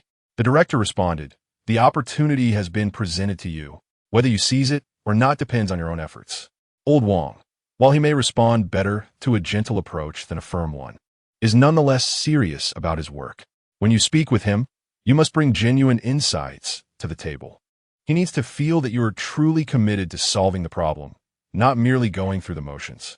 Chapter 56. A hint of intrigue indeed. I comprehend. Zhou Yang responded promptly, resolved to prepare diligently, meticulously outlining the project's intricacies and challenges, and approaching Director Wong with sincerity for guidance. The director nodded in satisfaction. Very well. Go ahead and resolve this matter swiftly. It will benefit both you and the department. Upon exiting the director's office, Zhou Yang felt as though he were walking on clouds. He had secured an appointment with Director Wong of the Approval Bureau, the gatekeeper who had stalled the project for an indeterminate period. He returned to his desk and commenced organizing all documents and materials pertinent to the formidable project. His memory palace was in full operation, conjuring a vast mental map of all relevant information. He needed not only to grasp the issue at hand, but also to anticipate the concerns and apprehensions of Director Wong, as well as his potential non-negotiables. His task was not merely to present the problem, but to propose a viable solution, one that would be palatable to Director Wong, while also aligning with the interests and regulations of the Approval Bureau. This was no simple feat. The project had become a thorny issue precisely because the original proposal diverged from the established processes, and no department was willing to shoulder the risk of amending the plan or seeking special treatment. He needed to find a delicate balance. Zhou Yang mused to himself, envisioning a compromise that would both resolve the issue and be acceptable to all parties involved. He began simulating various scenarios in his mind, leveraging the information within his memory palace to continuously refine his approach. How would the Approval Bureau react? What about the Finance Bureau and the executing departments? He even rehearsed the potential questions and challenges Director Wong might pose. This is a true mental workout, he thought, feeling as though his CPU might overheat. Yet, it is a delightful struggle. After an entire afternoon of intense contemplation and simulation, a vague outline of a solution gradually crystallized in his mind. This proposal neither dismissed the original plan nor adhered strictly to the new processes. Instead, it offered a workaround. Zhou Yang's eyes sparkled with realization. He had identified a method to circumvent certain procedural hurdles while still adhering to the overarching principles. This approach required the Approval Bureau to exercise a modicum of flexibility in certain stages, yet such adjustments would not be entirely out of bounds. They could be substantiated with valid justifications. Moreover, this proposal took into account the Finance Bureau's demands for fiscal security and the executing department's thirst for efficiency. It was a plan that necessitated concessions from all sides, yet allowed for significant progress. This is it, Zhou Yang affirmed to himself. He immediately set to work refining this nebulous outline into a concrete proposal document. He understood that when meeting with Director Wong, he must possess something tangible, something that would resonate with him. This compromise was not only his key to the door, but also a testament to his sincerity. Early the next morning, Zhou Yang, armed with his meticulously prepared proposal and a heart brimming with both anxiety and excitement, arrived at the City's Approval Bureau. He had previously scheduled a time with Director Wong's office. As Zhou Yang entered the Approval Bureau building, he sensed a distinctly different atmosphere from that of the finance department. The individuals here hurried about, their faces adorned with expressions that conveyed a sense of urgency. Upon locating Director Wang's office, Zhou Yang gently knocked on the door. "Please come in," a somewhat subdued voice responded. Zhou Yang pushed the door open and stepped inside. The office was modest in size, yet impeccably organized. Director Wang sat behind his desk, his hair flecked with gray, adorned with a pair of glasses, exuding an air of vitality. He glanced up at Zhou Yang, his gaze imbued with a hint of scrutiny. "Hello, Director Wang. I am Zhou Yang from the General Office," he greeted, instantly breaking into a sincere smile, his demeanor respectful yet natural. "Please take a seat." Director Wang gestured towards the chair opposite him. Zhou Yang sat down, leaning slightly forward as he placed the proposal document on the desk, refraining from pushing it toward the director just yet. "Thank you very much for granting me this opportunity to seek your guidance." Zhou Yang expressed his gratitude first. "You're an expert in this field, an esteemed leader and senior figure. Receiving your insights would be invaluable to me." Director Wang, upon hearing this, displayed little emotion, merely nodding slightly. "The director mentioned that you were quite earnest," he remarked, his tone neither cold nor warm. "That challenging project is indeed a troublesome matter." "Indeed," Zhou Yang responded. "I have meticulously reviewed the documents and consulted with Section Chief Zhang from the Finance Department. The more I delve into it, the more complex it appears."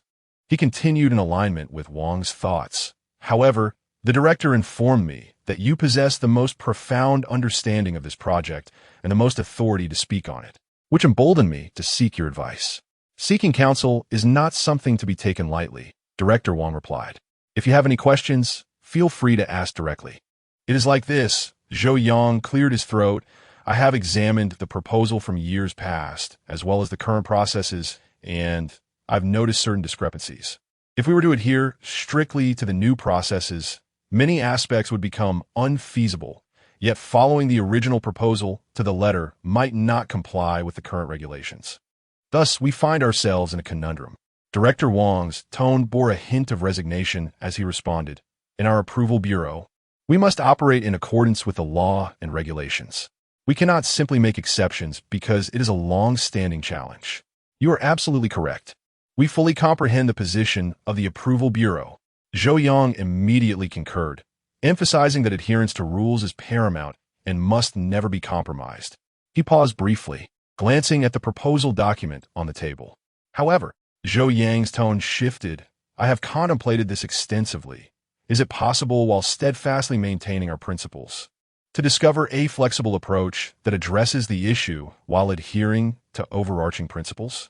Director Wang's gaze sharpened as he turned to Zhou Yang. "Oh, do you have an idea?"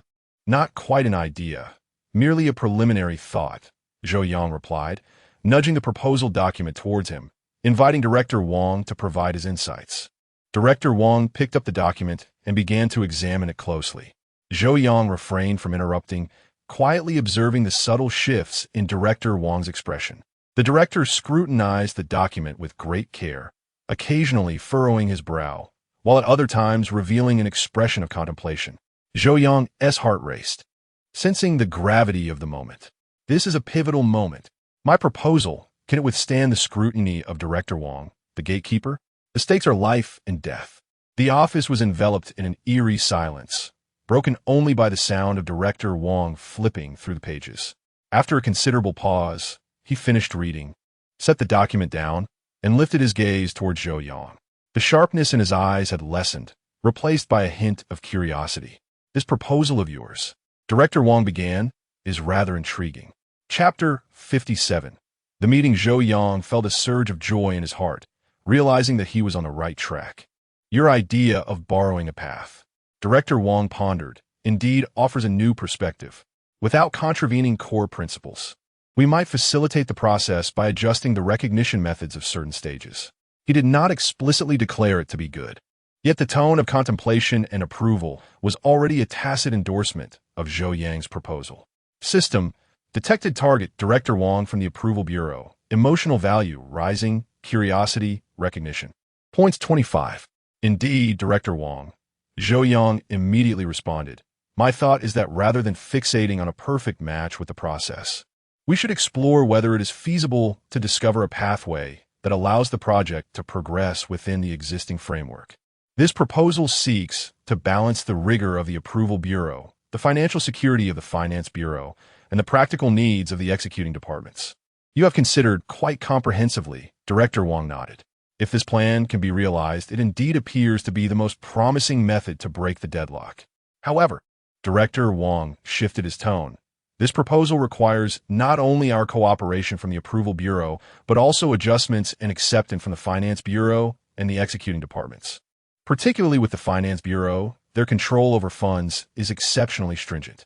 Convincing them to accept this borrowing method will not be an easy feat, moreover. The executing departments are accustomed to a step-by-step approach. Persuading them to adopt this flexibility will necessitate considerable communication efforts. Director Wang looked at Zhou Yang with a hint of scrutiny. Do you believe you can manage them? A new challenge arises.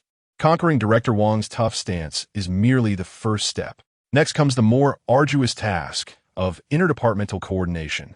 The Finance Bureau's miserly nature and the lethargy of the executing departments await my challenge. Zhou Yang understood clearly that Director Wang's approval was merely the opening of a door. The path beyond was still long and fraught with difficulties. Yet, he had found his direction and possessed the key to knock on the door. Now he must demonstrate his determination and capability to tackle this challenge. Rest assured, Director Wang. Zhou Yang met the director's gaze with unwavering resolve. Since you have acknowledged the essence of this proposal, I will exert my utmost effort in the forthcoming coordination work, ensuring I do not disappoint you and the director. Director Wang regarded Zhou Yang, a flicker of appreciation crossing his eyes. This young man not only possessed intellect and emotional acumen, but also an undeniable spirit of adventure. It appeared that the director had indeed discovered a gem this time. Very well, leave the proposal with me, Director Wang said. I will examine it closely, and if I find it viable, I will communicate with the director. You should proceed to liaise with the Finance Bureau and the executing departments. Report any progress to me at any time. Yes. Thank you, Director Wang. Zhou Yang rose and expressed his gratitude once more. Upon exiting the Approval Bureau building, Zhou Yang felt akin to a small warrior who had just conquered the first level. He had acquired the key to advance to the next stage. Yet, the true test was only just beginning. The Fiscal Bureau and the Executing Department, I have arrived. Witness how I shall resolve all your long-standing grievances. My emotional artillery is primed and ready. Zhou Yang gazed up at the sky, the sunlight casting a perfect glow. The city's long-troubled project resembled a piece of ancient salted fish, forgotten in a corner, its odorous source of distress. Director Wang had managed to pry open a small gap, yet his words snapped Zhou Yang back to the reality that this matter was far from concluded. The Approval Bureau merely served as the gatekeeper. Behind them lay the notoriously frugal Finance Department and the lethargic executing agency awaiting resolution. Upon returning to his office, Zhou Yang's mind buzzed with a flurry of thoughts. Director Wang was indeed on board, but that was merely a theoretical endorsement. The Finance Department's purse strings and the executing department's inaction were the real formidable obstacles. He inhaled deeply, sensing a pervasive air of complication. However, the more challenging the situation, the greater the opportunity. The system thrived on emotional value, and this collective blame-shifting, overflowing with negativity, was akin to a buffet of emotional capital for him. He promptly set about organizing a coordination meeting. The venue was chosen to be the small conference room at the office, though modest in size. It bore an air of oppression. The timing was selected for Friday afternoon, when everyone yearned to leave early. Such occasions were ripe for heightened negative sentiments, indeed. Once the notification was dispatched, Zhou Yang could envision the expressions across various departments upon receiving the call. The Finance Bureau. Another meeting? Isn't it just an attempt to extract concessions from us? No way. The Executing Department. What is the point of a meeting? If the proposal is unfeasible, can a meeting conjure funds or manpower? The Approval Bureau. Director Wang has relented? Then we must investigate the situation ourselves. Zhou Yang settled into the conference room, meticulously adjusting the multimedia equipment, preparing a succinct and clear PowerPoint presentation that outlined the previously identified problems, historical context, and the core strategy for the proposed workaround. In this day and age, Attending a meeting without a PowerPoint felt akin to stepping out without one's phone, lacking a sense of security. One by one, attendees trickled in. Zhang, the section chief from the finance department, wore an expression that suggested he was merely there to listen, seated closest to the door. Li, the section chief from the approval bureau, donned an air of superiority, as if to say, "We adhere strictly to the rules. Don't expect me to take the blame." He sat across from Zhang, a chasm of silence between them. The project leader from the executing department, a middle-aged man whose hair seemed to be thinning under the weight of exhaustion, found a corner seat, wishing only to serve as a quiet backdrop. Other related personnel from different sections displayed expressions akin to spectators eagerly awaiting a performance. The atmosphere in the conference room resembled a hot pot restaurant in midsummer, stifling, stagnant, and tinged with an undercurrent of tension. Each face bore the unmistakable mark of refusal. Zhou Yang cleared his throat and grasped the microphone. "Good afternoon, esteemed leaders and colleagues." His voice, though not loud, resonated clearly. "The purpose of gathering everyone here today is to address our city's long-standing project." Without further ado, he plunged directly into the matter at hand. This project has spanned several years since its inception. Zhou Yang opened the first page of the PowerPoint presentation, revealing a striking timeline that illustrated an extensive duration. Throughout this period, considerable human and material resources have been invested. However, due to various reasons, progress has remained elusive. He paused momentarily, surveying the room. "I understand that everyone is quite occupied with numerous tasks at hand." Zhou Yang's tone softened as he continued, emphasizing that today's gathering was not intended for accountability or mutual blame. Chapter 58. Thus let us not hastily assign blame. Allow me to finish speaking first. I am acutely aware of your thoughts. Yet today we must collectively shoulder this burden and confront it together. This is all in pursuit of a solution. Zhou Yang's tone turned earnest. For this project not only pertains to specific construction tasks, but also bears significant implications for the government's credibility and the vital interests of the populace. He displayed a photograph, a rendering of the project's anticipated completion, resplendent in its beauty. Each day we delay, the project is postponed further, and the resulting losses accumulate. His gaze traversed every individual present. Thus, today, I implore you to temporarily set aside departmental stances and, as a cohesive team, engage in a calm discussion on how best to tackle this formidable challenge. No sooner had he spoken than the head of the execution department in the corner interjected with palpable resentment. "Director Zhou, it is not that we are unwilling to engage. Rather, it is that we find ourselves unable to do so. The plan and the processes are misaligned, and funds cannot be dispersed. Those of us on the ground are left in a state of anxious impotence." Director Zhang promptly chimed in, his tone unequivocal. "Fund disbursement must adhere to regulations.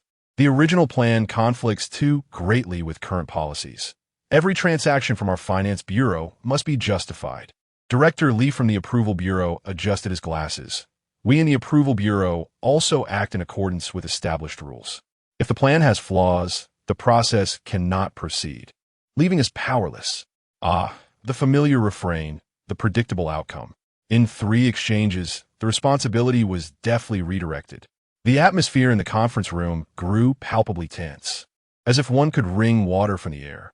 Each face bore an expression that seemed to say, "See, I told you this was futile. The classic blame-shifting conference is upon us." This atmosphere feels as though a brawl could erupt at any moment. My emotional artillery is eagerly awaiting deployment. Zhou Yang, however, remained undeterred by the prevailing mood, maintaining a placid smile. Each leader's points are valid. He expressed understanding. The Finance Bureau faced its own challenges. The Approval Bureau adhered to its own protocols, and the Execution Department grappled with its practical difficulties. He paused, lowering his voice as though confiding. "To be candid, when I first took on this project, I too felt utterly lost. The documents piled high like mountains, and the opinions from various departments were utterly disparate, creating a seemingly endless cycle. System, detecting an increase in emotional value from targets, Director Zhang, Director Li, Head of Execution Department, etc., due to feeling understood. Points 15. Yet, it is precisely at such times that we must not yield.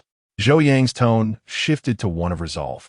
During this period, I have expended considerable effort reaching out to various departments and seeking guidance from esteemed predecessors. He turned to Director Zhang. I am particularly grateful to you, Director Zhang. Your insights into past circumstances have been invaluable to me. The tension in Director Zhang's face eased slightly, the muscles relaxing. System, detecting an increase in emotional value from target, Director Zhang, due to feelings of recognition and respect. Points 10. Zhou Yang turned to Director Li of the Approval Bureau, expressing his gratitude to the leaders of the Bureau, particularly to Director Wang, whose insights had profoundly enhanced his understanding of the approval process. Upon hearing his superior being acknowledged, a hint of pride surfaced on Director Li's face. Under the guidance of esteemed predecessors, our comprehensive department engaged in thorough research and discussion. Zhou Yang adeptly transformed I into we, incorporating his department to lend an air of formality, ultimately culminating in a preliminary concept. He navigated to the next slide of the PowerPoint presentation, boldly displaying the phrase, borrowing path proposal. While not yet a fully matured plan, it encapsulated a central tenet, navigating bottlenecks by adjusting certain identification methods and operational processes without contravening the fundamental principles of existing policies and regulations. Zhou Yang elucidated the core logic of this borrowing approach, deliberately avoiding contentious details, focusing instead on the framework and feasibility. He underscored that this idea was not a mere fabrication, but rather a synthesis of the practical realities of the Approval Bureau, the Finance Bureau, and the executing departments, striving to find a harmonious balance. For instance, regarding fund disbursement, he inquired of Section Chief Zhang whether we might contemplate a more flexible interpretation of the utilization of funds, provided it adhered to the safety requirements of financial resources. Chief Zhang furrowed his brow, contemplating the potential for such flexibility, yet refraining from immediate rebuttal. In terms of the approval process, Zhou Yang turned his attention back to Director Li, questioning whether we could consider optimizing the material requirements or preconditions of certain stages to enhance efficiency, all while maintaining the standards of approval. Director Li exhibited hesitation, as this pertained to the specific operations of their department. As for the executing department, Zhou Yang directed his gaze toward the responsible individual, asking what support and coordination would be necessary during implementation should the funding and approval processes align. The executing department head's eyes flickered with hope upon hearing this, only to dim again, indicating lingering concerns. Zhou Yang recognized that mere ideas were insufficient. He needed to alleviate their apprehensions. He acknowledged that any deviation could entail risks. With sincerity in his tone, he conveyed that this risk should not rest solely on any one department. This proposal was the culmination of collective wisdom, a testament to collaborative effort. He reiterated the importance of pooling insights and distributing credit, suggesting that if there was consensus on the feasibility of this concept, a joint task force could be established, with representatives from each department working together to refine and perfect the proposal. In this manner, all decisions emerged as the result of collective deliberation, with every risk faced collectively. Zhou Yang's gaze swept across the assembly. Naturally, the final proposal would also require the approval of the leaders present. His words transformed my proposal into a shared endeavor and my risks into collective concerns, deftly alleviating the apprehension of various departments regarding accountability. System detected an increase in emotional metrics from the targets. Director Zhang, Director Li, heads of execution departments, feeling respected. Concerns alleviated. Points 40. The atmosphere in the conference room visibly softened, as the previously taut tension seemed to ease somewhat. Chapter 59. Resolution. Director Zhang raised his teacup and took a sip. Unlike before, he did not outright reject the proposal. Instead, he remarked, "Your line of thinking indeed presents a novel perspective. However, the specifics of its execution require thorough examination." Director Li from the Approval Bureau nodded in agreement, suggesting, "Establishing a joint task force for collaborative research is certainly a viable approach." The heads of the executing departments also spoke up, their tone shifting from complaint to a hint of anticipation. "If we can indeed streamline the process, we will certainly lend our full cooperation." Joy surged within Zhou Yang. The meeting then progressed into a detailed discussion phase. Although disagreements and debates persisted, the focus shifted to how to implement the proposal rather than questioning its feasibility. Zhou Yang played the role of a facilitator, patiently listening to various opinions, elucidating the intricacies of the plan, and reconciling the differing positions of departments. He employed vivid metaphors and accessible language to demystify the convoluted processes and regulations. For instance, when the Finance Bureau expressed concerns about fund security, he explained, Director Zhang, "See here, we have designed it in such a way that it is akin to adding several locks to the funds, with each key securely held by our Finance Bureau, ensuring that not a single cent is misallocated." When the Approval Bureau worried about potential regulatory violations, he clarified, Director Li, observe here. The clause we are referencing is this one. Although it is not the most commonly cited, it is permissible under specific circumstances. It is akin to taking an unconventional route. Yet we will still arrive at our destination without running any red lights. When the executing department feared operational complexity, he reassured, Director Li, while initial adjustments may be necessary. Once the process is streamlined, subsequent operations will be significantly simpler, greatly alleviating your burden. He functioned like an experienced mediator, weaving connections among the parties involved and seeking common ground. The meeting extended until dusk. Although no definitive conclusion was reached, all parties agreed on the core concept of the bypass proposal and tentatively consented to establish a joint task force for further research and refinement of the plan. This was a tremendous breakthrough. Exiting the conference room, Zhou Yang felt a slight weakness in his legs, not from fatigue, but from the mental exertion of intense focus. More than anything, he was exhilarated. The stalemate has shifted. The emotional value is soaring. System, where are my points? Upon returning to the office, Zhou Yang promptly reported to the director. After listening to Zhou Yang's account, the director's previously calm demeanor transformed into one of astonishment. You mean to say they have agreed to form a joint task force to collaboratively research the proposal? The director's voice rose several octaves. Indeed, Director. While many details still require refinement, there's a general consensus on the overarching direction, Zhou Yang reported honestly. The director regarded Zhou Yang with admiration, his eyes reflecting a sense of surprise akin to discovering a hidden treasure. Well done, he exclaimed, lightly tapping the table, enough to convey his excitement. This long-standing issue. How many years has it been? Countless individuals have been at a loss. You, young man, have only just arrived, yet you have already made a significant breakthrough. System, detected target, director, emotional value rising, surprise, appreciation, sense of achievement. Point 60. It is all due to the director's adept leadership and the wise guidance of esteemed predecessors, Zhou Yang humbly responded. Do not flatter me. The director chuckled. You possess talent, vision, and the ability to unite diverse factions, which is true skill. He gazed at Zhou Yang as if admiring a priceless piece of art. It seems that entrusting this project to you was indeed the right decision, the director remarked with a sense of nostalgia.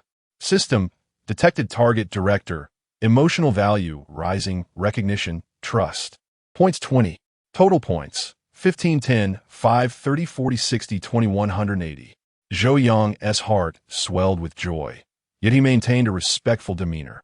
Director, this is merely the first step, Zhou Yang stated. The upcoming collaborative group work is crucial. I will exert every effort to meet your expectations. Indeed, I believe in you. The director nodded. However, while this project is significant, you must also keep your sights set on the horizon. As the director spoke, his tone took on a weighty significance. Recently, there have been new developments in the city that may involve adjustments in certain departments and changes in the leadership team. The director did not elaborate, merely hinting that new opportunities are emerging. Zhou Yang felt a chill run down his spine. Sensitive as he was, he immediately grasped the deeper meaning behind the director's words. This was not merely a reward for resolving a challenging project, but a signal, an indication regarding the trajectory of his future career. New opportunities? Changes in the leadership team? Is this the rhythm of taking flight?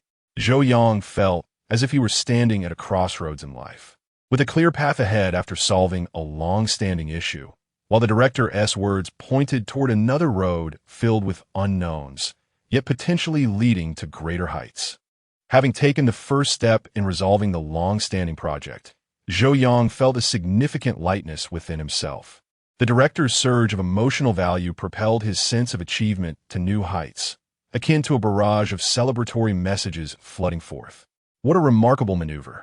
This rhythm is truly one of ascent. The director's gaze upon me is akin to a mother-in-law's approving look at her son-in-law, growing ever more favorable. However, the director's final remarks were like a small stone cast into a tranquil lake, creating ripples of intrigue.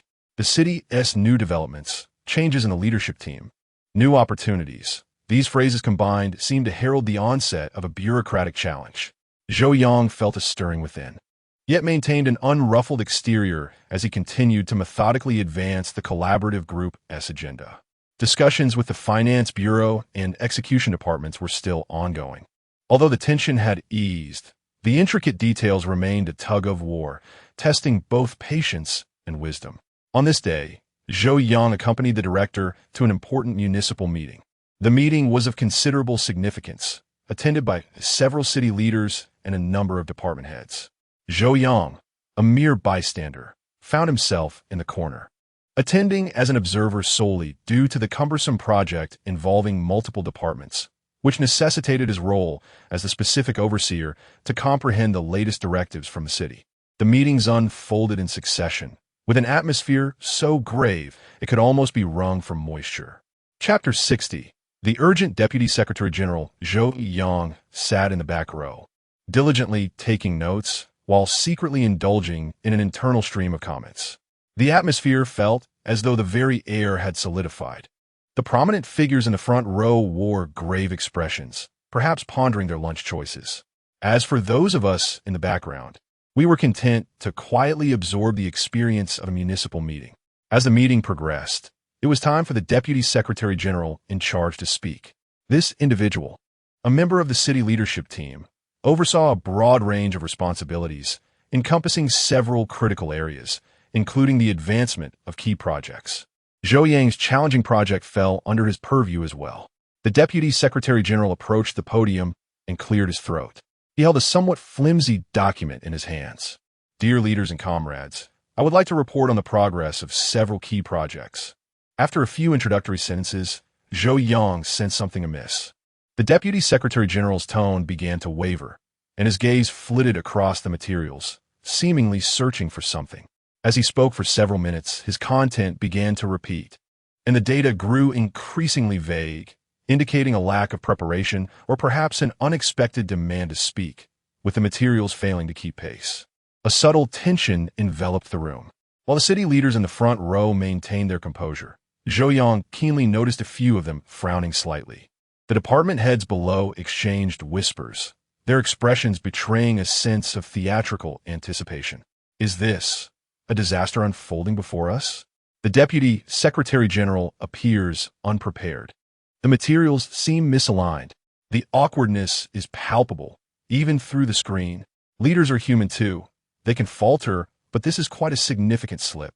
Zhou Yang felt a jolt of concern.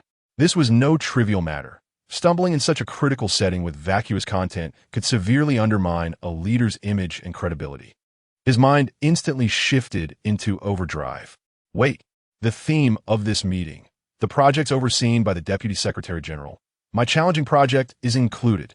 I had previously immersed myself in extensive relevant documents to prepare for discussions with the approval and finance bureaus, including directives from leadership and historical data of the project. Those figures, those pivotal milestones, those requirements set forth by the leaders, they were all etched in my mind. Zhou Yang felt as if his brain had transformed into a supercharged database, frantically reorganizing and correlating a vast array of fragmented information. He recalled the latest directives from city leaders concerning the challenging project. What had they emphasized? What core issues were they demanding resolution for? He remembered the crucial data supporting the alternative proposal he had meticulously compiled, as well as the core demands voiced by department heads during the coordination meeting. An opportunity had arisen. It was not about seeking accolades, but rather about alleviating the burdens of the leadership. This was precisely the high-value emotional engagement that the system favored. Without a moment's hesitation, Zhou Yang resolved to act. He promptly seized a pen, transforming the notebook before him, initially intended for meeting minutes, into a canvas where he swiftly inscribed a few keywords, a collection of critical data, and the essence of the leader's directives. His hand moved with the speed of a motor, dancing across the paper in rhythm with the thoughts racing through his mind. Upon finishing each point, he immediately encircled it and added succinct annotations beside it. He was not drafting a comprehensive speech.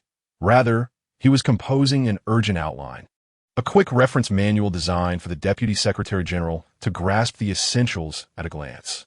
Hurry, hurry, before the Deputy Secretary General gets completely stuck. This material must be swift, precise, and impactful. It must be evident to the leadership that this is precisely what they require. Once completed, Zhou Yang glanced over his work, ensuring the content was concise and the focus was sharp. He closed the notebook and swiftly fixed his gaze on the office director seated in the front row. The office director was Zhou Yang's immediate superior and also the Deputy Secretary General's chief aide. Zhou Yang subtly signaled to the director, then quietly pushed the notebook forward, revealing the page he had just written. The director, a seasoned veteran, was astutely aware of his surroundings. Although he was ostensibly attending the meeting, his peripheral vision remained attuned to the stage and the leader's expressions. Noticing Zhou Yang's gesture and gaze, he immediately understood the implication. The director discreetly leaned forward, picked up his water cup, and feigned an intention to refill it. As he passed Zhou Yang's seat, Zhou Yang swiftly and inconspicuously handed him the notebook, whispering softly, "Director, here are some relevant data and summaries of the leadership directives I compiled earlier. Perhaps they might be useful for the Deputy Secretary General." Zhou Yang's voice was barely audible, meant only for the director's ears. The director accepted the notebook, his eyes scanning the page Zhou Yang had prepared. In that fleeting glance, he discovered several key data points he had been desperately seeking, along with previously unnoticed details of the directives. The director's eyes brightened momentarily, akin to parched land suddenly encountering a source of water. "Well done, you're quick on the uptake. This rescue operation is splendid." The director said nothing, instead discreetly tucking the notebook among his materials before casually walking to the podium with his water cup in hand. He positioned himself beside the Deputy Secretary General, pretending to offer water while subtly passing the notebook to him. As the Deputy Secretary General accepted the cup, he hesitated momentarily upon touching the notebook. He cast a questioning glance at the director, who subtly indicated the contents of the notebook with an almost imperceptible gesture. With a hint of confusion, the Deputy Secretary General opened the notebook nonchalantly.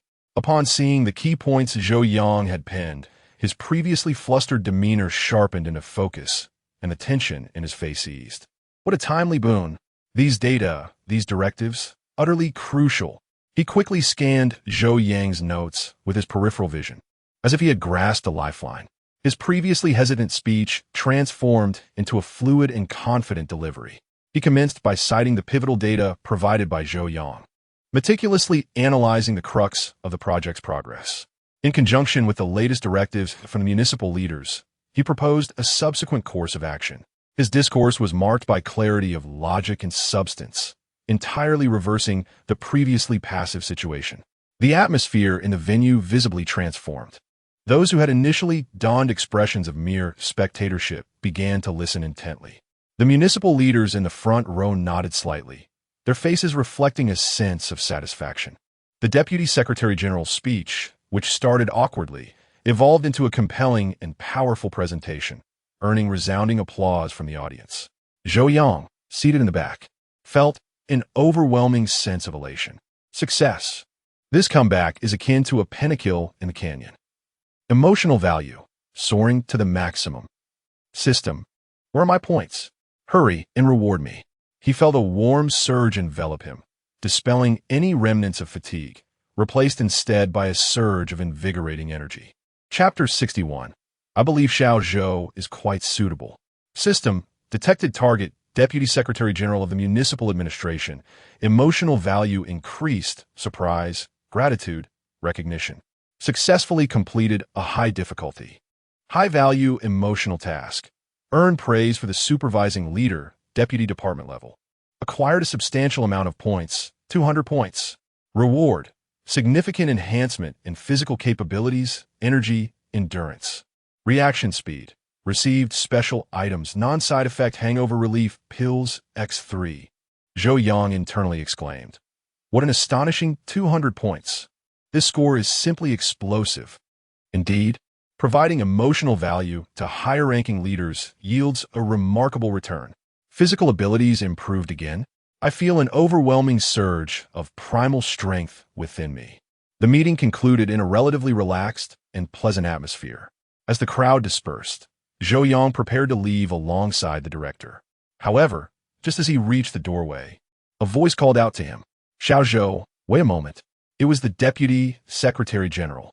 Zhou Yang's heart skipped a beat, and he immediately halted, respectfully directing his gaze toward the Deputy Secretary General. The Deputy Secretary General approached Zhou Yang with a warm smile. He did not impart any grand wisdom, but simply raised his hand and gently patted Zhou Yang's shoulder. The touch, neither too light nor too heavy, felt like a silent acknowledgement, imbued with an ineffable sense of appreciation and trust. Well done, the Deputy Secretary General stated, uttering only these 3 words. Yet the approval reflected in his eyes was far more potent than any ornate language. Zhou Yang instantly grasped the leader's intent. He understood that his timely intervention today had profoundly impressed the Deputy Secretary General. System, detected target, Deputy Secretary General of the Municipal Administration, emotional value increased, appreciation, approval. Points 30. Zhou Yang felt elated within, yet maintained an outward demeanor of humility and respect. Thank you for your encouragement, Deputy Secretary General. Zhou Yang sincerely replied. It was the least I could do. The Deputy Secretary General regarded Zhou Yang once more, a glint of profound meaning passing through his eyes, before nodding and turning to depart. Zhou Yang stood in place, watching the Deputy Secretary General's retreating figure, feeling a lingering warmth in the spot where he had been patted. This gesture was not merely recognition. It felt like a silent endorsement. He knew that his life's trajectory might take a significant turn because of today's timely intervention. Now, it truly seems like I am about to take flight. I have firmly grasped the Deputy Secretary General's support. Upon returning to the office, the director did not immediately speak, but instructed him to organize the meeting notes. Zhou Yang complied, yet he was acutely aware that the main event had yet to unfold. Indeed, it was not long before the director's internal phone rang. He answered, his tone shifting to one of utmost respect. Ah, Deputy Secretary General. Yes, just returned. You say, oh, very well. I shall come over immediately. After hanging up, the director looked at Zhou Yang, his expression one of indescribable elation, akin to the relief of having been constipated for days or winning a 5 million lottery without yet having the chance to smile. Xiao Zhou, you may continue with your work. The director patted Zhou Yang on the shoulder with a firmness that was noticeably stronger than usual. I need to visit the Deputy Secretary, he announced. A sudden jolt of anxiety surged through Zhou Yang's mind. Here it comes. This is the moment to repay the favor. The Deputy Secretary is about to personally acknowledge me. My heart is starting to dance. He watched the director leave, sensing the atmosphere in the office becoming increasingly tense. Forcing himself to sit down, he opened his computer to begin organizing the meeting notes. Yet his thoughts cascaded like a waterfall. What did the Deputy Secretary just commend me for? Being observant? Dependable? Such praise is truly a golden phrase in the political realm. Moments ticked by as Zhou Yang's gaze remained fixed on the computer screen. While his mind wandered far away, he envisioned the conversation between the director and the Deputy Secretary in the office. His intuition proved correct. In the Deputy Secretary's office, the atmosphere was considerably more relaxed than in the meeting room. The Deputy Secretary, holding a teacup, wore a gentle smile. Old Wang, he said to the director, today's meeting was greatly aided by that young Zhou you brought along. The director immediately interjected. Deputy Secretary, you flatter me. Young Zhou merely fulfilled his responsibilities. No, it's different. The Deputy Secretary waved his hand dismissively. In that situation, I indeed encountered some issues with my materials. Had it been someone else, they might have been a loss or continued reading the incorrect information. Yet, this young Zhou reacted swiftly, promptly providing me with what I needed. The deputy secretary set down his teacup and leaned slightly forward. Crucially, what he provided was not just vague commentary, but solid data, key points from the latest directives of the leadership. This indicates that the young man has genuinely invested effort into his research and possesses the acumen to discern the right actions at the right moments. He is capable, perceptive, and reliable. The deputy secretary reiterated these words, his eyes reflecting evident admiration. Such individuals are indeed rare talents. The director nodded in agreement. The deputy secretary speaks truthfully. Young Zhou is commendable in every aspect. After he took over the challenging project in the comprehensive department, the attitudes of various departments have softened, and they have begun to sit down to discuss solutions. Yes, I have heard about that, the deputy secretary replied with a smile. Resolving such significant challenges, that is true merit. He continued, ability, merit, character. I see that this young man possesses all these qualities. He shifted the subject casually. By the way, isn't the position of the head of the comprehensive department still vacant? A sudden realization stirred within the director, sensing that the main topic had arrived. Yes, deputy secretary, he respectfully responded. The deputy secretary lifted his teacup, gently blowing on the surface, then looked towards the director, his tone calm yet weighty. I believe young Zhou would be a perfect fit. Those words landed like a stabilizing anchor, akin to a divine decree. Though Zhou Yang, far away in the office, could not hear the conversation, the anticipation in his heart grew ever stronger. He felt a surge of warmth coursing through his veins, as if every cell within him was rejoicing in exuberance. The system detected that the target, the Deputy Secretary General of the division, has made a high-level recommendation to the target, the director of the office. The likelihood of promotion to the rank of a regular department head has significantly increased. Congratulations to the host. The three essential elements of political achievements, capabilities, and high-level recognition have been fulfilled, paving the way for promotion. Zhou Yang took a deep breath, feeling his lungs filled with strength.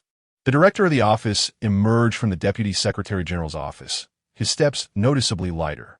Upon returning to his own office, he looked at Zhou Yang, his eyes radiating a blend of satisfaction, pride, and anticipation.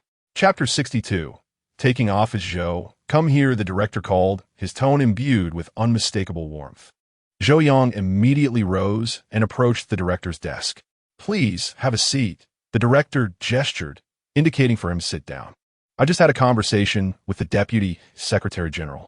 Zhou Yang's heart tightened, though he maintained an attentive demeanor. The director paused, his smile widening. Had nothing but praise for your performance today. Zhou Yang humbly replied, it's all due to the Deputy Secretary General's adept leadership. I'm merely. Enough with the modesty, the director interjected, his tone playful. The Deputy Secretary General does not offer compliments lightly. He remarked that you are perceptive, reliable, and even called you a rare talent. Zhou Yang's heart soared with joy, though he continued to wear an appropriate expression. And then, the director leaned back, his gaze sharpening as he scrutinized Zhou Yang. He asked me who would be suitable for the position of head of the comprehensive department. Zhou Yang's heartbeat faltered. Here it comes, here it comes. The crucial moment. The director observed Zhou Yang's reaction, a glimmer of satisfaction crossing his eyes. The Deputy Secretary General said. The director slowed his speech, enunciating each word carefully. I believe Zhou is quite suitable. Zhou Yang felt a surge of electricity coursing through him from head to toe. Wow, he named me directly. The Deputy Secretary General is impressive. The director is impressive. I am impressive. This maneuver has undoubtedly secured the victory. He displayed just the right amount of surprise and excitement on his face, but quickly composed himself, standing up to bow deeply to the director. Thank you, Director. Thank you, Deputy Secretary General. Zhou Yang spoke earnestly. I will not disappoint the trust and expectations of my leaders. The director waved his hand, signaling him to sit. All right, you have earned this, the director said. Since the Deputy Secretary General has named you, this matter is essentially settled. However, we still need to follow the procedure. The city has recently initiated a plan for cadre adjustments, and the head of the comprehensive department is included in this. There will be an organizational assessment shortly. Make sure to streamline your current work and prepare accordingly, so you don't falter at the critical moment, the director advised. Yes, I will prepare with utmost diligence. Yo Yang promised solemnly. Upon leaving the director's office, Zhou Yang felt as though he was walking on air. I am finally about to be promoted to the official department level. This speed is faster than riding a rocket. From a staff member to an official department head, I have only taken, well, it seems it hasn't been long at all. He returned to his desk, gazing at the unfinished meeting minutes on his computer screen, and found the words now appeared endearing. In the days that followed, everything unfolded as the director had indicated. The city commenced a new round of cadre evaluations.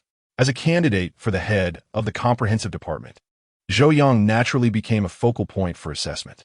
The evaluation team engaged him in discussions, inquiring about his work experience, his vision for the comprehensive department, and his approach to resolving long-standing challenges. Zhou Yang navigated the conversation with ease, showcasing his capabilities, insights, and the high emotional intelligence he exhibited during the coordination process. Evaluation team, what plans do you have for the future development of the comprehensive department? Centered around the core, serving the greater good, I strive to be an effective advisor and assistant to leadership, ensuring that all departments are well supported here. 3,000 words of bureaucratic jargon are omitted. Inspection team, what do you perceive as your greatest advantage in addressing challenging projects? My proficiency in communication and coordination, along with a profound understanding of policies and their flexible application. That's how the proposal came about. Inspection team, what is your perspective on the opinions of other departments? I comprehend the difficulties faced by various departments, yet it is imperative to uphold principles and discover the greatest common divisor that aligns with policy and resolves issues. Translation, one must maintain dignity while also accomplishing tangible results. In addition to the inspection of Zhou Yang, inquiries were made discreetly to gather insights about his situation from personnel in other departments. Director Zhang from the Finance Bureau and Director Wang from the Approval Bureau have both experienced Zhou Yang's pragmatism and efficiency firsthand during their collaborative efforts. Despite previous friction, they have expressed predominantly positive evaluations of Zhou Yang due to their shared objective of resolving issues. Zhou Yang may be young, but he possesses a sharp mind, a willingness to work hard, and the capability to get things done, remarked Director Zhang. With such an individual bearing the responsibilities, I believe the challenging project has a promising chance, Director Wang concurred. These favorable responses, gathered through various channels, contributed to Zhou Yang's path to promotion, reaching the inspection team and city leaders. Naturally, there were whispers suggesting Zhou Yang was merely fortunate and had latched onto influential figures. However, such voices appeared feeble in the face of his tangible capabilities and achievements. Luck is indeed a facet of strength. Relying on others? That is mutual empowerment.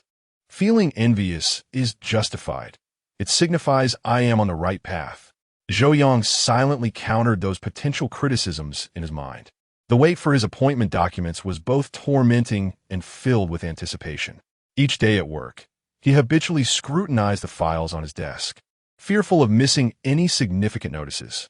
At last, that afternoon, the atmosphere in the office felt distinctly different. The director summoned Zhou Yang to his office. The door closed. The director held a document with the emblem of the Municipal Organization Department on the cover. Zhou Yang's heart raced. It has arrived. The director did not speak immediately, but gazed at Zhou Yang, a look of satisfaction gracing his face. In that smile was recognition of Zhou Yang's merit, affirmation of his own discernment, and a sense of accomplishment in successfully recommending a subordinate. He gently cleared his throat and then handed the document to Zhou Yang. Take a look, the director said.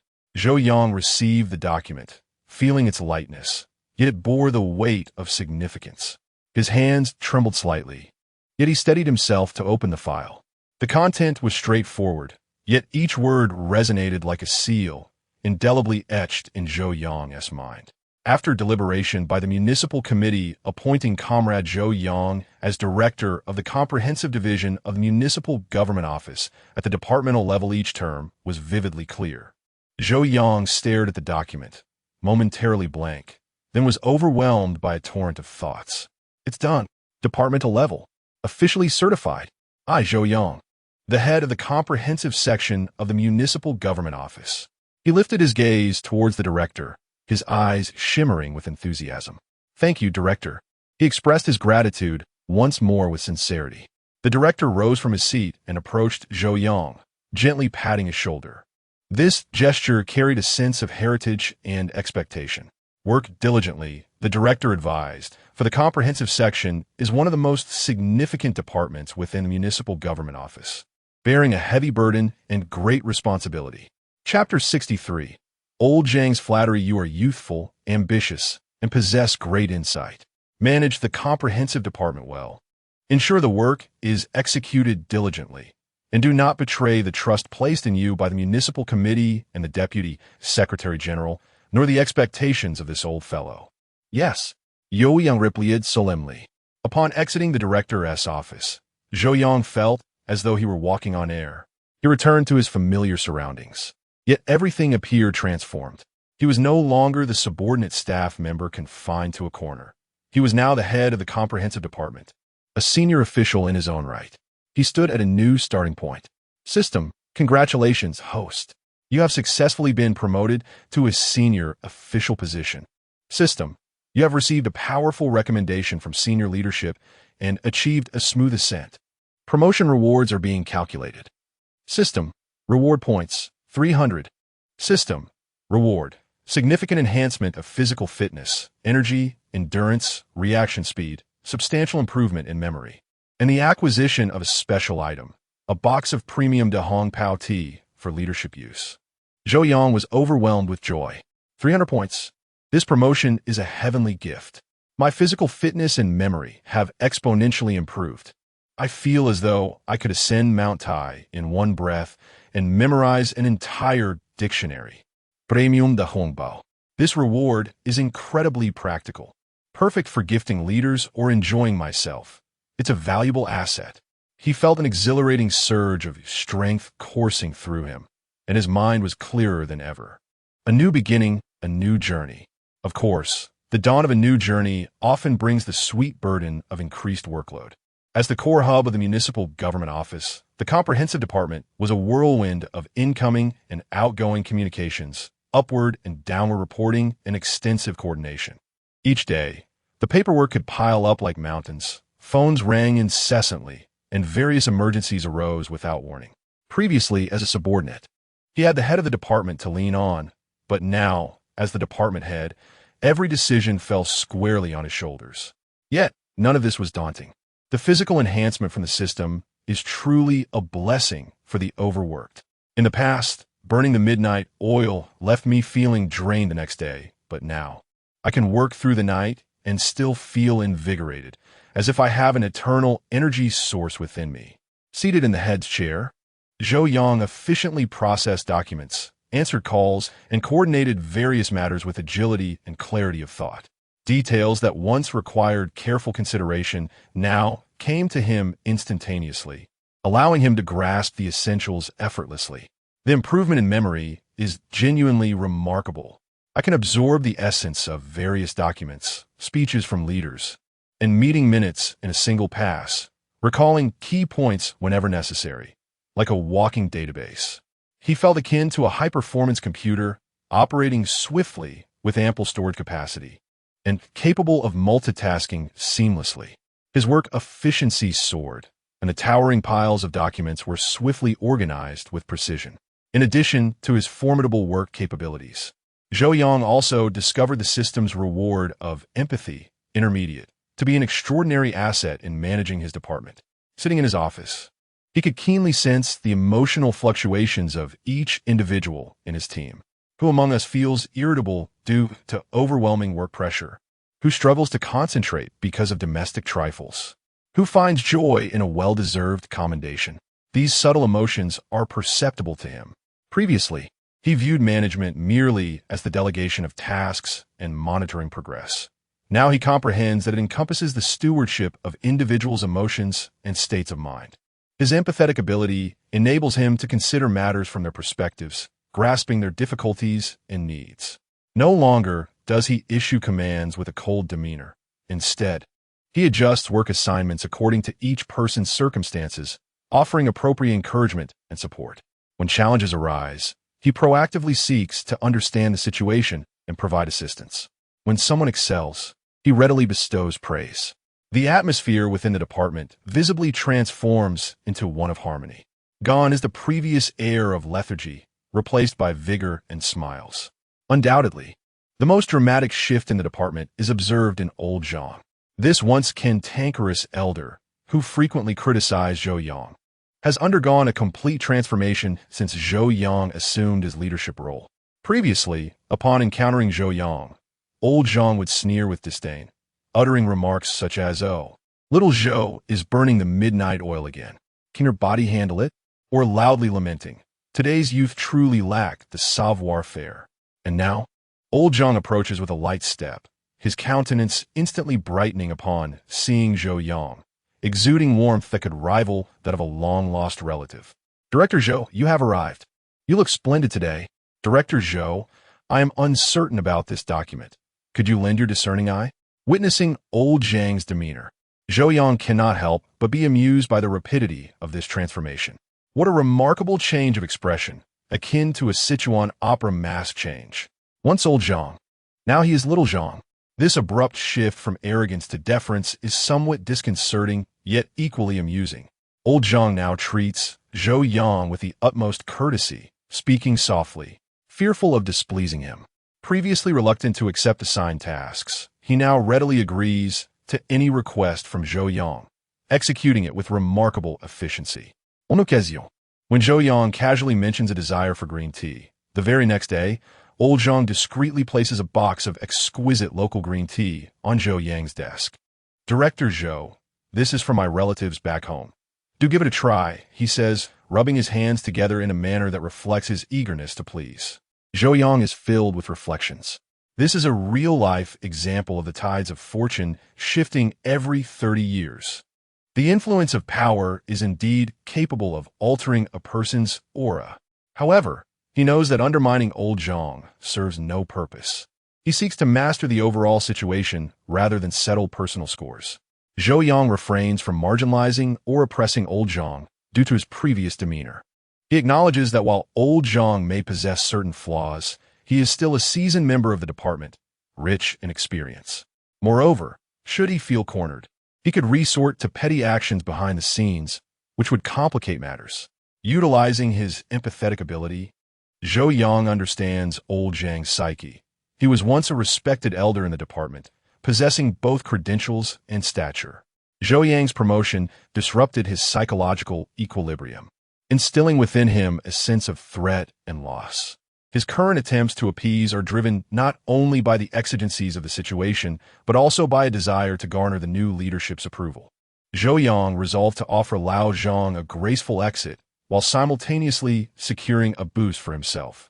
He began to assign Lao Zhang a series of manageable, yet relatively significant tasks, such as overseeing the distribution of documents, expediting the progress of certain matters, or taking notes during less critical meetings. These responsibilities allowed Lao Zhang to continue contributing meaningfully without jeopardizing the core operations of the department, and, crucially, they preserved his dignity. Chapter 64. Vice Mayor Yuan Old Zhang. This document is rather urgent. Given your wealth of experience, I would appreciate your close attention to it. Zhou Yang said in a gentle tone, imbued with trust. Old Zhang, your detailed notes from the meeting are commendable. I am grateful for your efforts. Zhou Yang publicly praised him. Each time Zhou Yang arranged or commended old Zhang in such a manner, a look of astonishment mixed with pride would grace old Zhang's face. He stood a bit taller in the office, engaging more with the younger staff. System, detecting an increase in the targets, staff member old Zhang. Emotional value, feeling respected, feeling acknowledged. Successfully provided emotional value of respect and recognition. Point 10. System, detecting an increase in the targets, staff member old Zhang. Emotional value, gaining face, feeling significant. Successfully provided emotional value of gaining face. Points 15. Though the points accrued were modest, they accumulated over time, and Zhou Yang sought overall stability and efficiency within the department. Under Zhou Yang's guidance, The efficiency and quality of the comprehensive department had indeed seen remarkable enhancement. Procrastination and bureaucratic wrangling had diminished, document circulation had accelerated, and the evaluations from various departments regarding the comprehensive department had steadily improved. The comprehensive department was now transformed. That director, Zhou, truly possesses remarkable skills. Previously, one would have to wait for ages to get matters handled by the comprehensive department. Now, their efficiency has vastly improved. The comprehensive department gradually evolved into a benchmark within the municipal office. Zhou Yang's exemplary performance naturally did not escape the notice of the office director, who began to trust and value him even more, assigning increasingly significant and sensitive tasks to the comprehensive department. One day, the director summoned Zhou Yang to the office. Xiao Zhou, the director said with a beaming smile, "The recent work of the comprehensive department has been outstanding. The city leaders have taken note." Zhou Yang humbly acknowledged this. "There's a matter," the director continued, his tone shifting to one of seriousness. "The city is about to initiate preliminary research for a key project that involves several departments, necessitating a comprehensive coordination group to advance it." Zhou Yang felt a surge of excitement. A key project? Comprehensive coordination? This was precisely within his area of expertise. This project is of great significance, and the city is placing considerable emphasis on it. The director went on. "The overseeing leader is Vice Mayor Yuan." "What?" "Vice Mayor Yuan, a powerful figure in the city. This is a direct connection to city leadership." A tempest of emotions surged within Zhou Yang, yet he maintained an outward composure. Vice Mayor Yuan was a prominent figure in the city, overseeing a broad spectrum of areas, wielding substantial power. Establishing a connection with such a leader would undoubtedly provide immense support for Zhou Yang's future endeavors. "Director, I understand," Zhou Yang replied with resolute conviction. "The comprehensive department will spare no effort to accomplish this task." The director nodded with satisfaction. "I knew you could shoulder this responsibility. The office for this coordination group will be established within the comprehensive department. As the head, you will be fully involved, responsible for the specific organizational and coordination work. This task is challenging, yet it is also a splendid opportunity." The director looked at Zhou Yang with a meaningful gaze. Vice Mayor Yuan has high expectations for work, yet he values capable and efficient officials. Zhou Yang felt his heart racing. Opportunity has arrived. Isn't this precisely the high-value emotional target that the system cherishes? If I can win over Vice Mayor Yuan's emotional value, my points will surely skyrocket. Rest assured, Director, I will not fail in my mission." Zhou Yang bled get earnestly. As he exited the director's office, Zhou Yang walked with a light step, his eyes sparkling with excitement. This task was far beyond merely completing a job. It was his first direct encounter with a powerful leader in the city since his promotion to a full department head. Whether he could seize this opportunity and leave a profound impression on Vice Mayor Yuan would directly influence his future prospects. This was not merely seeking favor. It was a precise investment, a reciprocal exchange of value. The system chimed in, strong ambition for promotion and a high-level opportunity detected. Please actively strive to showcase your abilities and provide emotional value to the mayor. High-value target locked. Please give it your all. The system rarely offered encouragement, which heightened Zhou Yang's excitement even further. He took a deep breath, striving to calm his racing heart. He needed to prepare. Zhou Yang immediately set to work, reviewing all publicly available information about Vice Mayor Yuan, his background, areas of responsibility, significant speeches, and news reports from events he attended. Vice Mayor Yuan, in his early 50s, had climbed the ranks from grassroots levels. It was said that his work style was pragmatic, decisive, with high standards for documentation and a strong aversion to bureaucratic red tape. His domains of oversight included development and reform, finance, natural resources, housing and urban construction, and transportation. An impressive portfolio indeed. He had a penchant for tea, especially the rock tea from Wui Mountain. His private life was relatively low-key, devoid of scandal. These details raced through Zhou Yang's mind before being stored in his memory palace. Besides the leader himself, the secretary also represented a crucial entry point. Vice Mayor Yuan's secretary, surnamed Li, had been with him for many years and was trusted implicitly. Zhou Yang discreetly gathered additional information regarding Secretary Li. Secretary Li, in his 30s, was competent and skilled, but had a rather impatient temperament, particularly recently, as he appeared to be under considerable stress, often seen furrowing his brow while on the phone in the office. Rumor had it that Vice Mayor Yuan had been in a poor mood lately, with some minor issues at work causing Secretary Li to bear the brunt of it. Minor issues? A poor mood? Zhou Yang's eyes lit up. Opportunity. Isn't this precisely the emotional value demand that the system referred to? If the leader is unhappy and the secretary suffers alongside him, then if I can help alleviate the leader's small troubles, wouldn't that be a roundabout way to provide emotional value directly to him? Zhou Yang felt like a detective piecing together fragmented information. He resolved to carefully observe during his first visit to Vice Mayor Yuan's office for work coordination. That afternoon, armed with a well-organized preliminary project proposal, Zhou Yang knocked on the door of Vice Mayor Yuan's office. The door swung open, revealing the slightly weary face of Secretary Li. Upon seeing Zhou Yang, he paused momentarily. "Hello, Secretary Li. I am Zhou Yang from the General Affairs Department of the Municipal Government."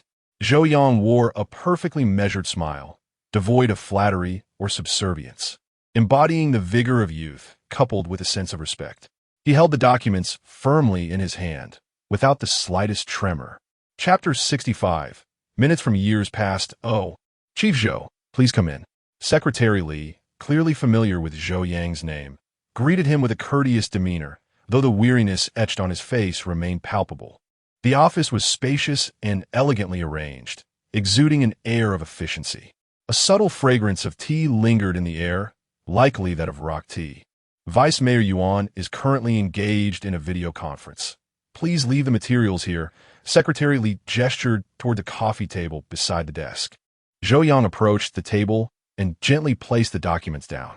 He noticed a stack of papers on the table, accompanied by an open folder that appeared to be missing something, as Secretary Li occasionally cast anxious glances at it.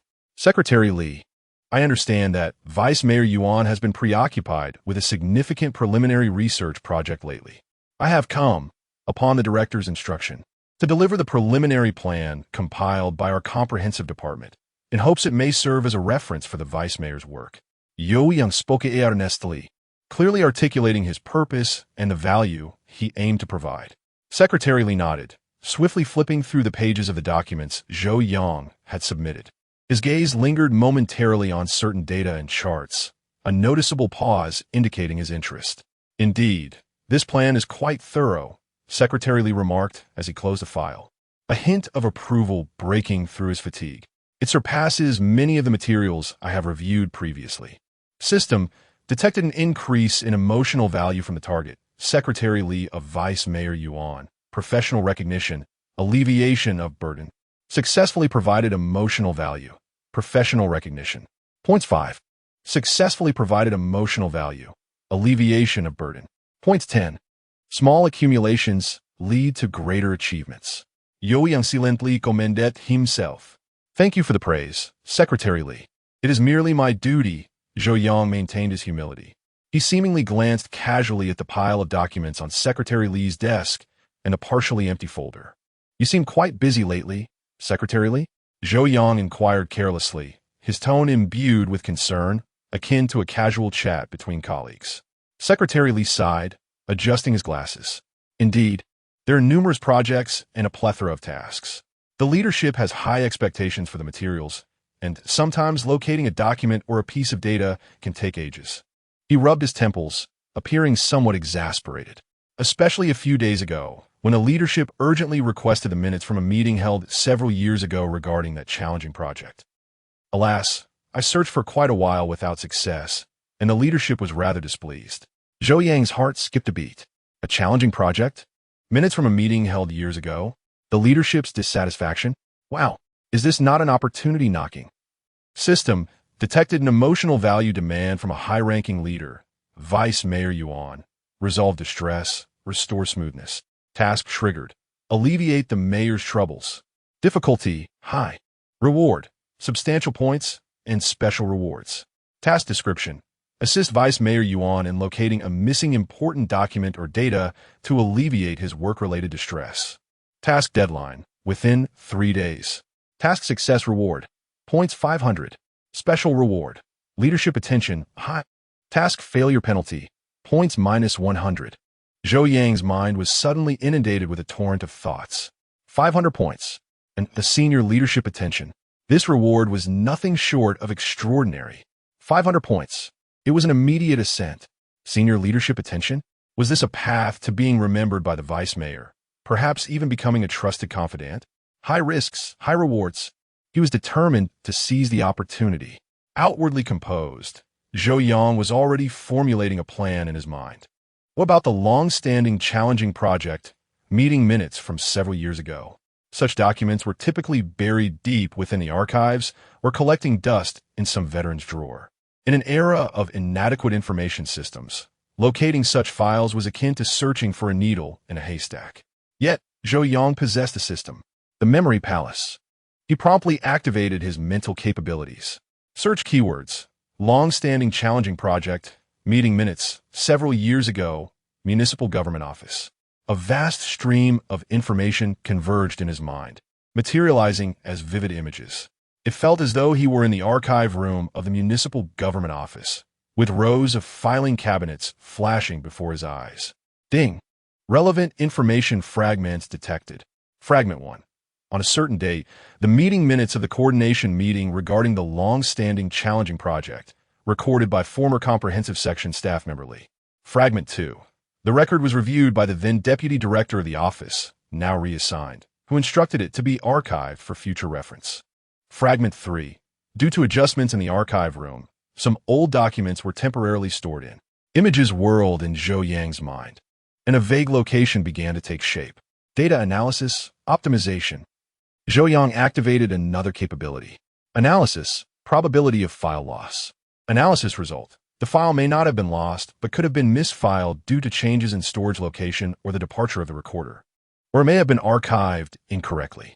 Analysis, most likely storage location. Analysis result. Combining fragment information and office changes, the most probable storage location is. A specific location and potential storage method crystallized in Zhou Yang's mind. So that's it. He felt a surge of confidence. He glanced at Secretary Lee, who was still troubled by the missing documents. Secretary Lee, regarding the meeting minutes of that long-standing challenging project. Which year are we talking about? Zhou Yang casually inquired. Secretary Lee pondered for a moment. It seems to be 6 years ago? 7 years? I can't quite recall. Just around the time I joined the office. 6 or 7 years ago. The timeline matched his system analysis. Indeed. The archival management back then was far less systematic than it is now, Zhou Yang mused thoughtfully. He refrained from immediately offering his assistance, as that would appear abrupt, and if he failed to find it, it could reflect poorly on him. He needed to lay the groundwork, demonstrate his capabilities, and then act decisively at the crucial moment. Secretary Lee, Vice Mayor Yuan has been working tirelessly lately, and I can see you are quite busy as well. Zhou Yang produced a small glass vial from his pocket. This is a high-concentration B vitamin supplement my friend brought back from abroad. It is excellent for invigorating the mind and alleviating fatigue. You must have been burning the midnight oil. So please give it a try. Don't overwork yourself. This is the system's reward of high-concentration vitamin B complex without side effects, which Zhou Yang has kept in use until now. It seems that the moment has finally arrived. Secretary Lee momentarily paused, accepting the small vial, her face revealing a mix of surprise and gratitude. Oh, Chief Zhou, you are too kind. Thank you, thank you. Secretary Lee expressed her heartfelt thanks, and a hint of a smile finally appeared on her weary face. System, detected target, Secretary Lee of Vice Mayor Yuan. Emotional value has increased, feeling cared for, receiving assistance. Successfully provided emotional value of being cared for. Points 8. Successfully provided emotional value of receiving assistance. Points 12. Zhou Yang felt a surge of joy within. First, went over the secretary, then achieved the objective through indirect means. Chapter 66. The violent lock picking. There's no need for concern. We are colleagues, after all, and should understand each other, Zhou Yang remarked with a smile. Glancing at the time, he added, I shall not disturb your work any longer Secretary.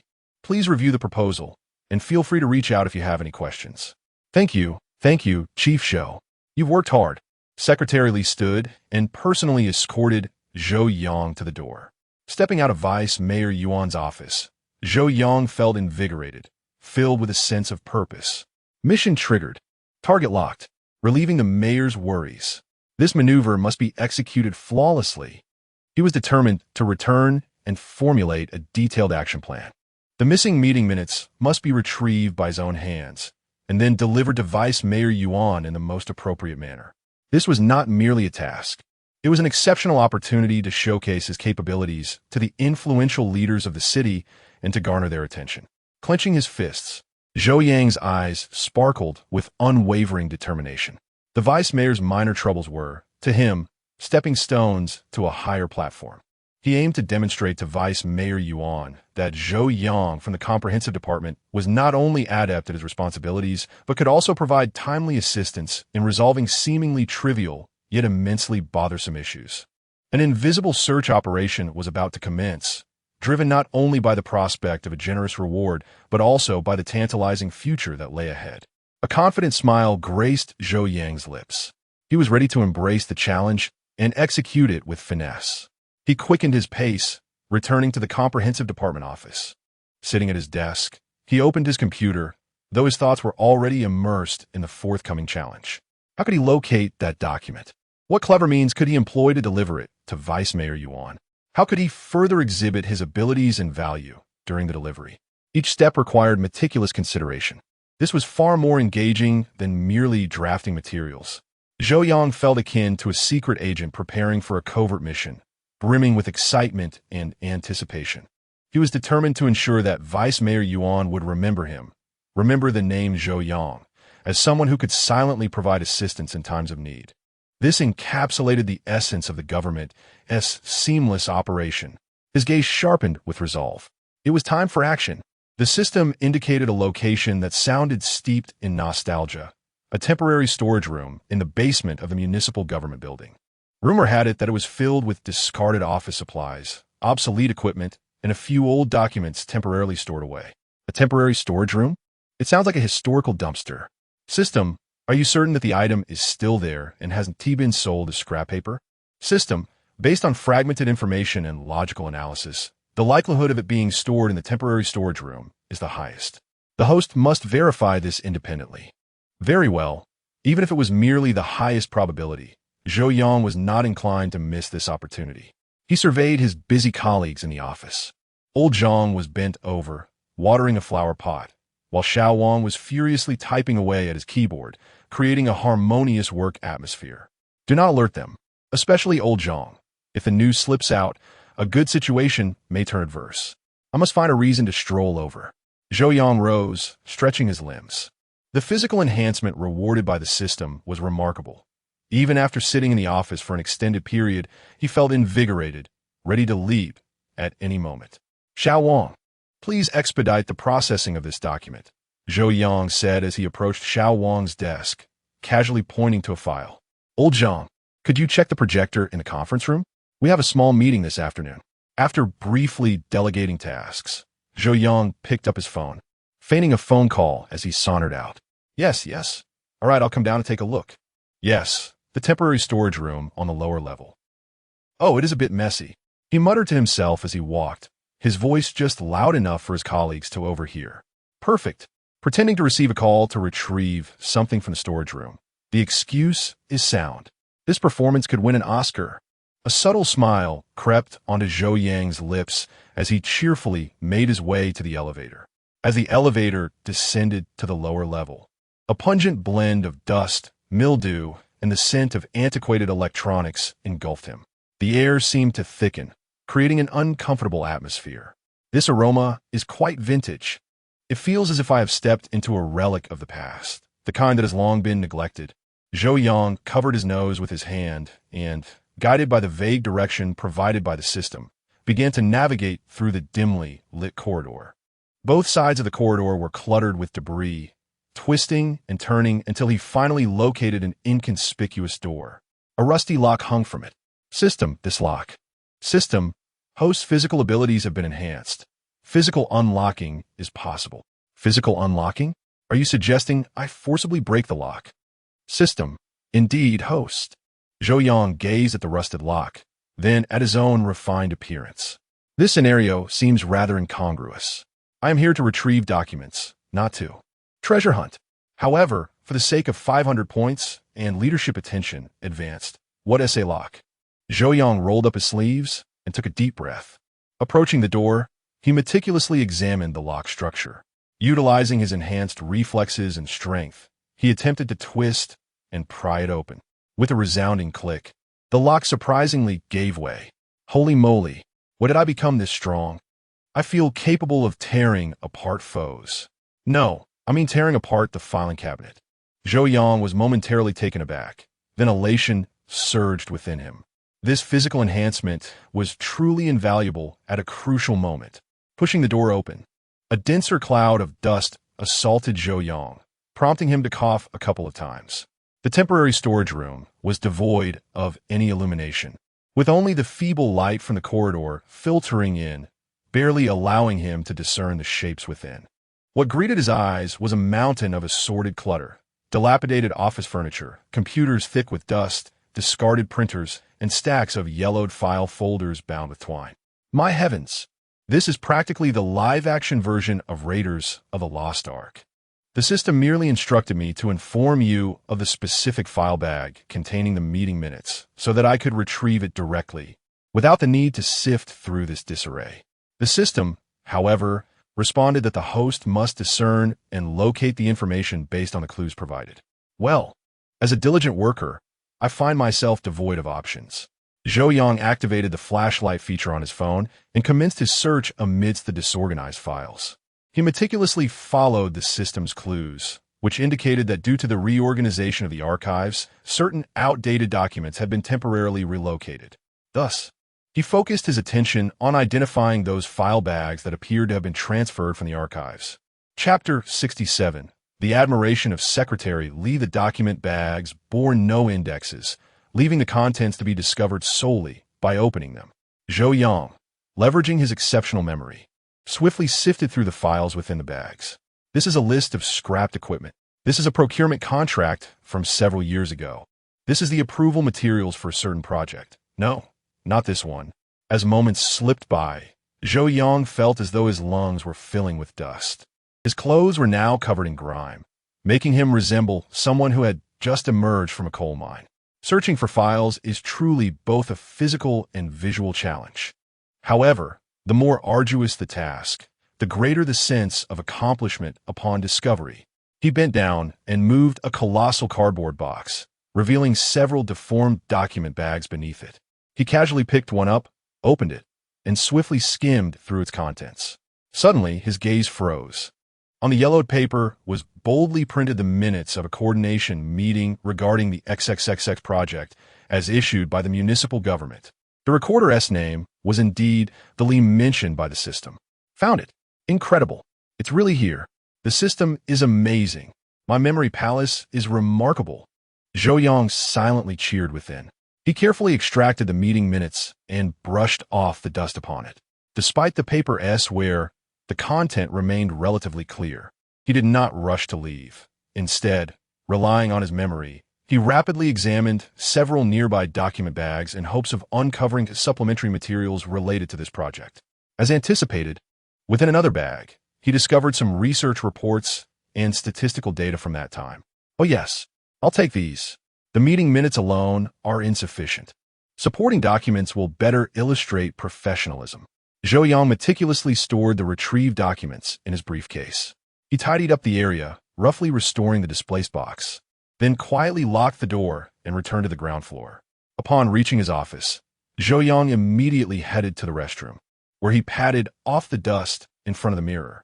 This dust feels like it could create a pound of mud. I'll need a thorough shower later. Returning to his desk, he opened his briefcase and retrieved the recovered meeting minutes along with the supplementary materials. Next step, consolidation. I cannot simply present the original documents to the leadership. They must be refined to become more intuitive and readable. Zhou Yang powered on his computer and extracted the key information from the documents, swiftly crafting a concise report that integrated the data from the supplementary materials. The report encompassed not only the main topics discussed in the meeting, its conclusions and resolutions, but also included background data and a comparative analysis of the current situation, enabling Vice Mayor Yuan to instantly grasp the issues at hand and the original perspective from years prior. His speed in composing the report was remarkable, as if a high-speed processor were whirring in his mind, a testament to his enhanced memory and data analysis skills. Once the report was complete, Zhou Yang meticulously reviewed it to ensure clarity in logic, accuracy in data, and conciseness in language. This report not only aids the leadership in accessing information, but also showcases my analytical and integrative capabilities. This recent endeavor is nothing short of a textbook example of providing timely assistance. The pressing matter now is how to deliver this document into the hands of Deputy Mayor Yuan. A direct handover would undoubtedly be too abrupt. The most prudent course of action would be to involve Secretary Li. Zhou Yang glanced at the clock. The afternoon had already slipped away. He resolved to seek out Secretary Li the following morning. Bright and early the next day, Zhou Yang arrived at the office ahead of schedule. He meticulously printed the refined report and placed it alongside the original minutes of the meeting in a file folder. Upon reaching the entrance of Deputy Mayor Yuan's office, he fortuitously encountered Secretary Li emerging with a cup of water. "Good morning, Secretary Li," Zhou Yang greeted with a smile.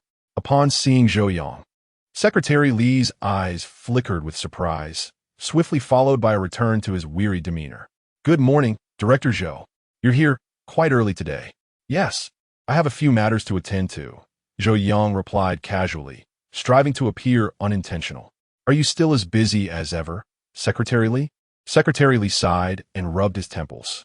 "Don't get me started. The issues with that challenging project have left me in a bind. Some historical data is missing, and it's holding everything up. The leadership is pressing for progress, which is quite a headache." Zhou Yang's mind stirred. An opportunity had arisen regarding that challenging project you mentioned. "I happened to come across some meeting records and research data from several years ago while organizing some old materials in our department yesterday." His tone was utterly natural, as if the thought had just occurred to him. He found it quite intriguing, so he had taken the liberty to compile the key information. He paused, gauging Secretary Li's reaction. Secretary Li's eyes brightened momentarily, though skepticism soon crept in. "Oh, is that so? Which are you referring to?" "Approximately 6 or 7 years ago," Zhou Yang replied, aligning the timeline with what Secretary Li had previously mentioned. "Could I possibly take a look at it?" Secretary Li's tone grew somewhat urgent. "Absolutely." Zhou Yang promptly retrieved the file folder from his briefcase. "I prepared a concise report along with the original meeting minutes. I hope it proves beneficial to Deputy Mayor Yuan." He extended the folder to Secretary Li, his demeanor humble, devoid of any intention to claim credit. "I just happened to have encountered some similar old materials before and took the liberty of organizing the relevant data, thinking it might be of use." Zhou Yang added, attempting to convey that this task was a mere afterthought rather than a deliberate search for documents. Secretary Li eagerly accepted the file folder, hastily flipping through Zhou Yang's report. The fatigue in his expression was rapidly replaced by excitement. Director Zhou, this is truly, remarkably timely," Secretary Li exclaimed, his voice rising with enthusiasm. "This report is excellent. All the key information is present, along with comparative data. You've saved me an immense amount of effort." He held up the yellowed, original meeting minutes, scrutinizing them carefully. Once he confirmed their accuracy, an expression of disbelief spread across his face. "You actually found it." Secretary Li looked at Zhou Yang, his eyes brimming with admiration. "I've been searching for 2 days without success. After scouring the archives and consulting several senior colleagues, all expressed a lack of recollection. System detected an increase in emotional value for the target. Secretary Li, secretary to Vice Mayor Yuan. Surprise, admiration, problem resolution. Successfully provided emotional value to resolve the issue. Points 20. Successfully provided emotional value with efficiency and convenience. Points 15.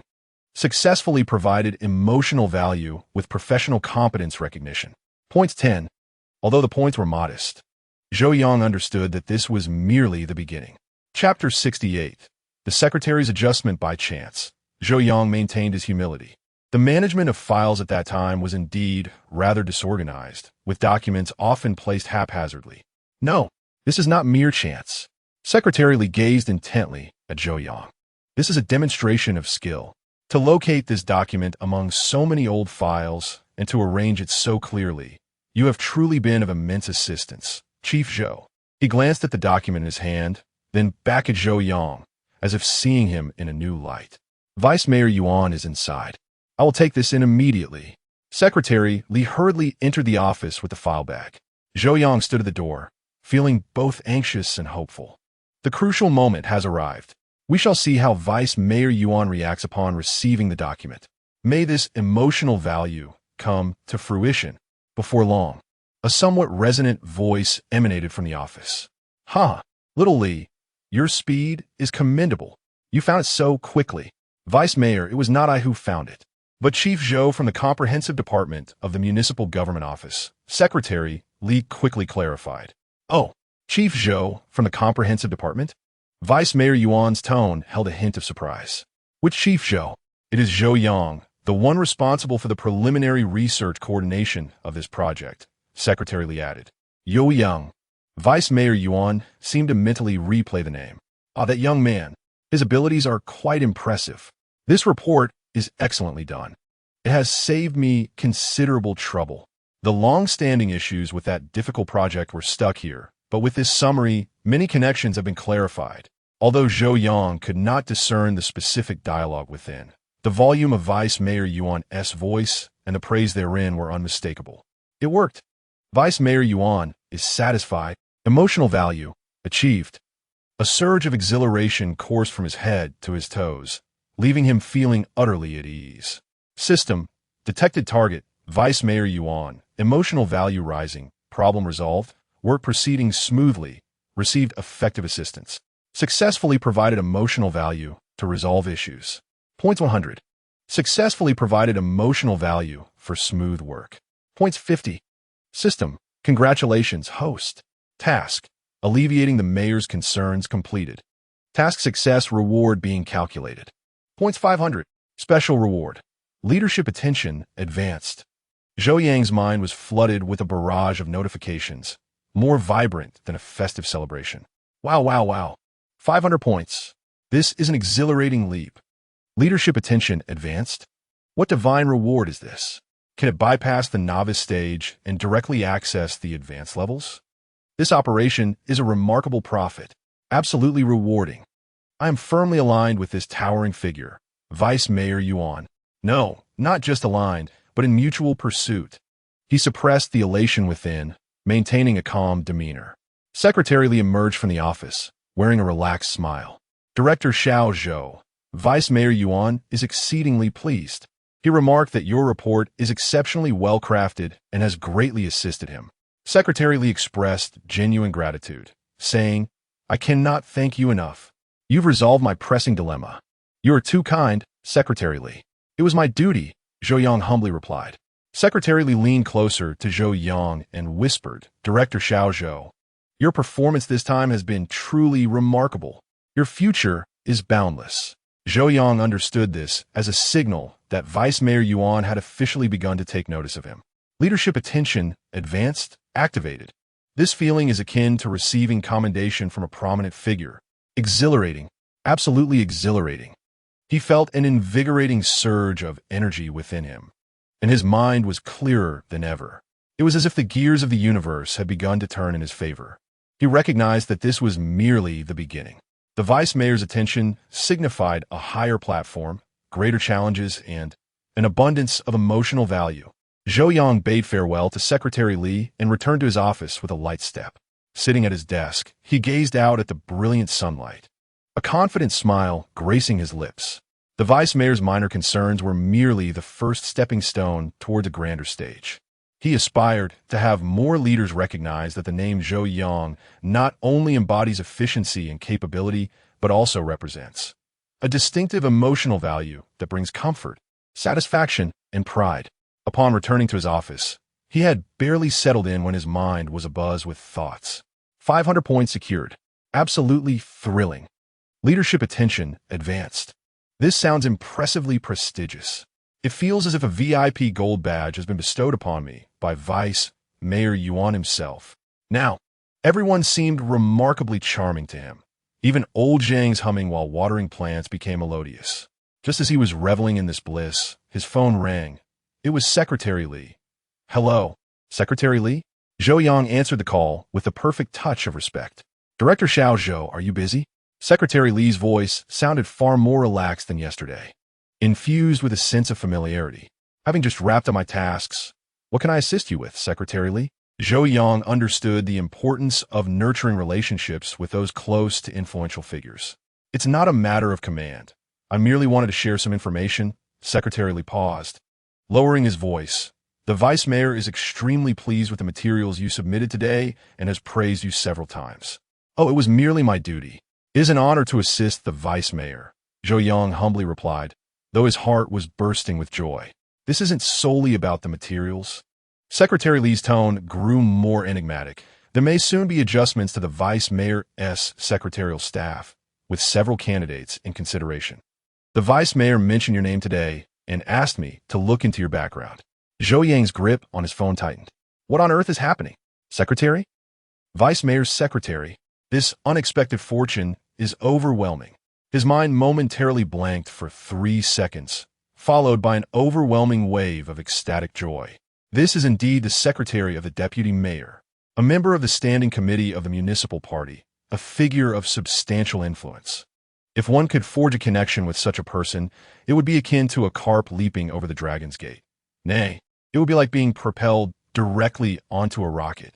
"Secretary Li, did the deputy mayor mention me?" Zhou Yang endeavored to maintain a calm demeanor, though a barely perceptible tremor betrayed his excitement. "Indeed, the deputy mayor remarked upon your remarkable abilities, your nimble mind, and your capacity for action," replied Secretary Li with a light chuckle. "Young Section Chief Zhou, this presents a tremendous opportunity. You must prepare diligently." "Thank you for your reminder, Secretary Li. I shall strive earnestly." Zhou Yang felt as if he were walking on air, buoyed by elation. After concluding the call, he took a deep breath, striving to quell the tempest of excitement within. Chapter 69, the main act approaches. Calm down. Remain composed. This is both an opportunity and a challenge. The role of a secretary is not a position that just anyone can occupy. He understood that the position of the deputy mayor's secretary, though seemingly glamorous, was fraught with immense pressure. Not only did it entail managing daily affairs, but it also required the coordination of various relationships, the discernment of the leader's intentions, and even serving as a shield for the leader. System, a significant turning point in the host's career has been detected.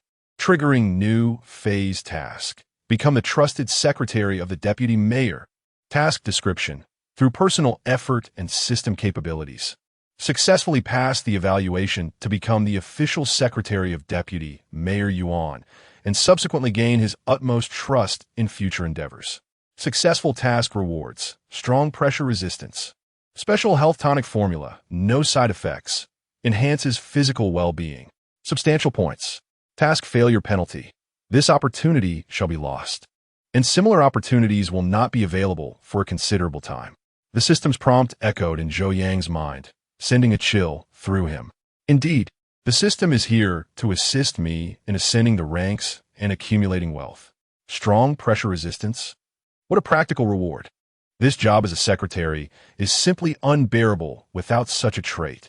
Special health tonic formula, no side effects, and promotes health. This is essentially a premium wellness gift for the leader. The allure of the rewards was evident, as was the difficulty of the task. Becoming a trusted secretary was no trivial pursuit. I shall strive, I shall fight, for the rocket launcher, for the health tonic, for pressure resistance. I, Zhou Yang, will become the most formidable secretary on earth. From that day forth, Zhou Yang's focus in life shifted. He continued to manage departmental affairs during the day, but all his spare moments were devoted to an accelerated secretary training course. He began voraciously reading various books on secretarial work, including Office Work Guide, Writing Speeches for Leaders, and Protocols of Government Affairs. His desk corner became a veritable mountain of literature. This is more tedious than preparing for the college entrance examination. I feel as though my brain might explode. But knowledge is power. It also equates to points. Beyond theoretical knowledge, Zhou Yang placed a significant emphasis on practical observation. He began to frequently stroll around the deputy mayor's office area. Reconnaissance mode activated. Empathy ability operating at full capacity. He utilized his empathy ability, intermediate, attempting to sense Deputy Mayor Yuan's emotional fluctuations and work state. Today, the deputy mayor seemed somewhat irritable. Perhaps he was facing an urgent matter. The atmosphere was quite pleasant during the morning meeting. The leader appeared to be in good spirits. Secretary Li's brow was furrowed, likely because the materials had been returned yet again. He resembled a covert spy, silently observing every detail within Deputy Mayor Yuan's office. Zhou Yang meticulously recorded in his mind the deputy mayor's daily habits, speaking style, interpersonal interactions, and even the subtle gestures of drinking water or perusing documents. During several chance encounters with the personnel of Deputy Mayor Yuan's office, Zhou Yang began to showcase his perceptiveness. One day, Deputy Mayor Yuan emerged from his office, holding a document, seemingly intending to hand it to Secretary Li at the door. An opportunity has arisen. Quick, step forward. Take the document. Zhou Yang dashed forward like a bolt of lightning, adorned with a perfectly timed smile. Deputy Mayor Yuan, allow me. He jogged ahead, gracefully accepting the document with both hands and respectfully offered it to the ever-attentive Secretary Li. His movements flowed seamlessly, the timing impeccable, devoid of any superfluous gestures. Deputy Mayor Yuan glanced at him, nodded slightly, and a look of approval graced his features. Xiao Zhou, well done. System, detected target, Deputy Mayor Yuan, emotional value rising, convenient and efficient. Successfully provided high emotional value efficiently. Points 10. On another occasion, Zhou Yang was delivering a departmental report when he unexpectedly spotted Deputy Mayor Yuan returning from a meeting. As he sat down, he instinctively reached for his cup, only to discover it was empty. Water. The leader is thirsty. Quick, fetch water. This is a prime opportunity to demonstrate perceptiveness. Zhou Yang immediately grasped the situation. Without waiting for Secretary Li to react, he briskly approached the water dispenser and swiftly filled a cup with warm water, presenting it before Deputy Mayor Yuan. Deputy Mayor Yuan, please enjoy some water. Deputy Mayor Yuan appeared momentarily taken aback, accepting the cup and taking a sip, his fatigued expression easing slightly. Thank you, Xiao Zhou.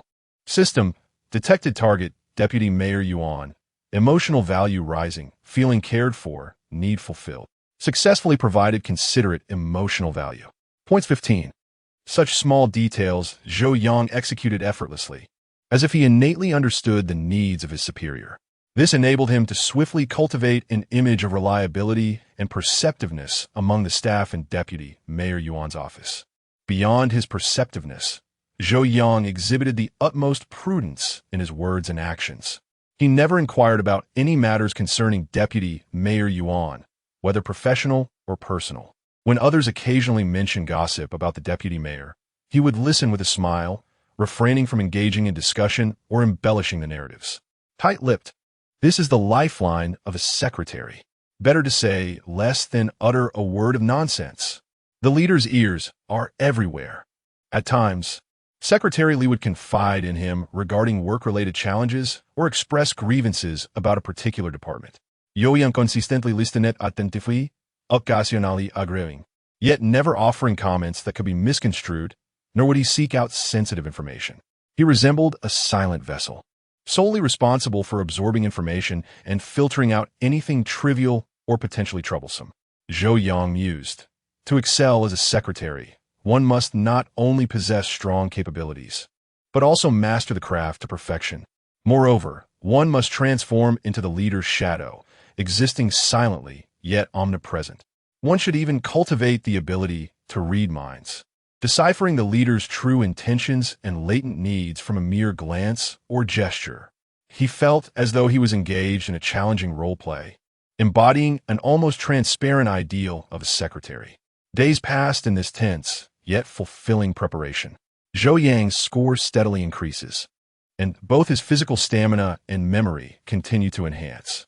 He perceives his awareness of the surrounding environment becoming increasingly acute and his grasp of human emotions more precise. That afternoon, after Zhou Yang had just finished a document, his phone rang once more. It was Secretary Li. "Chief Zhou, I have something to inform you." Secretary Li's voice sounded quite formal. Zhou Yang's heart skipped a beat, sensing that the main event was approaching. Vice Mayor Yuan has decided to arrange an internal interview for a candidate for the secretary position this week, and you are on the list. An interview. Chapter 70. The secretary interview commences. Zhou Yang clenched his fists, his heart racing. The moment had arrived, the ultimate test. It was time to ascertain whether he was merely an ordinary individual or someone with extraordinary potential. For the sake of my aspirations, for my resilience, I shall give my all. Thank you for the notification, Secretary Li. I shall certainly be there punctually. Zhou Yang's voice resonated with determination. The specifics regarding time and location will be communicated to you shortly, Secretary Li stated before ending the call. Zhou Yang sat in his chair, gazing at his phone screen, a surge of fervor igniting within him. An interview. A one-on-one meeting with the city's influential deputy mayor. This was not merely an interview. It was Zhou Yang's clarion call to ascend to a higher platform. He inhaled deeply, his gaze sharp as a blade. He had to emerge victorious in this battle. In the ensuing 2 days, apart from fulfilling his regular duties, Zhou Yang devoted nearly all his energy to preparing for the interview. He was not merely memorizing official documents or rehearsing standard responses. He engaged in a more profound level of preparation. He revisited the Deputy Mayor Yuan's recent public speeches, not for their content, but to analyze his linguistic habits, logical structures, and emotional expressions in specific contexts. He studied several key projects supervised by Deputy Mayor Yuan, familiarizing himself with their backgrounds, progress, and potential challenges. He even discreetly inquired about Yuan's work preferences and style through various channels, discovering that he favored concise and clear reports while detesting empty rhetoric. He prioritized effectiveness and maintained high standards for details. Know thyself and know your adversary. You shall not fear the outcome of 100 battles. Yoi motifatet himself. Although Deputy Mayor Yuan was not his enemy, this was a battle without smoke. The interview was scheduled for Friday afternoon. Zhou Yang arrived 10 minutes early at the deputy mayor's office area. He did not approach directly. Instead, he paused by a window at the end of the corridor, taking in the scenery below to steady his nerves. Secretary Li spotted him and waved with a smile. "Ah, Officer Zhou, you've arrived. The deputy mayor is still busy inside. Please wait a moment." "Thank you, Secretary Li." Zhou Yang walked over, wearing an appropriately pleasant smile. Secretary Li handed him a glass of water. "Don't be nervous. It's just a casual conversation." "Thank you, Secretary Li." As Zhou Yang accepted the glass, the warmth of the cup provided him with a sense of reassurance. He understood Secretary Li's good intentions, yet the notion of a casual chat held little weight in the bureaucratic realm, especially when engaging with a leader of the deputy mayor's caliber. A casual chat? That phrase is best taken with a grain of salt. Casual conversations with leaders often conceal hidden perils. After approximately 5 minutes, Secretary Li emerged from the office. "Officer Zhou, please enter." Zhou Yang took a deep breath, adjusted his attire, and stepped into the office. The deputy mayor's office was spacious, with abundant natural light. The desk was impeccably organized, adorned only with a few documents and a simple teacup. Deputy Mayor Yuan sat behind the expansive desk, intently reviewing a document. He was dressed in a dark shirt, his hair meticulously styled, and though a hint of fatigue lingered on his face, his gaze remained sharp. Upon hearing footsteps, Vice Mayor Yuan lifted his head. Upon seeing Zhou Yang, a gentle smile graced his features, and the weariness seemed to dissipate somewhat. "Zhou Yang, please take a seat." Vice Mayor Yuan gestured towards the chair opposite his desk. "Thank you, Vice Mayor Yuan." Zhou Yang replied as he approached the chair, but refrained from sitting until prompted by the vice mayor. He maintained an upright posture, leaning slightly forward to convey respect and attentiveness. First impressions are paramount. Posture, eye contact, and expression all serve to enhance one's standing. One must ensure that the leadership perceives your vitality and the significance you attribute to this conversation. "I called you here today simply to have a casual chat," Vice Mayor Yuan continued, his tone becoming increasingly informal. How has work been lately? Are you adapting well in the comprehensive department? Zhou Yang understood that this initial inquiry served as an icebreaker and an opportunity for observation. He could not treat it as mere small talk. Thank you for your concern. Vice Mayor Yuan, work has been progressing smoothly, and I have learned a great deal, Zhou Yang responded succinctly. The tasks within the comprehensive department are of great importance, and I feel fulfilled to have the opportunity to learn and grow here. Vice Mayor Yuan nodded, appearing satisfied with the reply. You did exceptionally well on that challenging project last time. Your clarity of thought and high efficiency were commendable. It is my honor to assist the vice mayor, Zhou Yang humbly expressed. I stumbled upon that document while organizing old materials, so I'm glad it proved useful. One must not take undue credit. It is crucial to emphasize that it was serendipitous, merely a matter of convenience and an obligation. This approach demonstrates capability while maintaining a modest demeanor, in line with the understated style expected within the system. Vice Mayor Yuan chuckled, serendipitous? I believe it was more a reflection of your competence. He set aside the document he held, interlacing his fingers on the desk, his posture relaxing slightly. Zhou Yang, what are your thoughts on the work of the city, particularly that of the city government office where you are currently stationed? Vice Mayor Yuan pivoted the conversation, delving deeper with his inquiry. Here it comes. A challenging question. Thoughts? This is not something to be spoken of lightly. A poor response could be deemed reckless. One must be steady, precise, reflecting a broader perspective. Zhou Yang's mind raced as he activated his quick thinking skills. Instead of responding immediately, he took a moment to ponder and articulate his thoughts. Vice Mayor, I believe the city government office serves as the nerve center for the municipal party and government, crucial for the transmission of directives and coordination among various entities. Zhou Yang spoke earnestly and seriously. Its efficient operation is directly related to the implementation and realization of the decisions made by the municipal party and government. Specifically regarding the comprehensive department, while it may be a foundational unit, it bears significant responsibilities in comprehensive coordination, drafting documents, and processing information, serving as the bedrock of the office's operations.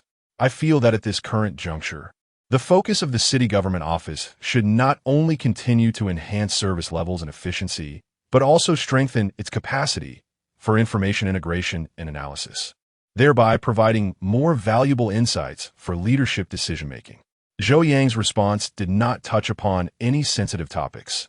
It was entirely focused on the work at hand. His logic was coherent and his expression professional, encompassing both macro and micro perspectives. Vice Mayor Yuan listened attentively, nodding occasionally. Do you believe there is still room for improvement in terms of information integration and analytical capabilities? Vice Mayor Yuan inquired further. Chapter 71. Exemplary response indeed. Zhou Yang replied with certainty. In this age of information overload, an abundance of data and reports inundates us. However, the ability to swiftly and effectively distill core content, identify latent issues, and even forecast trends necessitates more specialized techniques and methodologies. For instance, we could establish a more intelligent database system or incorporate advanced data analysis tools to enhance both efficiency and quality. Drawing from his previous experiences, Zhou Yang offered several concrete suggestions. We must not only articulate the problems, but also propose viable solutions.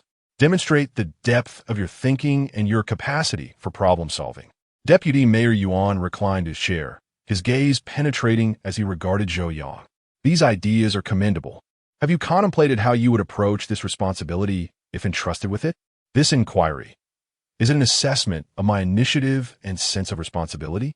Is he merely painting a rosy picture or handing me the microphone? No matter. I shall seize the opportunity. Deputy Mayor Yuan, should such an opportunity arise, I would wholeheartedly embrace the challenge. Zhou Yang responded without hesitation, his tone resolute. I would begin by conducting an in-depth investigation of the existing processes and tools to identify pain points. Subsequently, I would formulate specific improvement plans based on practical needs and advanced experiences.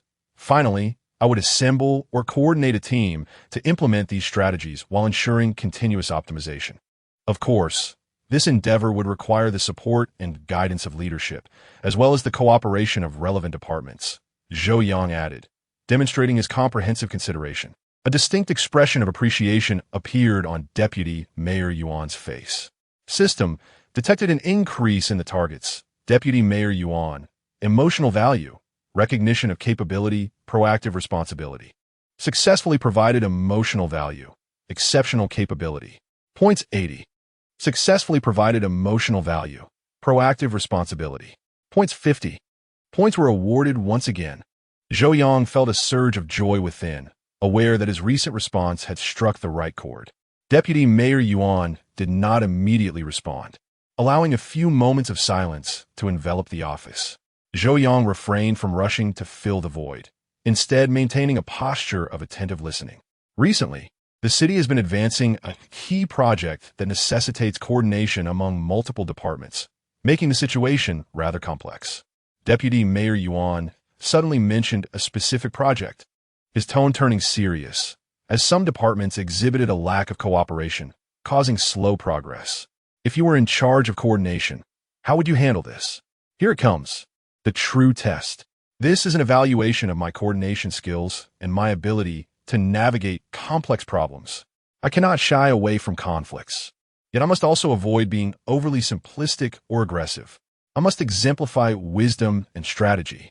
Zhou Yang swiftly recalled information regarding the project, as well as Deputy Mayor Yuan's previous approaches to similar issues.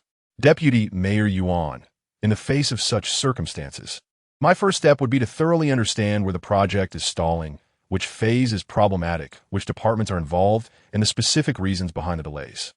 Zhou Yang articulated his thoughts clearly. Only by discerning the crux of the issue can we apply the appropriate remedies. Furthermore, I would proactively engage in dialogue with the relevant departments to comprehend their difficulties and concerns. He emphasized the importance of proactivity and communication, reflecting a positive attitude. The manner of communication is also crucial. One must consider issues from the perspective of others and seek win-win solutions. If communication proves ineffective, I shall promptly report the situation to my superiors and propose several potential solutions for their guidance. Zhou Yang aptly mentioned the importance of reporting, indicating his respect for protocol while also expressing his willingness to explore alternative avenues, such as coordinating additional resources or adjusting work plans to minimize resistance. Most importantly, one must maintain patience and resilience, never yielding easily. Coordinating work often requires perseverance. Zhou Yang concluded with a grounded remark, showcasing both his analytical and problem-solving abilities as well as his communication skills and awareness of protocols, demonstrating both principled and flexible approaches. The smile on Deputy Mayor Yuan's face deepened, and he leaned forward slightly, seemingly quite pleased with Zhou Yang's response. System detected target. Deputy Mayor Yuan, emotional value increased, thoughtful, strong problem-solving skills, meets expectations. Successfully provided high-level emotional value, thoughtful. Points 50. Successfully provided high-level emotional value, meets expectations. Points 100. The points surged as if propelled by a rocket. Zhou Yang's heart soared, yet his demeanor remained composed. Well said, Deputy Mayor Yuan remarked approvingly. Dealing with complex issues indeed requires patience and wisdom. He paused, his gaze fixed on Zhou Yang with a hint of curiosity. Zhou Yang, what do you believe is the most important quality for a secretary? The ultimate question has arrived. This is an assessment of my understanding of the secretary role. It is also evaluating my career aspirations and loyalty to leadership. I must remain steady. I cannot falter. Zhou Yang silently recited. On-the-spot response, peak, full throttle. He pondered for a moment, opting not to directly mention loyalty or meticulousness, but instead approached it from a different angle. Deputy Mayor Yuan, I believe the most essential quality for a secretary is synchronization. Zhou Yang employed a somewhat uncommon term. Deputy Mayor Yuan raised an eyebrow, seemingly surprised. Synchronization? How should that be understood? Indeed, synchronization, Zhou Yang clarified. I believe the core responsibility of a secretary is to assist their leader and to excel in this role. One must maintain a high degree of alignment with the leader's thoughts, pace, and goals. This entails a profound understanding of the leader's intentions and ideas, enabling one to anticipate their needs and even prepare matters before they are articulated.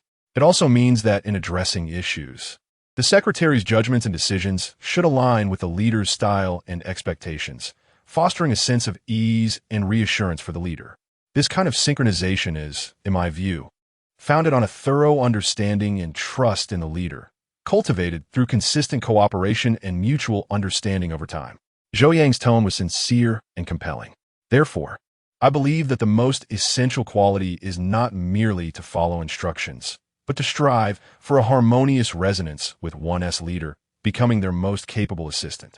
Zhou Yang's response transcended the conventional understanding of secretarial work, elevating the intent, and the term resonance he employed is both novel and apt, perfectly encapsulating the ideal relationship between a secretary and their leader. Upon hearing this, Vice Mayor Yuan's eyes gleamed with enthusiasm. He leaned forward once more, his face radiating unmistakable admiration.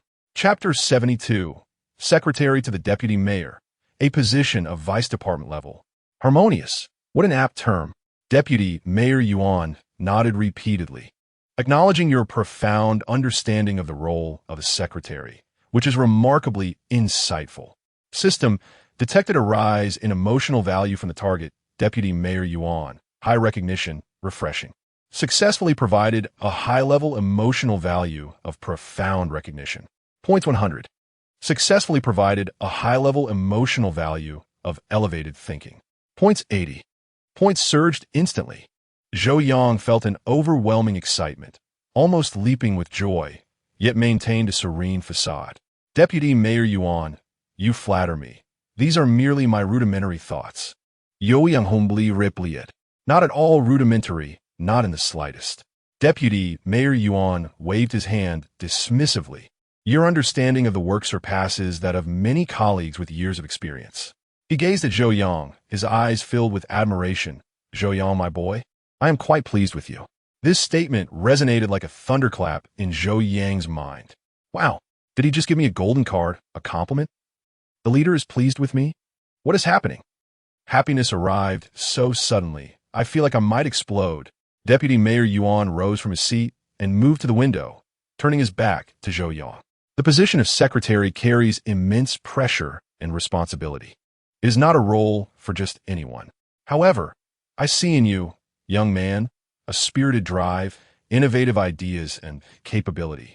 Deputy Mayor Yuan turned to face Zhou Yang, stating, if you truly wish to pursue this, you must be prepared to endure hardships. Deputy Mayor Yuan, I am fully prepared. Zhou Yang stood up resolutely, declaring, I am willing to embrace any challenge, to serve the deputy mayor, and to contribute my efforts to the work of the municipal committee and government. Excellent. Deputy Mayor Yuan regarded him with appreciation. You possess ambition. The specifics will be communicated to you by the office later. Deputy Mayor Yuan mentioned. You may return for now. Understood. Thank you, Deputy Mayor Yuan. Zhou Yang respectfully bowed and then turned to leave. Upon exiting the office, Zhou Yang felt his legs tremble slightly, yet his heart was filled with unprecedented exhilaration. I made it. Although nothing is finalized, the leader's attitude is already the best signal. I am quite pleased. This phrase is like music to my ears. He walked briskly back to his office. Just as he sat down, his phone buzzed. It was a WeChat message from Secretary Li. How'd it go? Secretary Li sent a question mark.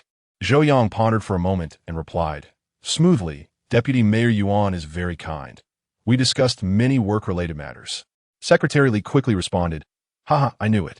The deputy mayor just came out and told the director, I'm quite pleased with this young man, Zhou Yang. Even added a thumbs-up emoji. Upon reading this message, Zhou Yang could no longer contain himself. A broad smile stretched across his face. Wow, is Secretary Li here to provide support? This is solid proof. Deputy Mayor Yuan. I'm quite pleased. I could play this phrase on repeat all day long. He leaned back in his chair, closed his eyes, and felt as if he could already scent the aroma of rocket artillery fuel ascending into the atmosphere.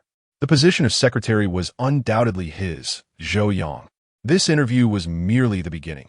The true challenge lay ahead. The official document from a municipal party committee's organization department had been formally issued, a striking red header emblazoned with a brilliant seal. The content of the document was succinct yet resonated like a thunderclap, echoing through the air of the municipal government compound. Zhou Yang, head of the general section of the municipal government office, had been officially reassigned to the office of the vice mayor as the vice mayor's secretary. The word in parentheses made one's eyelids twitch. Deputy division level. Deputy division level. Zhou Yang held the document, his fingers trembling. Wow, a meteoric rise. This pace is faster than high-speed train. Just how long has it been?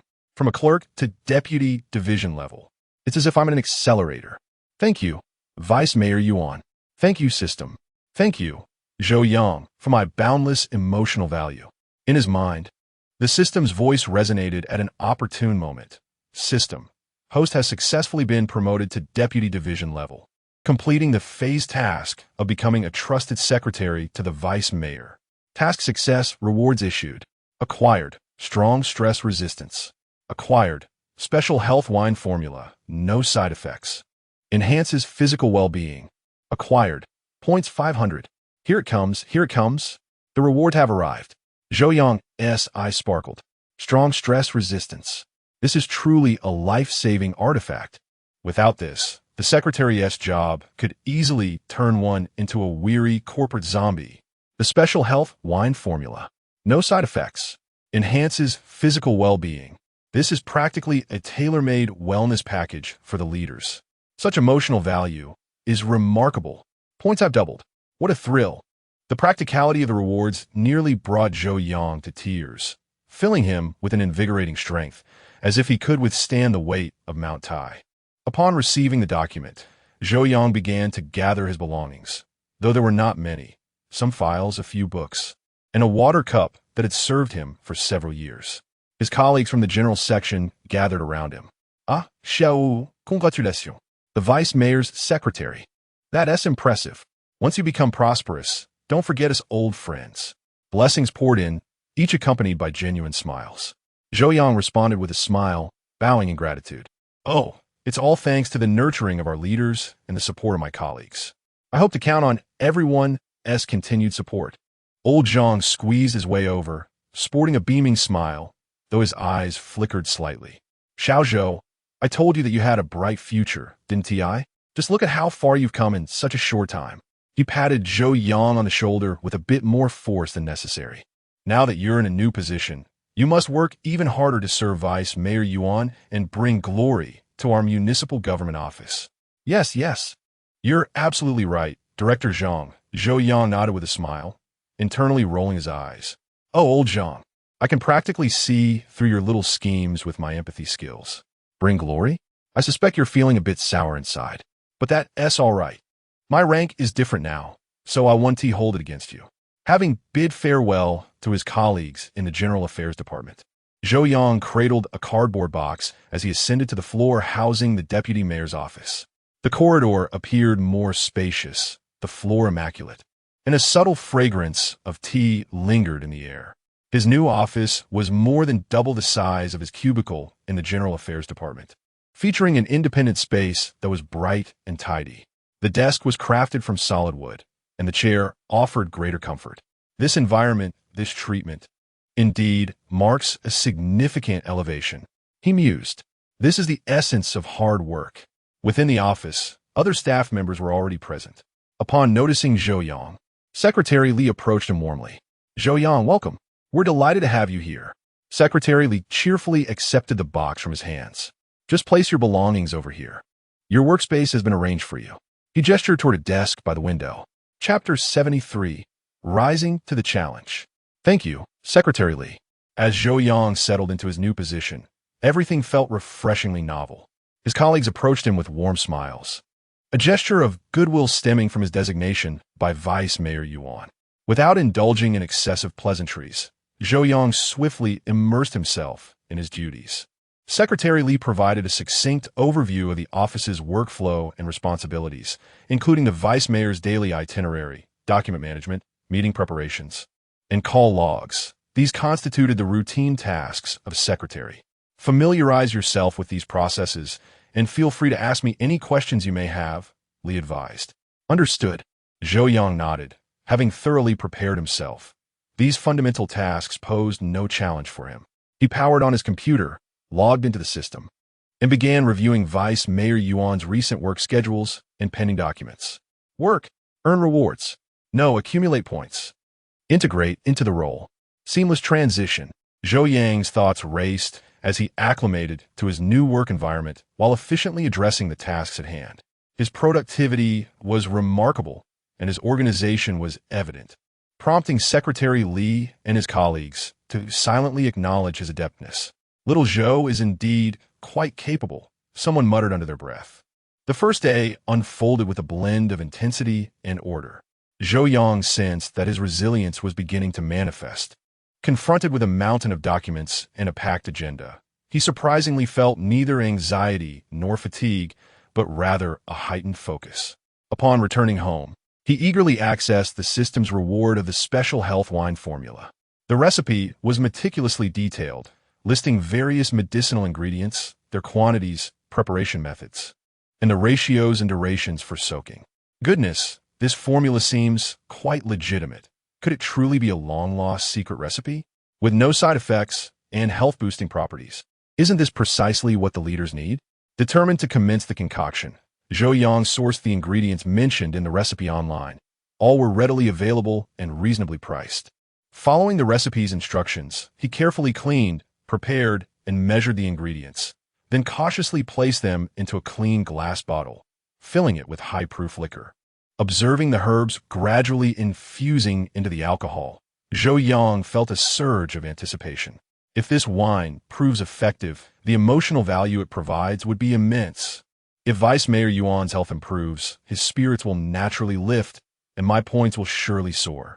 He gently swirled the bottle and inhaled, rather than a pungent medicinal odor. It emitted a delicate fragrance. Sealing the bottle securely, he placed it in a cool, dark spot, awaiting the magical fermentation that time would bring. Content after completing his evening routine, Zhou Yang lay in bed, reflecting on his first day in this new role, which had gone even more smoothly than he had anticipated. As the vice mayor's secretary, this stage is ample. I, Zhou Yang, shall showcase my talents here. Just as he was about to drift into slumber, his phone rang abruptly. The screen displayed Secretary Li's name. Given the hour, it was clear that there was an urgent matter at hand. Zhou Yang instantly awakened and answered the call. Hello, Secretary Li. Zhou Yang, are you still awake? Secretary Li's voice sounded somewhat urgent, indicating that something was amiss. The crucial project in the city had only recently commenced, yet complications had arisen on the construction site, necessitating the immediate presence of the deputy mayor to address the situation. Zhou Yang's heart sank. A sudden crisis. On the very first day, is this the beginning of an uphill battle? What is the situation? Zhou Yang inquired swiftly. The details cannot be conveyed over the phone. Hurry over here. The deputy mayor is already preparing to depart. All right, I will be there immediately. Zhou Yang hung up the phone and leaped out of bed. Here it comes. The true test begins. The first night, as the deputy mayor's secretary, is destined to be anything but tranquil. He hastily donned his clothes, seized his car keys, and dashed out of his home. The night was deep and dark, yet his gaze shone brightly. He understood that this unexpected crisis was not merely a challenge, but also an opportunity. He aimed to demonstrate to Deputy Mayor Yuan that he was indeed the right choice. This evening, he would show Deputy Mayor Yuan that his secretary was no pushover. The night enveloped the surroundings like thick ink as Zhou Yang's car sliced through the darkness, leaving a trail of light. With adrenaline surging, he felt akin to a firefighter, a novice thrust into the fray on his very first day. Exciting. Is this pace leading straight into the depths of hell? But I enjoy it. What is the point of simmering in lukewarm water? What I crave is the exhilaration, the challenge.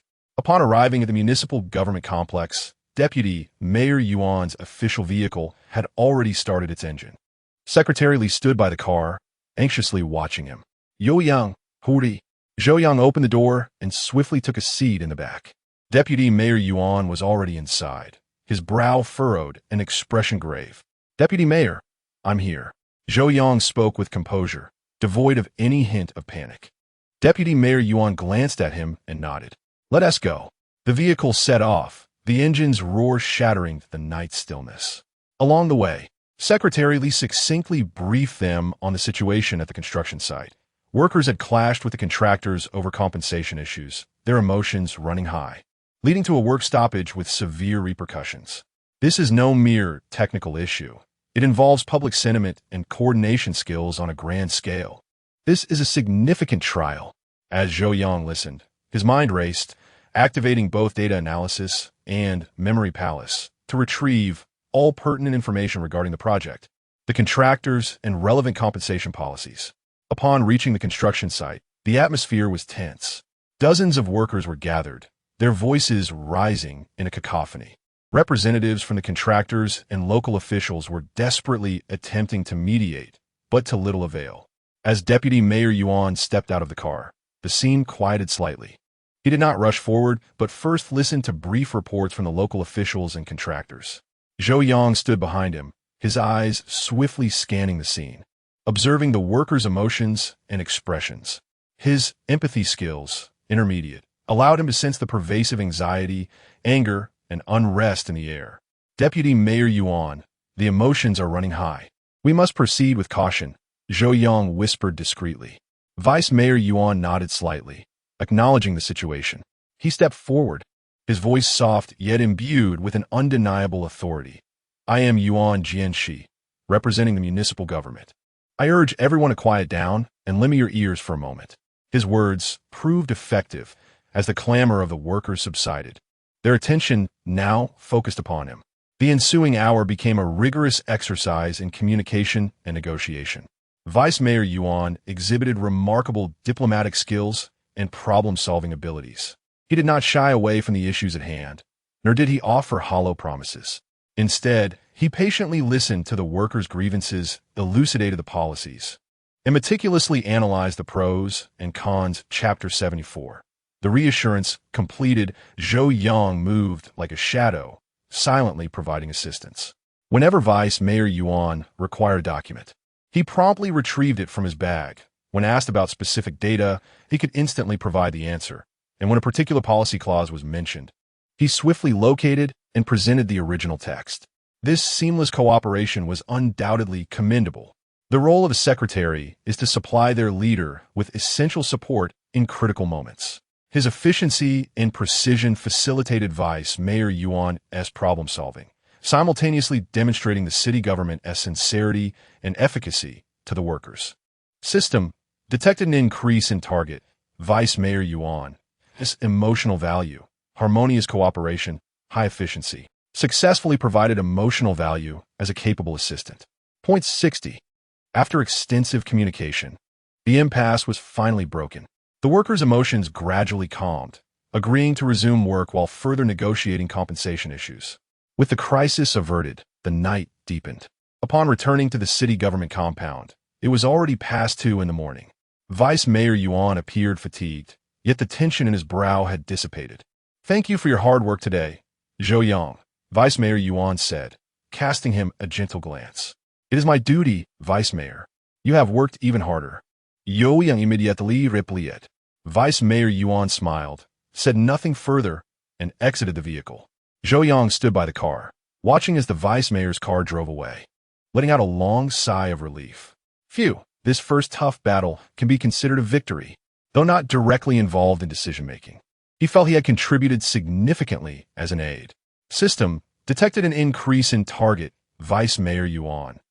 Emotional value, successful crisis management, efficiency. Successfully provided high-level emotional value capability. Points 120. Another wave of points. Zhou Yang felt as though all his fatigue had been washed away by this shower of points. He returned to his office, tidied up a bit, and instead of rushing home, he took a brief nap on the office sofa. Being a secretary requires one to be on standby at all times. In the days that followed, Zhou Yang fully embraced his role as a secretary. The work intensity in the vice mayor's office was several times greater than during his tenure in the comprehensive department. His daily schedule was packed, with meetings occurring back-to-back, documents piling up, and phones ringing incessantly. This is no mere job. It's akin to facing a trial. It felt as though he were dancing atop a rapidly spinning top, rather than working in an office. However, Zhou Yang felt like a fish returning to water. His strong stress resistance enabled him to remain clear-headed and composed, regardless of the pressure. His significantly enhanced stamina allowed him to engage and work with vigor, even on just 4 to 5 hours of sleep each night, unlike his colleagues who occasionally yawned and rubbed their eyes. He even sensed that running a half marathon now posed little challenge. System detected host continuously providing emotional value with abundant energy and efficiency. Daily reward points 50. Every morning, Zhou Yang was invariably the first to arrive at the office. He would prepare the tea favored by Vice Mayor Yuan in advance, organize the desk meticulously, review the day's agenda, and categorize the documents requiring Vice Mayor Yuan's attention. Upon arriving at the office, Vice Mayor Yuan would always find everything in perfect order and ready for the day ahead. "Good morning, Zhou Yang," Vice Mayor Yuan greeted as he accepted the cup of tea Zhou Yang handed him, inhaling the fragrant aroma with a hint of relaxation gracing his features. "Good morning, Vice Mayor," Zhou Yang replied with a smile. System detected target, Vice Mayor Yuan, emotional value rising, comfortable, convenient. Successfully provided emotional value of care. Points 30. While Vice Mayor Yuan worked, Zhou Yang maintained a keen focus, yet never conveyed a sense of pressure. He was attuned to the subtle movements and expressions of Vice Mayor Yuan at all times. If Vice Mayor Yuan rubbed his temples, Zhou Yang would discreetly offer a glass of warm water. If Vice Mayor Yuan paused while reviewing documents, Zhou Yang would swiftly recall the core content of the document, prepare to provide supplementary information at any moment. When Vice Mayor Yuan's tone became slightly impatient during a phone call, Zhou Yang would promptly halt his current task, diminishing his presence to avoid disturbance. Empathy ability, intermediate, played a significant role here. He could accurately capture the emotional fluctuations of Vice Mayor Yuan, discerning when he required silence, when he needed advice, and when he sought reassurance through a glance. "Zhou Yang, please double-check this section of data in the report." "Certainly, Vice Mayor," Zhou Yang responded immediately, opening his computer, activating his memory palace to instantaneously retrieve the relevant data and conducting a swift data analysis for verification. Within minutes, he was able to provide an accurate conclusion. "Vice Mayor, the data has been verified and is correct." "Am I good?" Vice Mayor Yuan replied with satisfaction as he closed the report. System detected target, Vice Mayor Yuan, emotional value rising, accurate, efficient. Successfully provided emotional value of professionalism and reliability. Points 40. Zhou Yang not only handled daily affairs, but also drafted various materials for the mayor, including speeches for meetings and preliminary research reports. This was indeed a formidable task. The speeches needed to reflect the leader's thoughts and style, embodying both elevation and specificity. The research reports required comprehensive data, thorough analysis, and practical suggestions. With a wealth of information stored in his memory palace and formidable logical structuring capabilities in data analysis, the materials Zhou Yang produced consistently impressed Vice Mayor Yuan. The speeches he crafted required minimal revisions, often being ready for immediate use. His research reports were coherent and well-supported, with suggestions that frequently hit the mark. "Zhou Yang, this speech is well-written," Vice Mayor Yuan remarked after reviewing the draft presented by Zhou Yang, his face radiating evident appreciation. "It possesses both depth and accessibility, resonating with many sentiments I hold dear." "You flatter me, Vice Mayor. I merely wrote it following your guidance," Zhou Yang humbly replied, though inwardly he was elated. System detected target, Vice Mayor Yuan, emotional value rising, highly recognized, satisfied. Successfully provided high-level emotional value of a skilled writer. Points 100. The accumulation of points is simply exhilarating. Zhou Yang felt akin to an emotional value harvest machine, diligently providing his superiors with happiness, reassurance, and peace of mind each day, while the system generously dispensed points in return. He began to grasp the essence of the secretarial profession. It transcends mere communication and menial tasks. It is an art of service, a craft that ensures leaders feel comfortable, efficient, and esteemed. Chapter 75. The writing is exceptional. The essence of being a secretary, boiled down to its core, is to achieve the utmost satisfaction of one's superiors. In the myriad of professions, each excelling in its own right, I, Zhou Yang, have arrived in the realm of secretaries. As he worked efficiently, he simultaneously encouraged himself in his mind. His points steadily increased, and the practical rewards from the system began to take effect. For instance, the premium tea awarded by the system received high praise from Vice Mayor Yuan.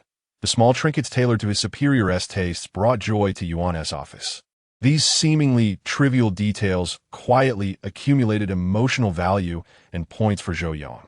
As days turned into weeks, Zhou Yang firmly established himself within the vice mayor's office, becoming an increasingly trusted and relied upon assistant. His name began to circulate among the municipal government compound, accompanied by a hint of admiration and reverence. "Ah, Xiao Zhou, I hear you've become quite the favored individual of the vice mayor." Old colleagues would jest when they chanced upon him. Zhou Yang would merely smile modestly. "Oh, it's all thanks to the guidance of our leaders and the kindness of everyone." Favored? We're not there yet, he thought, but it won't be long. He understood that his current achievements were merely the first step in a long journey. Though the position of secretary afforded him a higher platform, it also entailed greater responsibilities and challenges. That afternoon, Vice Mayor Yuan summoned him to the office. "Zhou Yang," he stated solemnly, "next week, we have an important investment promotion meeting. The attendees will include the principal leaders of the municipal committee, and I have a speech to deliver." Zhou Yang immediately perked up. "Yes, Vice Mayor, what do you need me to prepare?" "This speech is of utmost importance," Vice Mayor Yuan continued, his gaze imbued with expectation. "It pertains to our city's investment goals for this year and its future development." After a brief pause, he added, "I need you to draft this speech. It must carry weight, shine with brilliance, attract investors, and reflect the determination and sincerity of our municipal committee and government." Zhou Yang's heart raced at the gravity of the task ahead, but his expression remained composed. "Understood, Vice Mayor. I shall give it my all and not betray your trust," he responded with resolute conviction. Vice Mayor Yuan nodded in satisfaction. "The materials are with me. Take a look. Feel free to ask me any questions." As Zhou Yang accepted the folder handed to him by the vice mayor, he felt its weight, a weight not just of paper, but of responsibility and the taste of points. This must be a golden folder, he mused. If I write this well, I will soar. He returned to the office, clutching a folder, feeling as if the very air had solidified. The typically desolate floor, after hours, was illuminated by a lone light, casting an aura of profound solitude and heroic determination around him. Tonight, he was the brightest star in the municipal government courtyard. Opening the folder, he was confronted with a mountain of thick materials: investment policies, industrial advantages, key projects, successful case studies, and the backgrounds of potential investors. The plethora of data, reports, and charts was dazzling. Zhou Yang was undeterred by the formidable array. Wasn't this the domain of the memory palace and data analysis? He took a deep breath and plunged into the ocean of information. With cup after cup of coffee sustaining him, the sound of his keystrokes resonated sharply in the night. Zhou Yang's mind operated at breakneck speed. The memory palace functioned like a super library, categorizing and retrieving information with ease, while data analysis resembled a top-tier AI, swiftly untangling the intricate web of data to uncover connections and highlights. He not only analyzed the city's advantages and policies, but also devoted time to studying the industry preferences and investment habits of potential investors. He even delved into public materials to assess their corporate cultures and the personalities of their leaders. His capacity for empathy played a crucial role as he endeavored to view the situation from the investor's perspective. What were their concerns? What information would resonate with them? What assurances could alleviate their worries? A compelling speech transcends mere data and policy accumulation. It must possess warmth, convey stories, and evoke resonance. Zhou Yang resolved to incorporate not just hard data, but also softer elements. He could narrate the tale of the city's development, share success stories of entrepreneurship within its bounds, and highlight the thoughtful services the government offered to businesses. He even conceived vivid metaphors to render the dry policies more comprehensible. As the seconds ticked by, the text on the computer screen multiplied. Zhou Yang occasionally furrowed his brow in contemplation, At times his eyes sparkled with inspiration as his fingers danced across the keyboard. Whenever fatigue struck, he sipped coffee, and when hunger beckoned, he nibbled on a piece of bread. His world had dwindled to a singular focus on information, contemplation, and words. By 3 a.m, the first draft was complete. Zhou Yang rubbed his aching neck and gazed at the text on the screen, feeling as though he had just emerged from marathon. This was not merely a speech. It was a piece of his very essence. The words flowing through the document reflected his blood, sweat, and tears. He did not rest immediately. Instead, he began to revise and polish the draft repeatedly. He understood that every word, every punctuation mark, could sway the ultimate outcome.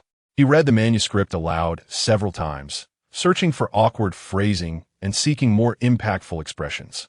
The following morning, sporting dark circles under his eyes, Zhou Yang printed the draft and respectfully delivered it to Vice Mayor Yuan's office.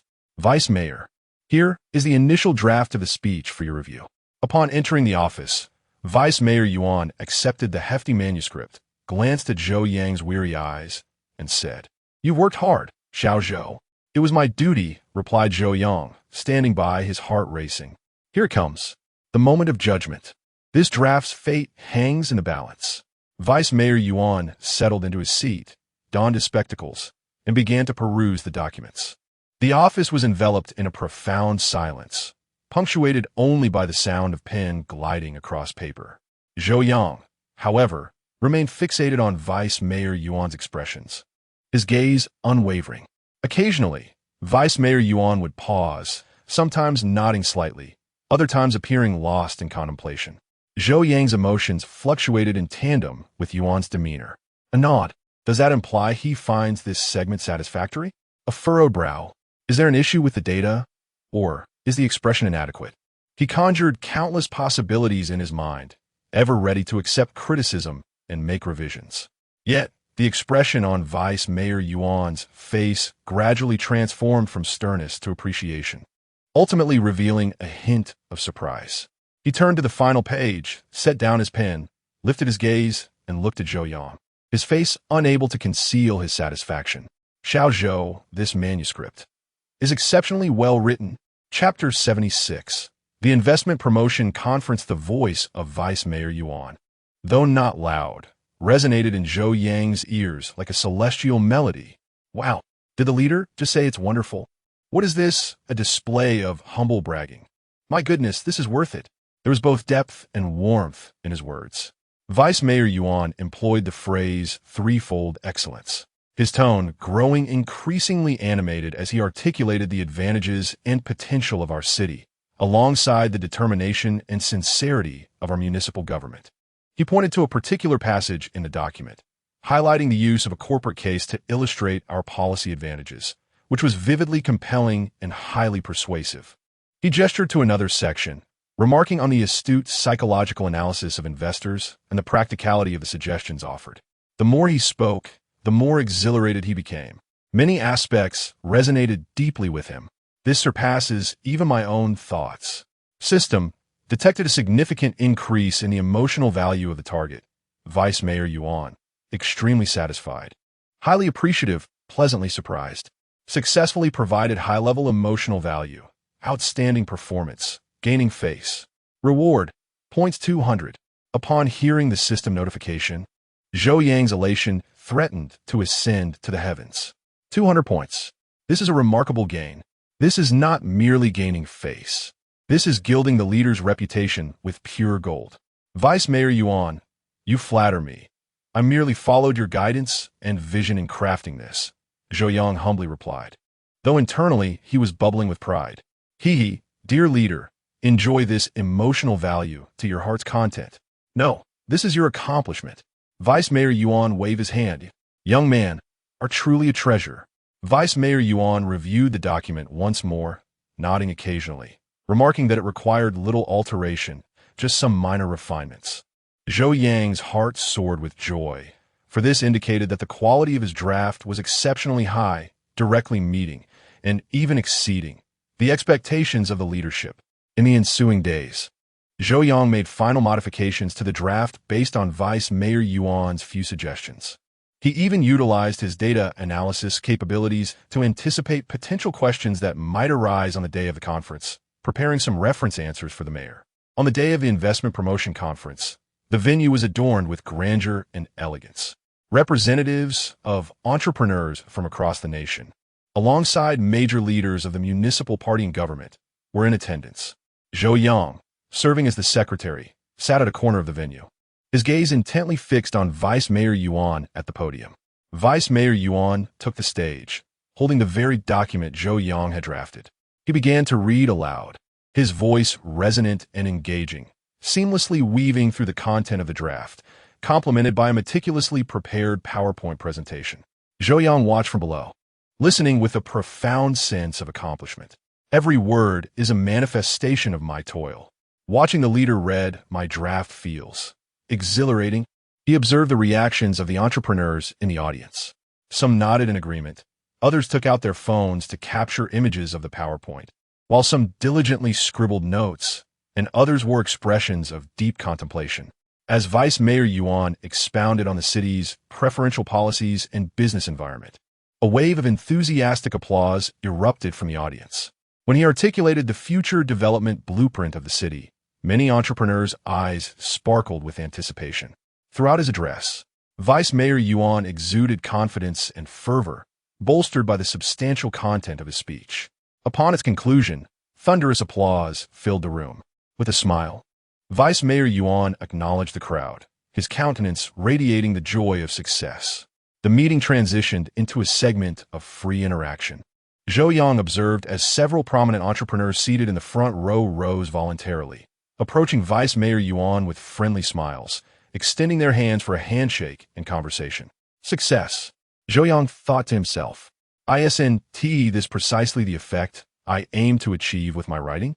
Through words, we can stimulate investment. I must commend myself for this operation. He silently celebrated his accomplishment. The meeting concluded successfully, and upon returning to the office, Vice Mayor Yuan appeared exceedingly pleased. He approached Zhou Yang with a sincere smile, giving him a hearty pat on the shoulder. Xiao Zhou, this meeting was a triumph, and your contributions were invaluable. Though the force of the pat was somewhat painful, Zhou Yang felt a warm glow within. The recognition from leadership is more substantial than anything else. This script was exceptionally well written. It has greatly aided me. Vice Mayor Yuan expressed his genuine admiration, noting that several key entrepreneurs sought him out post-meeting to discuss investment intentions and even scheduled follow-up negotiations on the spot. Looking at Zhou Yang, Vice Mayor Yuan's eyes brimmed with trust and appreciation. Not only do you possess a strong command of the written word, but your grasp of the situation is also remarkable, and your suggestions are exceedingly practical. System detected a significant increase in the targets. Vice Mayor Yuan, emotional value, gratitude, high trust, sense of achievement. Successfully provided an exceptional emotional value, demonstrating outstanding capability. Rewarded points 300. Zhou Yang felt as though he had been drenched in a downpour of points. 300 points. This was the highest reward he had ever received in a single instance. Indeed, delivering tangible results to leadership yields powerful emotional value. Vice Mayor Yuan, your praise is overly generous. It is your effective leadership that deserves the credit. Zhou Yang humbly smiled. Do not be so modest, my boy, Vice Mayor Yuan chuckled, shaking his head. Following this meeting, the city has renewed confidence in this year's investment attraction efforts. Your script played an indispensable role. Pausing, he gazed at Zhou Yang with an even more profound expression. Xiao Zhou, you are a capable and insightful young man. The role of a secretary extends beyond mere communication and document handling. There are more core and significant responsibilities that require dependable individuals to undertake. Though Vice Mayor Yuan did not explicitly state what these responsibilities entailed, Zhou Yang understood that the leadership was offering him a glimpse of potential opportunities. And those prospects appeared vast and enticing. Is this it? Is the leadership about to guide me into the core of operations? Yo Yang Muset. Core responsibilities. This signifies a higher platform, greater challenges, and more points. Zhou Yang's heart raced once more, yet he maintained a calm demeanor, responding with unwavering resolve. Vice Mayor Yuan, I am ever ready to heed your directives. Vice Mayor Yuan nodded in satisfaction. Excellent. It is commendable to possess such determination. Now, return and rest. You have worked diligently these past few days. Understood, Vice Mayor Yuan. Chapter 77. The incident in the urban village project. Zhou Yang bid farewell to Vice Mayor Yuan and stepped out of the office, feeling as though he were treading on clouds. In that moment, he believed that all his efforts had been worth it. The success of the investment promotion conference had firmly established his reputation within the municipal government. Vice Mayor Yuan's trust in him had soared dramatically. He understood that in his role as a secretary, he had not only secured his position, but was now beginning to shine. What could be the more core and significant tasks that Vice Mayor Yuan referred to? Zhou Yang's heart brimmed with anticipation. He sensed that a new chapter in his political career was about to unfold, all stemming from that seemingly ordinary speech and the emotional value he provided to Vice Mayor Yuan. Onward, a grander stage awaits ahead, with more points to earn. Zhou Yang clenched his fists, his gaze resolute. He knew that the true game had only just begun. Upon returning from the investment promotion conference, Zhou Yang felt invigorated, filled with energy. The balance in his points account made everything appear through a rosy lens. These points are all earned through my brainpower and hard work. Days passed in a flurry of activity, and Zhou Yang and Vice Mayor Yuan grew increasingly in sync. He could always anticipate Vice Mayor Yuan's needs, addressing them with alacrity. For instance, knowing that Vice Mayor Yuan preferred to drink warm water before meetings to soothe his throat, Zhou Yang would prepare it in advance. When important guests were scheduled to meet, he would ensure that the relevant materials were prominently displayed.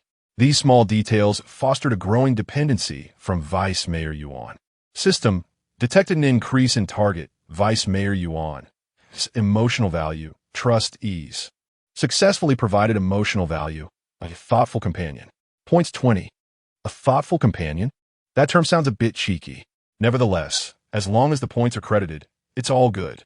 While Zhou Yang silently critiqued the nomenclature, he continued his work with unwavering diligence.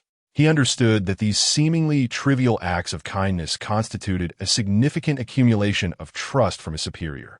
However, tranquil days are often disrupted by unforeseen events. That afternoon, just as Zhou Yang was about to head downstairs for a coffee to invigorate himself, he felt a sudden and intense twitch in his right eyelid.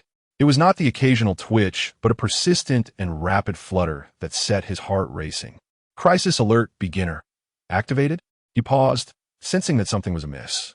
Were there any particularly significant projects in his recent portfolio? He quickly reviewed Vice Mayor Yuan's recent work schedule in his mind.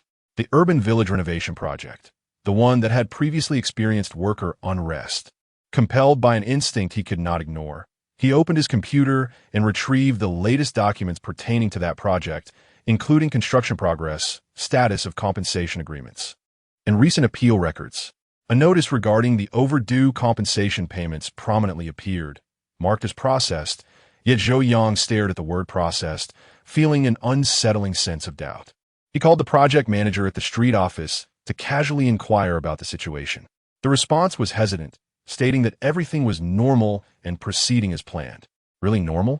Zhou Yang pressed for further details. After a few seconds of silence on the other end of the line, a sigh was heard.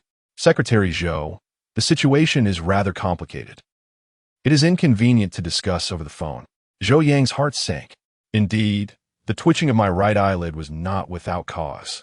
Inconvenient to discuss over the phone? Then something must have gone awry.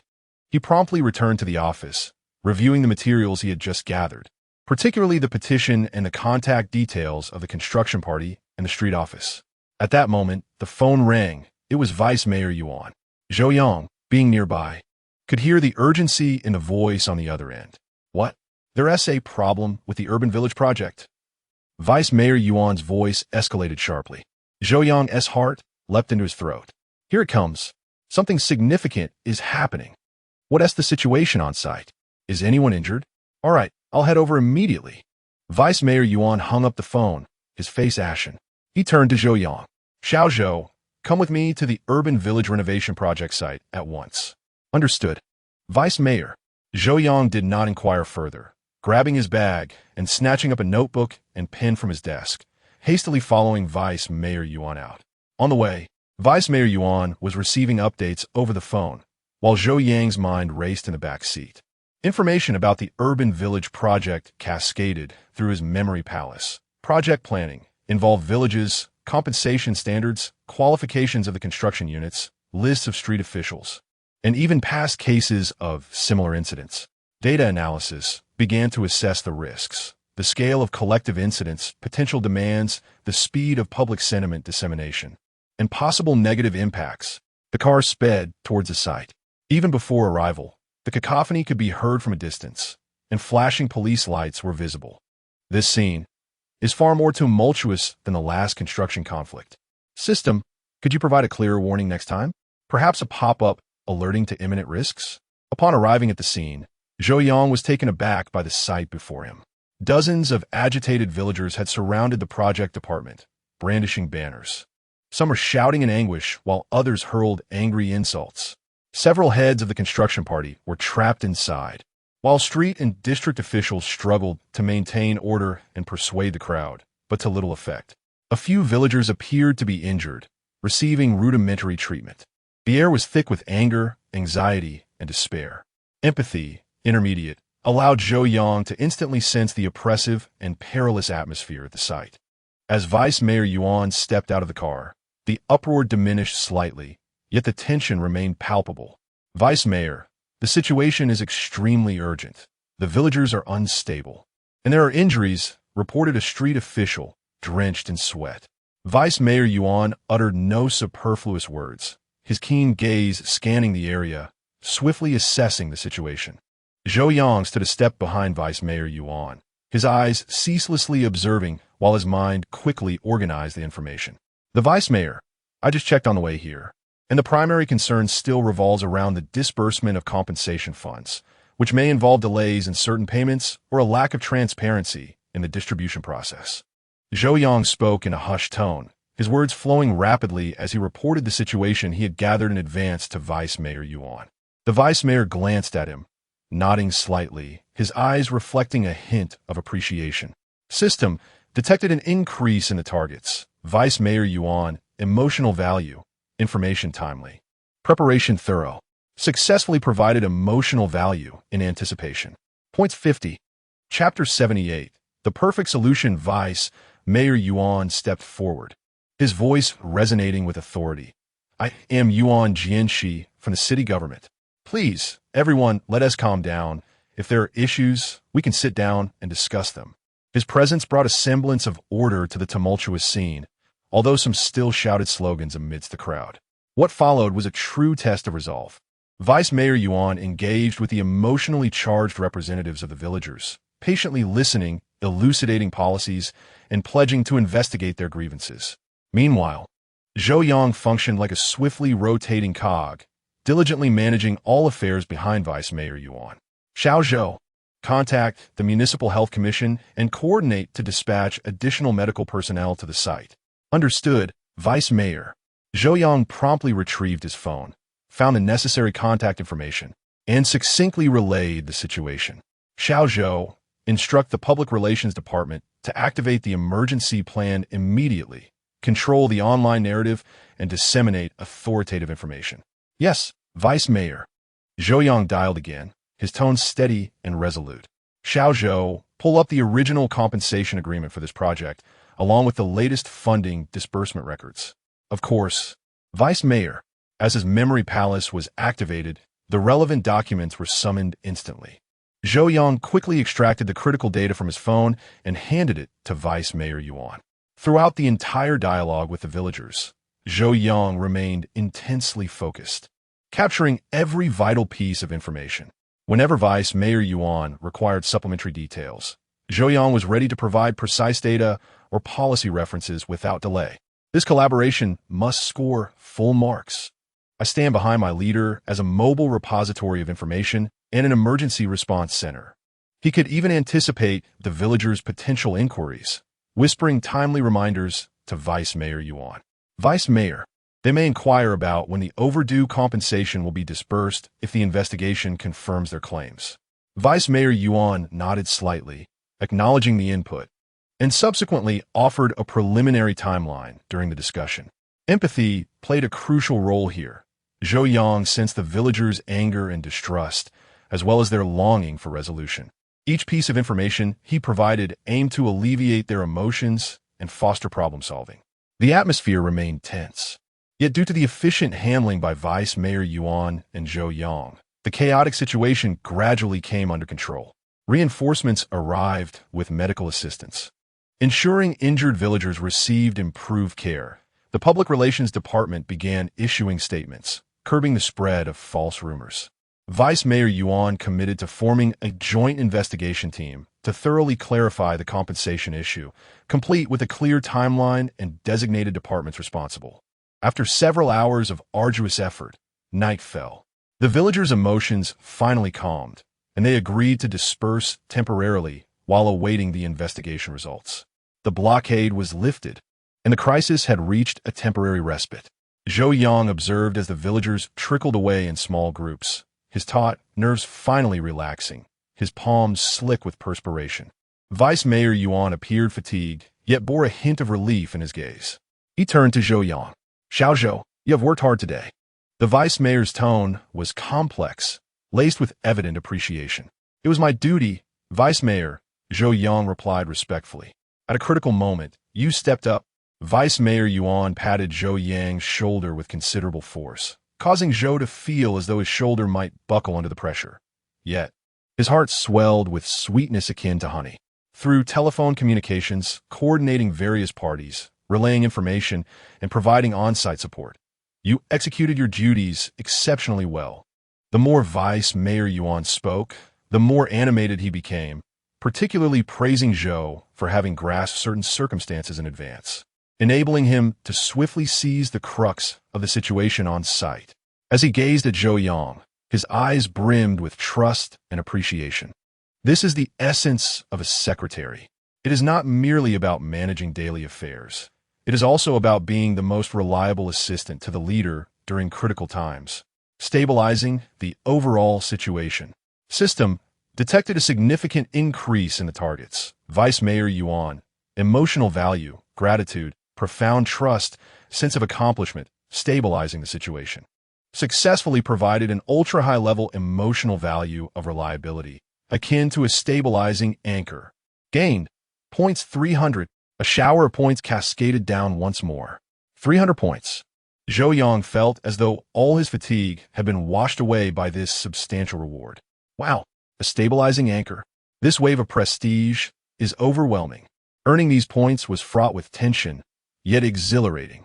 Vice Mayor Yuan attributed the praise to his adept command. Zhou Yang's heart brimmed with joy, though he maintained a humble demeanor. "Do not be modest. Your performance has not gone unnoticed." Vice Mayor Yuan waved his hand. Although this incident was fraught with tension, it was handled promptly and effectively, averting greater troubles. He paused, his gaze deepening, noting that the city's primary leadership was also quite concerned about this matter. They have become aware of your performance on site through various channels. Zhou Yang's heart raced. Here it comes. The city as primary leadership is aware. Maintaining composure during such an urgent moment, exhibiting clear thinking and coordinating multiple parties is no ordinary feat. Vice Mayor Yuan spoke slowly. Your name has truly resonated within the city.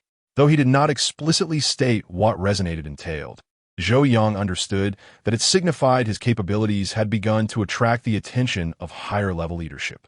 From Vice Mayor Yuan's stabilizing anchor to the recognition from the city's leadership, this is a significant elevation in impact. Upon returning to the municipal government compound, it was already deep into the night. Zhou Yang sat in the car, watching the passing streets, feeling as though he had emerged from a battlefield. This crisis management had bestowed upon him a profound understanding of the secretary's profession. It is not a tranquil, secure job. Rather, it is a battlefield that may confront one with unexpected situations at any moment. And he had proven his worth on this battlefield. Points secured, abilities acknowledged. His name reaching the higher echelons. This sensation, exhilarating. He recognized that managing this incident was merely a small episode in his political career. Yet this episode could potentially serve as a catalyst propelling him toward a higher platform. The core and more significant tasks that Vice Mayor Yuan spoke of seemed to draw closer to him. Zhou Yang clenched his fists. Life at the municipal government compound felt as though he had boarded a rocket. Since the incident in the urban village, his significance in the eyes of Vice Mayor Yuan has been steadily rising, almost rivaling that of the mythical stabilizing pillar itself. His daily tasks have become increasingly effortless, as he meticulously organizes various documents, ensuring they are presented in an orderly fashion. His data analysis reports are both swift and precise. And even the pothose plant in Vice Mayor Yuan's office has thrived under Zhou Yang's attentive care, appearing more lush and vibrant than those elsewhere. System detected an increase in emotional value of the target. Vice Mayor Yuan, relieved, satisfied, successfully provided emotional value enhancer. Points 10. System detected an increase in emotional value of the target. Vice Mayor Yuan, dependent, comfortable, successfully provided emotional value assistant. Points 15. Each day, as he hears the pleasant sound of points being credited, Zhou Yang feels as though even his coffee has become less bitter. Chapter 79. Grassroots Training. Xiao Zhou. This report is for the mayor.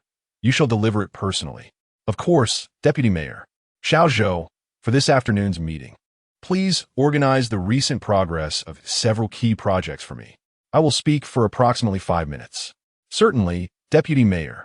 I will have it ready for you within 20 minutes. Deputy Mayor Yuan issued his instructions with an air of complete assurance. At times, Zhou Yang felt as though he could anticipate his thoughts even before he spoke.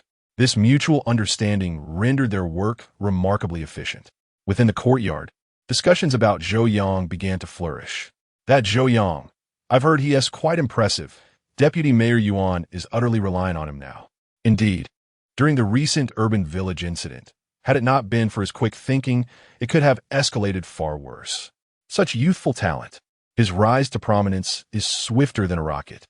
And he's handsome, too. It's truly unfair. System detected an increase in emotional value of target. Colleague Envy Lemon successfully provided emotional value for size score 5. System detected an increase in emotional value of target. Colleague B, jealousy, resentment, successfully provided emotional value, fostering animosity. Score 5. Listening to these remarks, Zhou Yang's inner thoughts were quite animated. I am not treading the ordinary path. I am traversing the path of points. Envy, jealousy, your little warm coats are transforming into great generals. Yet, this animosity also garners points. System, are you perhaps a bit sadistic? Days passed in this busy yet fulfilling atmosphere. Zhou Yang knew that he had firmly established himself in his position as a deputy-level secretary, excelling beyond expectations. His capabilities had been validated, and his reputation had spread. According to the unwritten rules of the bureaucratic game, it seemed time for a shift. That afternoon, Deputy Mayor Yuan brewed a cup of tea in his office, signaling Zhou Yang to take a seat. This was typically an indication that an important conversation was about to commence. Xiao Zhou, Deputy Mayor Yuan said gently, holding his teacup, your performance during your time working alongside me has been exemplary. This was merely the opening statement. Zhou Yang understood that greater commendation awaited him. Your abilities are undeniable. You write well, think quickly, and most importantly, you are dependable in critical moments. Deputy Mayor Yuan paused, setting his teacup down delicately upon the table and leaning slightly forward. In regard to the urban village issue, you made significant contributions, and the city's leading officials have taken note of you. Zhou Yang's heart stirred. Here it comes. Is this the moment of fulfillment for the previous promises?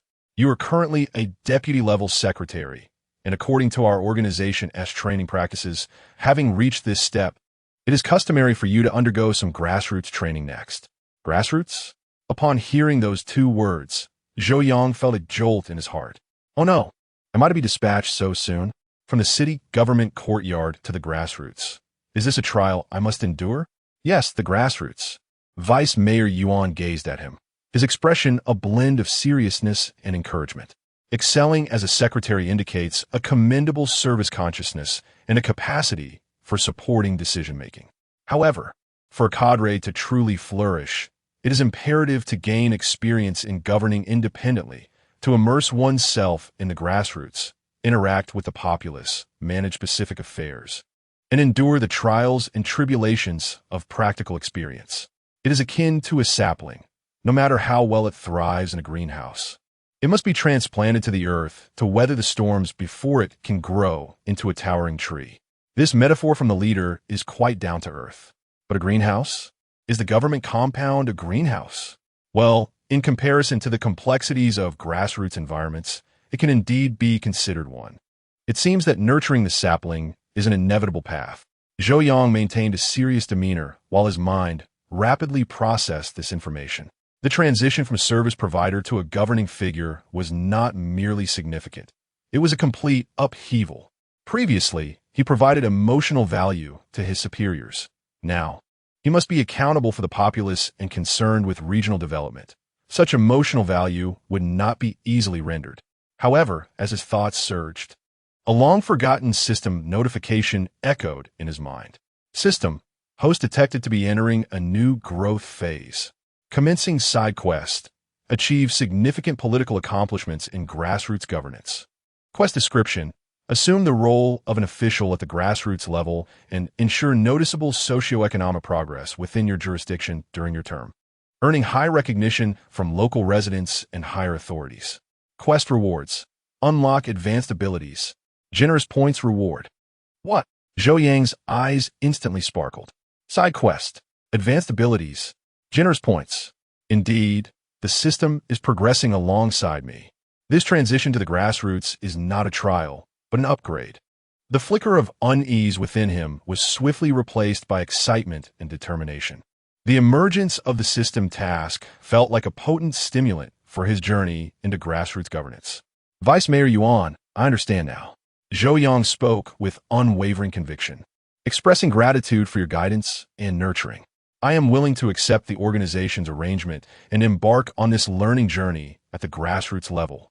Observing the gleam in Zhou Yang's eyes, Vice Mayor Yuan nodded in satisfaction.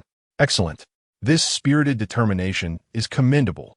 A smile of reassurance graced Yuan's face as he continued. I have been contemplating your future. When going to the grassroots, one must not choose haphazardly. It is essential to select an appropriate platform. It should be challenging, yet not a hopeless mess, possessing potential for development where you can truly showcase your abilities. I am inclined to assign you to a district with a robust economic foundation, where you can serve as the deputy district head. This will allow you to engage with comprehensive work while leveraging your strengths in promoting economic development. While Vice Mayor Yuan did not specify which district, his mention of one with a strong economic base reassured Zhou Yang. An economically strong district, the potential for achievements there should be greater, thus enhancing the likelihood of completing the system task. The leader is indeed charting the optimal course for me. How touching. Zhou Yang, venturing into the grassroots will be entirely different from your experiences in the city.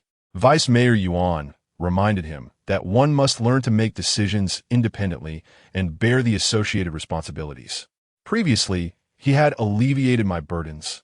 Now, he must strive for the welfare of the populace. The circumstances at the grassroots level are more intricate, and the conflicts abound. It is essential to master the art of managing various relationships and interacting with diverse individuals. Mere capability is insufficient. Emotional intelligence is equally crucial. Emotional intelligence? Leader, have you forgotten my fundamental persona? High emotional intelligence is indeed my innate skill.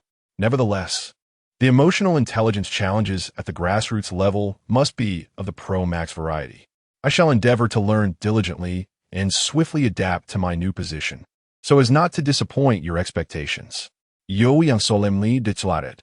Chapter 80, Deputy District Mayor Yuan. The deputy mayor lifted his teacup and took a sip. I will communicate with the organizational department regarding this matter. You should also begin your preparations.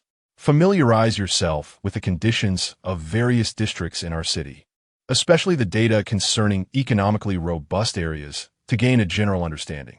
Certainly, Deputy Mayor. I will start preparing immediately, Zhou Yang replied. Upon returning to his office, Zhou Yang promptly accessed the information pertaining to all districts and counties in the city. He focused particularly on several districts with significant economic outputs. The techniques of memory palaces and data analysis proved invaluable once more. He meticulously examined the economic data, industrial structures, development plans, leadership teams, and even public sentiment information available online for these districts. This district's pillar industry is manufacturing, yet faces considerable pressure for transformation and upgrading. That district boasts a thriving service sector, although the real estate bubble is somewhat severe. This district, the economic growth momentum here is vigorous, and it is actively developing emerging industries. The leadership team appears youthful and dynamic. Zhou Yang's gaze sharpened as he scrutinized the introduction of a particular district on the screen. This district seemed to perfectly match Deputy Mayor Yuan's description of a promising area. He began to envision how he would approach his duties if he were the deputy district mayor of this region. Which sectors would he oversee? How would he collaborate with the district party secretary and the district mayor? How would he address historical legacy issues? How would he promote new projects?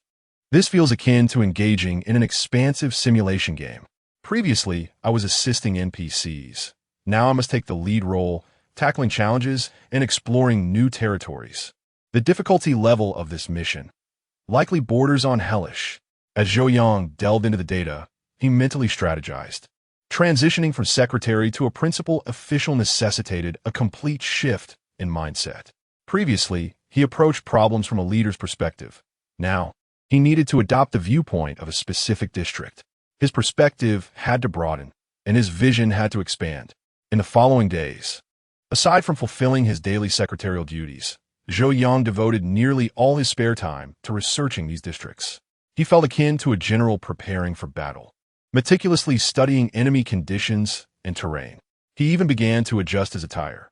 Once adhering to a formal suit and shirt, he now contemplated more pragmatic and approachable combinations.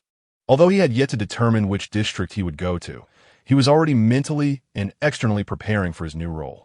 That afternoon, Deputy Mayor Yuan attended a standing committee meeting of the Municipal Party Committee. After the meeting concluded, he returned to his office, appearing in good spirits. "Xiao Zhou, what are you busy with?" he inquired. "Deputy Mayor, I am reviewing the economic data of several districts, doing some preparatory work," Zhou Yang responded. "Very diligent," Deputy Mayor Yuan remarked, walking toward his desk and casually picking up a document. Zhou Yang's keen eyes noticed that the document was from the organizational department, prominently titled Notification Regarding Cadre Selection for Inspection in Mingang District. Mingang District was precisely the area Zhou Yang had been focusing on these past few days. Noted for its remarkable economic growth, it appeared that Vice Mayor Yuan had inadvertently picked up the document, yet his subsequent words caused Zhou Yang's heart to skip a beat. The organization department has already initiated the necessary procedures.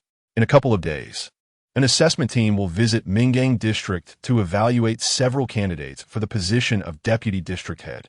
As Vice Mayor Yuan spoke, he set the document down and gazed at Zhou Yang, his eyes holding a subtle depth of meaning. "You should prepare yourself." Zhou Yang felt a surge of electricity coursing from the crown of his head to the soles of his feet. Everything was unfolding with such rapidity and apparent inevitability. Vice Mayor Yuan did not explicitly state that Zhou Yang would be appointed as the deputy district head. Instead, he communicated the information through the official tone of the assessment team and prospective candidates, adhering to the institutional process while appearing seamlessly natural. "Understood, Vice Mayor." Zhou Yang managed to suppress his inner excitement and responded with composure. He recognized that Yuan's words were the final confirmation of his impending assignment to grassroots work. The Mingang district, which he had studied for several days, brimming with challenges and opportunities, was likely to become the new starting point of his political career. A new map is about to be unlocked. The deputy position of a grassroots official. The difficulty remains unknown, yet the rewards are substantial. System my artillery. My advanced skills await my command. Zhou Yang stood there, his gaze fixed on Vice Mayor Yuan, unable to resist glancing towards the document on the desk. Though it lay several paces away, he felt the weight of his name on that document and the impending changes it foretold. Transitioning from secretary at the municipal committee to a deputy district head was not merely a shift in position. It signified a profound transformation in responsibility and role.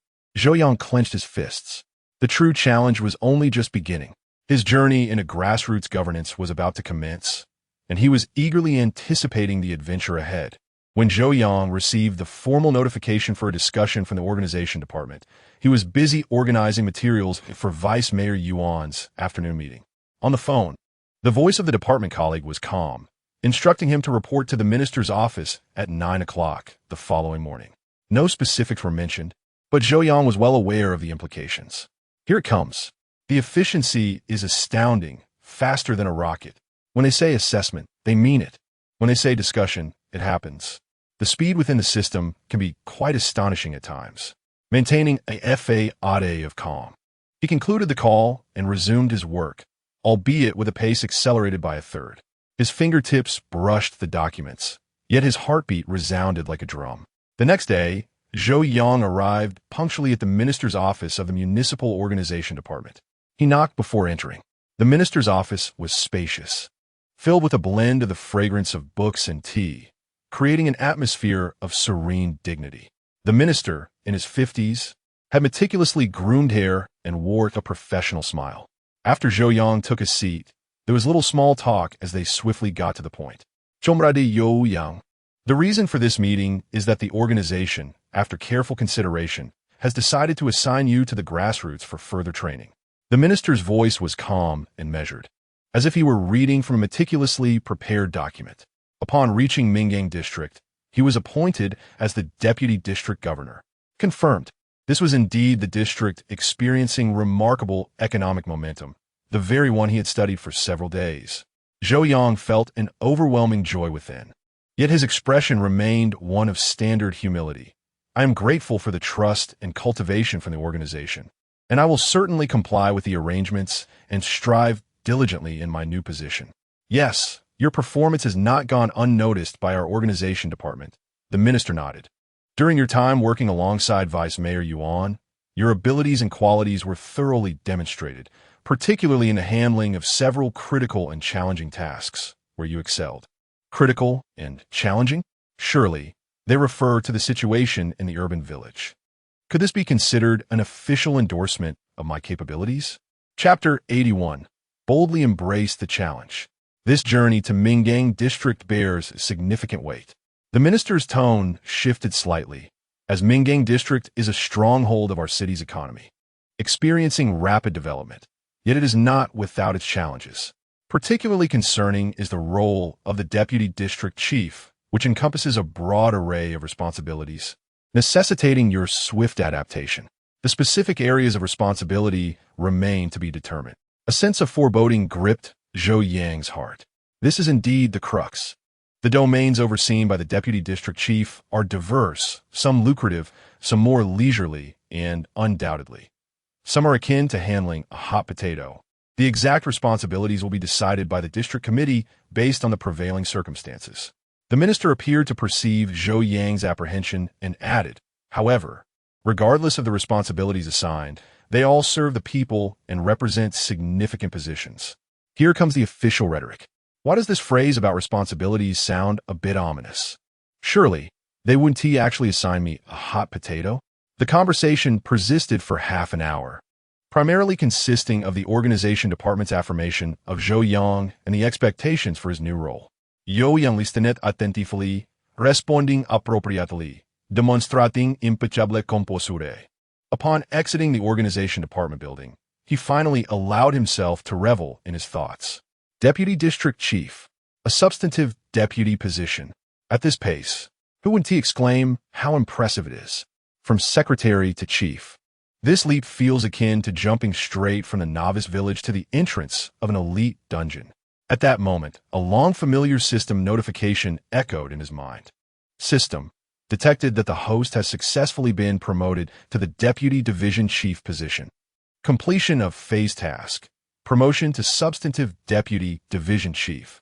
Reward, points 500. System detected that the host is about to enter a new environment, grassroots district government. Loading new map. Reward, political landscape map beginner.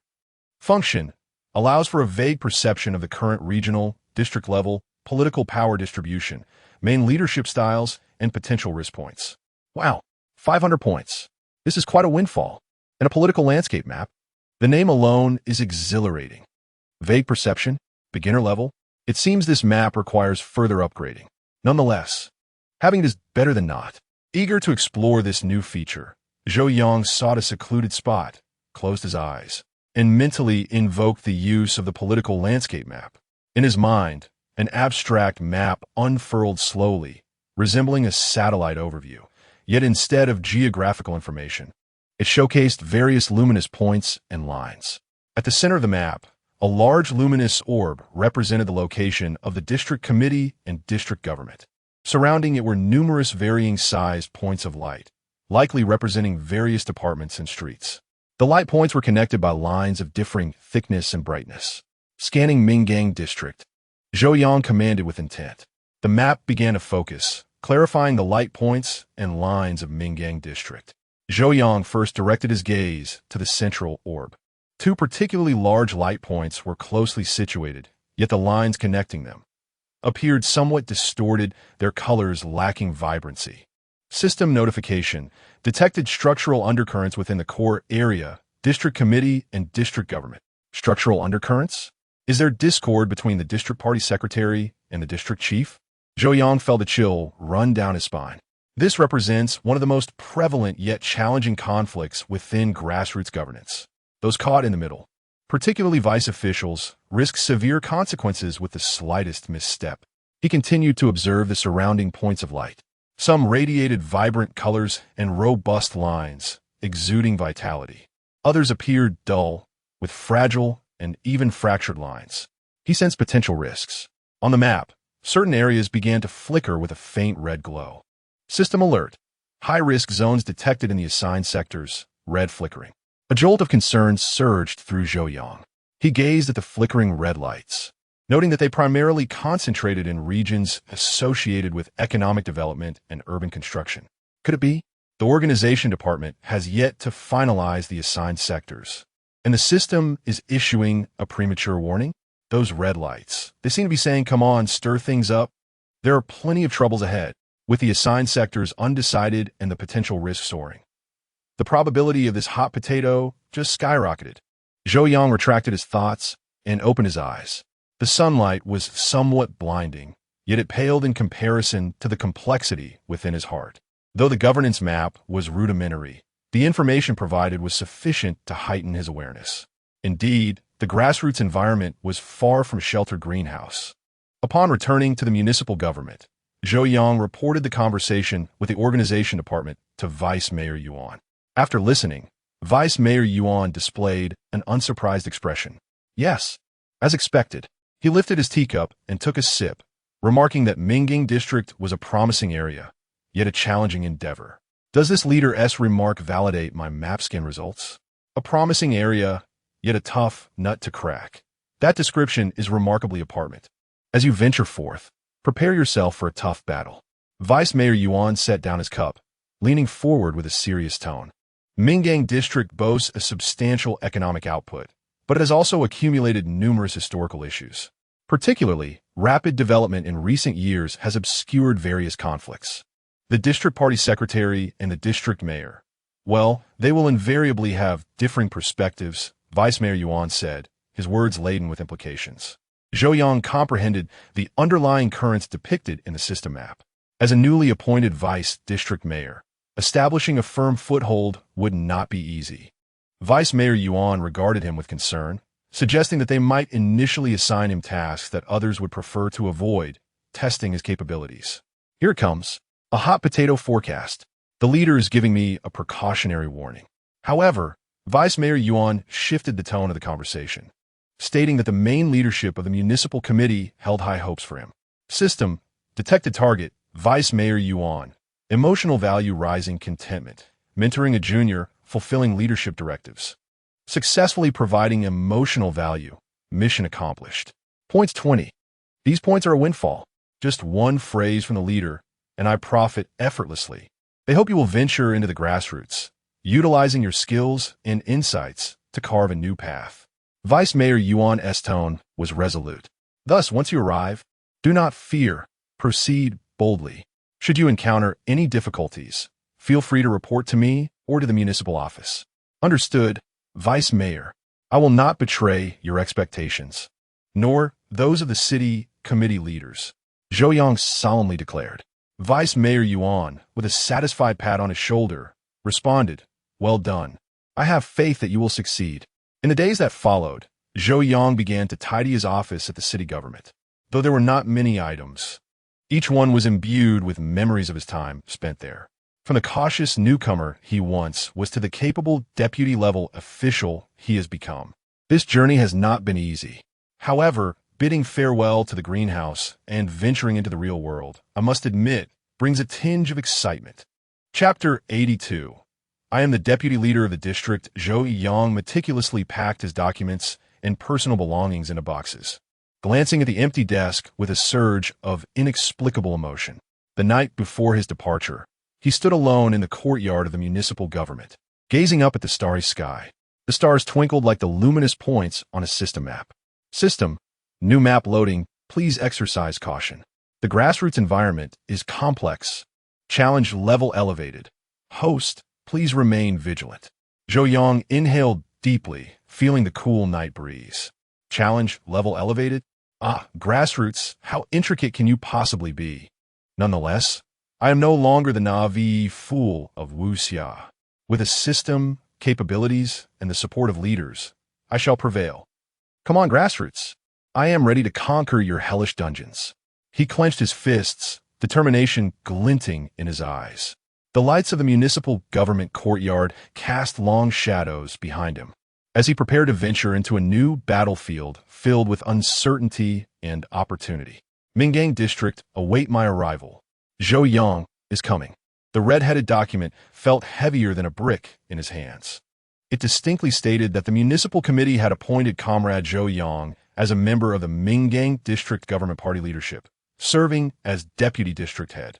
The areas of responsibility were yet to be determined, but the parentheses boldly indicated executive. What the heck? Executive deputy district head?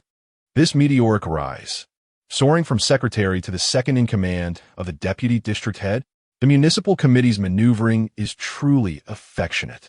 Or are they setting me up for a fall? The role of executive deputy district head is one that assumes the authority of the district head in their absence, often overseeing the most essential, intricate, and potentially problematic sectors: economic development, key projects, finance, reform, emergency management. Which of these is not a tough nut to crack? His heart raced, not from anxiety, but from exhilaration, akin to skipping over the beginner's village and being airdropped into a high-difficulty dungeon. System, detected host, successful promotion to the deputy department level main position. Position attribute, executive deputy district head. Detected that the host is about to enter a new environment, grassroots district government. New map loading complete. New environment adaptation task initiated. Task description. Within 1 month of taking office, preliminarily grasp the styles of the members of the Mingang district government, the focal points of major contradictions, and the core issues in the areas of responsibility. Task rewards. Upgrade of empathy ability. Points reward. Task failure. No penalties, but it will affect the initiation of subsequent tasks. Oh wow, empathy ability can be upgraded? This is my core competitive edge. This task is practically a tailor-made guide for assessment. System, you're increasingly attuned to my needs. Zhou Yang took a deep breath, carefully placing the document into his bag.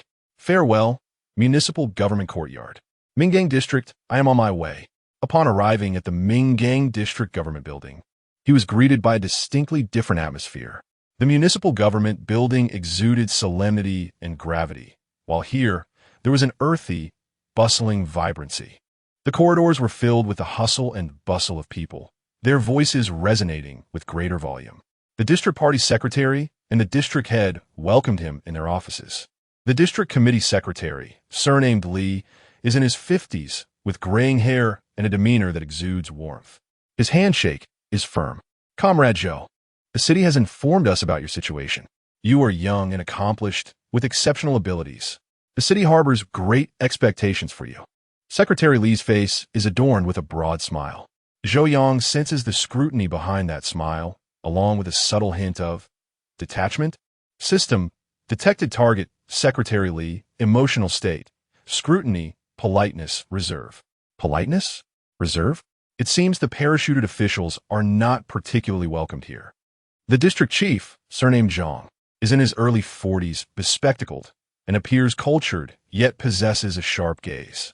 Welcome to Mingang District, District Chief Zhou. From now on, we will be working together to enhance the operations of Mingang District. District Chief Zhang speaks directly, his tone flat, revealing little emotion. Zhou Yang shakes his hand, noticing that the other man's fingers feel slightly cool. System, detected target, District Chief Zhang, emotional state, calm, observant, vigilant. Goodness.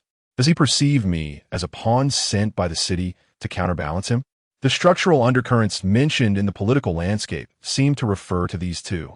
The secretary is polite, while the district chief is wary. This opening is intriguing. Several deputy district chiefs subsequently enter for introductions, varying in age and demeanor. Some overly enthusiastic, others distant and aloof. Zhou Yang responds to each with a composed smile, while internally, he functions like a high-speed scanner, capturing the micro-expressions and verbal nuances of everyone present. System, detected target, Deputy District Chief A, emotional state, curious, observant, with a hint of Schadenfreude. Schadenfreude? It appears that my position as executive director has unsettled some individuals. Detected target, Deputy District Chief B, emotional state, calm, polite, maintaining distance. Detected target, Deputy District Chief C, emotional state, enthusiastic, seeking to befriend, with a hint of calculation. Goodness, we haven't even begun. Yet I can already sense a palpable atmosphere reminiscent of a drama of court intrigues. But isn't this the essence of grassroots politics? This resonates perfectly. During the inaugural district government meeting, Zhou Yang sits near the district chief. The agenda is varied, encompassing economic operations, urban development, and social welfare, among other topics. As discussions unfold, he rapidly assimilates the information presented. When the conversation turns to a project concerning the renovation of aging residential complexes and the upgrading of commercial districts, the atmosphere in the conference room noticeably stagnates. This project is encountering significant hurdles. Deputy District Chief Wang, responsible for construction, adjusts his glasses, expressing some exasperation. As it involves several historic buildings and the relocation of certain businesses facing considerable opposition. Particularly, the Xingfuli district presents challenges, with several stubborn households demanding exorbitant prices, making negotiations nearly impossible. The mention of Xingfuli resonates with Zhou Yang. He had diligently reviewed materials on Mingang district prior to his arrival and recognized it as a well-known, venerable commercial area, earmarked as one of the district's key renovation projects. Yes, it is indeed Xingfuli. District Chief Zhang responded, his tone tinged with a hint of impatience. This issue had lingered for nearly 2 years, significantly impeding the progress of the entire project. He turned his gaze towards Zhou Yang. District Chief, Zhou has just arrived and may not yet be familiar with the circumstances. Originally, this project was entrusted to Old Wang. However, since you're in charge of the executive work, I believe it would be prudent to assign this key project to your oversight. Oh no, here it comes. A hot potato. Chapter 83. Investigating Grassroots Sentiments Happiness Lane? Nail Households? Delayed for 2 years. The difficulty level is off the charts. This district chief is quite unyielding. From the very start, he assigns me such a formidable challenge. Zhou Yang maintained a calm exterior, though his mind raced with calculations. This project seemed fraught with peril.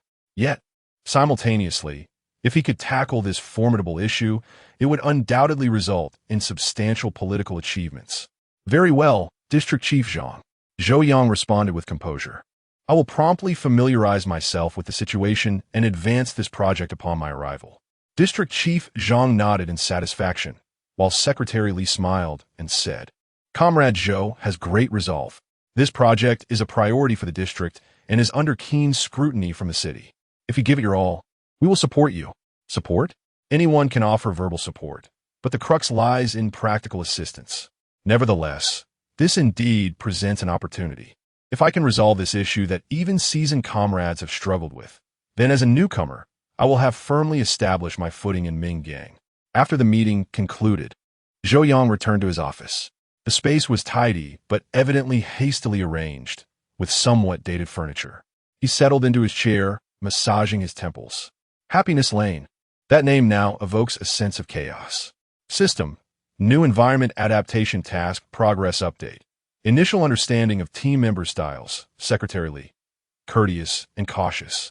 District Chief Zhang. Direct and assertive. Other deputy district chiefs. Observant, each with their own agendas. Initial grasp of primary conflict focal points. Potential structural undercurrents between the district committee secretary and the district chief. Initial understanding of core issues in the assigned areas. Happiness Lane renovation project involving nail households and entangled interests. Task progress, 30. System reward. Grassroots sentiment radar, temporary, has been issued. Validity, 72 hours. Temporary radar? With a time limit? The system is quite stingy. However, having it is better than not. How does one utilize this? Zhou Yang activated the system panel with his thoughts and found the introduction for Grassroots Sentiment Radar. Grassroots Sentiment Radar. Temporary upon activation. The host can perceive the general emotions, primary demands, and opinions regarding specific events of the grassroots populace within a certain range. The intensity of perception is inversely proportional to the distance. Duration, 72 hours. Goodness, this is essentially a public opinion detector. This tool is a veritable godsend for discreetly visiting the populace and gauging their sentiments. Zhou Yang resolved to activate this function immediately. He glanced at the time. It was nearly the end of the workday. Once most of the office staff had departed, he donned a very ordinary outfit and a baseball cap, slipping out of the district government building through a side entrance. As night began to fall and the lights illuminated the surroundings, Mingang District's night market, renowned for its vibrancy, beckoned him. In crowded and lively places, the truth is most easily discerned.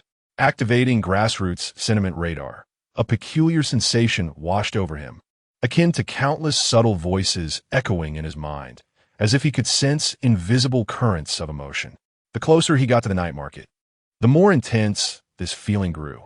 A myriad of emotions intertwined, bustling, fatigued, elated, troubled, complaining, and hopeful. Zhou Yang wandered through the night market, gazing at the dazzling array of goods and the throngs of people. He feigned nonchalance as he settled before a barbecue stall, ordering a few skewers while keenly attuning his ears. His perceptive radar honed in on several nearby lights. Those were the patrons engaged in conversation. Have you heard? The renovation in Happiness Lane is about to commence again, a middle-aged woman remarked as she savored her skewer. I have heard. Hasn't been delayed for 2 years already? Those stubborn holdouts are truly relentless. One shop demands tens of millions. A man beside her took a sip of beer, his tone laced with envy and discontent. Tens of millions? Is that true? Of course it is. They have powerful backers. I heard they are connected to some district leader. Zhou Yang's heart sank at this revelation. No wonder the project had been stalled for 2 years. It was not merely a case of obstinate holdouts, but rather formidable opponents with influence. Indeed, when ordinary citizens wish to renovate their homes, they run from pillar to post with no assistance. Yet these individuals demand exorbitant sums, and the government is powerless against them, the woman lamented. Powerless? I believe they simply choose not to intervene. Or perhaps they are afraid to. The man scoffed. The depths of this situation are profound. I heard a new deputy district head has arrived, quite young. I wonder if he can manage this. Young? What does youth matter? Such matters hinge on connections and guile. What does a young person understand? System, detecting sentiments among the grassroots populace. Dissatisfaction with the slow progress of the renovation project, -10. Envy towards the holdouts, -8. Skepticism regarding the government's ineffectiveness, -15. Ambivalence towards the new official, -5. There is considerable negativity here. Doubt towards the government's ineffectiveness presents a challenging emotional value to address. Moreover, their prejudice against youth. It seems my position as an outsider will require considerable effort to gain the trust of the populace. Zhou Yang furrowed his brow. Listening to these grassroots voices, he realized the complexity of the situation surpassed his expectations. This was not merely a straightforward demolition and renovation issue. It involved power dynamics, vested interests, and the public's trust in the government. The notion that there were influential figures behind the scenes heightened his vigilance. The murky undercurrents of the political landscape appeared to clarify, with those flickering red lights serving as warning signals along the chain of interests. He continued to meander through the night market, his radar persistently capturing the surrounding voices and emotions. My child was assigned to that dilapidated school. Trying to get into a good one requires connections. Our factory is struggling. We can't even pay wages, and the district offers no explanation. Last time I went to obtain a certificate, I ran through 3 departments, collected dozens of stamps, and my face nearly froze in a smile, yet I still couldn't succeed. A multitude of livelihood issues surged forth like a tide, each representing the concerns and aspirations of the people. The system has detected grassroots sentiments, anxiety regarding the unequal distribution of educational resources, -12. Concerns about the difficulties faced by businesses, -10, and dissatisfaction with cumbersome administrative processes, -8. This grassroots sentiment radar is indeed a collector of negative emotions. However, it has allowed me to gain a clearer understanding of the most authentic realities at the grassroots level. Zhou Yang felt as if a heavy stone was pressing down on his heart. Within the confines of the municipal government compound, he was often engaged with macro policies and official documents. While he also addressed urgent and challenging matters, the grounded troubles he now faced felt far more genuine. Chapter 84. A visit to the stubborn resident, he approached the vicinity of Happiness Lane, where the illumination was somewhat dim and several shops had already shuttered, lending an air of desolation. The radar's response was markedly intensified here, flashing a more blinding crimson light. System notification, high-risk area detected, Happiness Lane, emotional index, anger, defiance, greed, and a hidden fear. Fear? Can a stubborn resident truly experience fear? What would they possibly dread? Zhou Yang stood at the street corner, observing the tightly shut doors and windows. He understood that behind each door could lie a complex narrative, a web of intricate interests. He recalled the moment during the leadership meeting when Director Zhang had offloaded this project onto him, along with the whispers he had heard at the night market about unseen influences lurking behind it. This Happiness Lane project was evidently the most formidable challenge in the district and a litmus test for him, an outsider. If he could conquer it, he would not only fulfill the system's task and earn rewards, but also swiftly make a mark in Mingang District, gaining recognition. However, if he were to fail, the consequences will be dire. System, new environment adaptation task, progress update, core issues of the jurisdiction, Happiness Lane redevelopment project, involving influential, stubborn residents and a complex network of interests, have been preliminarily grasped. Task progress, 60. Zhou Yang took a deep breath. He resolved not to be passive any longer. Since this project was so challenging, he would tackle it head-on, starting with the most obstinate resident. The elder brother at the night market had mentioned their exorbitant demands and hinted at powerful backers. Zhou Yang was determined to uncover the identity of these hidden forces. He aimed to carve out an entry point and ascertain the depths of this situation. System, host decision detected, proactive approach, selecting high-risk breakthrough point. This operation seems rather perilous. Host, perilous? How does one navigate the world without taking risks? How does one achieve high scores without daring to venture? Zhou Yang's gaze sharpened, as though he could already envision the audacious, stubborn resident. He resolved to visit Happiness Lane tomorrow and confront the legendary tough nut. His grassroots journey was about to embark on its first significant battle. Happiness Lane, await my arrival. The dossier pertaining to the Happiness Lane redevelopment project was piled high like a small mountain, and the petition records alone were astonishingly thick. Zhou Yang flipped through the pages, his fingertips brushing against the ornate handwriting, allowing him to sense the anger, grievance, and resentment that permeated the text, particularly concerning an individual named Elder Wang. The petition records were rife with various complaints and urgent appeals, even threats to unfurl banners of the city hall. Goodness, this petition pressure is akin to a pressure cooker. No wonder it was offloaded onto me. This is not merely a project, but a ticking time bomb. Zhou Yang retrieved the detailed profile of Elder Wang. The old man, in his 70s, had resided on this street for the better part of his life, running a small shop from the ancestral home passed down to him. The records indicated that he was not entirely unreasonable. He had initially begrudgingly accepted the original compensation proposal, but later he had suddenly changed his stance, demanding an outrageous sum, several times higher than that of other merchants with similar conditions. Why had he shifted his position? The records did not clarify this point. Zhou Yang activated the memory palace, unfurling all information about Old Man Wang like a jigsaw puzzle within his mind. Family members, social connections, past life trajectories, and even some long-forgotten matters. Fragments of information swiftly amalgamated and interlinked in his consciousness. System, initiating memory palace. System, information correlation detected. Old Man Wang, 15 years ago. A certain urban renovation project concerning the properties of his relatives. System, information correlation detected. Old Man Wang has repeatedly reported issues to the street and district authorities, suspected to be related to the unresolved problems from that renovation project. Zhou Yang felt a stir within. The urban renovation from 15 years ago? Could the crux of the matter lie here? He delved deeper and ultimately uncovered several yellow documents. It turned out that during that renovation, a relative of Old Man Wang had their house demolished. At the time, the government promised certain resettlement policies, but for various reasons, they were not fully honored, causing significant losses for his relative. Old Man Wang had run errands on behalf of his relative then, but no one listened to him. Eureka! I found it. The core demand is not monetary. It is a long-standing grievance. It is the injustice and disrespect faced back then. This is not merely a stubborn homeowner. This is an emotional powder keg. System, new environment adaptation task progress update. Core issues in the sector have been preliminarily identified. The Happiness Lane renovation project involves influential stubborn homeowners and a complex network of interests. With the key stubborn homeowner, Old Man Wang, harboring historical grievances and feelings of disrespect. Task progress 70. Yo Yang felt assured.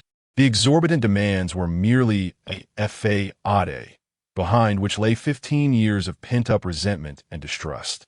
Directly discussing money would lead to a dead end. He must first untangle the knots in his heart. He resolved to go personally, eschewing an elaborate entourage. Xiao Li, accompany me to Happiness Lane and bring a notebook. Zhou Yang summoned the office recorder. Xiao Li. Xiao Li hesitated for a moment. District Chief Zhou. To Happiness Lane? Bring a notebook? Yes, just to have a look, Zhou Yang replied nonchalantly. Bringing only one recorder conveys approachability and avoids imposing pressure on the other party. A product of the system must be of exquisite quality. My secret weapon is about to make its entrance. Zhou Yang exchanged for a calming emotion sachet and special throat lozenges from the system S-Space. The sachet was small and exquisite, emitting a faint herbal fragrance, which he discreetly placed in his pocket. The throat lozenges were simply packaged, resembling ordinary candies. Let us go. Zhou Yang stood up, changing into a pair of cloth shoes for a more casual appearance. Upon arriving at the Happiness Lane district, the dilapidation appeared even more pronounced in daylight. Narrow alleys, old houses, and appealing posters on the walls proclaiming cooperation in renovation and the creation of a beautiful home seemed particularly ironic in the setting sun. Old Man Wang's small courtyard lay deep in the alley, cluttered with various items, giving off a somewhat disordered impression. Zhou Yang approached and knocked on the door. Who is it? A hoarse voice, tinged with hostility, emanated from within. Good day, Old Man Wang. I am Zhou Yang, the new deputy district head from the government. I would like to have a chat with you. Zhou Yang spoke in a gentle tone. The door creaked open, revealing the face of Old Wang, etched with impatience and wariness. Tall and slender, his hair was streaked with gray, and though his eyes appeared murky, they emanated a keen intelligence and stubbornness. Deputy District Chief? Oomph. You officials always come with your schemes. If it's not about money, don't bother entering. Old Wang's voice boomed, resonating with vigor. System, detected target, Old Wang, emotional state. Anger, resistance, distrust, -25. Ah, such overwhelming negativity. Fear not. I possess fragrant sachets, soothing throat lozenges, and an ability for empathy. Chapter 85. Addressing concerned Zhou Yang maintained a gentle smile as he spoke. Grandpa Wang, please remain calm. I'm not here to discuss finances today. Rather, I wish to hear your thoughts. Such significant matters necessitate understanding the sentiments of the common people, do they not? He adopted a humble demeanor, eschewing any airs of authority. Grandpa Wang appeared momentarily taken aback, seemingly unprepared for the newcomer's approach. He scrutinized Zhou Yang, then glanced at the only other person present, a modestly bowed Li who was diligently taking notes. Spare me the pleasantries. You officials never speak a word of truth, Grandpa Wang retorted, though he refrained from slamming the door shut. You are absolutely right, Grandpa Wang. In the past, certain tasks were indeed inadequately executed, causing you distress. Zhou Yang replied, aligning his tone with sincerity. Apologizing and acknowledging shortcomings is the first step in defusing an emotional bomb. System detected that the host's emotional value has been recognized. Points 10. Such swift accumulation of points? This tactic proves effective.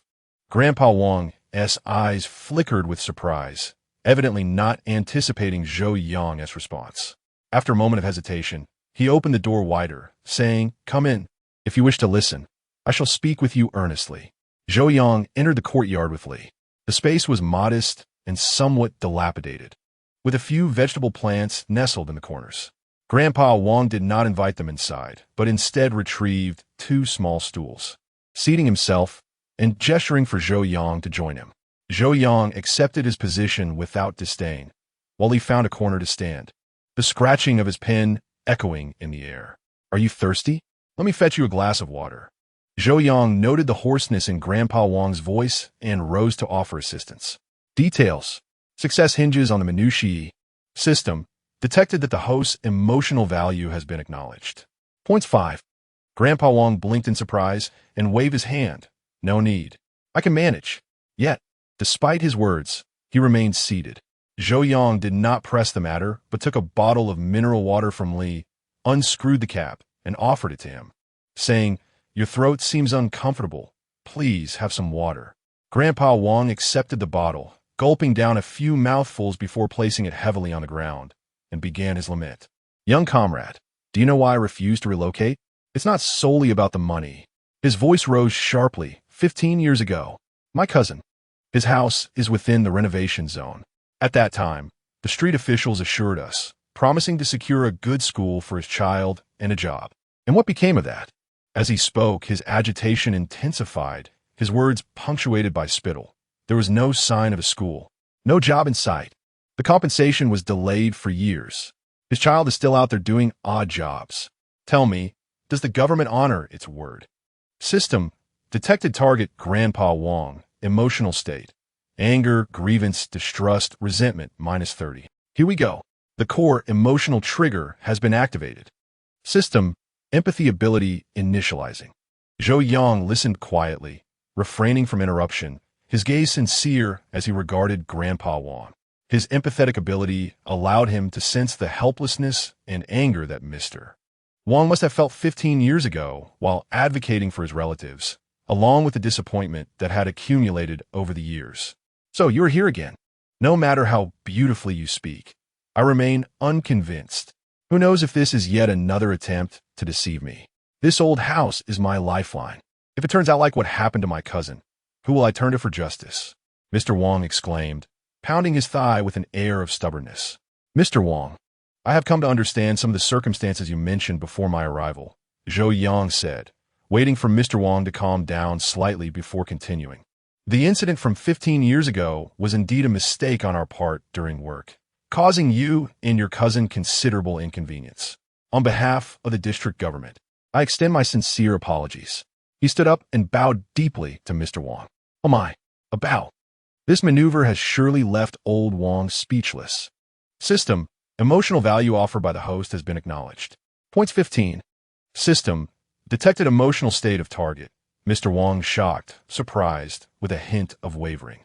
Mr. Wang was utterly unprepared for the deputy district chief to bow and apologize, leaving him momentarily frozen, his mouth agape, but no words escaping. "We cannot evade the mistakes of the past." Zhou Yang straightened up, his tone more earnest. "However, Mr. Wang, this renovation within the framework of happiness is unlike any previous endeavors. This is a key project initiated by the city and district. aimed at improving the overall environment of our neighborhood, enhancing the lives of the citizens. Your house is integral to this project, and your opinions are of utmost importance to us. He paused before continuing. It is entirely understandable that you harbor doubts about the government, given our past shortcomings. But please trust me, Zhou Yang. I am here to resolve issues, not to create new ones. I fully comprehend the concerns you have expressed regarding relocation, the fairness of compensation, and the fulfillment of promises. Indeed, that is precisely what I am worried about. Mr. Wang regained his composure, his emotions flaring anew. Your throat seems to be bothering you again. Would you like a throat lozenge? Zhou Yang appropriately offered a soothing candy. Mr. Wang hesitated for a moment before accepting the lozenge and placing it in his mouth. The sweet, cool sensation seemed to ease him slightly. Mr. Wang, I recognize that you demand a high price, not merely to gain more money, but because you are harboring a grievance, seeking the government to acknowledge your demands. Zhou Yang's tone softened as he directly addressed the crux of the issue. Mr. Wang's eyes widened in astonishment, staring intently at Zhou Yang as if seeing him for the first time. The matters of the past were mishandled, leading you to feel disrespected. Now, you wish to draw our attention through this means, Zhou Yang continued. I understand your feelings. System, detected emotional value offered by the host has been understood and recognized. Points 20. System, detected emotional state of target. Mr. Wang complex, astonished with a hint of trust. The expression on Mr. Wang's face grew intricate, the tension in his features beginning to ease. He held the throat lozenge in his mouth, remaining silent for a considerable time. Comrade, you are unlike the others. At last, old Wang spoke, his voice softened. I merely wish to fulfill my duties and ensure the satisfaction of the citizens, replied Zhou Yang humbly. Would this be acceptable? Regarding your relocation compensation, we shall strive to secure a reasonable plan for you within the existing policy framework. For instance, we will prioritize your preferences in the selection of relocation housing, or, during the transition period, we will provide more convenient conditions. Most importantly, I will personally oversee your case to ensure that every promise is fulfilled. Chapter 86. Attracting investment. Zhou Yang did not specify a particular compensation amount. Rather, he emphasized respect, significance, fulfilling promises, and striving for the utmost consideration. The proposal he put forth not only adhered to policy guidelines, but also honored Wang's dignity and core demands, being valued and trusted. Are you personally responsible for this? Wang was somewhat taken aback. Indeed, I will oversee it personally, Zhou Yang responded with unwavering resolve. You can reach out to me or my office at any time. I will be present when we sign the agreement, and I will provide you with regular updates regarding the subsequent resettlement implementation. System, detected that the host has provided emotional value of being valued and guaranteed. Points 25. System, detected target, Wang, emotional value, wavering, contemplating, a glimmer of hope. Wang fell into contemplation. He glanced at Zhou Yang, then around the courtyard, and finally at the entrance of the alley. While exorbitant demands might be enticing, the prospect of resolving long-standing issues and receiving the government's attention and commitment seemed far more worthwhile to him. Young comrade, allow me some time to think. Wang's voice had lost its earlier edge. Of course, Mr. Wang. Take your time. I will not rush you, Zhou Yang replied as he stood up. Here is my contact information. Should you reach a decision or have any inquiries, feel free to call me. He handed over a business card. Wang accepted the card, examining it closely before clasping it in his hand. As Zhou Yang stepped out of Wang's courtyard, he exhaled deeply. System, new environment adaptation task, progress updated, successfully alleviated the core emotional issue of the key obstinate resident, Wang. Task progress, 85. System reward, points 100. Wow, 100 points. This emotional bomb was worth defusing. Upon returning to the district government, the news spread swiftly. The newly appointed district chief had personally approached the toughest challenge, Wang. Moreover, it seemed he had made some headway. Hey, did you hear? The district chief visited Wang's home and stayed for nearly an hour. So what? That old man is impervious to reason. Even old Li couldn't handle him. But I heard Wang's attitude has softened. He said he would think it over.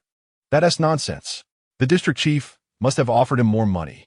Being new, he is likely eager to make a name for himself.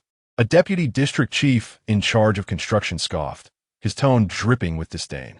System, detected target deputy district chief X, emotional value. Disbelief, jealousy, contempt. Ah, just lucky? Offering more money? Let your imaginations run wild. This is merely the beginning. My gentle approach to relocation has just commenced. Listening to the discussions, Zhou Yang maintained an impassive expression. He understood that securing Wang was merely the first step. The project in Xingfu Li entailed far more intricate interests and relationships than anticipated. He had not forgotten the rumors of hidden influences behind the scenes. Yet, he had taken the right first step. By exchanging sincerity for trust and opting to address problems rather than evade them, he was not merely achieving political success. He was also fulfilling a critical component of the system's tasks. As night enveloped the city, Zhou Yang stood before the window of his office, gazing down at the myriad lights of the Minggang district. In the distance, towards the direction of the Xingfuli neighborhood, the illumination appeared somewhat dim. System, the grassroots environment is intricate, and the challenge level is continually escalating. Please remain vigilant, host. Zhou Yang clenched his fists. He understood that greater challenges lurked in the shadows. The enigmatic figure behind it all, the convoluted network of interests, represented the true battle. But what of it? Zhou Yang was no longer the inexperienced secretary he once was. He possessed a system, capabilities, and a fervent desire to make a difference. Deeper waters await my exploration. The task of attracting investment was, in reality, more akin to a chaotic stew than Zhou Yang had anticipated. Seated in his office, he surveyed the mountain of documents and forms before him, feeling as though his head might explode. Various project negotiations, policy interpretations, and corporate receptions kept him busier than he could manage. Yet, what troubled him most was the foreign investment project purported to be the catalyst for the district's economic growth, which had encountered a standstill. The representative from the investment side, a middle-aged Caucasian named Smith, was polite yet always seemed to carry an air of hesitation. Whenever key terms were mentioned, he would deftly sidestep the issue, one moment citing the complexity of headquarters procedures, the next referencing changes in the market environment. The various departments responsible for this project within the district had taken the art of passing the buck to new heights. The Investment Promotion Bureau claimed land approvals were pending. The Planning Bureau insisted the Environmental Assessment Report was problematic, and the Environmental Protection Bureau maintained that preliminary procedures were incomplete. In short, no one was willing to take decisive action or assume responsibility. Zhou Yang glanced at the progress reports submitted by these departments, his frustration reaching a boiling point. This is not investment attraction. It is clearly a contest of evasion. Mr. Smith must be on the verge of becoming a lifetime member of the Waiting Game Club due to our district's efficiency. If this project falls through, where will I, the deputy district head in charge, place my face? Not only will my political achievements evaporate, but my system tasks will surely incur penalties. Zhou Yang rubbed his temples, a wave of helplessness washing over him. He had attempted to communicate directly with the heads of relevant departments, yet was met with a barrage of grandiloquent justifications. The situation was too convoluted, and clarity eluded him. Just then, a long-forgotten notification from the system echoed in his mind. System, detecting that the host is facing challenges related to resource integration and information barriers. System, reward, Network Insight Lens, district level, temporary, has been issued. Validity, 72 hours. Network Insight Lens? A temporary one? Could you be a bit more generous, system? Despite his verbal complaints, Zhou Yang felt a flicker of anticipation. This device sounded intriguing. He focused his thoughts to access the system panel and examine the introduction to the Network Insight Lens. Network Insight Lens, district level, temporary upon activation. The host can perceive key individuals associated with specific events within the district and conduct a preliminary analysis of their positional inclinations, positive, negative, neutral, critical obstacles, etc. The intensity of perception correlates with relevance. Duration, 72 hours. What a remarkable tool. Essentially a relational map coupled with stance analysis. Temporary or not, if it works, it suffices. This contraption is undoubtedly a mind-clearing device for the political arena. Zhou Yang promptly directed the surveying lens towards foreign investment projects. Instantly, a hazy network diagram materialized in his mind, adorned with flickering points of light, some gleaming in green, indicative of optimism, others in yellow, symbolizing caution, and a few in gray, deemed inconsequential. His gaze traversed these luminous points, endeavoring to uncover the pivotal element that had stalled the project. Suddenly, a particularly glaring red point captured his attention, accompanied by an emblem denoting a critical reef. Chapter 87.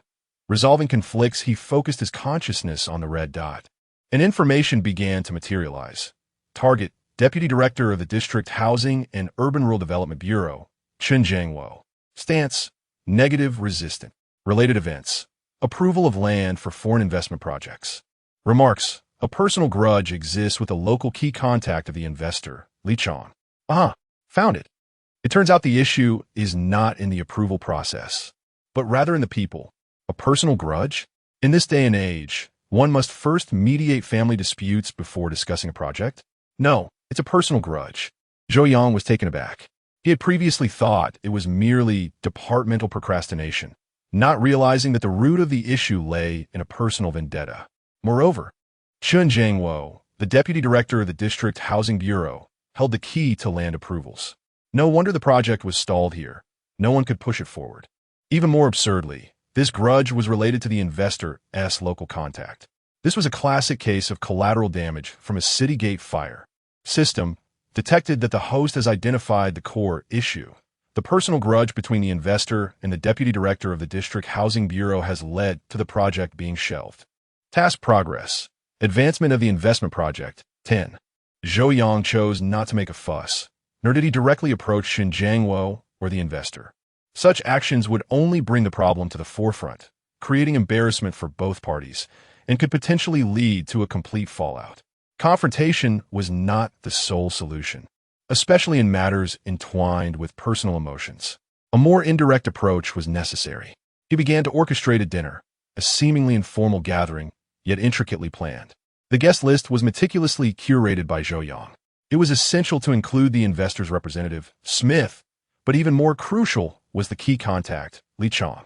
On the district side, in addition to Chen Jiangwo, he invited several heads of departments relevant to the project, along with some seemingly inconsequential individuals who could enhance the atmosphere.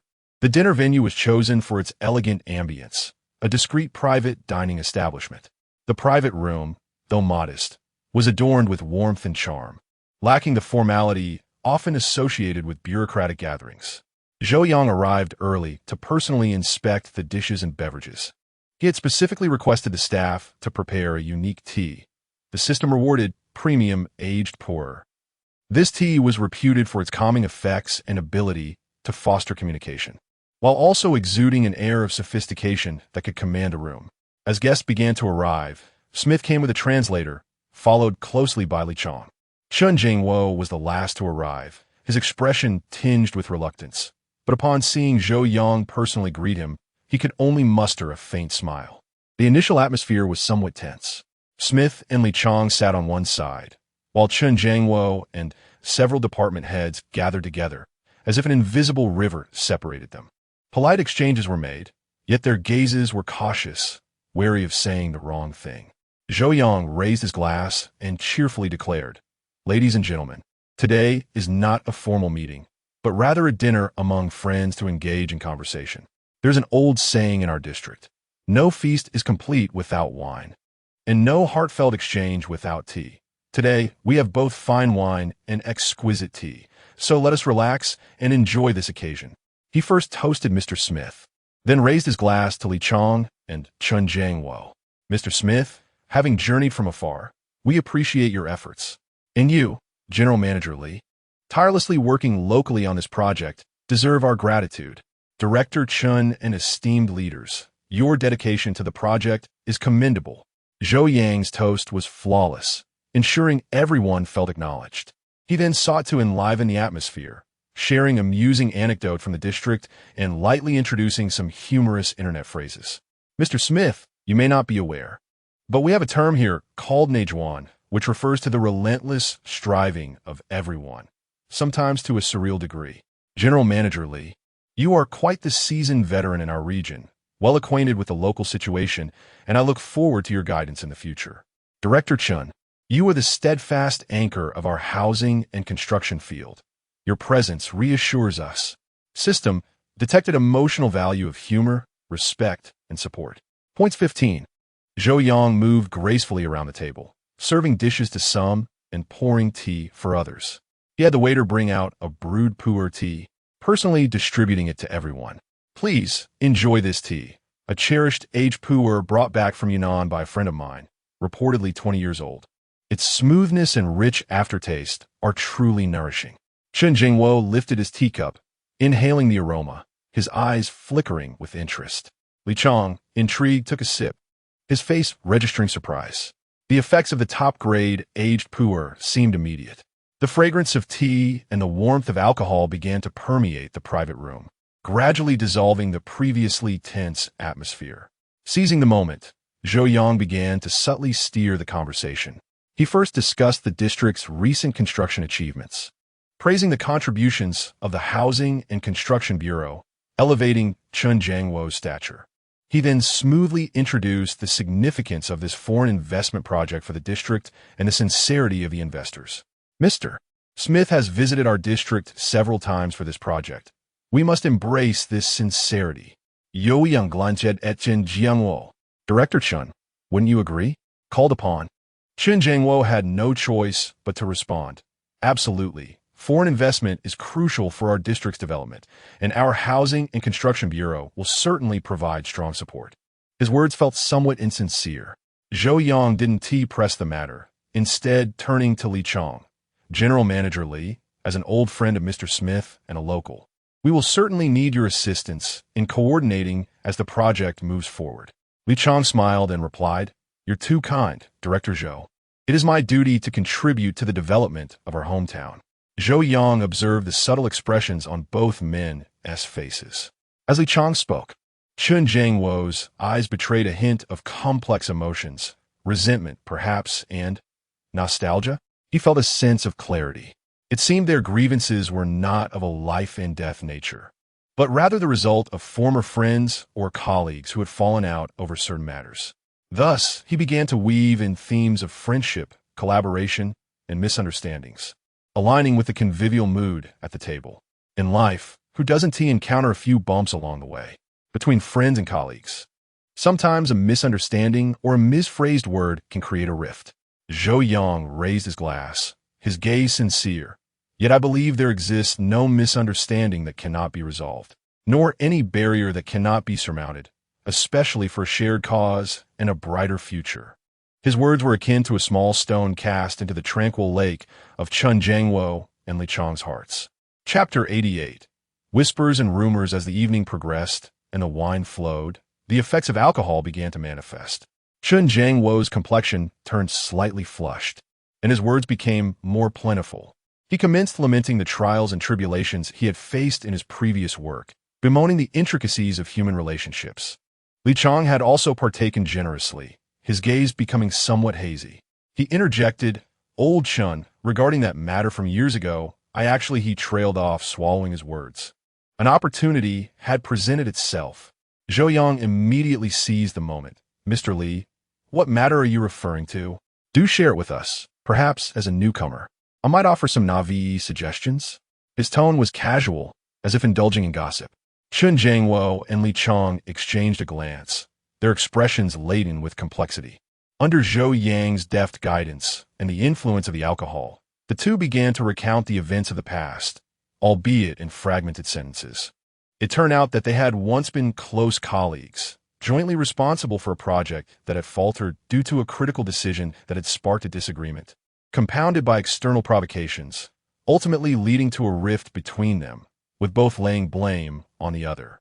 In their youth, they had been convinced it was the other's fault. Chen Jiangwo shook his head, a hint of nostalgia in his tone. Indeed, neither of us could lower our pride. Li Chong sighed in agreement. Zhou Yang, seizing the moment, remarked, See, it was merely a misunderstanding coupled with youthful exuberance. Ultimately, we all desire to excel in our work. Why allow past grievances to taint our present and future? He rose from his seat and positioned himself between them, resting a hand on each of their shoulders.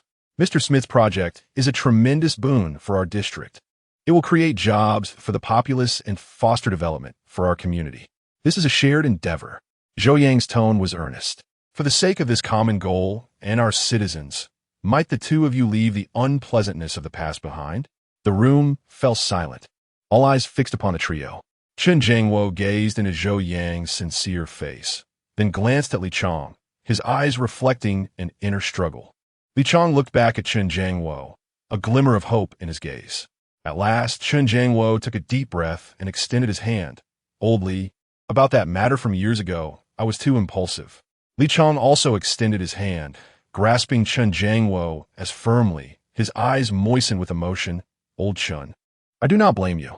I too was obstinate. Their hands clasped tightly together. System detected successful resolution of the personal grievance between target Chen Jiangwo and target Li Chong, providing emotional release and reconciliation. Point 50. Zhou Yang felt a surge of joy within. It worked. He smiled as he patted their shoulders. Excellent. My dear friends, let bygones be bygones. This meal today is truly worthwhile. The atmosphere of the banquet transformed instantaneously into one of warmth and camaraderie. Once their hearts were unburdened, Chen Jiangwo and Li Chong opened up, reminiscing about many past events, as if they had returned to the days of their collaborative endeavors. Although Mr. Smith could not fully comprehend the Chinese dialogue, witnessing the two pivotal figures shake hands in reconciliation brought a genuine smile to his face.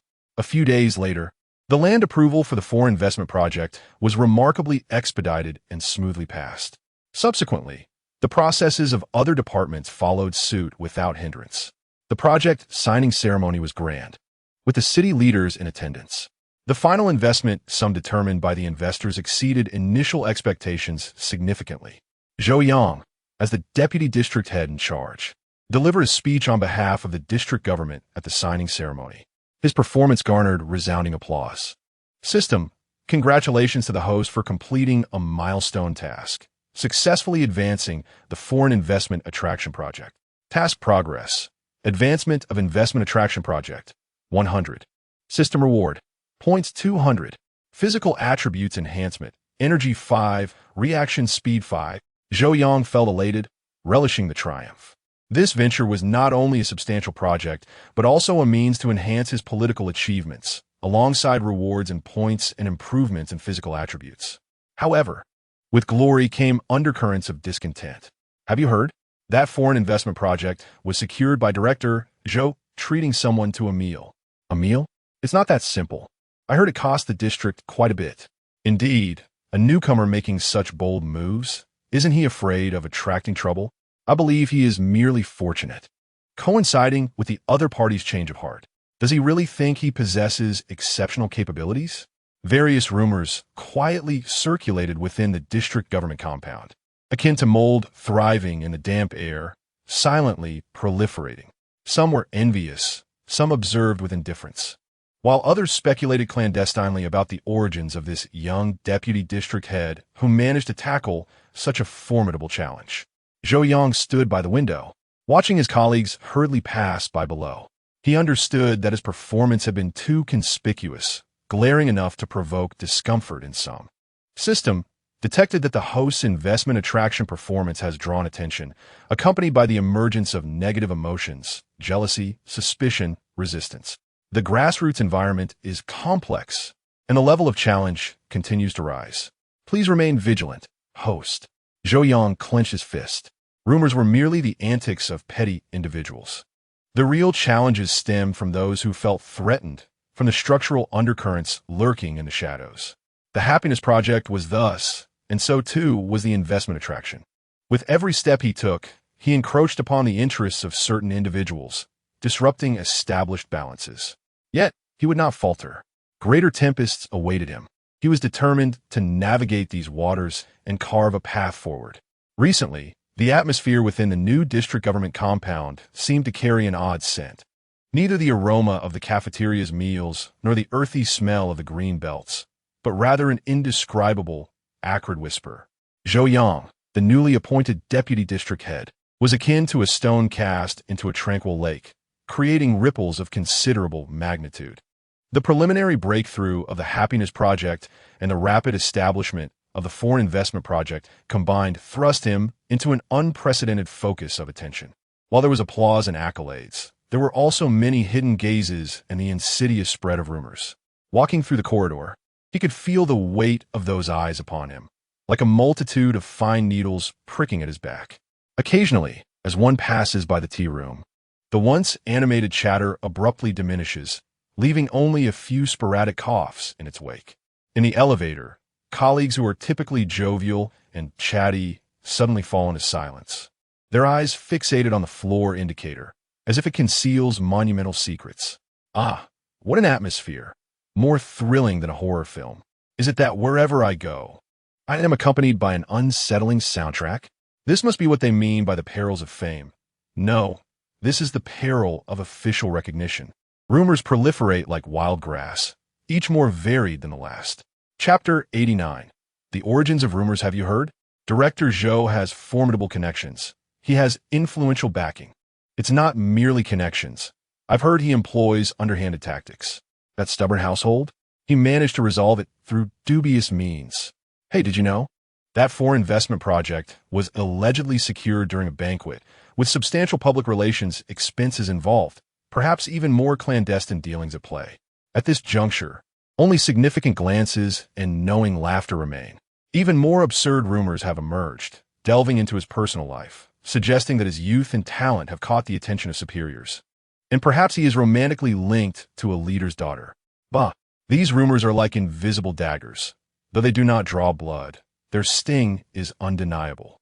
What is more alarming is that these whispers are beginning to impact his work. Departments that previously displayed enthusiasm for the project have suddenly adopted a more cautious demeanor. A document that once might have been approved in mere hours now languishes on a section chief's desk for days, cited for further study. Coordination meetings, which once saw prompt attendance, now face frequent absences due to business trips or health complaints, making it a struggle to gather participants. Tasks assigned are executed with a noticeable lack of vigor. Misunderstandings arise, or objective circumstances impede progress. System, host reputation is under threat. Negative emotions, jealousy, suspicion, resistance have begun to affect work coordination efficiency. Task, clarify misunderstandings, stabilize reputation. Reward, trace the origins of rumors, temporary, has been issued. A task has arrived. Zhou Yang felt a stir of motivation. Reputation is of paramount importance in the realm of governance. It is not a mere facade. It is the foundation for progress and the currency of trust. Allowing these rumors to fester would only compound his difficulties. He promptly accessed the system panel to review the newly acquired reward. Trace the origins of rumors, temporary upon activation. The host may track the dissemination pathways of specific rumors within a designated range, pinpointing the primary disseminators. Duration, 48 hours. A valuable tool. Though temporary, it would suffice. Without hesitation, Zhou Yang activated Trace the Origins of Rumors, confining the search to the confines of the district government compound, with keywords for the rumors set as Zhou Yang. Background, tactics, banquet, and personal life. Instantly, a complex network diagram unfurled in his mind. Countless fine lines traversed between various figures. Some were bold and prominent, while others were thin and indistinct. These lines were adorned with the very words that had pricked at him. He followed the thickest, most luminous lines upstream, swiftly identifying several core nodes. The brilliance of these nodes was tinged with a glaring red, accompanied by negative markers of jealousy, dissatisfaction, and veiled disdain. Information began to materialize. Target, Deputy Director of the District Office, Zhao Yang. Stance, negative, jealous, disseminator. Associated rumor, deep background, strong tactics. Target, a section chief at the District Finance Bureau, Qinyong. Stance, negative, discontent, disseminator. The rumors circulated regarding the banquet public relations and the squandering of public funds. The target of these whispers is Sun Li, the vice chairwoman of the District Women's Federation, who holds a part-time position. The prevailing sentiment is one of negativity, gossip, and dissemination. Allegations about her private life, lacking propriety, and ascending the ranks through connections abound. Yoyang's gazi hardinet. Those who spread such rumors are often individuals of little distinction in their work, yet they possess an inflated sense of self-worth, unable to tolerate the success of others. Lacking the courage to confront directly, they resort to lurking in the shadows, launching covert attacks through slander that disrupts the workflow. Particularly notable is Xiao Yang, the deputy director of the office, who wields considerable power over daily coordination and the flow of information. His passive resistance can create significant obstacles. Qianyong, the head of finance, while not the top authority, controls the funds and can complicate matters regarding reimbursements and budget requests. As for Sun Li, Zhou Yang rubbed his temples, pondering any actual connection with her. Perhaps it is merely a case of idle gossip fueled by the unique culture of discussion among female officials. The system has detected that the host has identified the primary rumor-mongers. Task progress updated. Keynotes locked in, 3 out of 3. Zhou Yang sat in his office, lightly tapping his fingers on the desk. Flies do not land on seamless eggs, yet he cannot allow them to buzz unchecked. The nature of rumors is such that the more one attempts to explain, the more one may inadvertently exacerbate the situation. The most effective strategy is not to chase every rumor with refutations, but rather to undermine the source, ensuring that the purveyors face consequences, dissuading others from similar transgressions. It is imperative to set an example. Furthermore, it must be executed with finesse, subtly instilling fear in those who lurk in the shadows. A preliminary plan began to take shape in his mind, and the target had been identified. It is neither the gossipy Sun Li nor the financially minded Qianyong. If one must strike, it should be against the most representative, influential, and obstructive figure, the deputy director of the district office, Zhao Yang. He intends to make it clear that those who engage in gossip will face repercussions. A slight, almost imperceptible smile graced Zhou Yang's lips. The performance has only just begun. He resolved to make an example of Zhao Yang. An opportunity soon presented itself. The district was convening a joint meeting aimed at enhancing administrative efficiency, with the objective of optimizing the business environment and improving interdepartmental collaboration. Zhao Yang, as the deputy director of the office, was responsible for organizing and coordinating the meeting and was naturally included in the attendee list. In the conference room, the atmosphere was somewhat delicate. Heads of various departments sat in a circle. Their expressions varied. Some were engrossed in their phones, others sipped tea in silence, while a few discreetly assessed Zhou Yang. Zhao Yang occupied a seat near the entrance, his slightly protruding belly accentuated by a formulaic smile, occasionally whispering to a colleague beside him, appearing quite at ease. System, detected target, Zhao Yang, emotional state, slightly relaxed, gleeful with a hint of tension. Ah, quite the performer. Hold steady. Let us see how I can make you falter. The meeting commenced, presided over by the district chief. After a brief introduction, they moved on to the agenda. Various departments took turns reporting on recent work and the challenges they faced. When it was Zhao Yang's turn to represent the office, he cleared his throat and began to recite from his notes, which consisted of bureaucratic jargon about enhancing communication, coordination, and optimizing service processes. Chapter 90. A warning to the monkeys. Zhou Yang listened intently, his gaze sharp and discerning. He understood that merely listening was insufficient. It was imperative to identify specific examples and address critical issues. Director Zhao's report was comprehensive, highlighting the arduous nature of office work. Once Zhao Yang concluded, Zhou Yang smiled and remarked, "However, in our practical endeavors, we can still perceive certain bottlenecks within our processes. For instance, a standard document approval may sometimes linger at certain stages for an extended period, adversely affecting overall efficiency. Director Zhao, where do you believe the root of the problem lies?" The question, seemingly amiable, concealed a latent threat. It pointed directly to the inefficiencies in the office's document flow, a domain under Zhao Yang's purview.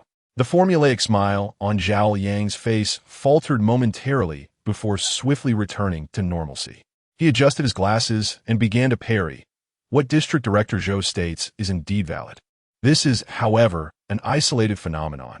Our office has consistently endeavored to enhance efficiency, Yet at times, situations are rather complex. For instance, when interdepartmental consultations are required or when leadership approval is sought, the process may extend. He paused, shifting his argument. Moreover, certain documents are inherently intricate, or the preliminary materials submitted by departments may lack standardization, necessitating additional time for our office to review and coordinate.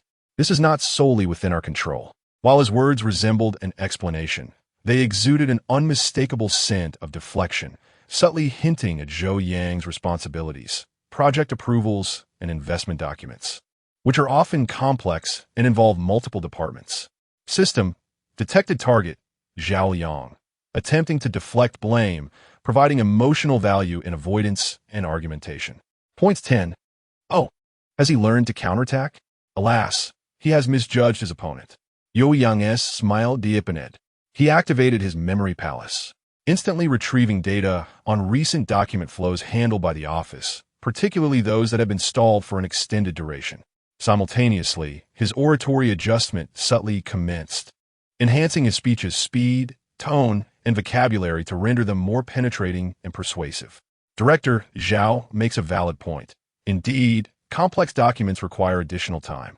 Zhou Yang's tone remained gentle, yet his eyes pierced like surgical blades, locking onto Zhao Yang. However, I possess some data that may assist us in more accurately analyzing the problem. He picked up an internal document in front of him, flipping to a specific page. For example, last month, we advanced that foreign investment project, a crucial request regarding the change of land use. According to regulations, the normal processing time from the Planning Bureau to our office is 2 working days. Yet, this document lingered in your purview for 7 working days. Zhou Yang's voice was soft, yet it resonated with remarkable clarity in the quiet conference room. 7 working days. A low gasp reverberated through the room. This was not a solitary anomaly, but rather indicative of deliberate delay. Zhao Yang's complexion shifted instantaneously, beads of sweat beginning to form on his forehead. He stammered his defense. Perhaps at that time the documents were urgent. We were busy processing other more important files. Zhou Yang did not interrupt him. Once he finished, he continued in a gentle yet precise tone. I understand, Director Zhao, that your work is demanding and there are many matters at hand. However, the crux of the issue is that during these past 7 working days, the project team has been waiting and the Downstream Construction Bureau has been unable to initiate subsequent approvals, resulting in a delay of nearly 2 weeks in the project signing. The time cost incurred during these 2 weeks, along with the potential erosion of investor confidence, constitutes a loss that is difficult to quantify. He paused, his gaze sweeping across the other department heads present. Administrative efficiency is not merely an internal procedural matter. It directly impacts our district's business environment, the speed of project implementation, and the employment and income of our citizens. Every hour we delay could translate to real financial losses for the project team. Zhou Yang's words were grounded in data, facts, elevated reasoning, and sincerity. Each sentence struck like a small hammer against Zhao Yang's heart. System detected the host utilizing memory palace, rhetorical refinement, accurately pinpointing the target, Zhao Yang, for work errors, providing emotional value for confrontation. Points 30. System, person recognition technique, beginner, temporary, has been activated. Zhou Yang observed Zhao Yang, and the person recognition technique indicated to him that the latter was currently in a state of panic. His mind racing with thoughts of how Zhou could possibly know so much. It's over. He could sense the raw fear and insecurity lurking beneath Zhao Liang's arrogant facade. Therefore, Director Zhao, I propose that our office conduct a thorough review and optimization of the document circulation process, particularly regarding interdepartmental coordination and leadership consultations. We should examine whether the procedural setup is unreasonable, if there are issues with personnel allocation, or if there are other human factors at play. Zhou Yang emphasized the term human factors with a pointed gaze fixed on Zhao Yang. Zhao Yang's lips quivered as he attempted to retort, yet not a word escaped his mouth. Beads of sweat trickled down his cheeks, his face flushed with embarrassment.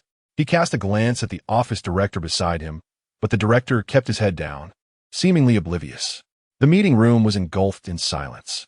All eyes were on Zhao Yang, then back to Zhou Yang. Zhou Yang remained calm and composed, exuding elegance. Yet his previous words were sharper than any harsh rebuke. Zhao Yang resembled a plucked chicken, trembling and exposed, with nowhere to hide.